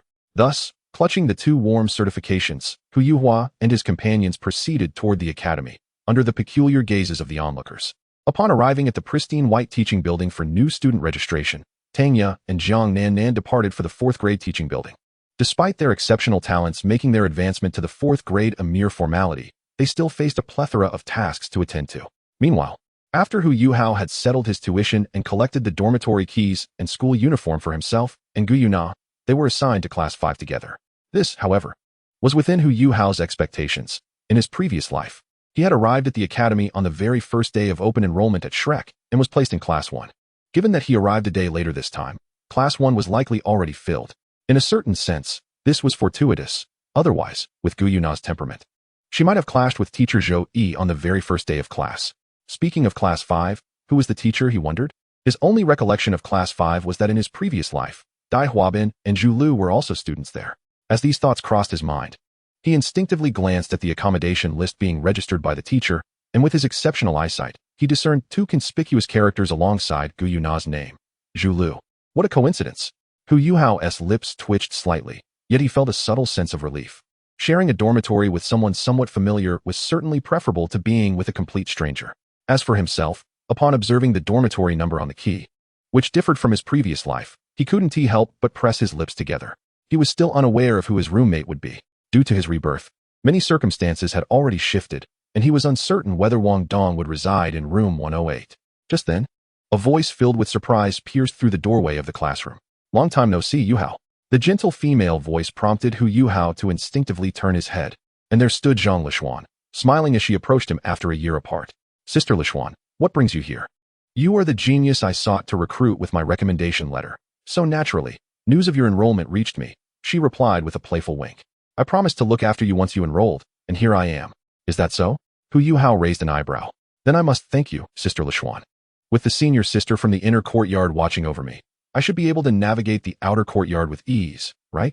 Indeed, Zhang Lishuan said, a mysterious smile gracing her face. She then turned directly to the teacher responsible for the registration and stated, do not assign anyone else to Huo Yuhao's dormitory. Let him have a room to himself. Of course, the teacher promptly agreed, handing Huo Yuhao the other key to the dormitory as well. In Shrek, the status of ordinary teachers in the outer courtyard was not superior to that of inner courtyard disciples, especially considering that the individual before him was not just any ordinary inner courtyard disciple. Furthermore, aside from her identity as a senior sister in the inner courtyard, Zhang Lishuan also held the position of an assistant in the inner courtyard, significantly elevating her status. The sense of having someone looking out for him felt utterly delightful. Huo Yuhao was momentarily taken aback by the treatment that was so vastly different from his previous life. It was undeniable that Zhang Lishuan was exceedingly thoughtful. Arranging a private dormitory for him was indeed a considerable advantage given his circumstances. Yet, this was not the end. Zhang Lishuan gently patted his shoulder and said with a smile, from now on, I hope you will guide me, Yuhao. Chapter 65, Connections Abound. Yuhao was momentarily taken aback. What teacher? What guidance? What classmate? Observing Yuhao's bewildered expression, Zhang Lishuan chuckled softly and patiently explained, before coming here, I applied to be the homeroom teacher of your class. Therefore, for the next few years, I will be your mentor. Rest assured, the Inner Academy has also given its consent. This proposal had been in preparation for over a year, ever since it was confirmed that Yuhao would arrive at Shrek. The director of the Soul Master Department, Yin Xiaojia, had even thought she was despondent like Elder Xian and had come to counsel her several times. It was only when Elder Mu firmly approved the matter that the current situation came to be. As she spoke, Zhang Lishuan revealed an enigmatic smile, patting his shoulder once more. I've heard that the competition among the new students during the assessment is quite fierce. This is my first time as a teacher, so I'm counting on you, Yuhao. Despite her words, there was no trace of anxiety on her face. Joking aside, Yuhao had clearly demonstrated his prowess by effortlessly defeating numerous evil soul masters. A mere group of new students would be no match for him. Well, I've conveyed the message. I have some matters to attend to, so I shall take my leave. See you the day after tomorrow. As if struck by a sudden thought, Zhang Lishuan turned and leaned closer to Yuhao, lowering her voice. Is your ice attribute martial soul of the ultimate level? Yuhao had no intention of concealing the truth and nodded affirmatively. Upon seeing this, a glimmer of surprise flashed in Zhang Lishuan's eyes. After a moment of contemplation, she continued. I have a friend whose martial soul has some issues. It generates malevolent flames during her training, which can severely affect her mental state. A high-quality ice attribute martial soul could help suppress it, so I would like to ask for your assistance. But rest assured, I won't let you work for free. I will negotiate a reward with her. Thinking this over, Yuhao cleared his throat twice and replied with a peculiar expression, there is no need for a reward. Helping would suffice. Zhang Lishuan immediately burst into laughter and affectionately tousled Yuhao's hair. Then allow me to thank you on behalf of my friend. When the semester begins in a few days, I will bring her to see you. All right. It was only after Zhang Lishuan left the classroom that Yuhao, belatedly aware, prepared to leave with Guyuna. Shall we head to the dormitory? However, upon turning his head, he noticed Guyuna gazing at Zhang Lishuan's departing figure, her eyes flickering with thoughts unknown. What is the matter? Nothing. Guyuna shook her head, her tone carrying an inexplicable depth. I was just reflecting on how someone seems to possess an abundance of connections. Yuhao's expression twitched slightly as he took Guyuna's hand and led her outside. In this world, it's only natural to lend a helping hand whenever possible. After all, I was once supported by friends along my journey. Yet, upon hearing this, Guyuna couldn't help but cast him a sidelong glance. Are you certain those people only wish to be friends? Huh. Huo Yuhao was momentarily taken aback. What does that mean? It's nothing, Guyuna replied. Almost instantly, Huo Yuhao felt an unprecedented force transmitted through the hand she held. It was as if she feared he might wander off or be taken away. I crave an ice pop. Naturally, there was no place within the academy to purchase ice pops. However, as a master of the extreme ice element, Huo Yuhao found it effortless to create one himself.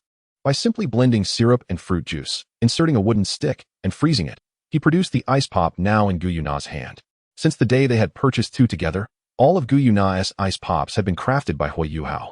As they approached the white dormitory building for new students, Huo Yuhao instinctively turned his head toward a certain spot.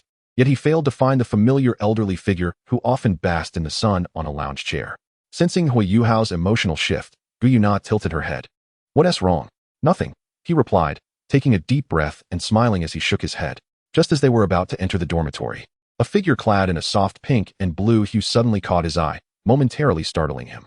The young woman was tall, her flowing pink-blue hair cascading down to her waist. Unlike in her previous life when she disguised herself as a boy, this time she had chosen to present herself in her true form upon enrollment. Sensing the disturbance, she instinctively looked up, and upon seeing Huo Yuhao and Guyuna's faces, her movement faltered slightly. They are quite attractive. She had always possessed confidence in her own appearance. Yet at that moment, the boy and girl before her were undeniably striking, particularly the silver-haired girl, who evoked an inexplicable sense of self-consciousness within her. Are Shrek's new students this formidable? Contemplating this, Wang Donger continued on her way without pausing, heading towards the cafeteria behind the dormitory. That girl carries the aura of a deity. I am aware, Huo Yuhao nodded, his tone laced with complexity. She bears a divine consciousness seal from the divine realm. Guyuna glanced at him in surprise. How did you discern that? Is she approaching you? Sort of, Huo Yuhao replied, briefly recounting Wang Donger's situation. Upon hearing this, Guyuna tilted her head. Should we take action? Are you confident? It is merely a strand of divine consciousness, Guyuna stated calmly. Meeting her gaze, Huo Yuhao recalled her earlier words at the Eye of Ice and Fire, where she mentioned that the souls of the two Dragon Kings had greatly aided her recovery. Might Tang San's consciousness prove effective as well? Presently, the seal within Wang Donger's sea of consciousness was merely a fragment of Tang San's soul, making it a viable attempt. As for the question of whether Tang San would retaliate, Huo Yuhao, having been reborn, was quite aware of the current rules and circumstances of the divine realm. The god of destruction's sudden hostility towards Tang San could not have arisen from mere grievances of a day or two. Before tensions fully erupted, the god of destruction would have likely sought out Tang San through various means long ago. In this context, if Tang San were to engage in some covert actions, it could be overlooked. However, should he dare to personally descend to the mortal realm or send deities to do so without authorization, the god of destruction would undoubtedly seize the opportunity to strike. Does this divine consciousness aid in restoring your strength? Indeed, Guo Yuhao replied candidly. But it depends on the level of the deity's soul. If it is a second or third tier god, the assistance would be minimal. The God King. The mere mention of these two simple words caused Guo Yuhao to raise an eyebrow. That would indeed be of significant help. The soul of a living God King, even if only a fragment, is an immensely valuable asset to me. However, I am not adept in matters of the soul. If, as you say, that fragment of divine consciousness is hidden within the depths of the opponent's mental ocean, I would be unable to devour it without harming that girl. Huo Yuhao nodded. There is no rush on this matter. We shall devise a plan once my teacher awakens. His reference to teacher was, of course, to the Death Spirit Master, Ilex. Although Ilex was merely a demigod in terms of strength, in the realm of soul research, he was unparalleled even when considering the entire pantheon of the previous world. By that time, finding a solution would not pose a significant challenge. Guo Yuhao slightly inclined her head. Inform me when you are ready to act. Understood. Currently, with Ilex in a state of slumber and without any support, they would have to wait until they acquired the golden essence of life before addressing this issue. With just over a year remaining until the Soul Master competition, there was no need for haste, and it was essential to obtain Donner's consent to proceed. As he contemplated, Huo Yuhao began to formulate a general plan. Meanwhile, Guo Yuhao casually inquired, "Is that girl also your friend?" "I do not know," Huo Yuhao replied after a brief silence, shaking his head gently. "Friend, stranger, or perhaps even an enemy. The possibilities are uncertain. In his previous life, there was no room for reconciliation between him and Tang San, and he remained oblivious to how Donger would perceive him in the end. Yet, the moment he had laid eyes on her, an answer had suddenly emerged within him. Let things unfold naturally, he mused. As for Tang San, he must meet his end, regardless of the fact that he is Donger's father. Guo Yuhao, seemingly understanding yet perplexed, nodded slightly and unexpectedly offered Huo Yuhao a popsicle, its surface glistening with a sugary liquid. "Would you care to indulge?" The dormitory building comprised 6 floors, with the 3rd floor and above designated as the girls' dormitory. Any male caught entering would face expulsion. Of course, as long as they remained undetected, there would be no issue. Huo Yuhao resided in room 116 on the 1st floor, while Guo Yuhao was on the 4th. The popsicle she had just presented was now nestled in Huo Yuhao's mouth. Having only one occupant, Huo Yuhao had taken the liberty of pushing the 2 beds together, creating a luxurious configuration compared to the others who were confined to cramped single beds. As he gazed at her, Guo Yuhao licked the popsicle in her hand and suddenly declared, "Tonight, I shall sleep with you." As Huo Yuhao gazed at her, Guo Yuhao blinked her eyes playfully and remarked, "This large bed appears even more comfortable, and weren't we often sharing a bed at home? How can you still have the audacity to say that?" Upon hearing her words, a trace of sorrow involuntarily surfaced on Huo Yuhao's face. When he sought Guo Yuhao's assistance back then, it not only proved futile, but also transformed his predicament from being tormented by one person to being tormented by 2. Every time his roommate, Xiaoya, engaged in some mischievous antics beneath the covers, this individual did not merely refrain from stopping her. Rather, she followed suit, exacerbating the situation. Guo Yuhao's expression remained unchanged, her tone calm, yet imbued with an aura of concealed prowess and reputation. "I was merely protecting you." Indeed, this was the truth. Considering the events of that night, when Tanya stealthily entered Huo Yuhao's room, had it not been for her, who knows what scandalous actions Tanya might have committed while alone with Huo Yuhao. Although she ostensibly did not intervene, her contributions were undeniable. "Is that so?" Huo Yuhao inquired, skepticism evident in his demeanor. "Now that Xiaoya has gone to school, why do you still come here so frequently?" A moment of silence ensued. After a brief pause, Guo Yuhao stood up, adjusted her dress, and casually walked toward the door. "Tang San, are you not going to eat?" Upon hearing his roommate's voice, Tang San, who had been meditating on his bed after lunch, gradually opened his eyes. Glancing at the dimming twilight outside, he smiled and replied, "You go ahead. I'll take a shower before heading to the cafeteria." After speaking, he turned over, retrieved his basin and towel, and made his way toward the door. His roommate couldn't help but exclaim, "No wonder you share the same name as the legendary Tang San. Your martial soul, the blue silver grass, is astonishingly gifted. Not to mention, you work so diligently. An 11-year-old soul master. Surely, even the former Tang San couldn't compare to you. How can us ordinary folks possibly keep up?" As his roommate began to extol his virtues, Tang San merely smiled serenely. The teacher of the legendary Tang San once said, "There are no worthless martial souls, only worthless soul masters. With effort, you too can achieve greatness." His roommate's eyes suddenly sparkled with enthusiasm as he nodded repeatedly. "You're right. After dinner, I will also strive to train hard and become a great individual like the legendary Tang San." Tang San nodded in encouragement. "Keep it up." Even though he had always been indifferent to fame and power, a deep sense of pride welled up within him at this moment. Indeed, the accomplishments of Shrek Academy today are all thanks to him, Tang San. A millennium ago, he led that once obscure academy to vanquish the sinister Spirit Hall, ultimately achieving the present-day glory. Without him, there would be no Shrek Academy. The entire Douluo Continent was still under the oppressive grip of the Spirit Hall, with its people living in misery. In his previous life, he had managed to defeat both the Rakshasa god and the angel god single-handedly. In this life, ascending to godhood would pose no challenge. Just as he wore a smile and walked towards the shower room at the end of the corridor, a pale figure suddenly appeared behind him, its strange eyes filled with a venomous glare directed at his back. It was Dai Huabin. It appeared that the other party intended to take a bath. As this thought flickered through Dai Huabin's mind, his eyes suddenly sparkled with excitement. Although he had lost the previous day's skirmish, he believed his defeat stemmed from the opponent's treacherous use of hidden weapons. Moreover, the two guards had later informed him that even as Soul Kings, they would struggle against such concealed armaments. Thus, he had been contemplating ways to prevent the adversary from employing these covert tactics. Here lay a golden opportunity. He had observed that the opponent lacked a storage soul guide, implying that any concealed weapons must be hidden within their garments. When the other party stepped into the bath, they would inevitably have to disrobe. Seizing this moment to charge and would undoubtedly provide a chance to impart a painful lesson. Chapter 67, A Painful Lesson. He had inquired beforehand and discovered that Shrek Academy's regulations were rather lenient. In a bid to foster individuality among students, the academy did not discourage brawls between students, even rewarding such altercations after the second year. Due to this deliberate indulgence, the rules governing this aspect were scant. The only prohibitions were against causing death and against upperclassmen bullying lowerclassmen. Aside from that, anything was permissible.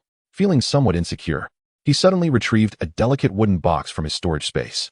Upon opening it, he gazed at the blood-red pill nestled within, a flicker of hesitation crossing his eyes. This pill had been bestowed upon him by his mother, of which there were 3 in total, capable of temporarily amplifying the user's cultivation. She had given it to him with the hope that, should he ever encounter Huo Yuhao, he would possess the strength to defeat him and vanquish the nightmares that haunted him. Should he employ it against this individual? The loathsome visage of Tang San flashed in his mind, and as the countdown in his heart reached its climax, a glint of ferocity shone in Dai Huabin's eyes. After all, there were 3. Let it begin with you. With that, he swallowed the pill and charged into the shower room. After tidying up, he beheld his dormitory transformed anew. Before Huo Yuhao could exhale in relief, he faintly heard a dull commotion emanating from outside the door, a sound reminiscent of a brawl. Each punch landing with a thud. What was happening? Who was fighting? Just as this thought crossed his mind, an exclamation rang out from beyond the door. "Goodness! Everyone come quick. There's a naked man fighting in the bathhouse. Is that for real? What on earth?" Listening to the chatter outside, Huo Yuhao momentarily felt bewildered, his mind struggling to comprehend the situation. Approaching the dormitory door, he cautiously peeked out, only to find the hallway crowded with wide-eyed onlookers, some occasionally gasping in astonishment. Driven by curiosity, Huo Yuhao unleashed his spiritual perception, and the events unfolding in the shower room were instantly rendered in vivid detail within his mind. Before them lay a scene of an impeccably dressed youth, adorned with a cascade of white hair, entangled with another youth, stark naked and glistening with droplets of water, whose martial spirit appeared to be blue-silver grass. It was unfortunate that he recognized both individuals. The well-dressed one was Dai Huabin, while the other, completely unclothed with his hair in disarray, was the one rumored to be the reincarnation of Tang San from Heaven Do City, with whom he had crossed paths multiple times. With a resounding crash, Dai Huabin's neck bulged with veins as, with a furious roar, he shattered the bonds that held him, a web seemingly spun from blue-silver grass. In the blink of an eye, a powerful claw struck towards the bare Tang San. The latter, witnessing this unfold, felt his pupils constrict in disbelief. He had not anticipated that Dai Huabin's strength would surge so dramatically in just 2 days. This was evidently abnormal. Alarmed, he could only rely on his Xian Yu hand to barely fend off the attack, his body uncontrollably recoiling backward, the sheer force causing his internal energy to surge tumultuously. Swallowing the metallic taste that threatened to rise in his throat, Tang San glared at Dai Huabin and roared, "Dai Huabin, I never expected you to be so despicable." In response, Dai Huabin merely chuckled coldly and retorted, "When you ambushed me amidst chaos 2 days ago, did you not consider that despicable?" With that, he surged forward once more, his claws slicing through the air with a howling wind aimed squarely at Tang San. leaving no room for respite. Indeed, Dai Huabin had seized the moment flawlessly. Tang San, in the midst of his bath, was as unarmed as Dai had surmised.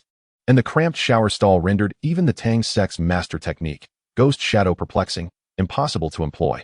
Coupled with the aid of a medicinal pill, Tang San's 3 soul skills from blue silver grass proved ineffective against such overwhelming force. After several exchanges, blood began to seep from the corners of Tang San's mouth. This could not continue. After a brief moment of contemplation, he resolved to retrieve his hidden weapons. The first principle of the Tang sect's Xiantian treasure record states, never allow those whom you cannot fully trust to know the extent of your true power. As a disciple of the Tang sect, he had always adhered to this principle with utmost diligence, and there was no way he would expose his trump card before the multitude of onlookers.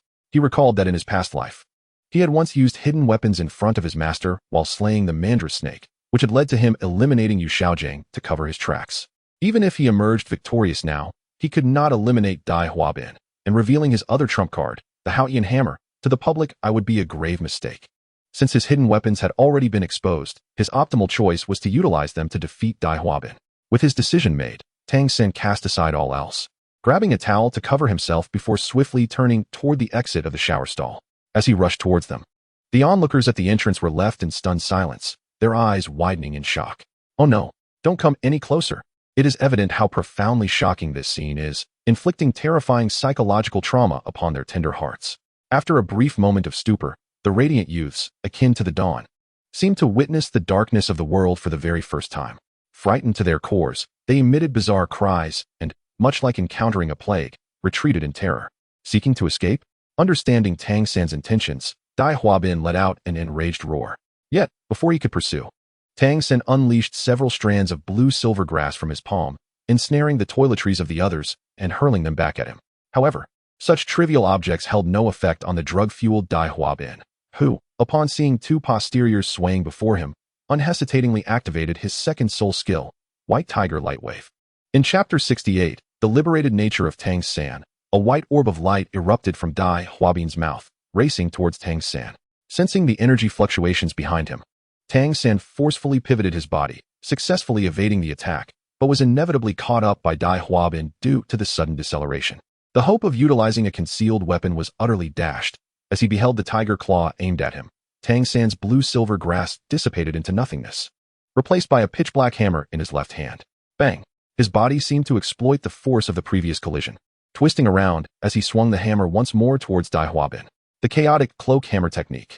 Faced with such an embarrassing scene, Tang San finally relinquished his long-familiar approach from the Xiantian treasure record and chose not to conceal his Haotian hammer martial spirit any longer. The situation shifted in an instant. By the heavens, this is incredible, exclaimed Zhou Siqing, who had just finished dinner, as he watched the imposing figure of the powerful, bare-skinned man overpower Dai Huabin.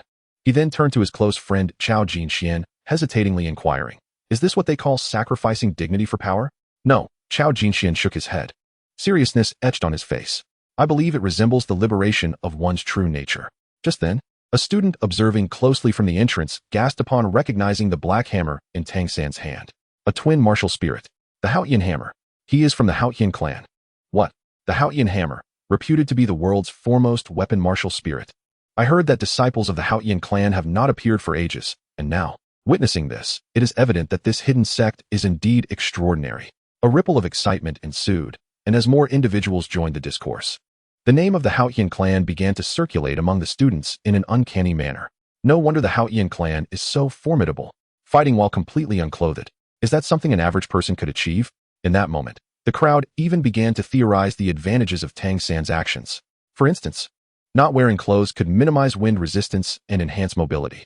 Others suggested that such exposure might stimulate one's circulatory system through the absence of shame, achieving an effect akin to a sudden surge of power. Amidst the hushed murmurs of the onlookers, another dull thud resonated in the air. After enduring nearly 10 strikes, Dai Huabin could finally withstand no more and, with a gasp, expelled a copious amount of blood. However, Tang San showed no intention of ceasing his assault. Just as he prepared to deliver yet another blow, a commanding voice rang out, "Stop." With the utterance of those words, an overwhelming pressure descended upon Tang San, rendering him immobile in an instant. Shifting his gaze, he beheld a teacher, adorned with 7 soul rings, gradually approaching from the entrance. The teacher first cast a peculiar glance at the naked Tang San, his facial muscles twitching as he endeavored to maintain a facade of seriousness. Though Tang San was on the verge of exploding with fury, he had no choice but to relent in the presence of a soul saint. After stowing away the Huo hammer, he turned to Dai Huabin and coldly explained, "I was taking a shower when he ambushed me. Such a tactic exists?" The teacher was taken aback. In his years of experience, he had witnessed myriad brawls, yet a fight in a bathhouse was an unprecedented sight. He cleared his throat a couple of times to disperse the onlookers before once again fixing his gaze upon Tang San, speaking in an oddly inflected tone, "Blue silver grass. Huo hammer, coupled with an exceptionally adept use of the chaotic cloak hammer technique. Who else could it be, if not you?"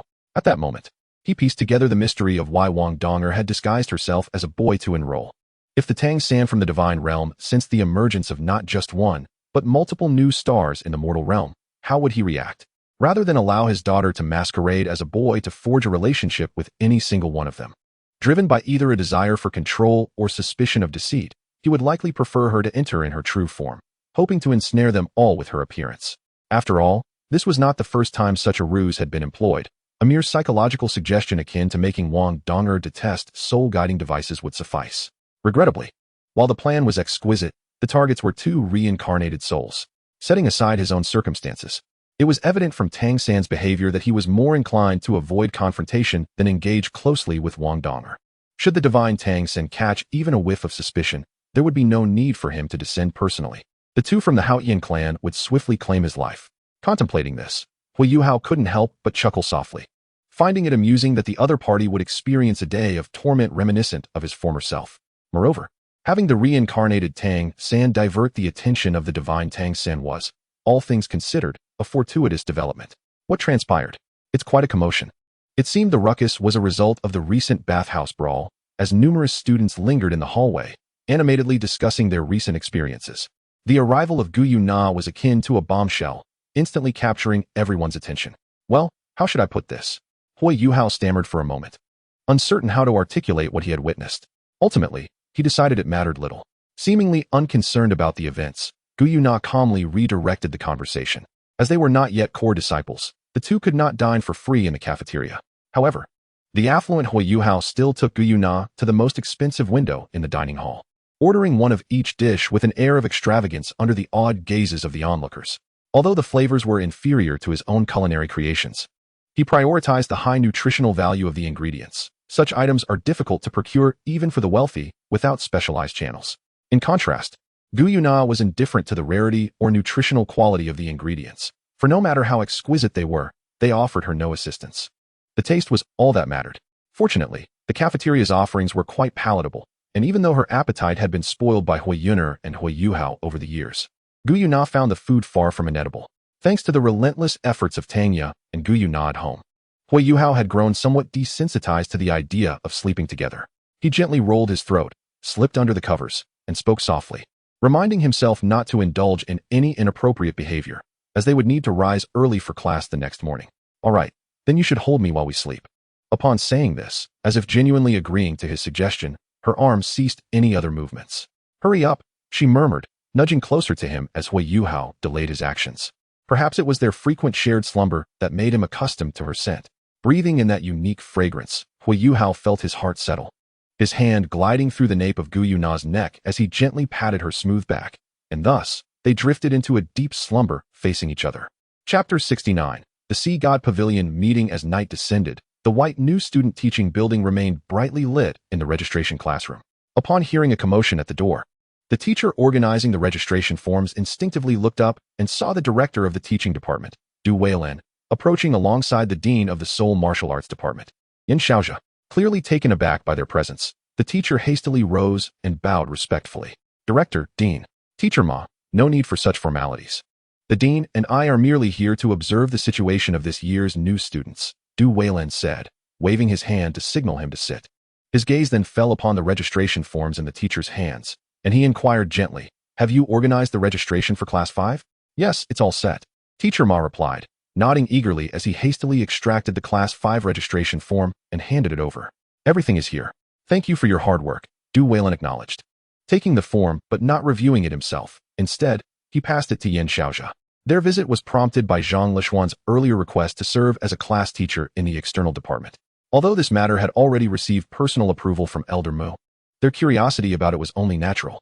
Upon learning that Zhang Lishuan had become the homeroom teacher of Class 5, Yin Xiaozhe hurriedly made his way over with Du Weilin, eager to discover what distinguished the students of this class. As they perused the registration forms one by one, Yin Xiaozhe's gaze abruptly fixated on the information of a particular student, Dai Huabin. Martial Soul, Evil Eye White Tiger. Soul Power Level, 34. Soul Ring Colors, Yellow, Yellow, Purple. It was indeed a rare prodigy to possess the cultivation of a soul master upon enrollment. Beside him, Du Weilin was equally captivated, his eyes gleaming at the impressive details laid out before them. Director, could it be the student? He inquired, but Yin Xiaozhe shook his head, brow furrowed slightly. Although an 11-year-old soul master was exceptionally rare, it was not without precedent in previous years. Furthermore, in terms of rarity, Zhang Lishuan, who was over 20 and a soul de law with a 100,000-year soul ring, far surpassed this young noble from the Duke's estate. It was implausible that she would choose Class 5 solely due to him. Disregarding Dai Huabin, Yin Xiaozhe continued to sift through the forms. As time passed, something alarming caught both he and Du Weilin's attention, causing their pupils to constrict in unison. Martial Soul, Elemental Mage. Soul Power Level, 36. Soul Ring Colors, Purple, Purple, Purple. Stammering over the astonishing details, Du Weilin rubbed his eyes in disbelief. After confirming he had not misread, he gasped in astonishment. What is this? This is a genius among geniuses. The talents of all Shrek disciples over the millennia seemed trivial in comparison to this girl named Gu Yuna. Not only Du Weilin, but even Yin Xiaozhe, gripping the registration form, instinctively tightened his hold. He understood far better than Du Weilin the immense value of a 1,000-year first soul ring. For context, even his teacher, the dragon god Douluo Muin, had 2 yellow 100-year soul rings and lacked the prowess of this girl before him. Yin Xiaozhe instinctively glanced at the teacher responsible for the registration, his voice brimming with excitement. Teacher Ma, there must be no error in the registration for this student. Gu Yuna? No, no. Teacher Ma hastily shook his head, the shock on his face unmistakable. This girl arrived with a boy, both possessing a purple first soul ring, leaving a profound impression on me. Upon hearing this, Du Weilin and Yin Xiaozhe were momentarily taken aback. There's another one. He quickly flipped to the next page. And there it was, the registration form of a student named Huo Yuhao, beneath Gu Yuna's. Martial Soul, Spiritual Eye. Soul Power Level, 26. Soul Ring Colors, Purple, Purple. While still impressive, in light of the earlier revelation brought forth by Gu Yuna, they found it less astonishing. Nevertheless, with the first soul ring being 1,000 years old, Huo Yuhao was undoubtedly a prodigy in his own right, and an 11-year-old with a level of 26 was commendable. Spiritual Eye appears to be a manifest martial soul. Du Weilin pondered for a moment before looking up at Yin Xiaozhe, his expression still brimming with delight. The director remarked, "This is indeed a promising candidate. Once they undergo a second awakening, their strength will undoubtedly amplify." Yin Xiaozhe nodded thoughtfully, swiftly perusing the remaining registration forms before gathering them together and handing them back to Teacher Ma. Du Weilin's expression shifted to one of seriousness as he responded, "Yes, director." At that moment, a sudden gust of wind swept through the classroom, accompanied by a hoarse voice that pierced the air. "Xiaozhe." Yin Xiaozhe shuddered slightly, respectfully inquiring, "Master Xian, what brings you here?" "I have come to inform you that there is a situation in the Outer Academy. The Sea God Pavilion has convened an emergency meeting." "What?" Yin Xiaozhe's pupils constricted in alarm. The unexpected late-night meeting suggested an urgent predicament had arisen. "Master Xian, what has happened? 2 new students have gotten into a fight." "What nonsense?" A flicker of bewilderment crossed Yin Xiaozhe's gaze. "A meeting at the Sea God Pavilion for a mere altercation between 2 new students? Are you all out of your minds, or am I?" He pondered whether the elders of the Sea God Pavilion had grown so idle. "In any case, the situation is quite complex. You will understand once you arrive." Master Xian seemed hurried, leaving swiftly after his words. As the commotion outside the classroom began to subside, Yin Xiaozhe and Du Weilin exchanged a silent glance, both lost in thought. After a long pause, Yin Xiaozhe finally spoke, albeit with a belated realization, "Old Du, please investigate the matter regarding the fight among the new students while I attend the meeting." "Understood, Director. Take care." At the Sea God Pavilion, several esteemed elders of Shrek Academy, along with the 4 vice presidents, gathered once more around the conference table, reflecting on the last meeting of the Sea God Pavilion, which had been convened due to the blood-eating dragon lizard massacre. Yin Xiaozhe's gaze instinctively fell upon the figure seated at the front of the row, Master Xian. His disheveled hair obscured his aged visage, as he comfortably clutched a greasy chicken leg in one hand and a large wine gourd in the other, indulging in his repast with abandon. Compared to his previous despondent demeanor, he appeared transformed. "How delightful. Yan Xiaozhi mused, a smile of joy creeping onto his lips. It seemed time had healed Master Xian's wounds, allowing him to emerge from his sorrow and remorse, once again becoming a pillar of support for Shrek Academy. Chapter 70. The Notorious Haoyan Sect. Now that everyone has assembled, let us commence the meeting. Master Xian, please share the details. As the venerable voice from the head of the table resonated, the Sea God Pavilion meeting was set in motion once more. Yes, Elder Mu. After finishing his chicken leg, Master Xian wiped his hands on his soiled clothing, stood up, and surveyed the room before slowly beginning. The incident occurred unexpectedly. I have called everyone together because just moments ago, 2 new students engaged in a brawl in the bathhouse. Noticing the peculiar expressions of those present, Master Xian cleared his throat and continued. However, this is not the crux of the matter. The focal point lies in our preliminary investigation, which revealed that one individual is the legitimate heir of the White Tiger Duke's estate in the Xinglua Empire, while the other appears to be a prodigy from the Haoyan sect. Upon hearing this, the expressions of the elder members, though somewhat eased, remained furrowed with concern. Lin Lao, seated opposite Xuanzi, could not restrain himself from speaking. Xuanzi, although the Haoyan sect has indeed been reclusive for quite some time, the mere scuffle involving a talented disciple from their ranks should not necessitate such a grand assembly as the Sea God Pavilion meeting, he argued. Xian Lao scoffed. Lin Huaichuan, do you take me for a fool? The reason we convene the Sea God Pavilion is due to the extraordinary talent of that young man. Oh. Lin Lao raised an eyebrow. Pray tell, what distinguishes this youth from the rest? He possesses dual martial souls, Xuanzi replied, pausing momentarily. The blue silvergrass and the Haoyan hammer. The elders were momentarily taken aback. Isn't that the martial soul of our ancestor, Tang San? Indeed, coincidentally, this young man is also named Tang San. After speaking, Xian Lao dismissively lifted his chin towards Lin Lao. Now do you understand why I called for this meeting? Even if he shares the exact dual martial souls of Tang San, it does not warrant such a commotion. Over the millennia, Shrek has encountered numerous students with dual martial souls, and there are even those whose martial souls surpass the quality of our ancestoress. Yet, none have achieved the heights of our forebear. However, this time, Xian Lao did not refute. Instead, he spoke with a grave demeanor. That leads me to the crux of my discourse. This child entered the academy as a soul master, having already attained the 32nd rank. Most crucially, he effortlessly vanquished a fellow student possessing the White Tiger martial soul, who was fully committed and had even consumed a temporary enhancement elixir, using only the Haoyan hammer, which lacks any soul rings. Furthermore, upon inquiry with the White Tiger martial soul student, we learned that this Tang San is also adept in hidden weapons and possesses mastery in the Tang sect's secret techniques, with his concealed armaments being potent enough to pose a lethal threat to his soul king. As Xian Lao recounted each piece of information, the countenance of those present began to shift. I cannot ascertain whether this young man harbors any further concealed abilities, but based on his current display, he may already surpass our ancestor, Tang San, at the same age. Once Xian Lao finished speaking, Lin Lao refrained from further rebuttals. He too had to concede that a soul master capable of contending with a soul king is indeed a prodigious talent. The assembly, however, chose not to voice their opinions, instead directing their gaze toward the presiding elder, Mu Lao, awaiting his decision. After a prolonged silence, the aged voice resonated once more. Xiaozhi, send someone to investigate this youth's background and report the findings to me once completed. Upon hearing this, Yan Xiaozhi promptly rose, responding with utmost respect. Yes, master. By the way, how shall we address the recent incident in the bathhouse? Though the incident involving 2 freshmen fighting may seem trivial, the manner in which it is addressed holds considerable significance.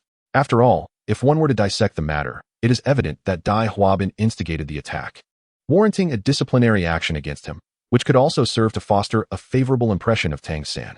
However, Dai Huabin has considerable connections, and since the other party did not violate any school regulations, such a decision might provoke discontent from the White Tiger Duke's residents. What kind of punishment? Xuanzi took a swig from his gourd and remarked with a smirk. Avoiding trouble is the hallmark of mediocrity. Being perpetually prepared for unforeseen circumstances is the essence of what it means to be a student of Shrek Academy. That lad from the White Tiger Duke's residence may have lost, but he demonstrated acumen by seizing the opportunity to strike when his opponent was vulnerable. In that regard, he deserves commendation. Yan Xiaozhi's lips twitched, yet he found himself at a loss for words, just as Muon's voice resonated in the room. Let us proceed as Xuanzi suggests. Yes, teacher. Just as Yan Xiaozhi was about to turn and depart, Muon interjected once more. By the way, we shall introduce 2 new school rules. Fighting in the bathhouse is strictly prohibited, and no one is allowed to engage in combat while undressed. While the academy encourages competition among students, brawling in the nude is decidedly inappropriate. Upon hearing this, the gathered individuals were momentarily taken aback, and Yin Xiaojia, stifling a laugh, nodded in agreement. Understood, teacher. The following day, as class time approached, a scattering of students had already taken their seats in the classroom, with the sole topic of discussion revolving around the brawl that transpired the previous night in the bathhouse. Hey, did you hear about last night? Not only did I hear, I witnessed it firsthand. The god of war from Huo sect, completely nude. Is that for real? Are the people from Huo sect truly that fierce? I was skeptical when I first heard the news. Do they really strip before a fight? With the Huo hammer in play, how could it be false? This morning, the Academy even issued 2 new school regulations regarding last night's event. Let me tell you, not only did the god of war wield the Huo hammer, but he also utilized blue silvergrass, which likely indicates he possesses dual martial souls. Blue silvergrass and Huo hammer? Isn't that identical to the martial soul of Tang San's ancestor from a millennium ago? Not only is the martial soul the same, but I also heard that the god of war's name is likewise Tang San. No wonder he is so formidable, since they both hail from Huo sect. Do you think the Tang San of a millennium ago also fought in the nude? As this thought crystallized, the student's eyes gleamed with excitement, as if he had unearthed a monumental secret, becoming increasingly animated. Perhaps this naked fighting style was indeed conceived by the legendary Tang San of old, and has since been passed down through generations within Huo sect. The student beside him pondered for a moment, solemnly nodding in agreement. In just a few exchanged words, they had deduced an obscure historical narrative from a millennium ago, prompting several students to exchange awestruck glances. No wonder Tang San was able to lead Shrek to triumph over the then mighty Spirit Hall and ultimately attain divine status. Such a prodigious talent truly is remarkable. A similar conversation unfolded within the confines of Class 5. Listening to the murmurs surrounding her, Wang Dong lowered her head, her face flushed with embarrassment. Her small fists clenched tightly, although she could not fathom why another disciple of the Huo sect had appeared at Shrek Academy alongside her. This did not mitigate her distress over the situation. She understood that from this moment forth, her Huo hammer martial soul would be irrevocably sealed. There was no alternative. She simply could not afford to lose face. If it were to be revealed that she, too, was a disciple of the Huo sect, it would be better for her not to exist at all. Chapter 71. Teacher Lishuan as Huo Yuhao and Gu Yuehua entered Class 5 after finishing their breakfast. The previously boisterous classroom fell into an abrupt silence, ignoring the peculiar gazes directed at them. Huo Yuhao conducted a brief survey of the room before he took Gu Yuehua by the hand and approached a dark-haired girl who was staring blankly with her head bowed. Zhu Lu. Upon hearing her name called, the girl instinctively looked up. Upon recognizing the faces of Huo Yuhao and Gu Yuehua, she momentarily froze, her brows furrowing in confusion. Is there something you need? The silver-haired girl had encountered her in the dormitory the previous afternoon, and her breathtaking beauty had undeniably left an indelible impression. However, she wondered how this boy knew her. After 5 years, Huo Yuhao was no longer the frail youth he once was. Even his appearance had undergone a significant transformation, making it difficult for Zhu Lu, who had only met him once as a child, to recognize him. Huo Yuhao retrieved the storage ring that Zhu Lu had gifted him, smiling as he spoke. As per our previous agreement, I have come to return this to you. As she beheld the somewhat familiar ring, Zhu Lu's expression shifted from bewilderment to astonishment, her heterochromatic eyes widening in disbelief. It's you? It is indeed me, Huo Yuhao replied with a gentle nod. I truly appreciate your kindness back then. There is no need for thanks between us. No longer as composed as before, Zhu Lu lowered her head, her voice noticeably faltering. After a brief moment, she could not help but glance up at Huo Yuhao and inquired, how have you changed so much that I didn't recognize you? It happened after I absorbed a soul ring. Huo Yuhao chuckled, settling into one of the 2 empty seats behind Zhu Lu alongside Gu Yuehua. How have you been these past years? After you left that day, it was only near dusk that Dai Huabin was found. Once my mother learned of the situation, she refrained from taking me to the Duke's mansion, instead allowing me to remain at home to cultivate until I reached the age required for enrollment at Shrek Academy. After explaining her circumstances, Zhu Lu paused briefly before speaking softly. I still don't know your name. Huo Yuhao, he replied with a light laugh. There is no need to be overly anxious. We will all be classmates from now on. Just call me Yuhao. As Zhu Lu instinctively accepted the ring, she noticed that the storage space had increased exponentially thanks to Huo Yuhao's enhancements, along with a considerable number of soul guides. As a hereditary noble of the Star Luo Empire, she had had some exposure to soul guides. Even from the perspective of an amateur, it is evident that each of those soul guiding devices possesses considerable value. This is excessive, I thought initially. However, Huo Yuhao shook his head earnestly and said, please accept these. These soul guiding devices are well suited for you. Should you encounter any challenges in the future, Do not hesitate to seek my assistance. All right, she replied. Many male students in the classroom, who had been observing this interaction, felt their jaws tighten in frustration. In Class 5, beautiful girls were already a rarity, and undoubtedly, Zhu Lu was the most attractive after Gu Yuna, especially with her fiery figure that was far from that of a typical girl. Several male students had already set their sights on her as their pursuit upon entering the classroom. As the students contemplated how to confront Huo Yuhao, Dai Huabin, whose complexion seemed even paler than a few days prior, slowly walked in from outside. Although he had received treatment from the academy and the injuries inflicted by Tang San had healed, the aftereffects of the medicinal pills lingered, significantly hindering his cultivation speed for the coming months. Yet, that was not the gravest concern. Having taken the medicine but still unable to overcome Tang San, the psychological blow he suffered was far more severe than the physical one. The thought of having lost to Tang San the previous night stirred an uncontrollable surge of murderous intent within him. Damn it all. He instinctively scanned the classroom, and upon seeing that nightmarish figure, his body shuddered, and the overwhelming fear swiftly replaced his murderous intent. In mere moments, a thought of transferring classes emerged in his mind. However, the idea of forever avoiding Huo Yuhao compelled him to suppress his trembling legs and move toward the farthest empty seat from Huo Yuhao. Huo Yuhao raised an eyebrow in surprise, feeling a wave of emotion wash over him. It seemed he had indeed been too lenient initially. As the bell for class rang, the noisy classroom gradually fell into silence. On the first day of class, without fully understanding the nature of their homeroom teacher, the students dared not act too recklessly. Soon, a youthful figure gracefully entered the classroom, capturing the attention of nearly all the students with her exquisite features. Her tall and well-proportioned figure was accentuated by her fitted attire, and her beautiful eyes scanned the room, ultimately resting on Huo Yuhao, a gentle smile gracing her red lips, evoking a fluttering sensation in the hearts of many. Upon reaching the podium, Zhang Lishuan held up the teacher's badge clasped at her chest, displaying it to the somewhat dazed audience, and spoke with a light laugh. My name is Zhang Lishuan, and I am from the Inner Academy. It is a pleasure to meet all of you esteemed students. Some students who had seen the information about their homeroom teacher might have found it puzzling that she was not the originally designated instructor. I have applied to be the temporary homeroom teacher for Class 5, and barring any unforeseen circumstances, I will spend the next few years with many of you in the Outer Academy. As they listened to her gentle words, the students felt their hearts melting, with some even flushing with excitement and raising their fists in exhilaration. Certainly, do not mistake my amiability for complacency. Suddenly, Zhang Lishuan shifted her tone, and a series of soul rings began to rise from beneath her feet, striking a profound impact on the perception of every student present. 1, 2, 8 soul rings. This young lady was, astonishingly, a powerhouse of the soul Douluo level. The sight of that final crimson soul ring evoked an indescribable sense of suffocation among the crowd. 100,000 years. Should any of you violate school regulations or fail to pass the promotion assessment, I regret to say, we must part ways. In response to these seemingly harsh words, rather than fear, the students grew increasingly exhilarated. As applause erupted from an unknown source, the remaining students in the classroom followed suit, welcoming Zhang Lishuan with fervor. It is worth noting that the other class supervisors were merely middle-aged men and women, barely at the Soul Emperor level, and now, a Soul Douluo with a 100,000-year soul ring was to be their instructor. What could they possibly critique? Moreover, Zhang Lishuan's beauty and affable nature only heightened their enthusiasm. They were determined to do whatever it took to remain in her class. Chapter 72, The Choice Not Taken. Dai Huabin also joined in the applause, his gaze towards Zhang Lishuan mirroring that of many male students, imbued with a subtle warmth. Change classes? What nonsense. With such a teacher, he would gladly remain even if it meant sharing a class with Huo Yuhao. A soul Douluo of such youth was undoubtedly a prodigy among prodigies.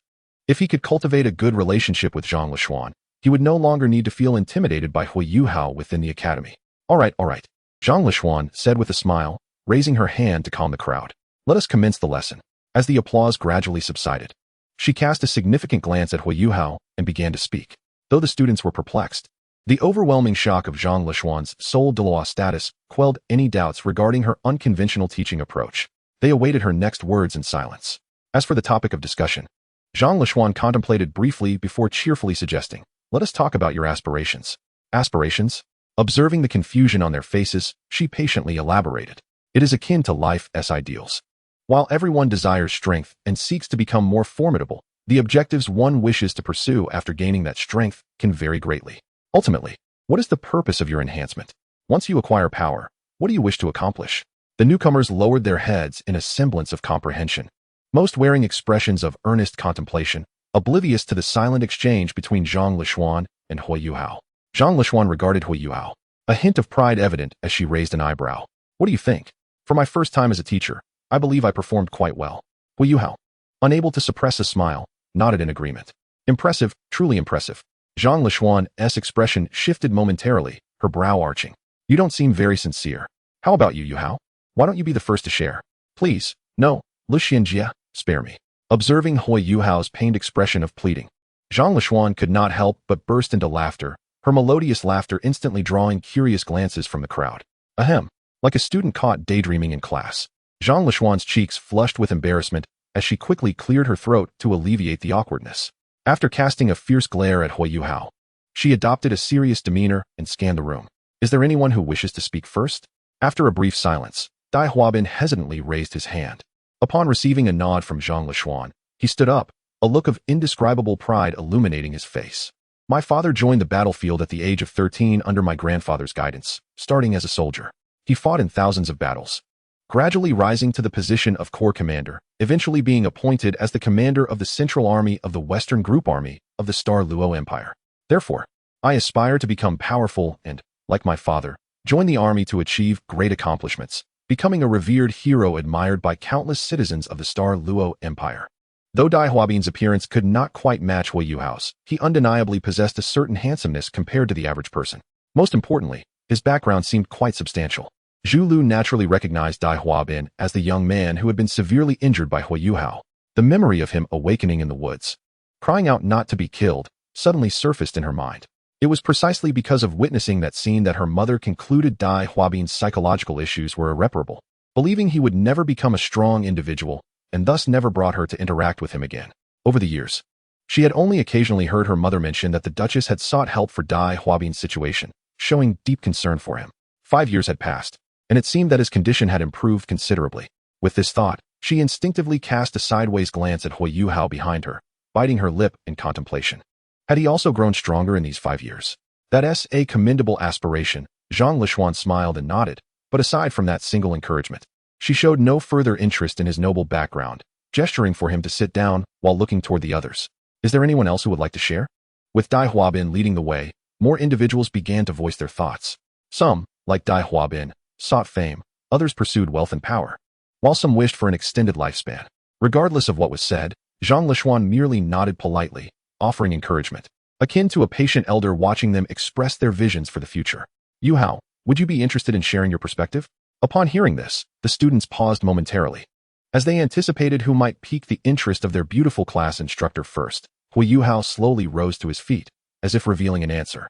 The purpose of my growth.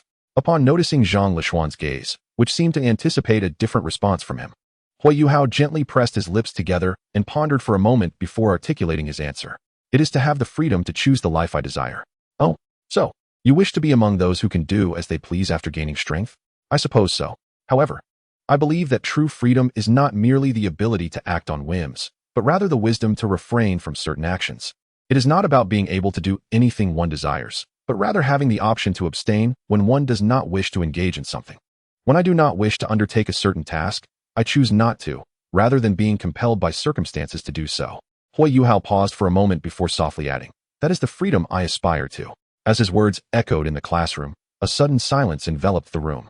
Dai Huabin, sensing the unusual atmosphere, instinctively glanced at Zhang Lishuan. Observing her expression of stunned surprise, he found himself momentarily taken aback. In an instant, a wave of jealousy surged within him. He silently lowered his head, his fists clenched tightly, the nails digging deeply into his flesh without him even noticing. Chapter 73, Determined Zhou Yi. My name is Zhou Yi, and I am the head teacher of Class 1, though I may not necessarily be your instructor. The elderly woman, her skin wrinkled and hair sparse, spoke in a hoarse voice after her self-introduction, addressing the group of students below. I intend to nurture true monsters, not fools. So in the coming year, you can expect a constant stream of mediocrity to be expelled from my class. I hope you are prepared for that. Upon hearing this, the proud students present displayed expressions of indignation, yet one individual stood apart, Tang San. A smile graced his face, and instead of feeling discontent, he found a sense of familiarity in her words. As Zhou Yi had stated, Shrek Academy was indeed a place for cultivating monsters. Thus, how could a teacher capable of such a feat be an ordinary person? Such arrogance, such a distinctive teaching method. This was precisely the essence. The more capable the teacher, the more unique their personality tends to be, a truth Tang San had learned well in his previous life. Just like his former mentor, Yuhao, renowned throughout the continent as a master. He had developed advanced theories such as the 10 core competencies of martial souls and famously declared that there are no worthless martial souls, only worthless soul masters. Yet, he willingly chose to reside in the relatively obscure Nodding Academy, even when subjected to the disdain of other teachers. Master never defended himself but dedicated his life to the study of martial souls, ultimately nurturing a legendary figure like himself, the Sea God, to vindicate his own name. It is precisely because of such a devoted teacher that Shrek has endured for millennia, remaining a sacred place for soul masters across the continent. Speaking of which, why did Wang Donger not disguise herself as a male student like in his previous life? And where had Huo Yuhao gone? Shouldn't they be in the same class? Tang San's brow furrowed as he scanned the classroom, finding no sign of a student resembling Huo Yuhao. Could it be that the circumstances have changed due to his rebirth? In the divine realm, Tang San is a god king, and to oppose him, Huo Yuhao is undoubtedly an essential instrument.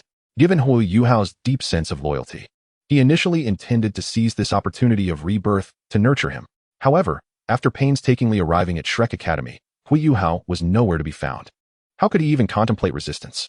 Perhaps the class slot that rightfully belonged to him has been usurped, resulting in his reassignment to another class.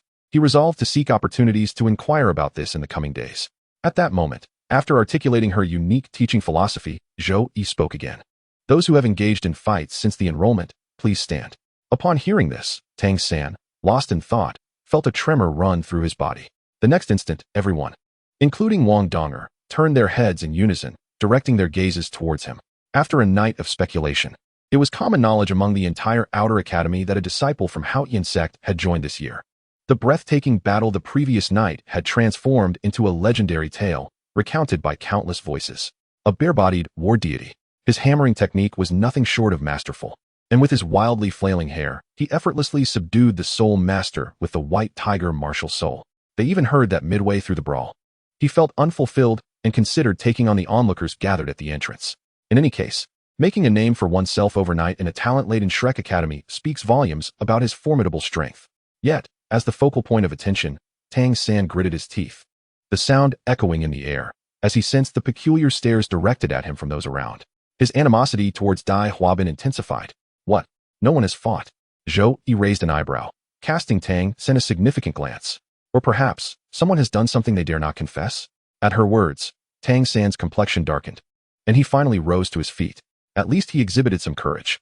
Zhou Yi nodded slightly, then surveyed the room, her tone icy as she spoke. What about the others? None of you have fought. Haven't you heard our academy's principle that those who do not seek trouble are mediocre? Truly a bunch of wastrels. Without fighting or competition, how do you expect to progress? After mercilessly chastising everyone except Tang San, Zhou Yi coldly declared, now, immediately, all of you, except him, shall run 100 laps around the Shrek Square. If you fail to complete it, I'm afraid you will be expelled. The crowd, initially entertained by the spectacle, suddenly found themselves in a state of alarm. Without granting them a chance to respond, Zhou Yi manifested 6 soul rings of standard color beneath her, emanating a terrifying aura akin to a mountain, instantly pressing down on everyone. My patience is limited. Within 1 minute, if you have not begun running, you will be expelled. And within 1 hour, if you have not completed 100 laps, the same fate awaits you. The repeated mention of expulsion undoubtedly startled the assembled students. Having finally passed the assessments to enter Shrek, they certainly did not wish to be dismissed over this incident. No one dared to speak further. In a mere moment, only Zhou Yi and Tang San remained in the classroom. You are Tang San. Come here. Seemingly unfazed by her previous intimidation, Zhou Yi appraised him with satisfaction after a moment's scrutiny. I have heard that you possess dual martial souls, the Haoyan hammer and blue silver grass. Indeed, Teacher Zhou, replied Tang San, nodding. Since the Haoyan hammer had been revealed the previous night, his approach to matters would naturally have to adapt. Rather than conceal it, he would seize this opportunity to attract the attention of the Academy's higher-ups and secure additional resources. An 11-year-old soul master was indeed remarkable. It was no wonder he shared a name with his illustrious ancestor, thus honoring that legacy. Not only was his talent exceptional, but he also had a knack for stirring up trouble. Faced with such a prodigy, even Zhou Yi's tone bore a hint of delight. She had heard of Zhang Lishuan's appointment as the homeroom teacher for the Inner Academy. After all, competition was fierce among Shrek students, and teachers were not exempt from this rivalry. It was rather surprising that the so-called strongest genius of the Inner Academy, Zhang Lishuan, had come to teach. Who among the new homeroom teachers would not wish to prove themselves through this opportunity? Upon learning of this development, several homeroom teachers, including Zhou Yi, had quietly resolved to nurture the talents in their classes, aiming to surpass the seed team from Class 5 in the upcoming freshman assessment 3 months hence. Although Zhou Yi frequently faced disciplinary action from the academy for expelling students, she always approached competitions with unwavering determination, fully intent on victory. She had never feared teaching anyone. Even if the opponent was a genius from the inner academy, she was confident in her ability to triumph. However, despite her satisfaction with Tang San, she would not neglect the necessary admonitions. Tang San, at Shrek, we are never short of geniuses. Therefore, you must remember not to become arrogant or complacent. And do not assume that your talent will earn you leniency here. On the contrary, because you are stronger than others, I will hold you to even stricter standards in your training. If you fail to follow my instructions, irrespective of your talent, I will not hesitate to expel you. Do you understand? Yes, Teacher Zhou. Tang San smiled calmly, stating, my goal is to become the pinnacle of strength in the continent, like my ancestor Tang San. I shall not be swayed by minor achievements. Oh, Zhou Yi raised an eyebrow. It is indeed commendable that you think this way. Therefore, I shall add an additional 50 laps to your training, with the same time limit of 1 hour. You have already squandered over 10 minutes, so you must hasten your pace. What? Tang San's expression stiffened as he observed Zhou Yi's twisted smile, belatedly dashing toward the plaza. Chapter 74, No Need to Prove Anything. Today's lesson concludes here. You may leave. By the way, although the freshman assessment will conclude and first-year classes will be reorganized, 3 months is still a significant duration, and we require a class monitor to assist the teacher. Upon hearing this, aside from Dai Huabin, who had already surmised the choice for class monitor due to Zhang Lishuan's noticeably different treatment of Huo Yuhao, the eyes of the other male students brightened, each eager to prove themselves. In comparison to other identities, being a student of Zhang Lishuan certainly grants one the advantage of proximity, akin to a close vantage point. However, the position of class monitor undoubtedly affords even greater opportunities for interaction. Who wouldn't desire more chances to engage with such a formidable and enchanting teacher? Just as everyone assumed that Zhang Lishuan was about to initiate a voting election, her subsequent remark extinguished their little schemes like a spark smothered by water. Thus, the role was to be assigned to Huo Yuhao. Although he had already discerned the answer from Zhang Lishuan's glance, he couldn't help but grimace. Nevertheless, considering her attentive care towards him, even going so far as to become the homeroom teacher, he nodded in agreement. Yes, Teacher Zhang. Zhang Lishuan responded with satisfaction, nodding as she made her way toward the office. The others may leave class now. Yuhao, come with me. Wait for me in the classroom, and we shall go for lunch together. All right. After briefly informing Gu Yuna, Yuhao followed Zhang Lishuan out of the classroom, under the envious and dazed gazes of his peers. Shortly after they stepped outside, Huo Yuhao overheard the chatter of the students emerging from the classroom behind him. Look quickly. It seems there are new students running below. Really? Which class are they from? Isn't today the first day of classes? Why are they running? They must have made a mistake and are being punished, right? Our teacher Zhang is truly wonderful. She's beautiful and has a gentle character. Listening to their discussions, Huo Yuhao could already surmise what had transpired. Arriving at the window along the corridor, he turned to gaze down at the plaza, where he spotted 100 young students running around Shrek Plaza. Familiar faces came into view: Zhou Siqing, Chao Jinxian, Xiao Xiao, Wang Donger. Finally, his attention was drawn to Tang San, who, with a grim expression, was sprinting at a pace surpassing that of the others. Huo Yuhao instinctively pressed his lips together, nearly unable to suppress a laugh. Well, I never expected you, Tang San, with your striking features, to have such good fortune. What are you looking at? Zhang Lishuan followed Huo Yuhao's gaze and noticed the students running in the plaza, her expression one of mild surprise. Aren't those students from Teacher Zhou Yi? Upon this realization, Zhang Lishuan couldn't help but cast a sidelong glance at Huo Yuhao. Why do you seem unfazed? I happened to overhear some seniors discussing this matter just before registration yesterday. Zhang Lishuan nodded, choosing not to pursue the topic further, and they soon entered her office. She gestured toward the seat in front of her desk, a playful smile gracing her lips. My dear class monitor, please take a seat. Huo Yuhao forced a smile, settling into the chair while feigning a sense of awe. Truly, our teacher Zhang is remarkable, beautiful, and gentle. Zhang Lishuan, recognizing the words as a repetition of what the students had said earlier, felt a rush of embarrassment wash over her. You little tease. After pouring a glass of water and handing it to Huo Yuhao, Zhang Lishuan filled another glass for herself. As she moistened her somewhat parched throat, she began to speak. I have 3 matters to discuss with you today. The first pertains to my friend who requires your ice attribute spirit to assist her. Her name is Ma Xiaotao, and I have already informed her of the situation. To avoid disrupting your daytime classes, I plan for her to visit you in the evening, likely within the next couple of days. Would that be convenient for you? That poses no issue, Huo Yuhao replied, nodding and taking a sip of water while awaiting the second matter from Zhang Lishuan. The second matter concerns the upcoming freshman assessment in 3 months, Zhang Lishuan said, unable to suppress a soft sigh. As a newly admitted disciple of the Inner Academy, I suspect the other instructors have already begun to regard me as a formidable rival. Initially, I was quite confident in your abilities. But I have heard that a genius from the Haoyan sect has emerged in teacher Zhou Yi's class. Last night, he effortlessly defeated Dai Huabin from our class with the Haoyan hammer, which he wielded without any spirit rings. It is said that Dai Huabin had consumed a potion to temporarily enhance his strength, yet he still faced a crushing defeat. Huo Yuhao nodded in acknowledgement. I witnessed that event as well last night. Indeed, Zhang Lishuan continued. However, the student named Tang San possesses strength that far exceeds what was displayed. From the accounts of Dai Huabin and Tang San, their confrontation stemmed from a dispute over hotel accommodations prior to enrollment. Dai Huabin mentioned that he chose to confront Tang San in the bathing area precisely because he knew his opponent was skilled with hidden weapons, which even his 2 Soul King bodyguards were uncertain they could withstand. This incident caused quite a stir among the teachers and several higher-ups at the academy last night, with many instructors holding Tang San in high regard. Zhang Lishuan turned her gaze towards Huo Yuhao, gently explaining, I am aware of your research into soul-guided devices, but such devices are prohibited during the freshman assessment. However, there are no restrictions on using hidden weapons that rely solely on one's own skills, so you. Before she could finish, Huo Yuhao interrupted her with a smile. No. Yet Zhang Lishuan shook her head, speaking softly. What I mean is for you to exercise caution. This is merely an ordinary competition. There is no need to risk your life.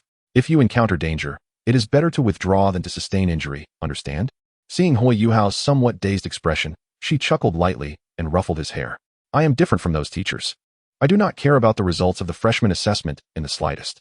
Even if the championship were to be handed over to them, what difference would it make? As the senior sister of the Inner Academy, I do not need to prove anything through my students, and their opinions will not affect me in any way. I recognize your talent. In my eyes, you are the strongest. Likewise, you need not prove anything to anyone else. Simply focus on safely navigating the assessment. Feeling the affectionate touch on his head, Huo Yuhao pressed his lips together, ultimately forming a gentle smile. That won't do. I cannot bear to see such a wonderful teacher like you, Lishuan, being overshadowed. Chapter 75. Are you smiling? Then I shall look forward to it. Zhang Lishuan replied with a smile, her expression shifting to one of seriousness as she continued. The final matter at hand is of utmost importance, pertaining to your future prospects. Allow me to elucidate briefly. The Soul Master competition, held every 5 years, sees our academy dispatch a primary team composed of 7 disciples from the Inner Academy. In addition to this primary team, we also select 7 promising candidates from the core disciples of the Outer Academy to form a reserve team, accompanying the primary team to the competition. Huo Yuhao nodded subtly, well aware of this process from his previous life, having participated as a reserve member. He was, however, perplexed as to why Zhang Lishuan was divulging this information to him with over a year remaining until the selection period. Typically, the positions of reserve team members are determined through selection, yet if certain core disciples exhibit exceptional prowess, they may be pre-appointed as reserve members. Once appointed, their treatment would surpass that of the average core disciples from the Outer Academy. Zhang Lishuan took a sip of water and spoke gently. Currently, there are only 2 pre-appointed members within the entire Outer Academy. Yuhao, I am well aware of your capabilities. Although you are not yet a core disciple, should you be willing, I will recommend you to the Academy's higher-ups as a pre-appointed reserve member. With my endorsement, the Academy should conduct an assessment for you. And upon passing, you will be entitled to the benefits of a pre-appointed reserve member starting today. Upon hearing this, Huo Yuhao comprehended Zhang Lishuan's intent. The selection for core disciples would only commence 3 months after the new student assessments. Yet by becoming a pre-appointed reserve member now, he could enjoy superior treatment 3 months in advance. He recalled that in his previous life, Beibei and Su Sanshur had also been pre-appointed as reserve members. He had not anticipated receiving such an opportunity immediately upon enrolling. While these resources might not hold substantial value for him, he could certainly relish 3 months of complimentary meals. It is worth noting that the most expensive dish at the dining hall costs over 30 gold soul coins, and with his voracious appetite and period of growth, his last meal with Guyu Nana had cost him hundreds of gold soul coins just to feel sated.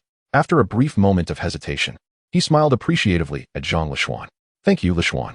I am willing to participate in the assessment. By the way, my deskmate, Guyu Nana, correct? Before he could finish, Zhang Lishuan nodded. I have seen her profile as well. A soul emperor with 3 purple soul rings. Do you know the extent of her strength?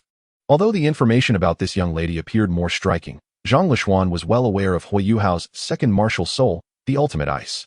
With one orange gold and one blood-red soul ring, she was uncertain if Gu Yunnan possessed strength comparable to Huo Yuhao. To what extent? How could he articulate that? To the level of dominating the continent. Huo Yuhao's expression was peculiar as he pursed his lips, contemplating before he slowly replied, "Well, she is certainly much stronger than I am. Is that so? Thank you, Lishuan." As for the reason, it was naturally Gu Yunnan, who sat in her seat, lost in thought with her head lowered. The aura of no entry around her deterred anyone from approaching, leaving them to attempt to attract her attention in this manner. It was not until Huo Yuhao entered the classroom that the faint sensation in their hearts vanished. Upon glancing at Gu Yunnan, they saw her lift her head, her beautiful eyes blinking twice as she gazed at Huo Yuhao, who was drawing near. "Have you been waiting long? Let us go eat," she said, extending her hand. Huo Yuhao was momentarily taken aback until he understood her meaning upon seeing her raised hand. With a light chuckle, he grasped it, and together they departed the classroom under the complex gazes of their male classmates. After an indeterminate time, the once silent classroom erupted with voices filled with resentment. "What a bunch of beasts, not leaving a single one behind. I think I want to transfer classes. Who can endure such dog food every day? Huh? And this is just the first day? Do you really think the beauties in other classes can escape this fellow? Have you forgotten about the two senior sisters from the outer academy during registration?" Upon noticing the two, Tang San was initially stunned, but as he met those azure eyes, a profound sense of familiarity surged within him. Although the eyes bore some differences from those in the divine realm of his past life, the gaze, etched in his memory until his final moments, was indelible. Realizing the identity of the youth before him, an indescribable fury instantly filled his chest. It was him. It was because of his betrayal that he had ended up in such a state. The self who was on the verge of becoming the king of gods had met with such a fate. Tang San's body tensed, his chest heaving violently, his eyes blazing as if they would emit flames. Huo Yuhao. In contrast to Tang San's hysteria, Huo Yuhao maintained a calm demeanor, nodding slightly. "Long time no see, Tang San. Indeed, it has been a long time." Bloodshot rage filled Tang San's eyes, and the composure cultivated during his previous life under Yu Xian evaporated in the face of his overwhelming anger. "If it weren't for you being ambushed by that soul beast, how could things have turned out this way? Why, you traitor?" Tang San's lips trembled as he questioned, his voice cracking from the intensity of his emotions. "I had intended for you to be my successor. Why did you betray me?" "Betrayal? I don't recall ambushing you." Huo Yuhao tilted his head, his gaze laced with confusion. "Or should I have taken my time to let you recover when you had them stop me?" Seemingly unwilling to engage further, Huo Yuhao grasped Gu Yunnan's hand, preparing to leave. "Oh, by the way," he suddenly remembered something and turned his head, scrutinizing Tang San's contorted face. He paused before posing once more the final question Tang San had heard in his previous life. "Tang San, did you smile while controlling the lives of others?" Chapter 76. Wise as the ancestor of Tang San. When the last student entered the classroom, several seats had already become vacant. Naturally, the occupants of those seats were the unfortunate souls expelled by Zhou Yi upon their arrival. Aside from a slightly sullen expression, Tang San exhibited no further signs of anger. He calmly took a seat and began to ponder. It was no wonder that Huo Yuhao did not become a member of Class 1 as he had in his previous life. He should have realized this sooner. Yet, who was the silver-haired girl seated beside him?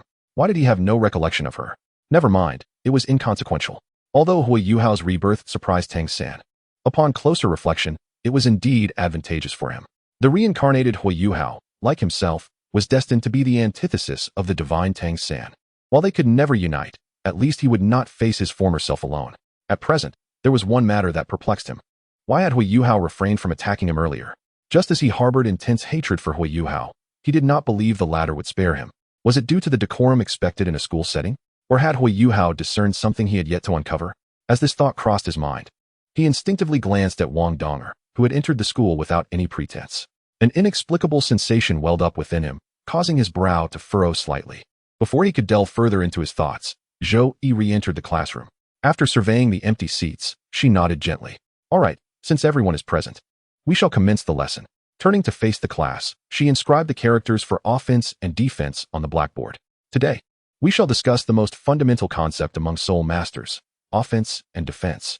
As she spoke, her gaze fell upon the distracted Tang San, and she addressed him directly. Called upon, Tang San was momentarily taken aback, but as a disciple of the renowned master from the continent, he was hardly daunted by such simple queries. Rising from his seat, he contemplated for a moment before offering a serene smile. "Teacher Zhou, I believe this question can be answered through the legacy of my ancestor, Tang San, from 10,000 years ago. Oh, Zhou Yi raised an eyebrow, seemingly intrigued. Please elaborate. Tang San cleared his throat and smiled as he explained. Though my ancestor possessed twin martial spirits, in his youth, he rarely employed the powerful Haotian hammer, utilizing an intellect beyond imagination. He invented hidden weapons to compensate for his lack of offensive power and developed various ingenious soul techniques that granted him the agility of agility-type soul masters, alongside strength rivaling that of power-type masters. Ultimately, he established the illustrious Tang sect, preserving his profound teachings for the benefit of countless soul masters. He paused briefly before continuing. With the aid of hidden weapons, the first generation of the Shrek 7 monsters, particularly the support-type soul master Ning Rongrong, displayed formidable combat prowess. Concluding his thoughts, Tang San stated, "Thus, I contend that the offensive and defensive paths of soul masters cannot simply be categorized by their respective factions." Remarkable. I did not anticipate your profound understanding of Tang San's ancestor. It appears there is a modicum of intellect within you. Please, take a seat. Zhou Yi nodded slightly, casting a sweeping glance over the assembly. While Tang San's theoretical assertions hold merit, the examples he provided are somewhat flawed. Although the concealed weapons devised by Tang San's ancestor could indeed empower auxiliary soul masters, they are fraught with numerous drawbacks. A fact evident in the decline of the Tang sect, which he himself established.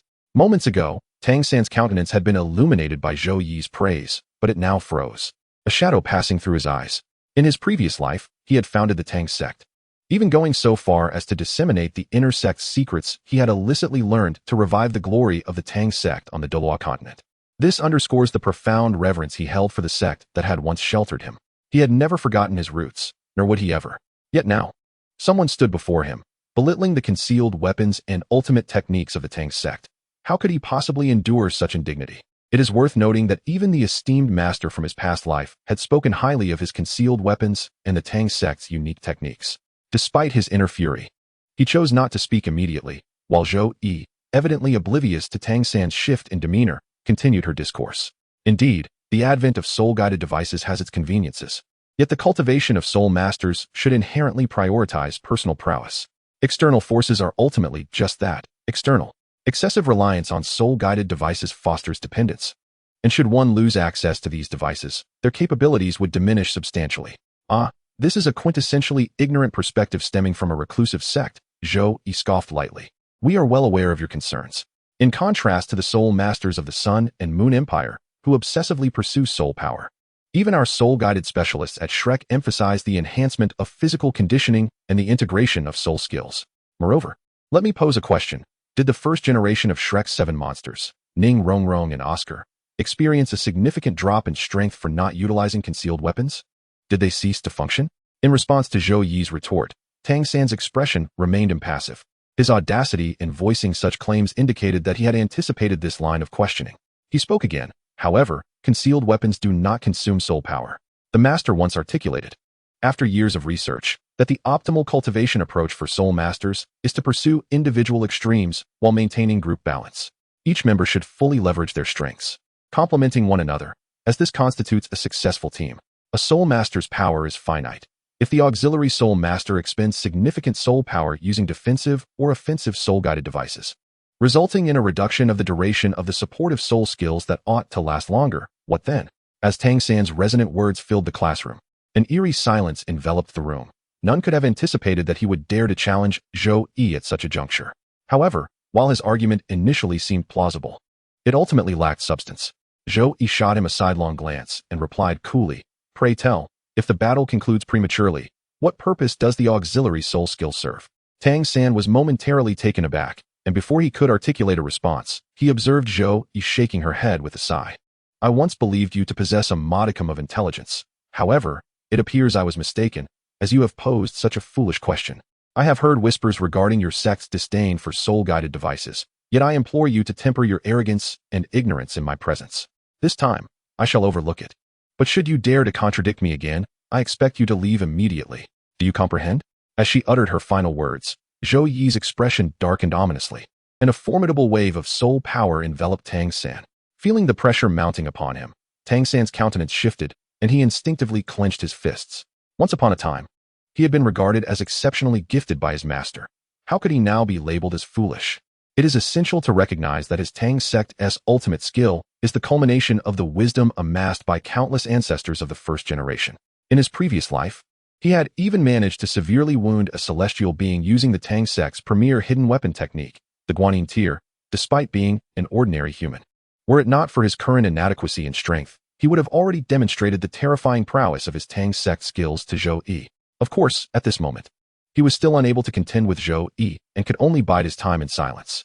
Setting aside the fact that he could not possibly defeat a standard Soul Emperor, the mere identity of being a teacher at Shrek Academy placed him at a level far beyond that of a mere student.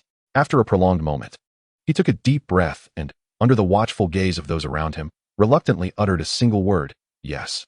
Seeing this, Zhou Yi's expression softened slightly, and she spoke in a measured tone. Do not take pride merely because your martial soul shares a resemblance with that of your illustrious ancestor, possessing some talent and familiarity with hidden weapons. Throughout the past 10 millennia, Shrek has produced numerous martial souls of greater prowess than your ancestor, yet none have achieved his level of success. At this juncture, Zhou Yi cast a sweeping glance over the silent assembly. It was clear to not only him, but to all present that to attain the same heights as Tang San's ancestor, one must possess not only talent and diligence, but, most crucially, the wisdom akin to that of the ancestor. Do you all understand? Understood. Chapter 77, The Young Master-in-Law. Afternoon. Very well. Today's lesson concludes here. You may disperse. Huo Yuhao, Guyu, please accompany me. After clapping her hands to signal the end of class, Zhang Lishuan led the two out of the classroom, leaving the others in a state of bewilderment. During the midday break, I submitted a request, and the Academy has consented to initiate the internal assessment for the two of you. The assessment will involve combat against the other two designated team members, who should be awaiting you in the Soul Duel Arena. Yuhao, as you possess only 2 rings and your martial soul leans towards control, your assessment will require you to endure for 20 minutes during your battle with one of the designated team members to pass. Guyu, your strength is highly regarded by the Academy. As a formidable attacker, you must secure victory in your combat against one of the designated team members to be deemed successful. Upon hearing this, Huo Yuhao could not help but display a peculiar expression.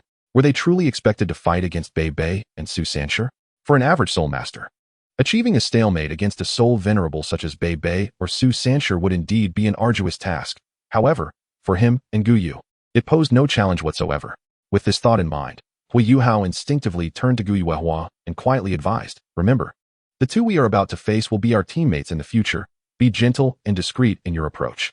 He felt compelled to remind her, worried that Guyu might inadvertently unleash her full strength as she would in their training sessions, which could lead to disastrous consequences. Guyu nodded, seemingly understanding. Got it. Huo Yuhao, somewhat skeptical, asked, are you really sure you understand? Guyu blinked and replied, if you give me a hug, I'll agree. Huo Yuhao felt a sudden rush of confusion and hesitated for a moment before inquiring, is it possible to try it out first before paying? Certainly, Guyu nodded. Her voice calm, but the price will be doubled.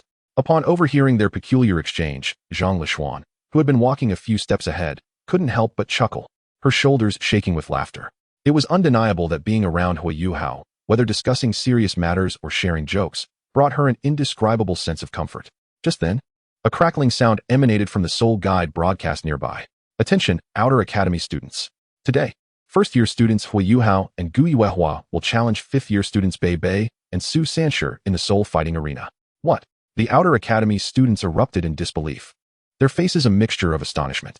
How dare someone challenge the twin stars of the Outer Academy? And they are only first years. Did I hear that correctly? Aren't first years prohibited from using the Soul Fighting Arena? I don't know, but since the broadcast announced it, let us go see. As Huo Yuhao observed the throng of students rushing towards the Soul Fighting Arena, he momentarily paused and instinctively glanced at Zhang Lishuan. Sister Lishuan, isn't this a bit too ostentatious? Are you still worried about that? Zhang Lishuan smirked and gently patted Huo Yuhao's shoulder. Rest assured, this is a customary practice for designated reserve members. Although it is not ideal to disclose such arrangements to others, your prowess must be visible to all the Outer Academy disciples, so they may be convinced. The reason Bei Bei and Su Sanshi earned the title of twin stars is precisely due to this.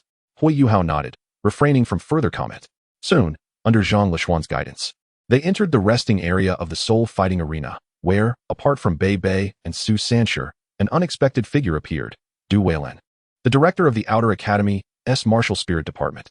Zhang Lishuan's gaze flickered as she inquired nonchalantly, Director, what brings you here? Du Weilin appeared somewhat awkward, clearing his throat a couple of times before stammering, Lishuan, I believe there's no need to make such a spectacle of your assessment. It could have been conducted privately. Why not call it off for today? He felt as if he might burst. Just last night, Yin Xiaozhe had advised him to keep Huo Yuhao and Gu Yuehua's situation discreet, and now Zhang Lishuan had bypassed him entirely, creating such a significant stir. If Huo Yuhao and Gu Yuehua's abilities were exposed, it would undoubtedly cause turmoil within the Soul Guide department. At present, the new student assessments have yet to commence, and they have not had the opportunity to confer upon Huo Yuhao and Gu Yuna the status of core disciples within the martial soul department. Upon discovering this situation, it is certain that others would rush over to seize the opportunity. Furthermore, considering the events surrounding Tang San last night, these three exceptionally gifted individuals who have transcended their era would likely end up splitting their talents between the martial soul and soul guidance departments. This would indeed feel like a significant loss to their dean. Yet, at such a critical juncture, Yin Xiaozhe was inexplicably absent from the school due to his investigation into Tang San, which left him quite anxious. In his desperation, he decided to come personally to see if there was any chance of salvaging the situation. Zhang Lishuan narrowed her eyes slightly. Having already deduced the intentions of this instructional director, there is no need for that. Director Du, the announcement has already been made, and numerous students are eagerly awaiting the competition outside. We cannot simply allow them to leave without a show, she remarked. As she spoke, she raised her hand to gently ruffle Huo Yuhao's hair, a smile gracing her lips. Moreover, being a genius isn't a bad thing. A little flamboyance is acceptable. I believe that Yuhao and Gu Yuna will not become arrogant because of it. To be candid, she personally leaned more towards Huo Yuhao's decision to choose the martial soul department, for even someone like her, who lacked expertise in martial souls, could discern the terrifying potential of those two souls at a glance. However, recalling Huo Yuhao's previous display of soul guidance technology against the blood-corroding dragon lizard made her hesitant. After much contemplation without reaching a resolution, she decided to apply for an internal assessment, thereby simultaneously attracting the attention of both the martial soul and soul guidance departments, leaving the choice to Huo Yuhao. After all, the competition between these two factions to secure Huo Yuhao would inevitably drive up the stakes, allowing him to negotiate for more resources. Meanwhile, Su Sanshi raised an eyebrow upon seeing Gu Yuna and Huo Yuhao, remarking softly, "So these two are the candidates for the internal team assessment? Quite the handsome pair." He chuckled. "Oh, peeking at other girls again. I'll let your girlfriend know." At the sound of Beibei's mischievous comment, Su Sanshi immediately stiffened, his voice laced with irritation. "I merely glanced." Beibei nodded, a mysterious smile playing on his lips. "All right then, I'll tell her you just took a look. You're intentionally trying to set me up, aren't you?" Su Sanshi retorted angrily, glancing at his mischievous companion, only to find Beibei deep in thought, studying Huo Yuhao and Zhang Lishuan. "What is on your mind? Whenever you wear that expression, it's never anything good." Yet, Beibei unusually refrained from teasing him further, his expression contemplative as he hesitantly said, "I suddenly have something I wish to ask you." Su Sanshi raised an eyebrow in surprise. "Is there something that the cunning rascal cannot comprehend? Speak up. Allow your Su grandpa to enlighten you." After a moment of hesitation, Beibei finally seemed to have organized his thoughts and inquired, "Just a hypothetical. If your sister were to date a younger boyfriend, what would be the most appropriate way to refer to him?" "What?" Upon hearing Beibei's words, Su Sanshi felt a momentary lapse in his mental faculties, raising his hand to pinch the bridge of his nose in contemplation. "Allow me a moment to ponder. After all, your brother-in-law is younger than you." After a brief pause, Su Sanshi lifted his head. "Why not simply address him as young sir?" "Young sir," Beibei softly murmured, her eyes sparkling with delight as she gently patted Su Sanshi's shoulder. "Impressive. I never expected someone as simple-minded as you to exhibit such cleverness in this moment. Get lost. I've never heard a kind word from your lips," Su Sanshi retorted, swatting Beibei's hand away with irritation. "By the way, are we still going to fight?" "I don't know," Beibei replied, glancing once more at the still squabbling director, letting out a soft sigh. Just then, a melodious voice resonated from outside the lounge. "Director Du, why hasn't the competition started yet? Everyone is eagerly awaiting it." The crowd instinctively turned towards the entrance, where a woman, seemingly in her 50s, strode in confidently. Despite her advancing age, traces of her youthful beauty were still evident in her features. The newcomer was none other than Xian Liner, the dean of the Soul Guidance Department, who had attended the meeting at Haishan Pavilion the previous night. For reasons unknown, Huo Yuhao felt an inexplicable sense of familiarity upon witnessing this scene. In his previous life, after venturing to the far north to acquire his second martial soul, he too found himself caught in a tug-of-war between the martial soul and soul guidance departments. Although this time, Yin Xiaozhe had been replaced by Du Weilan. "Greetings, Dean." Du Weilan promptly bowed in respect, knowing that he could no longer intervene upon seeing her arrival. Although his expression was one of bitter resignation, he felt a sense of relief within. He wished to avoid conflict with Zhang Lishuan, yet sometimes circumstances dictated such stances. If he failed to stop Zhang Lishuan, it would reflect poorly on him in Yin Xiaozhi's eyes. However, with the dean of the Soul Guidance Department present, he could not be held accountable. No need for excessive formalities, Xian Liner replied with a slight nod, showing no intention of pressing the beleaguered director. Her gaze shifted to Huo Yuhao and Guyu beside Zhang Lishuan as she spoke lightly. Ahem, no need to be so formal. Du Weilin wiped the sweat from his brow, awkwardly responding. Since the dean has stated so, the assessment shall continue. Who wishes to go first? The last query was directed towards Huo Yuhao and Guyu, and Huo Yuhao stepped forward, softly saying, I shall go first. Seeing Huo Yuhao take the initiative, Beibei stepped forward with a smile, addressing him. Junior, my name is Beibei. I look forward to your guidance. Huo Yuhao was taken aback by Beibei's choice to engage him in the assessment, feeling a peculiar scrutiny in her gaze. Dismissing the thought, he smiled and nodded. Thank you, Senior Beibei. I am Huo Yuhao. Soon, the two entered the competition arena of the Soul Fighting Zone, accompanied by Xian Liner, who had volunteered to officiate as the referee. With the title Douluo of level 95 presiding as the judge, even Beibei felt a surge of nervousness within her. Beibei, is that newcomer facing me the challenger this time? He seems even more handsome than Beibei. Are all the new students this bold? They dare to challenge the twin stars of the Outer Academy right from the start. As soon as they appeared, the two drew cheers and discussions from the audience outside. The stark contrast between the white newcomer's uniform and the black attire of the fifth-year students stirring the crowd's emotions. Just as Huo Yuhao stood a few dozen meters opposite Beibei, a high-pitched cheer erupted from behind him. Go, Yuhao! Tangya clenched her small fist, making gestures as if to knock down the opponent. After a brief moment of astonishment, Huo Yuhao tugged at the corner of his mouth and raised his thumb in approval. Two contestants, prepare. With the invocation of soul power, Xian Liner's voice resonated in everyone's ears, and the once boisterous battle spirit area fell into an intense silence. Begin. A deep blue electric light swirled around Beibei's right arm, and as the current intensified, his entire arm transformed into the shape of a dragon's claw. I apologize, Junior Hua, but I cannot afford to go easy in this assessment. Not only for that reason, even without the assessment, Beibei was eager to discover what made this boy, who received such special treatment from Sister Lishuan, so extraordinary. The news of Inner Academy's senior sister Zhang Lishuan taking on a teaching role in the Outer Academy had spread throughout the institution, and his curiosity was no less than that of anyone else. Upon learning the name of the assessment subject today, he suddenly realized who Lishuan was doing all this for. After all, he had heard her mention Huo Yuhao's name more than once since 3 years ago. He still recalled how the incident in the Stardow Forest had robbed the ever-smiling Lishuan of many of her smiles. Although Zhang Lishuan herself was oblivious, those around her were fully aware. Upon finally seeing the boy named Huo Yuhao, Beibei's thoughts crystallized. Indeed, he was quite handsome, albeit a bit younger. But that was hardly a significant issue. The fact that Sister Lishuan personally recommended him for assessment suggested he possessed remarkable talent. Oh, isn't this just nurturing a young man? Oh, Sister Lishuan, who appears so serious on the surface, secretly enjoys fostering this type of relationship? Unbeknownst to Beibei's musings, Huo Yuhao's pupils gleamed with golden light as two striking purple soul rings slowly ascended from beneath his feet. The audience instinctively froze for a moment, unable to believe their eyes. No wonder. Xian Liner gazed at Huo Yuhao with fervent eyes, softly murmuring as she finally understood why Du Weilin had gone to such lengths to prevent this assessment when she saw those two purple soul rings. Who can withstand this? Xian Liner pondered. Could his martial soul be related to his eyes? As if recalling something, Xian Liner's eyes brightened, her attention once again fixated on Huo Yuhao. With his extensive combat experience, he remained unfazed by the two millennia-old soul rings of his opponent.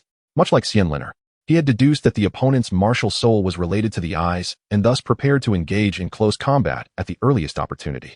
However, what Beibei did not realize was that during his charge, Huo Yuhao was already contemplating how to display his innate talents while still showing mercy. Faced with his elder brother, who had aided him significantly during his weaker days in a previous life, he could not afford to be as ruthless as he had been with the evil soul masters and Dai Huabin. After a moment of reflection, Huo Yuhao took a firm step forward, not retreating as Xian Liner had anticipated, but instead launching himself towards Beibei like an arrow released from a bowstring. Wait. Beibei furrowed his brows, questioning whether his opponent intended to confront him head-on. After all, he was an assault-type soul master. Could it be that his martial soul was not related to the eyes? A sense of vigilance surged within him, prompting him to unleash his thousand-year soul skill, Thunderous Wrath. The blue-purple scales on his right arm spread across his body until they enveloped the right half of his chest.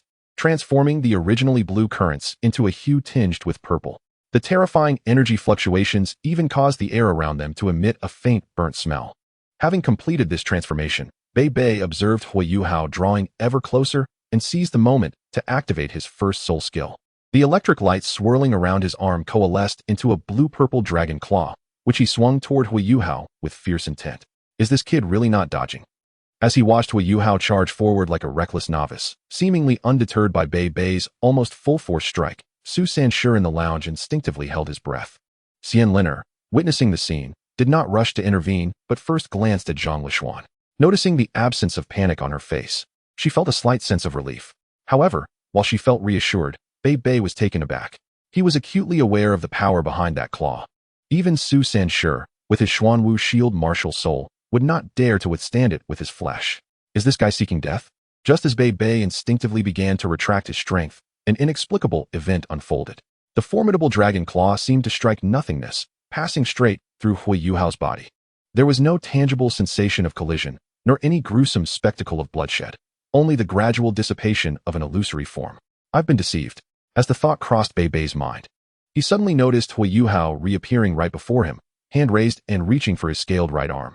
The instant their palms made contact, a violent wave of dizziness surged through Bei, and his vision darkened instinctively. This was, of course, the effect of Huo Yuhao's second soul skill, Life Thread. To prevent others from noticing that a single soul ring could have multiple soul skills, he had opted for close contact to unleash the Life Thread. Although he was merely a great soul master, his spiritual power was far beyond that, rendering the disorienting effects of Life Thread something that even a soul venerable like Bei could not withstand. Seizing the opportunity while the opponent was restrained, Huo Yuhao curled his fingers into a claw and forcefully pulled back on his adversary's arm. A distinct cracking sound echoed as, under the terrifying power bestowed by his transformed body from the source of arrogance, Bei's right arm was dislocated.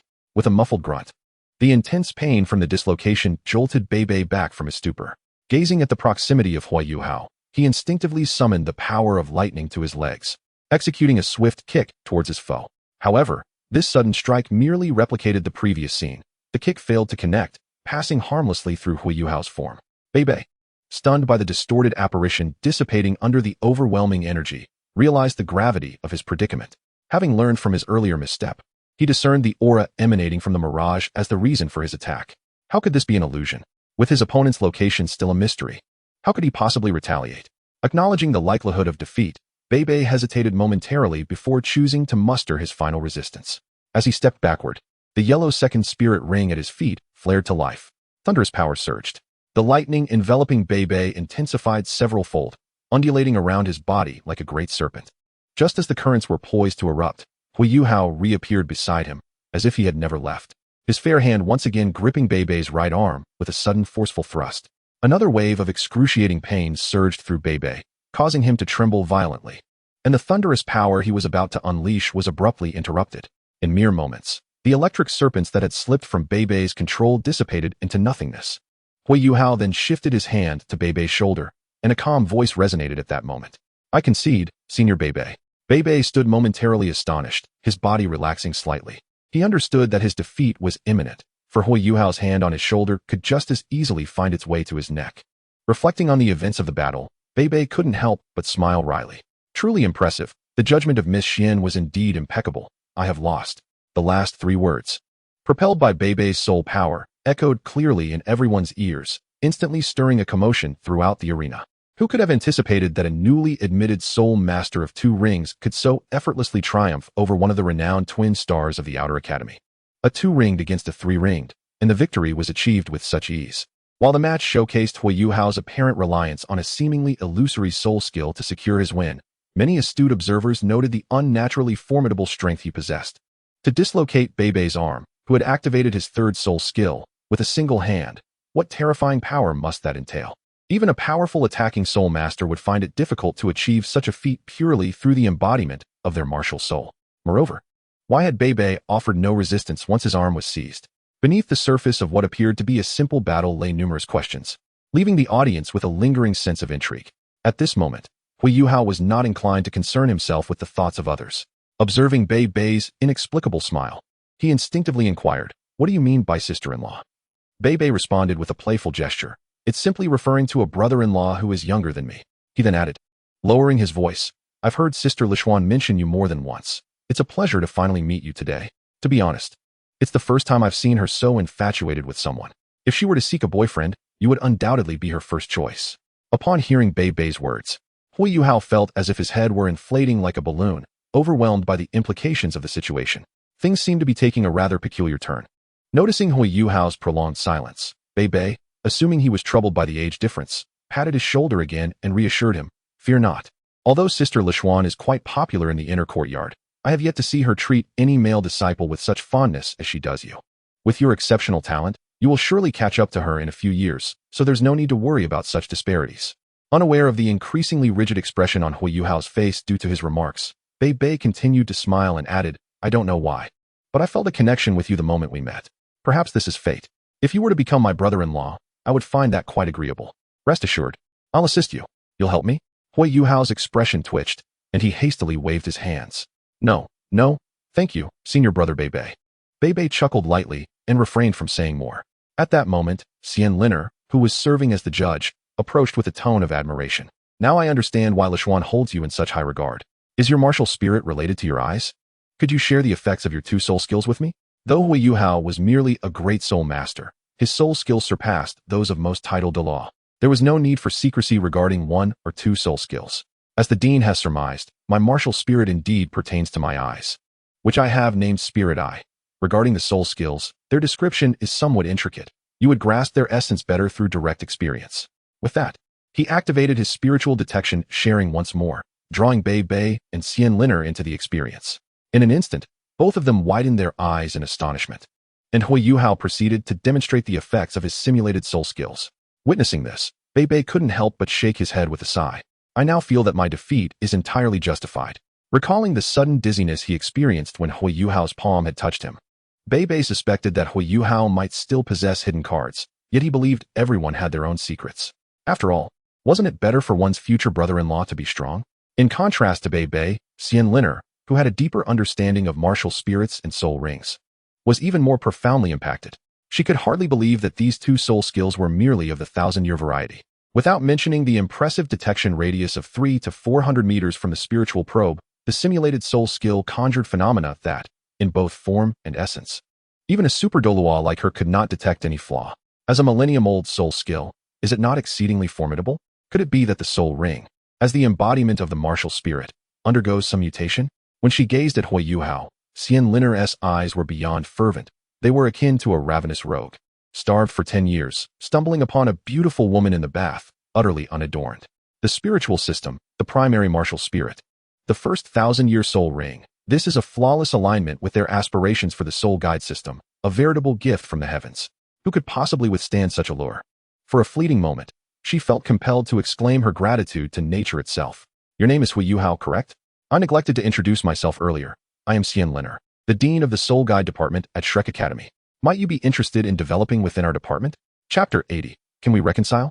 Suppressing her thoughts, Xian Liner chose not to press Huo Yuhao about his soul skill, instead adopting a gentle smile.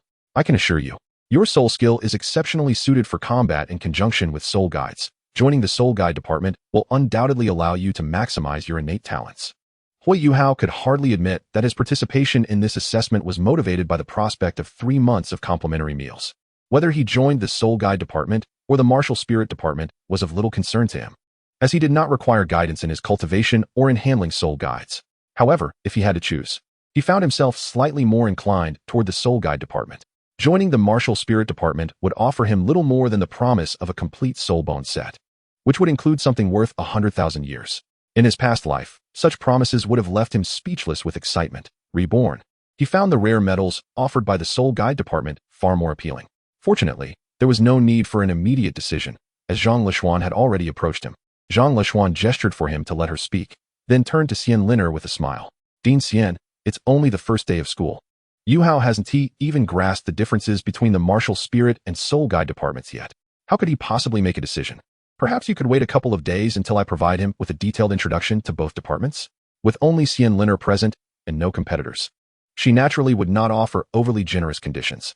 If Huo Yuhao were to join the Soul Guide department so easily, the resources he would obtain would undoubtedly be significantly diminished. My dear girl, Are you trying to make us bleed in resources? Xian Liner could discern the implications in Zhang Lishuan's words. Yet, rather than take offense, she focused her attention on Huo Yuhao, teasingly implying her intentions. For this prodigy, she was determined to secure his allegiance. After all, the Soul Guide department was affluent, and Huo Yuhao's displayed talents warranted her willingness to invest more in him. Most significantly, Yin Xiaozha may not necessarily compete with Huo Yuhao due to the latter. Especially after experiencing Huo Yuhao's soul skills, she is almost certain that Yin Xiaozha's attitude towards Huo Yuhao will not be as fervent as her own. While spiritual detection and simulation are indeed powerful, they represent a qualitative leap in the use of soul-guiding devices for the martial soul system. They merely serve as an embellishment rather than a necessity. Furthermore, with the presence of Huo and Tang San, would Yin Xiaozha really contend with them in the soul-guiding system for all three? Even if Yin Xiaozha had such thoughts, the martial soul system lacks the resources for it. With this in mind, she patted Huo Yuhao on the shoulder and then turned to Du Weilin. Director Du, we may commence the next round. Du Weilin wiped the sweat from his forehead with a bitter expression and nodded. Everything follows the arrangements of the dean.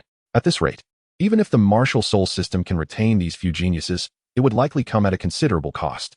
What could have been a fortunate acquisition of two treasures has now turned into a competition with others. How painful. As Huo Yuhao and Zhang Lishuan, along with other unrelated parties, exited the arena, the second round of assessments was about to begin, and the students' emotions were fully ignited, their eyes fixated on the direction of the lounge. Upon seeing the silver-haired girl slowly emerge, the crowd's eyes brightened with excitement. Just moments ago, there was a handsome boy, and now a stunningly beautiful girl. This new cohort is truly remarkable. Ignoring the gazes directed at her, Guiyuna strode directly to the center of the arena. What kind of extraordinary talents has the Turtle Academy recruited this year? Each one seemingly possesses a Millennium Soul Ring. He almost doubts whether he is keeping pace with the times. Faced with this newcomer who appears even more formidable than the earlier Huo Yuhao, Su Sanshi dared not underestimate her any further and immediately released his martial soul. As two yellow and one purple soul rings gradually rose, his already robust form expanded further. The black school uniform taut against his powerful muscles. The Xuanwu shield? Upon noticing the dark green snake with blood-red eyes on the surface of Su Sanshi's shield, Huo Yuhao could not help but raise an eyebrow. He recalled that in his previous life, Su Sanshi had not fully awakened his Xuanwu bloodline at this stage, thus wielding merely the Xianming turtle shield. To his surprise, this time, the other party had directly awakened the Xuanwu shield. Hearing Huo Yuhao's voice filled with curiosity, Bei could not help but glance at him. You actually know him, Huo? Without paying heed to the veracity of Huo Yuhao's words, Bei smiled lightly and explained. Since you have already passed the assessment, it's no trouble to tell you. Before your cohort of newcomers arrived, Su Sanshi's talent was considered the best in the entire Outer Academy. Even I could only rival him under full exertion. Huo Yuhao nodded gently. In his previous life, the two of them were indeed referred to as the twin stars of the Outer Academy, not solely due to their training speed, but also because the nature of their martial souls was far more intricate than it appeared on the surface. One possessed the bloodline of the divine beast Xuanwu, while the other bore the equally prestigious lineage of the Holy Light Dragon. Such exceptional talent could only be described as extraordinarily blessed. Although the means by which Su Sanshi achieved this in this lifetime remains a mystery, it is evident that with his ability to fully control his martial soul, he likely surpassed Bei, who also hailed from the outer court, by a significant margin. After explaining the situation, Bei suddenly seemed to recall something. Inquiring with a hint of curiosity, by the way, if junior brother Huo were to face Su Sanshi in an assessment, would you be confident? That's hard to say. Huo Yuhao chuckled softly. Senior Su, as a defensive soul master, poses quite a challenge for me. Without activating my pride of sin, he might not even be able to breach the defenses of my Xuanwu shield using sheer physical strength. However, if he resorts to a soul impact, the situation would be quite different. Su Sanshi, being merely a soul respect, could undoubtedly be taken down in a single blow. It seems junior brother Huo has kept quite a few secrets up his sleeve when dealing with me. Bei remarked with a self-deprecating smile. It's not easy to find a formidable opponent in the outer court. We should train together more often. Absolutely, Huo Yuhao nodded with a smile. Just as their conversation unfolded, it appeared that the battle on the soul-fighting platform was about to commence. Let us go. As if he had finally found a worthy adversary for a thrilling fight, Su Sanshi reigned in the playful smile that had been adorning his face. His gaze now filled with fervor as he looked at the calm and composed Guiyuna before him. Allow me to experience the prowess of this new generation.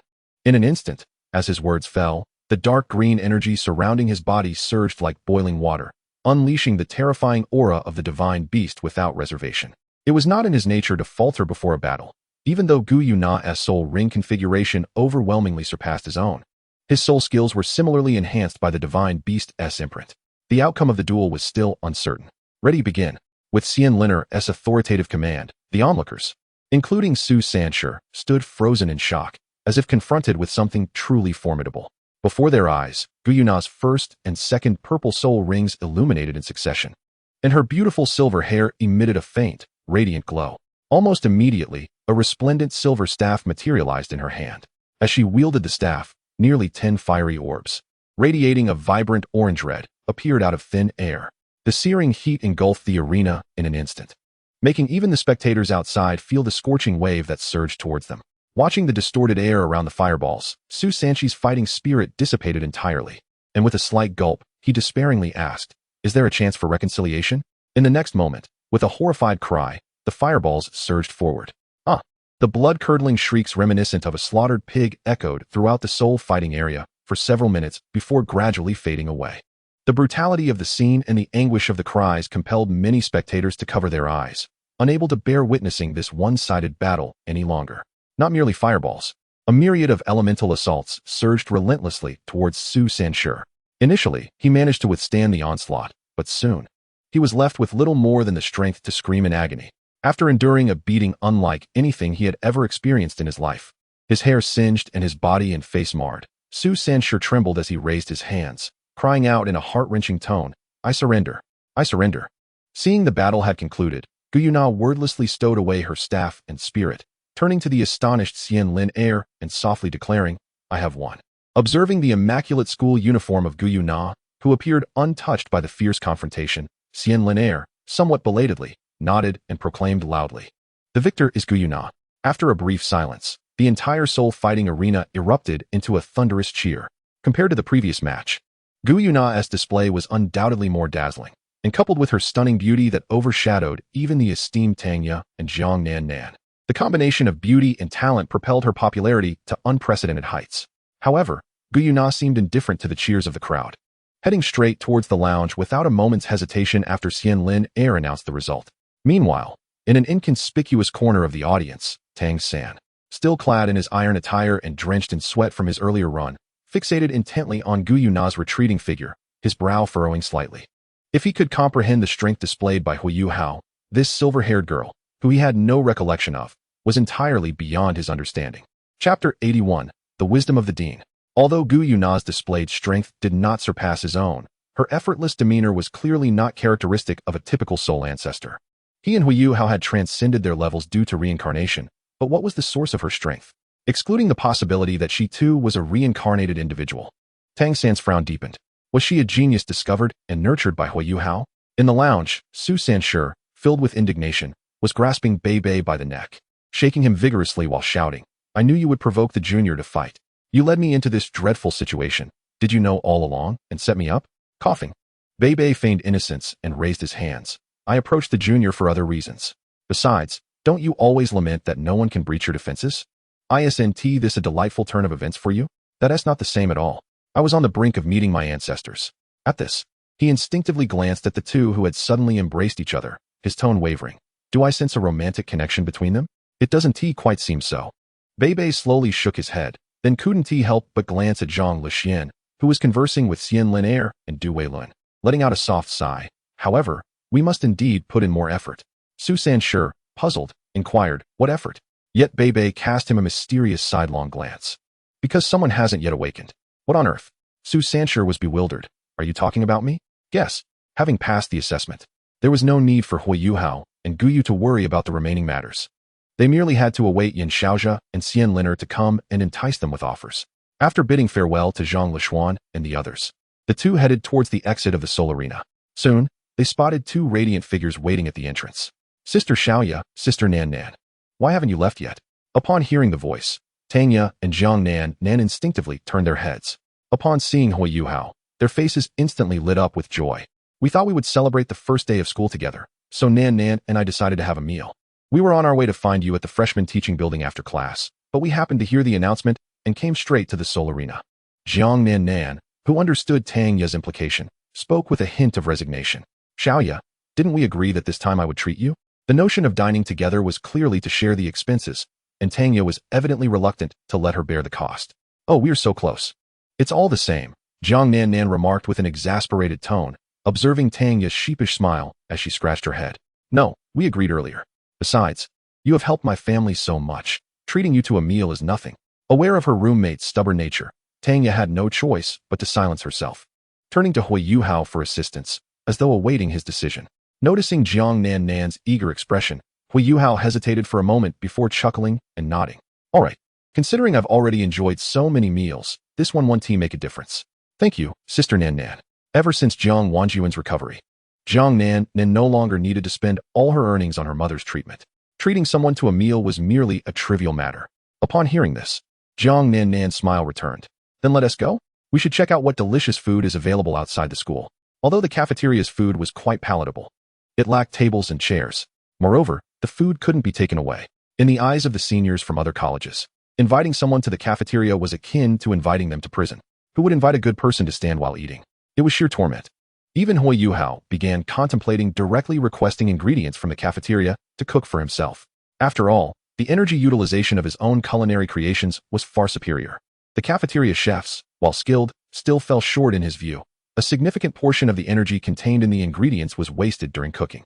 Previously, he might not have cared much, as his body couldn't fully absorb everything. However, with the sin of gluttony, he naturally sought to extract every ounce of value from his food. Additionally, there was another reason. His cooking was more to Guyu and Tang Ye's liking. Over the past couple of days, each time he saw Guyu frowning while eating in the cafeteria and later asking him for popsicles, he couldn't help but chuckle. In the dean's office of the Soul Master Department, knock, knock, knock. For some inexplicable reason, he suddenly had a foreboding feeling. "Come in." Creak. As the words fell, the office door was pushed open from the outside, as if to validate the premonition in his heart. Before the figure had even stepped inside, Du Weilan's anxious voice rang out first. "Another incident?" Yan Shaoji's expression turned to one of astonishment. Could it possibly be another matter concerning the new students? Du Weilan's face flushed with embarrassment as he began to explain. Zhang Lishuan unexpectedly applied for the assessment of fixed reserve candidates for Huo Yuhao and Gu Yuehua today. By the time I realized it, the Inner Academy had already approved the assessment request. Fixed assessment? Upon hearing this, Yan Shaoji instinctively glanced at Du Weilan. What are the assessment criteria? Did they both pass? Du Weilan nodded. The content involved one-on-one combat with Bei Bei and Su Sanshur, and they both achieved effortless victories. Most importantly, upon learning of this, the Dean of the Soul Guidance Department rushed over to witness their assessment firsthand. At this point, there was no need for further elaboration. Yan Shaoji could easily guess how Xian Liner would react upon encountering such prodigious talents. She wishes to recruit them. This is troublesome. Hearing Yan Shaoji's murmur, Du Weilan instinctively lowered his head, his voice laden with guilt. "I apologize, Dean. This incident is entirely due to my negligence. Enough, this matter is not your fault. What we must consider now is how to retain these two prodigies within the Martial Soul Department." Zhang Lishuan's application for the fixed assessment was undoubtedly made through the higher echelons of the Inner Academy, which Du Weilan, as an instructor from the Outer Academy, could not interfere with. As for the mention of Xian Liner, it was even more unnecessary to elaborate. Her fiery temperament would likely make it impossible for him to intervene, even if he were present. However, since the incident had occurred, all that remained was to find a way to remedy it. He was not the type to wallow in regret when faced with challenges. Observing that Yan Shaoji did not blame him, Du Weilan felt a slight sense of relief and slowly began to speak. In fact, this is what Zhang Lishuan said. After recounting Zhang Lishuan's words to Xian Liner, Yan Shaoji instinctively raised an eyebrow and remarked with a hint of sentimentality. "Is she trying to set up a competitive scenario between our Martial Soul Department and the Soul Guidance Department? She truly is devoted to that young man." Then, as if struck by a sudden thought, Yan Shaoji's eyes brightened, and he turned to Du Weilan, inquiring, "Did the dean agree to Zhang Lishuan's proposal?" "Yes." Du Weilan nodded cautiously, his tone tinged with carefulness. "The dean instructed me to inform you to set a time to meet with those two new students, stating that recruitment should be based on merit. What a splendid notion of meritocracy. This makes things much easier." A cunning smile crept onto Yan Shaoji's lips as he continued. "Please elaborate on Huo Yuhao and Gu Yuehua's performance during the assessment, especially the dean's attitude towards them. Share everything with me."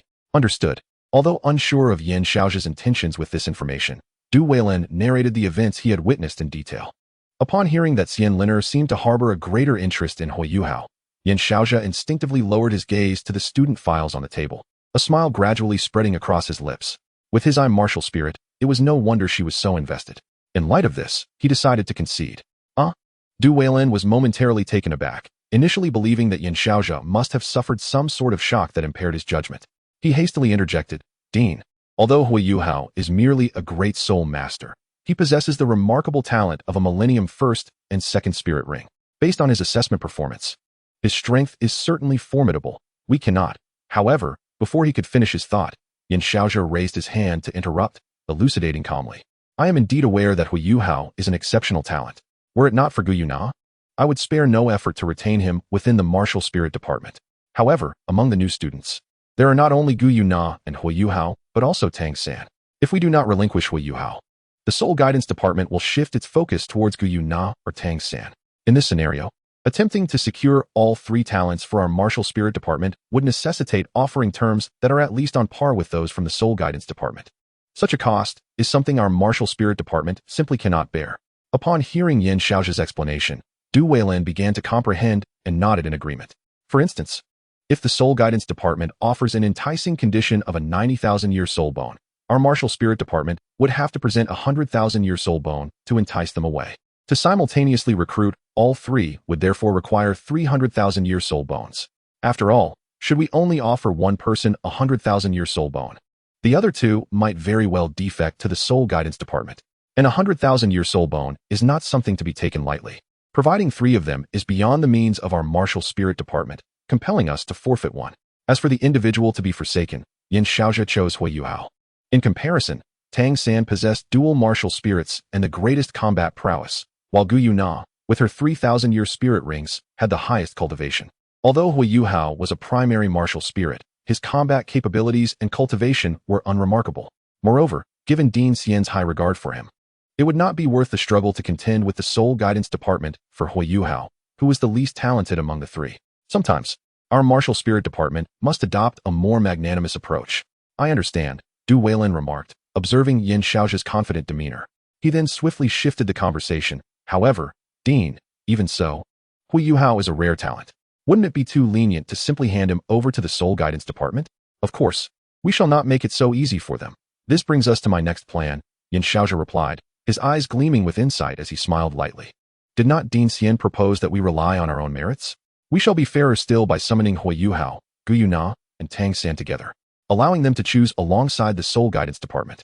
During this process, we will present Gu Yuna and Tang San with premier conditions in front of Huo Yuhao, ensuring that the offers from the soul guidance department will be no less than ours." After bidding farewell to Tangya and Jiang Nannan, Huo Yuhao and Gu Yuna made their way towards the pristine, white freshman dormitory. As they walked, Huo Yuhao suddenly inquired, "You seem to be in particularly high spirits today?" Although he could not discern the reason behind it, the tacit understanding developed over the years allowed him to sense that Gu Yuna was indeed in a remarkably good mood. For instance, her hand, which she held in his, would occasionally give a gentle squeeze, and the amplitude of her movements was noticeably more pronounced than before. Upon reflection, he realized that this change seemed to have commenced after their encounter with Tang San at noon. "Is that so?" Gu Yuna replied, her eyes blinking innocently as she calmly shifted the topic.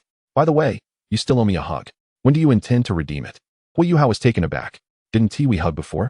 You promised that the first hug was just a trial, and the reward would be doubled." Gu Yuna explained, casting a sidelong glance at him. "Or do you intend to renege on your promise?" Huo Yuhao's lips twitched slightly. He instinctively glanced around before lowering his voice. "It was you who said you wanted to hug a little longer. This time, the duration was clearly more than double. That was your own agreement, and besides, we were embracing the entire time, so it naturally counts as one." Observing Gu Yuna's unflappable demeanor, Huo Yuhao couldn't help but feel a few beads of sweat trickling down his forehead. He wondered if she had been influenced by Tangya, for he sensed that Gu Yuna had become increasingly peculiar over the years. Especially since arriving at Shrek, this feeling had intensified. Yet, he had never extracted the essence of desire from Gu Yuna as he had with Tangya, leaving him perplexed and attributing everything to her insatiable curiosity. Just as he contemplated further negotiations, his peripheral vision caught sight of an elderly figure reclining on a lounge chair in the open space before the freshman dormitory. It was Mu'in, the current sea god pavilion master of Shrek. Gu Yuna, noticing him as well, paused, seemingly surprised by the old man's formidable presence. She narrowed her eyes slightly, fixating intently on the seemingly frail elder before her.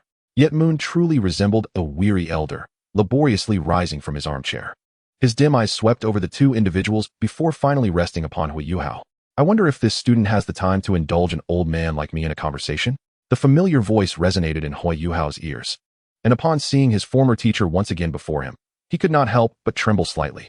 After a brief silence, Huo Yuhao turned his gaze towards Gu Yuna, and without the need for words, she understood his intent. After casting a profound glance at Moon, Gu Yuna proceeded to sit on the steps near the entrance of the dormitory building, quietly observing Huo Yuhao. Witnessing this scene, Moon's eyes sparkled with a hint of amusement as he regarded Huo Yuhao, his tone laden with implication.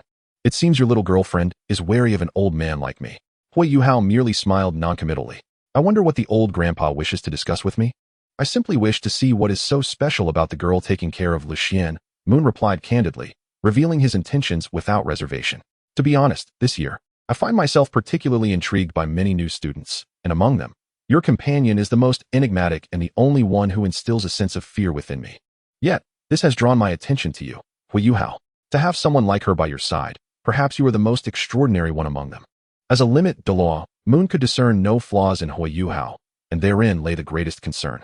Taking Huo Yuhao as an example, the moment Moon laid eyes on him, he could distinctly perceive the abnormal vigor that surged within him, though he was merely at the second ring. His soul power radiated far beyond that of a great soul master, and the mental fluctuations he sensed were vastly superior to his own soul power cultivation. All of these seemingly unreasonable aspects appeared quite rational to Moon, for it was only natural for an exceptional genius to possess their own opportunities and secrets. Otherwise, if everyone were a genius, what merit would there be in claiming superiority? However, Gu Yuna was entirely different in his eyes. She appeared to be an utterly ordinary soul master, with soul power fluctuations, vitality, and mental energy all at the level of an ordinary soul sovereign. Everything indicated that Gu Yuna possessed a talent that was mundane to the extreme, yet she bore 3 purple soul rings. To assert that her cultivation and soul rings were fabricated would be absurd, as she could manipulate various elements to effortlessly dominate Su Sanshur, the strongest student of the Outer Academy. This was simply outrageous. Even with Moon's extensive experience spanning over 2 centuries, this was an inconceivable matter, one that could evoke fear within him.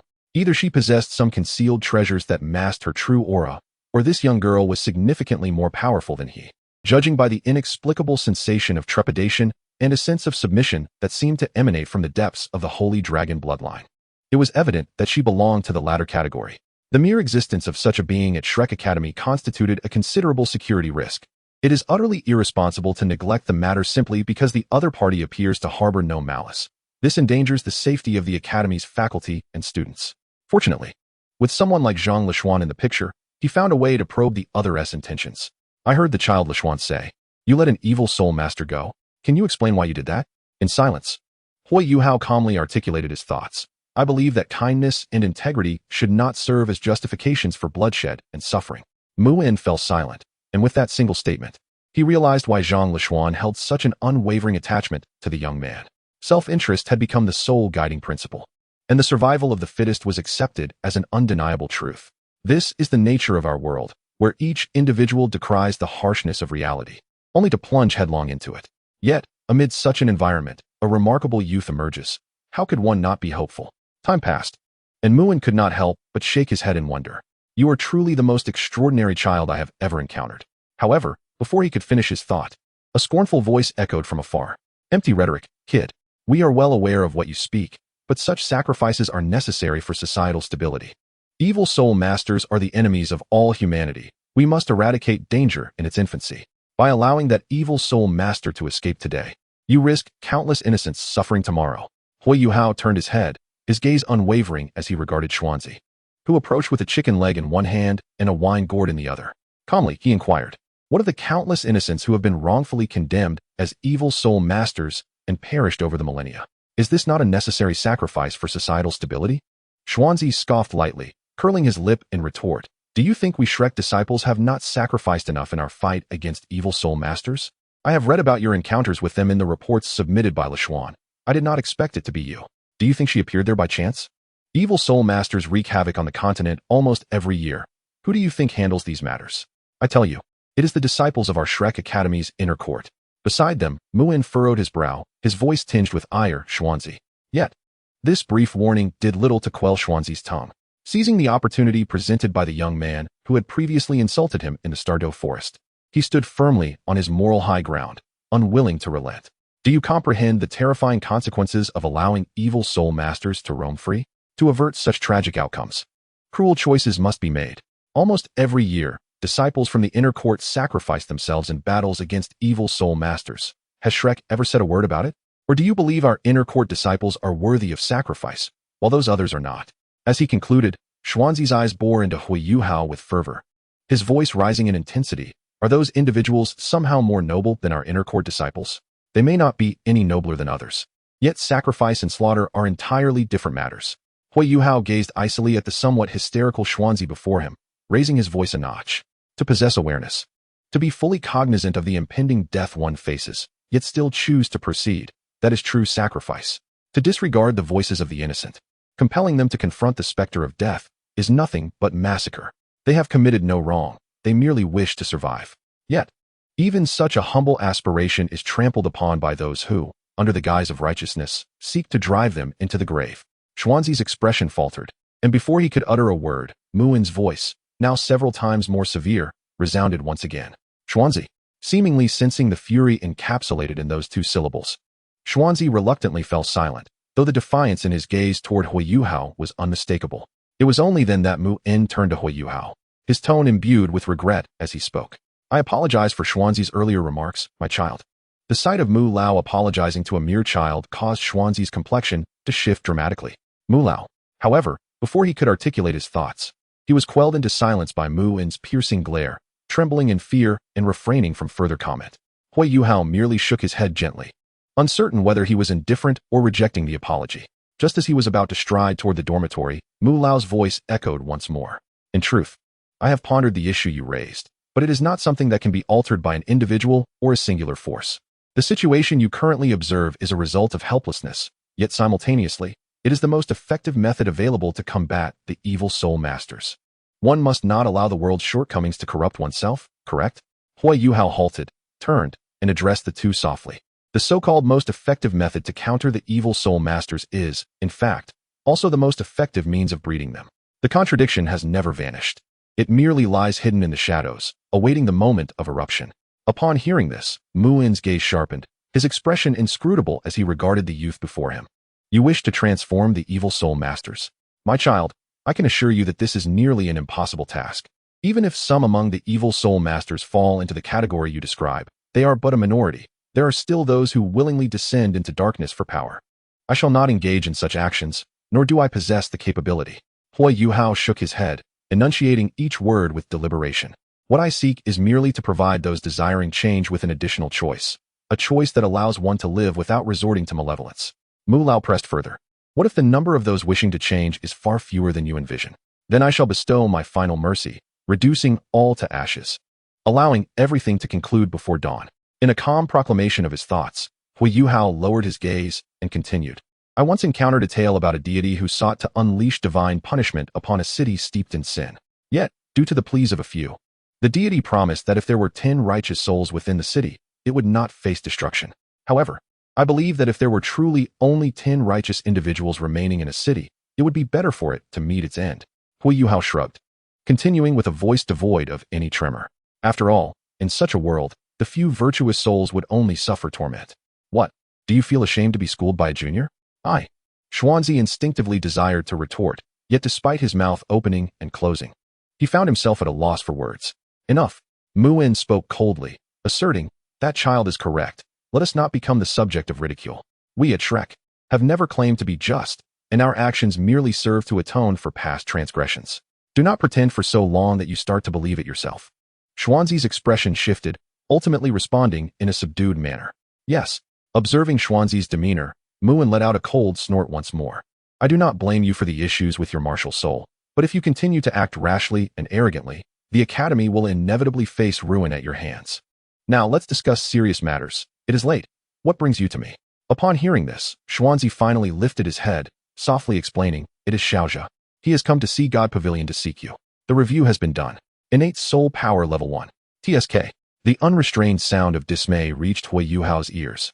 Yet it failed to capture his attention. At that moment, he stared blankly at the window beside him. The ill-fitting coarse cloth garments hung loosely on his frail frame, and the colored glass could scarcely conceal his pallid complexion. Yet, his azure eyes harbored a depth uncommon for a child. After a brief pause, he suddenly broke into laughter. A martial soul mutation, and he possesses innate soul power level 1.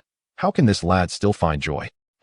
It is certainly better than having no soul power at all, isn't it? After all, being born of a servant, to possess any soul power is already a stroke of fortune bestowed by the Duke. As the derisive remarks of others echoed around him, an intangible energy emanated from them, weaving its way into Huo Yuhao's mind, coalescing into a gray sphere representing the sin of arrogance within his spiritual realm. That lifeless gray began to dissipate like dust washed away, revealing a profound dark blue undertone. The essence of arrogance was gradually awakening. Recalling the scene of his previous life when he perished alongside Tang San, a glimmer of light flickered in Huo Yuhao's eyes. Upon closer examination, he discerned that the majority of this arrogance did not stem from those who had bullied him and his mother over the past 6 years, but rather from the onlookers. As the direct descendant of the current Duke of the White Tiger, it was indeed a matter of pride to awaken the evil White Tiger martial soul, a transformation significant enough to elevate Huo Yuhao, who could scarcely be considered a legitimate offspring, to a position of high regard within the estate. Thus, today's awakening ceremony for Huo Yuhao was met with extraordinary attention from all within the estate. Those who had once bullied Huo Yuner and her mother, as well as those still observing, awaited the outcome. Should Huo Yuhao awaken the evil White Tiger, the former would need to apologize at the first opportunity, while the latter could seize the chance to ingratiate themselves, for in this duke's residence, even servants are stratified. The disparity between menial laborers and those serving closely to the duke's consort is vast. However, the youth before him not only failed to inherit the duke's martial spirit, but also possessed the most rudimentary of talents, utterly extinguishing the hopes of the onlookers. Those who had previously wavered sought to rectify their errors and curry favor with the Duchess, naturally intensifying their displays of loyalty. "May I take my leave?" Huo Yuhao inquired, suppressing his excitement and speaking with a crisp clarity. At merely 6 years of age, he felt as if everything was just beginning. You may." Strangely, the closest individual to Huo Yuhao felt an inexplicable sense of trepidation at the moment of testing his soul power. Moreover, it seemed as though the boy's gaze had transformed after the assessment of his soul power. He quickly dismissed it, attributing the change to the awakening of his ocular martial spirit. The diverse manifestations of martial spirits in this world often resulted in physical transformations, a phenomenon entirely commonplace. As Huo Yuhao traversed the path etched in his memory, he sensed the haughty essence in his mind gradually morphing into a deep azure hue. Adjacent to this essence, 6 similarly sized gray orbs hovered quietly. From what he had observed earlier, any individual near him who exhibited prideful emotions would be absorbed by him. Yet it appeared that each person could only provide this once. He pondered whether this once referred to a singular absorption per individual or if it was contingent upon a cool-down period. Lost in thought, Huo Yuhao unknowingly arrived at the side entrance of the Duke's mansion. Gazing at the lush greenery outside, he stroked the white tiger dagger nestled in his arms and stepped out. Today marked the awakening of his martial spirit. His mother, Huo Yuner, believed it would bring him good fortune and had insisted he carry it with him. Regrettably, in his previous life, it had proven ineffective. He suddenly reflected on his rebirth and couldn't help but chuckle to himself. Perhaps this was what they called good fortune? Not long after exiting, Huo Yuhao faintly heard the distant sound of a stream. He continued along the path, but before he could reach his destination, a cacophony of footsteps drew his attention. Turning to look, he saw a similarly aged, elegantly dressed golden-haired youth surrounded by several guards making their way toward him. Despite the flattering expressions and words from those around him, the youth maintained an air of haughtiness, an intangible energy emanating from him and flowing toward Huo Yuhao. Dai Huabin. Huo Yuhao furrowed his brow slightly. He hadn't anticipated encountering him here. Dai Huabin seemed to have noticed him as well, his brow knitting slightly. A sycophant, who appeared to be the youngest among them, recognized Huo Yuhao and promptly began to explain to Dai Huabin. "Young master, this is the son of the Duke and that servant. I have heard he possesses an ocular martial spirit with first-level soul power." "Oh." Dai Huabin's expression turned icy. "Since his martial spirit is not the evil White Tiger, then I shall heed your advice. Make sure to deal with him cleanly." The sycophant's eyes glimmered with delight as he flashed a sinister smile at Huo Yuhao, beckoning him over. Beside him, 4 guards furrowed their brows, but nonetheless charged toward Huo Yuhao. As the approaching guards drew near, Huo Yuhao's expression shifted dramatically, ultimately culminating in a resigned sigh. On such a joyous day, he had initially intended to avoid bloodshed. In an instant, as his words fell, his body radiated a deep azure glow, and his gaze transformed into one of unparalleled arrogance. However, that haughty emotion swiftly dissipated as if suppressed. Under the astonished eyes of Dai Huabin and his sycophant, Huo Yuhao erupted into an unexpected speed, colliding with the guards. One guard was the first to be struck by the diminutive Huo Yuhao, who delivered a kick that resulted in a sharp crack of ribs. Following a violent cough of blood, The guard uncontrollably toppled backward, clutching his chest in agonizing wails. The three others, slightly slower to react, stood frozen in shock, their minds instinctively conjuring the notion of impossibility. Was this truly the strength befitting a 6-year-old child? What was that blue light? In the next moment, one of them noticed a flash of cold light before him. The white tiger dagger slashed downward, embedding itself in his chest and slicing through flesh, blood erupting forth. The excruciating pain sapped him of all strength, causing his legs to buckle beneath him as he fell. In merely a fleeting encounter, 2 of the 4 guards had already lost their combat effectiveness. Chapter 83. Something seems off. After bidding farewell to Guyu Na at the stairway, Huo Yuhao beheld a tall silhouette quietly waiting in front of his dormitory door. Moonlight streamed through the corridor windows, illuminating the figure whose voluptuous form could not be concealed even by the loose black robe. Strands of red hair mischievously peeked out from beneath the hood. Due to the low brim of the hood, only the lower half of her face was visible, with her alluring red lips occasionally pursed, at times nipping at her pearly teeth, as if she were enduring some unspoken struggle. It appeared she had noticed Huo Yuhao long before. For the moment he stepped into the corridor, her light pink eyes were already fixed upon him. You must be Huo Yuhao, correct? I am Ma Xiaotao, a disciple from the inner courtyard. The senior sister should have informed you of my situation. As she spoke, Ma Xiaotao appraised this younger brother, recommended personally by Zhang Lishuan. Not bad looking, she mused. So, the senior sister applied to be a homeroom teacher in the outer courtyard for this junior? If one were to speak of who is most popular in the inner courtyard, it would undoubtedly be Zhang Lishuan. Not only the male disciples, but many female disciples also hold this senior sister in high regard, especially for someone like Ma Xiaotao, a reserve member of the previous Soul Master competition. After witnessing Zhang Lishuan's terrifying dominance on the field, she had already regarded her as an idol. Yet, before she even had the chance to meet the younger brother recommended by her idol, she had already witnessed such an astonishing scene. She recalled how, when the senior sister spoke of this matter, she had expressed gratitude while inquiring with a smile about Huo Yuhao's circumstances. Senior sister, you wouldn't have become a homeroom teacher in the outer courtyard just for this junior, would you? What is so special about him? Once again, the playful yet somewhat earnest tone of Zhang Lishuan echoed in her ears. After witnessing the debate between Huo Yuhao and Elder Xian, Ma Xiaotao suddenly began to grasp what Zhang Lishuan truly meant. It was not a matter of talent or appearance. Rather, it stemmed from a yearning in her heart for the boy's somewhat naive ideals. She longed to witness the transformative power of such a worldview, one that stood in stark contrast to the harsh realities of the world. I saw what happened just now. Ma Xiaotao paused briefly before softly speaking. You are quite remarkable. Huh. Huo Yuhao instinctively looked up, his gaze meeting Ma Xiaotao's serious eyes, causing him to chuckle and shake his head. It's merely the boastful words of a child. At his words, Ma Xiaotao gently curled her lips into a smile. Before she could respond, as she moved closer to Huo Yuhao, a faint, cool fragrance enveloped her senses. The mere whiff of this scent brought her a wave of tranquility, even managing to suppress the malevolent fire within her. However, before she could revel in this pleasant surprise, the sinister fire within her surged violently, as if provoked.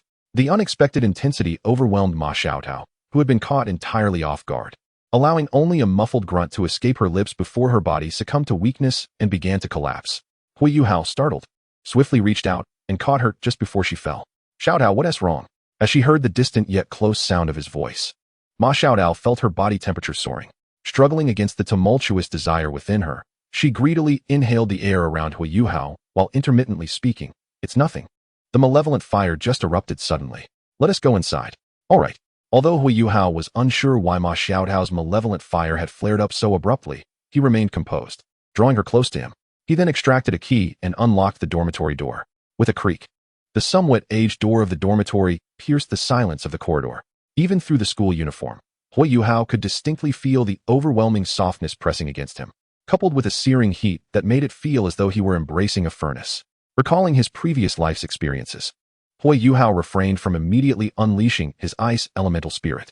After instinctively glancing around the empty corridor, he gently wrapped his arms around Ma Xiaotao's slender waist and slowly entered the dormitory.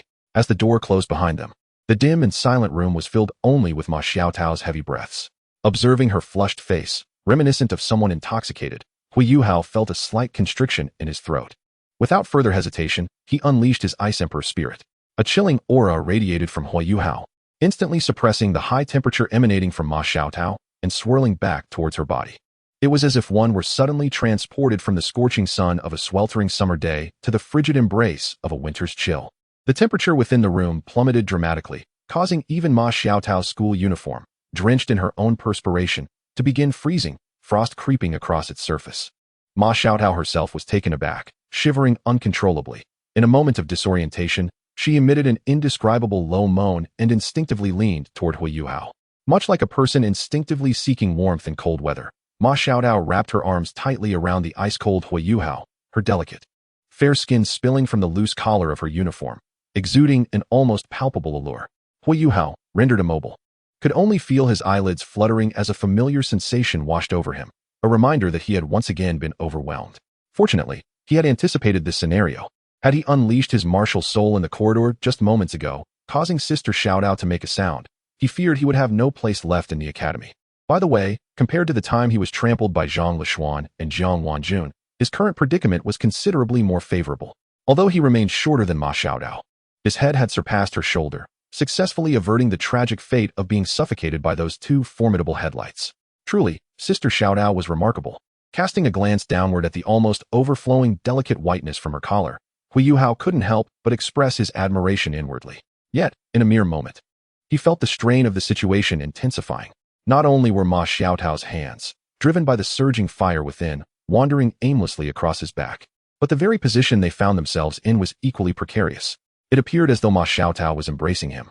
Yet her body had long succumbed to the contrasting stimuli of heat and cold, rendering her weak and unstable. Were it not for Huo Yuhao's support, she likely would have collapsed. It wasn't that Ma Xiaotao was too heavy for him to bear. Rather, the situation was becoming increasingly untenable for him. Drawing from the wisdom of his past life, Huo Yuhao was determined not to squander this prime opportunity to suppress the surging flames within her. In his previous life, each time he aided Ma Xiaotao in quelling her inner fire, the dual trials of ice and fire enhanced his physical prowess significantly. Although he knew it could not compare to the effects of his earlier experiences with the Ice and Fire Dragon King, the method was devoid of danger, and the cumulative benefits were indeed substantial. Even after the transformation wrought by his original sin, his soul power was notably more robust than that of his peers. However, it still paled in comparison to Ma Xiaotao, who had attained the rank of Soul Emperor. Releasing his soul power as he had done earlier not only consumed more energy, but also caused most of the chilling aura to dissipate into the surroundings, resulting in waste and potential damage to the items in his dormitory. Sister Xiaotao, he called in vain several times, ultimately deciding to carry Ma Xiaotao to the bed before devising a plan to prevent the released cold from damaging the bedding.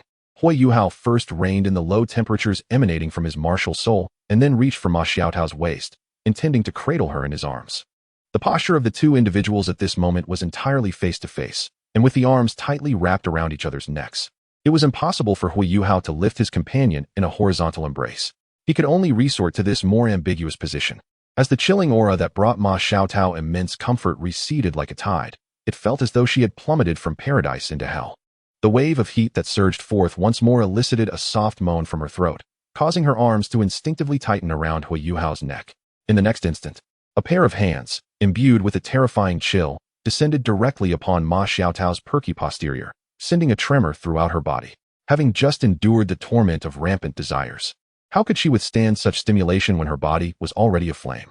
The transition from cold to hot, and then from hot to cold, was indeed an extraordinary experience for Ma Xiaotao, who was unacquainted with such matters. Before she could fully comprehend the sensations, an indescribable feeling akin to electric currents surged from her rear, racing up her spine and into her mind. Witnessing her body tremble and twitch uncontrollably, Huo Yuhao found himself utterly dumbfounded. What was this truly? Was it desire or something more sinister? After what felt like an eternity, the trembling form in his embrace gradually stilled, and Ma Xiaotao finally opened her eyes, her pale pink orbs reflecting a complex and dreamy gaze fixed upon Huo Yuhao. What are you doing? Although she endeavored to maintain a calm tone, the lingering echoes of her recent pique imbued her voice with an unusual allure. I cannot explain. Huo Yuhao's expression twitched slightly as he observed the bashful look in Ma Xiaotao's eyes, which seemed to wish for a hole to hide in.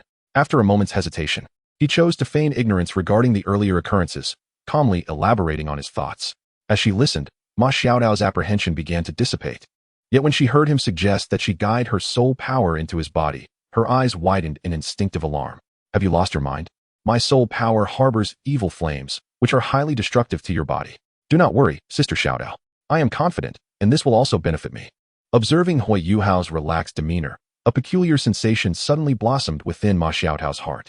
She could not fathom why, despite many having referred to her as Sister Xiaodao. The way this youth addressed her seemed imbued with a unique warmth. If she were to describe it, perhaps it resembled a sense of familiarity? How could this be?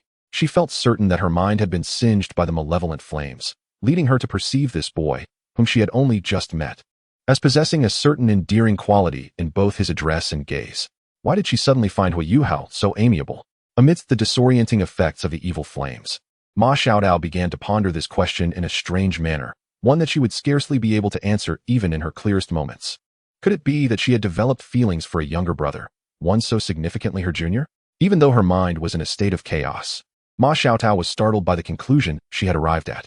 It was not the shocking revelation of her affection for the younger brother, but rather the realization that this boy was the little man of Sister Lishuan. Sister Lishuan had cared for her so tenderly, sending her cherished protege to help suppress the evil fire, and here she was contemplating taking advantage of that very protege. Was it not rather inappropriate? The brief moments of contemplation felt to Ma Xiaodao as though she had traversed the expanse from the birth to the annihilation of the world, stretching on interminably. Finally, as if she had reached a momentous decision, she spoke in a hesitating voice. Then, if you must go to bed, do tell me when you can't hold on any longer. All right. As Ma Xiaodao seemed to regain some clarity, Huo Yuhao prepared to set her down, only to be met with her panicked exclamation. Don't move. The thought of Huo Yuhao discovering the considerable wetness of her pants after they parted filled her with a mortification so profound she wished she could simply vanish. Just stay in this position. With her cheeks flushed with embarrassment, Ma Xiaodao buried her head into Huo Yuhao's shoulder, signaling she had no intention of moving again. Reluctantly, Huo Yuhao lifted his hand, which was supporting her, slightly higher, and carried her toward the bed. Chapter 84. What to Eat to Grow Strong. A soft, somewhat innocent murmur lingered in the air, and Huo Yuhao, still enveloped in slumber, was caught off guard when he felt the soft flesh in his embrace shift closer to him. The peculiar sensation, akin to being run over by a large vehicle, caused his eyelids to flutter before slowly opening. What greeted his eyes was flesh that was countless times fairer than the first light of dawn, along with enticing grapes that were more vividly crimson than the morning sun, nearly brushing against his forehead. What on earth had transpired? Despite the significant disparity in their cultivation, Huo Yuhao's martial soul quality was immeasurably superior to Ma Xiaotao's, yet he still found himself at a disadvantage in suppressing the evil fire. Moreover, due to the existence of the Eye of Fate, although he remained relatively weak in this lifetime, he possessed absolute control over his spiritual domain. Figures like Brother Tiandeng and the Ice Emperor were incapable of perceiving the external world without his consent. Unlike his previous life, where he relied on the Ice Emperor's assistance to suppress the evil fire, he had taken to using a milk bottle to absorb and continue on with the process, relying solely on his formidable willpower to endure and finally suppress the evil fire through the course of the night. During this protracted ordeal, their garments had endured countless cycles of heat and cold, ultimately succumbing to the strain and disintegrating into tatters. This abrupt change undoubtedly complicated the subsequent suppression of the evil fire, subjecting Huo Yuhao not only to the physical harm inflicted by the evil fire, but also to the mental anguish wrought by the visual stimuli. The trials he faced were of such a harrowing nature that merely recounting them would evoke sorrow in the listeners and tears in the witnesses, too profound to be shared with outsiders. As the malevolent energy was thoroughly subdued, it felt as though a taut string had finally snapped. Huo Yuhao could no longer endure the exhaustion of both mind and body, and succumbed to a deep slumber. A faint, alluring fragrance wafted into his nostrils, prompting his gaze to wander involuntarily. Instinctively, Huo Yuhao shifted backward slightly, wishing to avoid disturbing the peacefully sleeping Xiao Tao. Had he known that nurturing his body so well would lead to such a predicament, with a silent sigh of resignation, he cautiously burrowed into the tattered bedding, seeking to extricate himself from the embrace of the other. Despite his carefulness, the perceptive Ma Xiaotao was acutely aware. As soon as he made a movement, her meaningful voice resonated in his ears. It's dawn. Are you not going to sleep a little longer? Huo Yuhao's body stiffened, and he instinctively lifted his head, his gaze traversing the towering peaks to meet Ma Xiaotao's ambiguous, light pink eyes. Perhaps due to the complete suppression of the sinister energy, her gaze was no longer as dreamy as it had been the previous night, yet it still brimmed with complex emotions. The two shared a peculiar moment of eye contact until Huo Yuhao finally broke the silence. Good morning, Xiao Tao. Noticing that Huo Yuhao's posture was somewhat amiss, Ma Xiaotao promptly glanced down into the dim covers. Upon discovering the hidden beast lurking in the shadows, she jolted as if electrified. Her fair face tinged with a blush as she let out a soft exclamation. You little rascal. Before Huo Yuhao could feel embarrassed, Ma Xiaotao, as if struck by a thought, looked at him with concern and inquired, "Didn't you say that the malevolent energy was beneficial for your body? How do you feel now? You weren't injured, were you?" In response, Huo Yuhao gently lifted his hand in a vague gesture, smiling as he nodded. "It's improved a bit, thanks to you, Xiaotao. Is that so?" Ma Xiaotao raised an eyebrow, seizing his arm and giving it a light squeeze, causing an indescribable sensation of pain to surge through Huo Yuhao, interrupting his half-finished sentence. "You're pretending to be fine even with your movements so stiff? Do you think my eyes are blind?"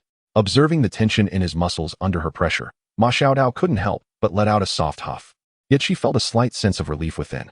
After all, she was well aware of the power of the malevolent energy, based on Huo Yuhao's condition. It seemed to be merely residual discomfort from the refinement rather than an actual injury. "Don't move," her voice, tinged with tenderness, resonated beside him. Huo Yuhao, still perplexed by her grip on his arm, felt a searing warmth emanating from her palm. "Xiaotao, just lie still." Without elaborating, Ma Xiaotao continued to hold his arm, gently kneading it. Soon, Huo Yuhao realized her intent. Through this massage, she was gradually alleviating the soreness in his meridians and muscles. It seems that the warmth from Ma Xiaotao's palm had a significant effect, as her hands glided over his body. Huo Yuhao felt as if he were immersed in a hot spring. The soreness dissipated at an astonishing speed. The overwhelming sensation of comfort rendered him unable to utter any words of refusal, and he softly expressed his gratitude. "Thank you, Sister Xiaotao. You should be thanking me," Ma Xiaotao replied, her hands continuing their gentle exploration while she quietly explained. "This is the first time in many years that I have felt free from the corruption of evil fire." At this point, her tone grew serious as she addressed him earnestly. "Thank you, Yuhao."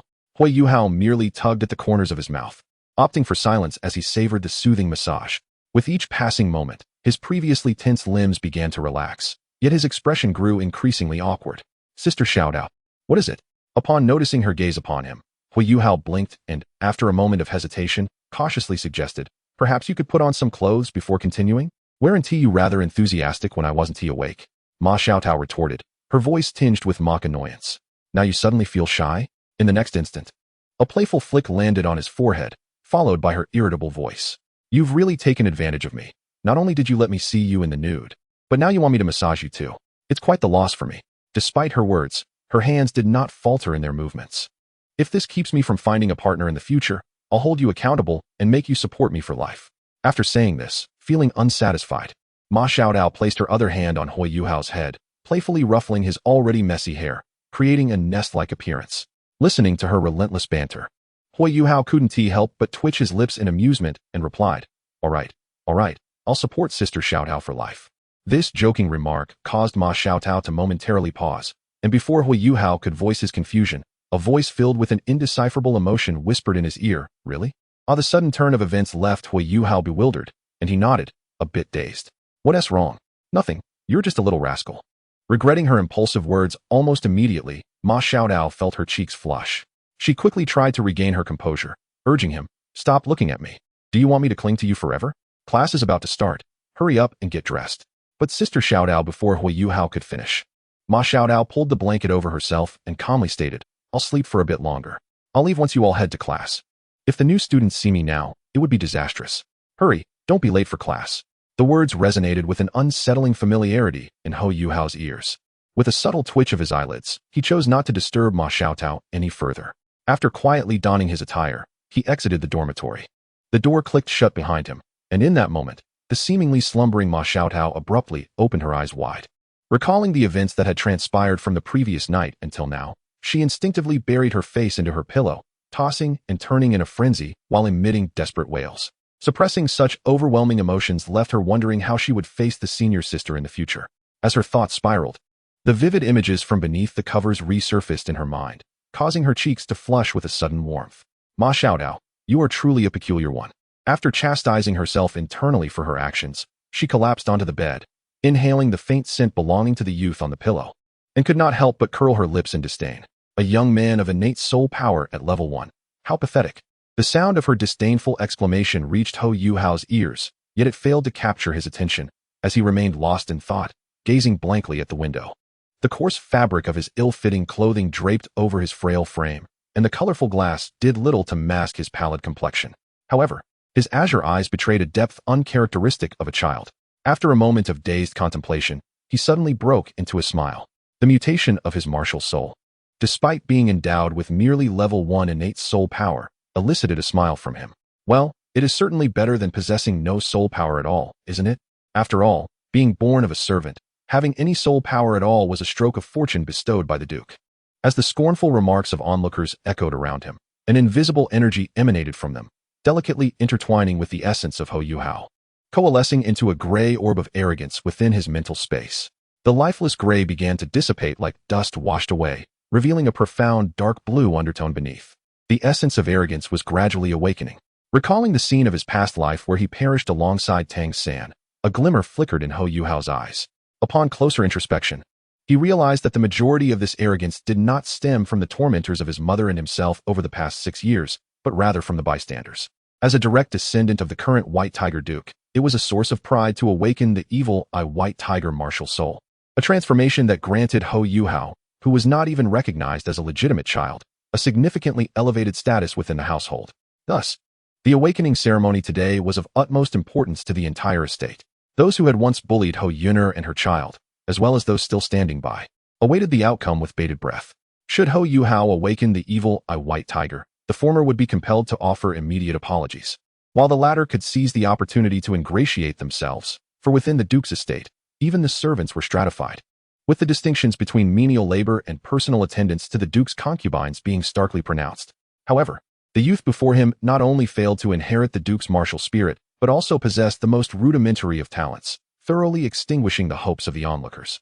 The opportunists who had hastily aligned themselves with the Duke's wife now sought to atone for their misjudgment by fervently displaying their allegiance. "May I take my leave?" Huo Yuhao inquired, suppressing the excitement bubbling within him, his voice crisp and clear. At merely 6 years of age, he was just embarking on his journey. "Ah, certainly."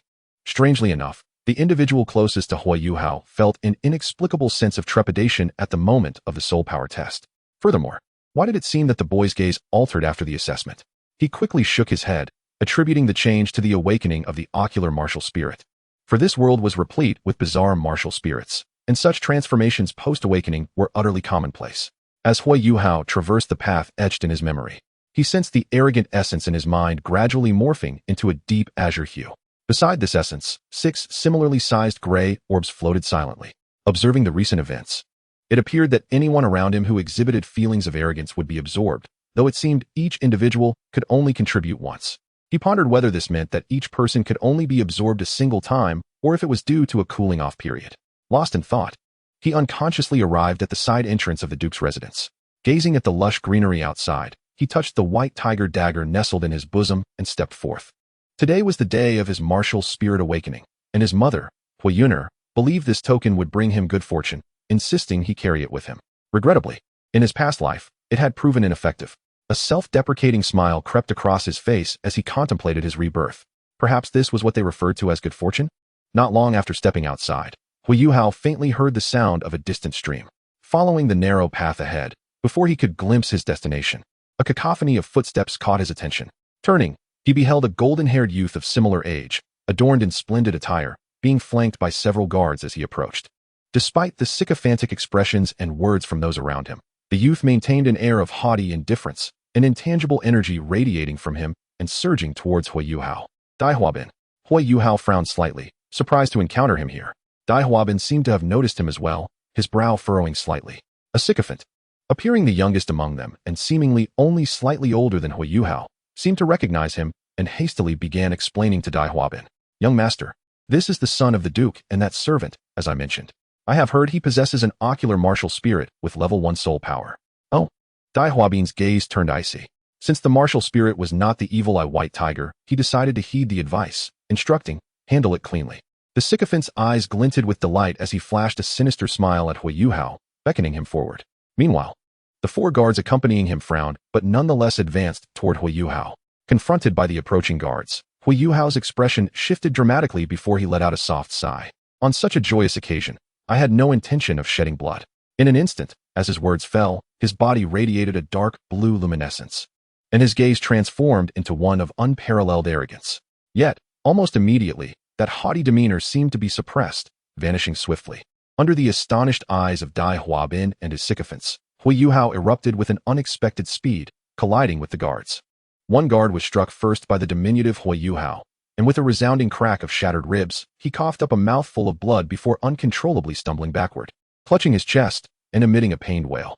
The three others, slightly slower to react, were frozen in shock, their minds instinctively conjuring the impossible notion. Was this the strength befitting a 6-year-old child? What was that blue light? In the next moment, one of them felt a chilling flash before his eyes. The white tiger dagger slashed downwards, embedding itself into his chest, slicing through flesh and causing blood to splatter. The excruciating pain robbed him of all strength, and his legs buckled beneath him as he fell. In a mere exchange, 2 of the 4 guards had lost their combat capabilities. Chapter 85, Arrogance and Madness. Several hours earlier, at the Sea God Pavilion, as the door to the conference room was pushed open from the outside, Yin Xiaozhe instinctively looked up from his seat, momentarily stunned upon seeing the newcomer. First, Elder Xian, who had been well moments ago, now wore a somber expression after stepping out briefly.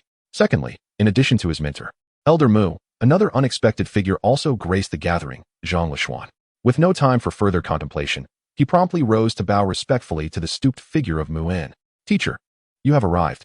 Yin Xiaozhe, upon hearing this, instinctively cast a sidelong glance at Zhang Lishuan, hesitating for a moment.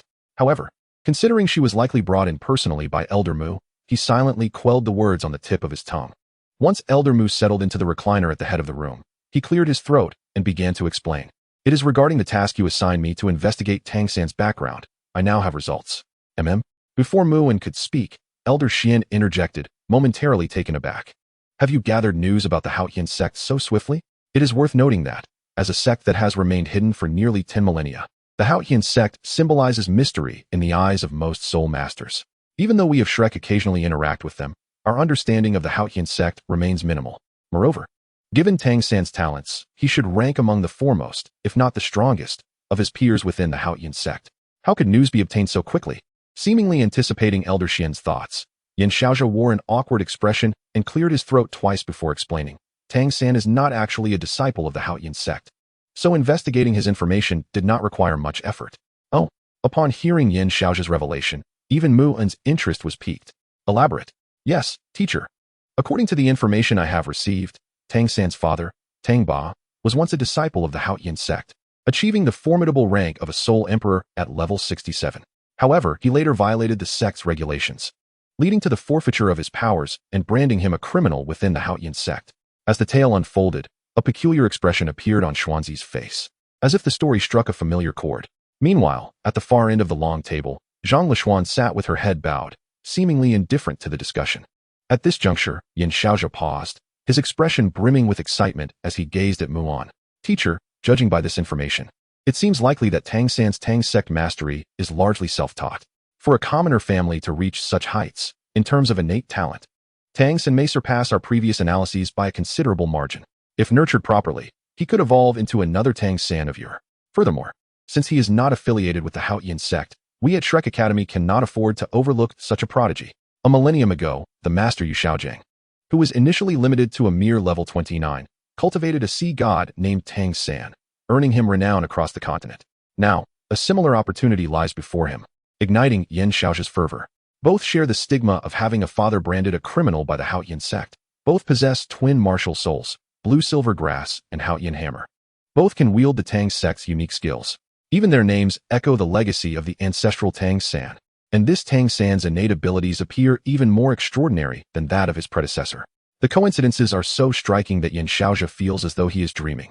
It is akin to encountering a complex problem with a known solution. One merely needs to follow the steps to cultivate a deity, to nurture a god. A notion that once seemed utterly unattainable for Yin Xiaozhe now stirs an inexplicable fervor within him upon contemplating Tang San's remarkably serendipitous background and prodigious talents. Fate seems to beckon. The historical narrative that has lingered in the memories of countless individuals for a millennium is poised to unfold once more under his stewardship. With a similar genius at hand, if the master could cultivate him into a deity, why should Yin Xiaozhe not be capable of the same? From an academic standpoint, he possesses a more comprehensive and detailed knowledge than the master of a millennium ago. In terms of cultivation, he stands as a formidable super Douluo at level 95.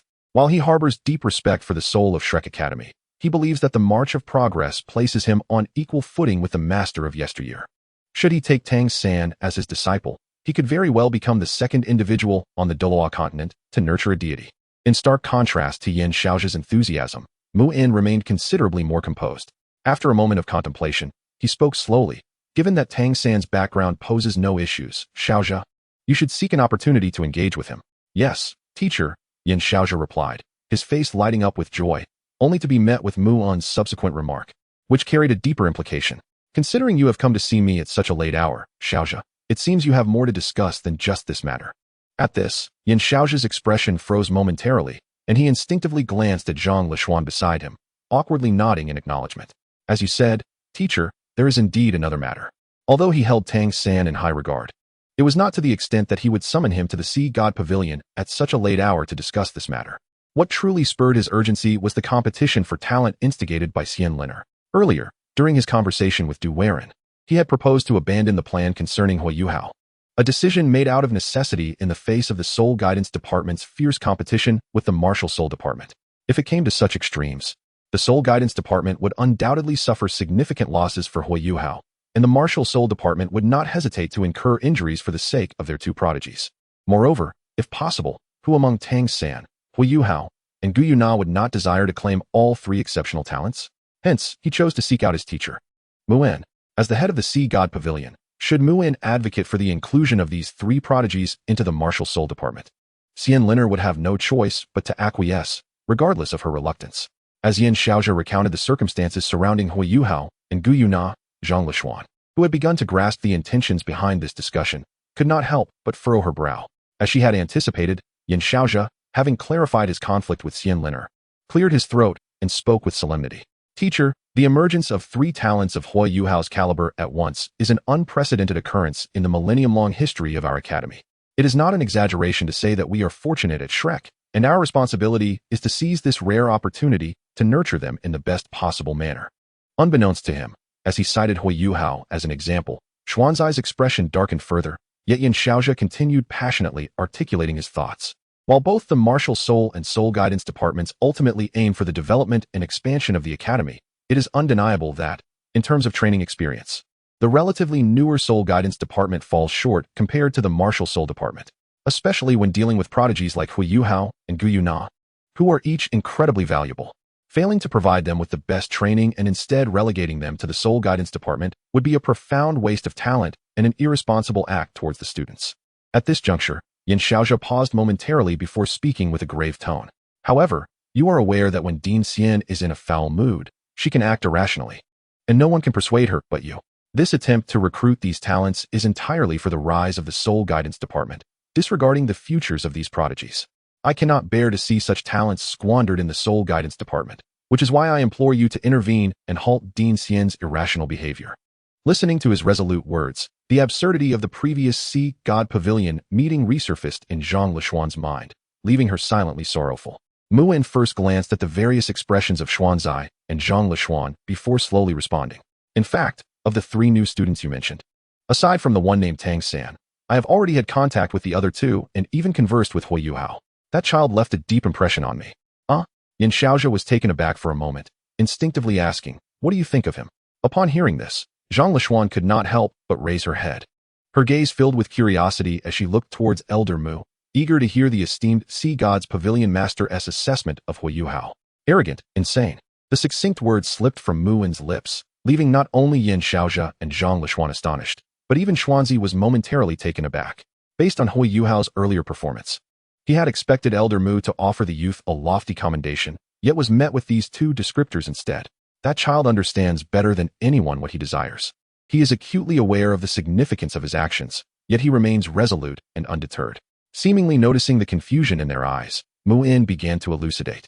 Such a person, if devoid of power, may lead a life of mediocrity, but once they acquire strength, they could potentially unleash tremendous upheaval upon the world. Chapter 86, Awakening. Oblivious, Yin Xiaozhe hesitated for a moment before offering a bemused smile. Teacher, I do not quite comprehend. Muin, devoid of irritation, calmly countered. You should understand the concept of a malevolent soul master, correct? Upon Yin Xiaozhe's nod, Muin continued. Whether driven by the desire for treasure or by vengeance, a rational individual typically weighs the pros and cons before committing murder. Even a deranged malevolent soul master would refrain from killing if the cost outweighed the benefits. Yin Xiaozhe nodded in agreement. Yet Muon's ensuing words sent a chilling wave coursing through his being, swiftly enveloping his limbs. But he would. The simplicity of those 3 words struck each heart like a heavy hammer, causing an involuntary shudder. Muin spoke softly. In that child's eyes, I discern an obsession beyond imagination. On the surface, he appears submissive and amiable, yet the emotions concealed within his gaze tell a different story. When one who comprehends the essence of death and values life takes up the blade, the weight of his actions may surpass his long-held convictions and nature. Even in the face of the anguished cries and pleas of countless souls, even knowing he may regret it afterward, he will not lay down the blade. For he is acutely aware of his desires and remains unwavering. He will not raise arms for mere gain. This implies that should he take up arms due to another crossing his boundaries, he will not relent for trivial reasons. Once he has resolved upon a matter, even if it requires the slaughter of millions, he will not hold back. Yan Xiaozhe opened his mouth, uncertain of how to respond. After much contemplation, he cautiously spoke. Teacher, should we not let everything remain as it is? Yan Xiaozhe lifted his head, disbelief etched across his features as he gazed at Muon. So you mean to say there's a potential future demon lord within the academy, and you intend to do nothing? Shouldn't our Shrek Academy eradicate evil and champion justice, becoming the nemesis of malevolence and a partner of righteousness? Observing Yan Xiaozhe's bewildered expression, Muin chuckled.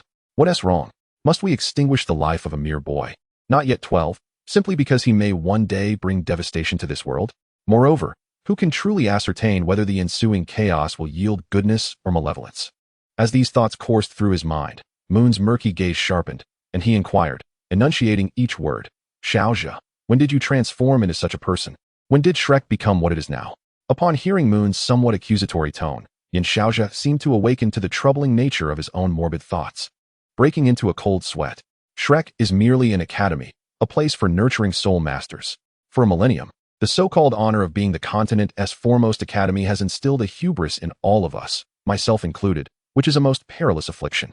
Do you think that thousands of years ago, Shrek aided the Douluo Three Kingdoms against the Sun Moon Empire out of concern for the so-called commoners? Or to prevent war? Neither. It was not for a notion of justice or to resist invasion. It was solely because the current state of opposition mirrors the plight faced by the Spirit Hall millennia ago, making it more suitable for Shrek to remain independent. And nothing more.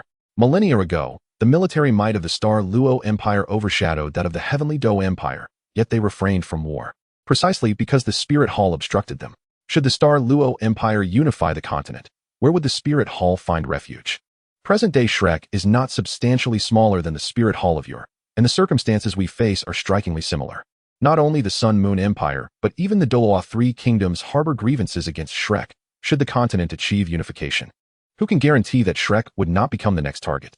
We pride ourselves as the guardians of this land, seeking to avert wars and judge the wicked. Yet, at the core, we are merely human. We have never acted rightly. We are selfish creatures, desperately clinging to this illusory glory for as long as possible. His gaze swept over those present, and with a deep sigh, he continued, I am but a dying man, with perhaps only a decade or so left to live. Yet, both you and Xuanzi possess fatal flaws in character that render you unfit for the heavy burdens ahead. I once harbored concerns for the academy, but upon reflection, I realized that even my cherished ideals have been clouded by this ephemeral honor. If this continues, Shrek will inevitably face catastrophe due to the arrogance that has accumulated over nearly 10 millennia. Rather than clinging to this illusory honor, I would prefer to see the academy avoid the fate of annihilation. Yan Xiaozhe and Xuanzi bowed their heads in silence, unsure if the weight of his words had sunk in. After a prolonged silence, Yan Xiaozhe cautiously ventured, Teacher, what shall we do moving forward? What shall we do? Moon raised an eyebrow. Neither support nor oppose. Fulfill our duties diligently, cultivate talent, and proceed with humility. The students attend classes. We teach them to refine their skills. That is sufficient. From this day forth, let the members of the inner court and the teachers temper their arrogance, especially with the forthcoming Soul Master competition. Inform the participating inner court disciples that they may showcase their prowess. Yet they must not abuse their affiliation with Shrek to intimidate others. And you, Xuanzi, take heed as well. Do you understand? Upon being singled out without uttering a word, Xuanzi's expression stiffened, and he nodded quietly. Understood, Elder Mu. Observing this, Muin's gaze shifted to Yan Xiaozhe. As for your contention over the 3 prodigies, I shall not intervene.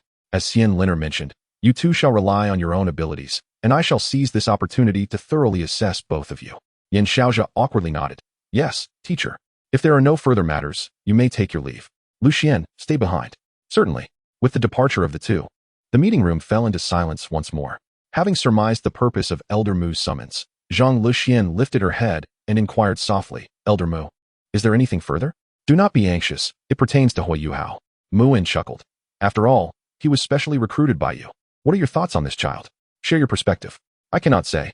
Regarding Huo Yuhao, she found herself unable to provide an evaluation. I merely feel that he is quite unique. Indeed, he is exceptionally distinctive. I sensed this the moment I first laid eyes on him. After speaking, Mu seemed to recall something, his tone lightening with amusement. Zhang Luxian was momentarily taken aback and was about to speak when Mu cheerfully raised his palm, gesturing to pause her words. I mean no offense. I am pleased to see your mindset has improved significantly. Please allow me to finish. Yes, you have been with Shrek for over a decade now, Luxian. In these years, your contributions to the Academy have been evident to this old man, far surpassing what I once did for you. Time has flown. The vacant-eyed little girl of yesteryears has grown so much. You are a good child, a wise one too. Yet the intellect of a clever child often leads to overthinking and entrapment in trivialities. I know you have kept the promise of those years close to your heart, but that was merely an impulsive moment for this old fool. If you fixate solely on the destination, you shall miss the splendor along the journey. You are still young. Youth should be vibrant and should not sacrifice personal life for the Academy. Mu paused, his tone turning grave. Thus, from this moment forward, you need not adhere to that promise. Zhang Luxian abruptly raised her head, gazing at the kindly elder before her, her voice trembling. Elder Mu, I hope that for you, the Academy has never been a constraint. At this point, Mu appeared to recall something humorous, the wrinkles on his face deepening with his broad smile. If one wishes to yearn for the mundane and monotonous life, let them wait until they are 200 or 300 years old, too frail to move. Zhang Luxian remained silent, recalling her feelings during her interactions with Huo Yuhao. Zhang Luxian's cheeks involuntarily flushed with a hint of crimson. Could it be that she truly harbored affections for a younger brother, so significantly her junior? Wasn't that rather peculiar? Contemplating this, she awkwardly remarked, Mu Lao, I may need some time to reflect. Of course, Mu acknowledged, noting Zhang Luxian's lingering confusion. He chuckled gently. I hope that when you come to see me next time, you will have discovered your answer. 3 days later, as they traversed the corridor leading to the dean's office, Huo Yuhao listened to Du Weilan's incessant chatter, maintaining a faint smile throughout. Despite the fervent persuasion, he exhibited no signs of being swayed. It was worth noting that Gu Yuna, who accompanied him, displayed an even more impressive demeanor. However, Du Weilan, unusually fixated on Huo Yuhao, neglected Gu Yuna entirely. This behavior suggested a greater emphasis on Huo Yuhao, yet he refrained from discussing the merits of joining the Spirit Soul Department. If an ordinary freshman were subjected to such persuasive rhetoric from the Director of Education, they would likely be overwhelmed with excitement, eager to pledge their allegiance to the Spirit Soul Department. Yet, Huo Yuhao was well aware of the underlying motives. The aim of this meeting was to recruit individuals through resource allure, and the decision to overlook Gu Yuna stemmed from their confidence that she would not decline their offerings and would undoubtedly join their ranks. As for him, it seemed he was merely a candidate they would attempt to persuade verbally, with little regard for his actual interests. Huo Yuhao sighed inwardly. It was somewhat disheartening. In his previous life, he had been dismissed for possessing a mere white spirit ring and failing to meet the admission criteria. Yet now, he entered with a millennium-old spirit ring and the status of a great spirit master, yet they still treated him with such disregard. In light of this, he felt there was little left to discuss. Turning to Gu Yuna, he softly inquired, which side do you wish to join? Surprised by Huo Yuhao's seemingly obvious question, Gu Yuna blinked her violet eyes. Wherever you go, I shall follow. At this declaration, Du Weilan, who walked ahead, abruptly shuddered, his speech faltering. Could it be that these two were bound together? Yet, in the next moment, he dismissed the thought. No, that was improbable. To entice Gu Yuna and Tang San, the Spirit Soul Department was offering unprecedented conditions. He doubted any student would dare to utter a word of refusal upon hearing them. Moreover, interaction between the two departments was not restricted, and while he understood the sentiments of young couples wishing to be inseparable, it was unlikely anyone would jeopardize their future for such whims. Despite his attempts to reassure himself, Du Weilan found his unease growing with every thought. It was all too quiet. Just now, Gu Yuna spoke with a calmness that suggested she was utterly indifferent to the favorable conditions surrounding them. He truly could not afford to gamble. Should the other party actually go through with such an act, all the painstaking efforts of their dean would be in vain. Dean, it appears that our Soul Master Department may genuinely be in peril this time. No, remain composed. It is not yet time to enter the office. And there is still an opportunity for remedy, still a chance. I recall that the school regulations prohibit romantic relationships, do I not? Director Du, what seems to be the matter? Nothing at all. After hastily waving his hand, Du Weilan suddenly seemed to recall something and raised his hand to slap his forehead. Oh dear, look at my memory. I just remembered that the dean mentioned this morning that he would be out of the office for a bit. Why don't you two go to my office for some tea in the meantime? Is that so? Huo Yuhao raised an eyebrow with a smirk, tilting his head toward the closed door of the dean's office. Yes, indeed. Du Weilin nodded fervently. Subtly shifting his body to block the office door while wiping the cold sweat from his forehead, he awkwardly continued. You see, the office door is closed. And as the director of education, would I deceive you? After saying this, Du Weilin feigned seriousness and spoke again. However, before he could finish, Xian Liner's voice, laced with a hint of inquiry, resonated from behind the door, clear to everyone's ears.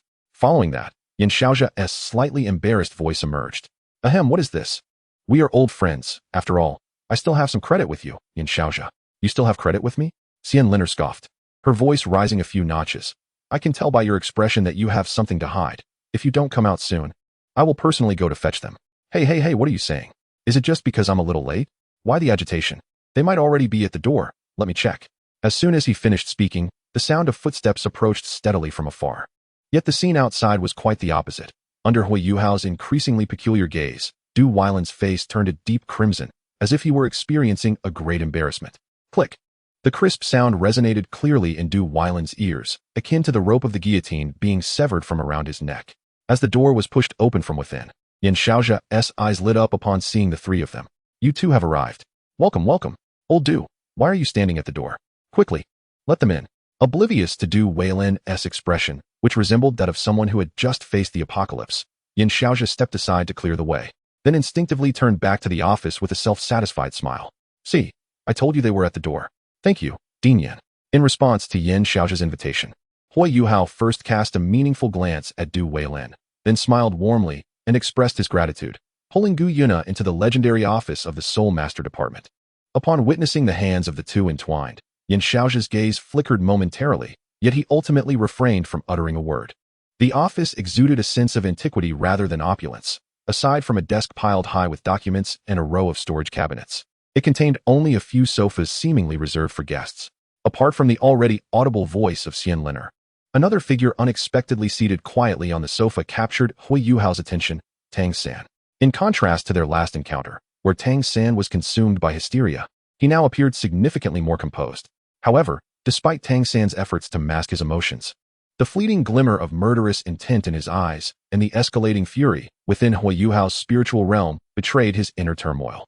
After offering a smile and nod to Xian Liner, Huo Yuhao and Gu Yuna had scarcely settled onto the sofa when the crisp voice of the Ice Emperor resonated within his mind. Yuhao, it seems the source of jealousy is on the verge of being unlocked.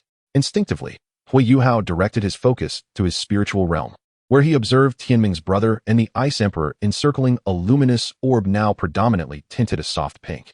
Thanks to Gu Yuna's unwavering support and the occasional visits from Tangya and Jiang Nannan, the accumulation of jealousy since Huo Yuhao's arrival at Shrek Academy had surged dramatically. Furthermore, given that all present at Shrek were soul masters, even though the external academy students were not particularly formidable, their sheer numbers were overwhelming. Had it not been for the numerous witnesses to his soul duel with Bei Bei, Huo Yuhao surmised that the jealousy source would have been entirely unlocked by now. He pondered what abilities this jealousy might bestow, gazing at the nearby pink orb. Tianming's brother blinked his petite golden eyes twice, softly murmuring. After such a prolonged period, he had evidently acclimated to the influence of approaching the original sin source, no longer needing to maintain a distance as he had when first entering Huo Yuhao's body. The Ice Emperor then turned to Huo Yuhao, gently inquiring, "Are you truly unaffected by this unlocking process? Rest assured, at least these three have no adverse effects, and as long as we proceed with caution moving forward, we shall be fine." Thanks to Huo Yuhao's foresight at the time, he had adopted a natural approach to unlocking the original sin source without undue ambition, thus allowing the sequential unlocking of 3 without incident. However, having now unlocked 3 and with ample time spent in contact, Huo Yuhao had gleaned new insights regarding these original sin sources. In essence, if the host possesses an inherently arrogant disposition, the impact from the source of arrogance would be significantly intensified.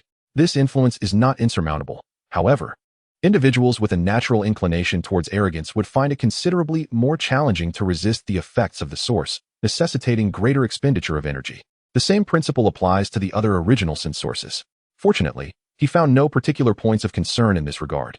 Do not mention the 3 that have already been unlocked. Emotions such as jealousy, laziness, and wrath should likewise exert little influence over him.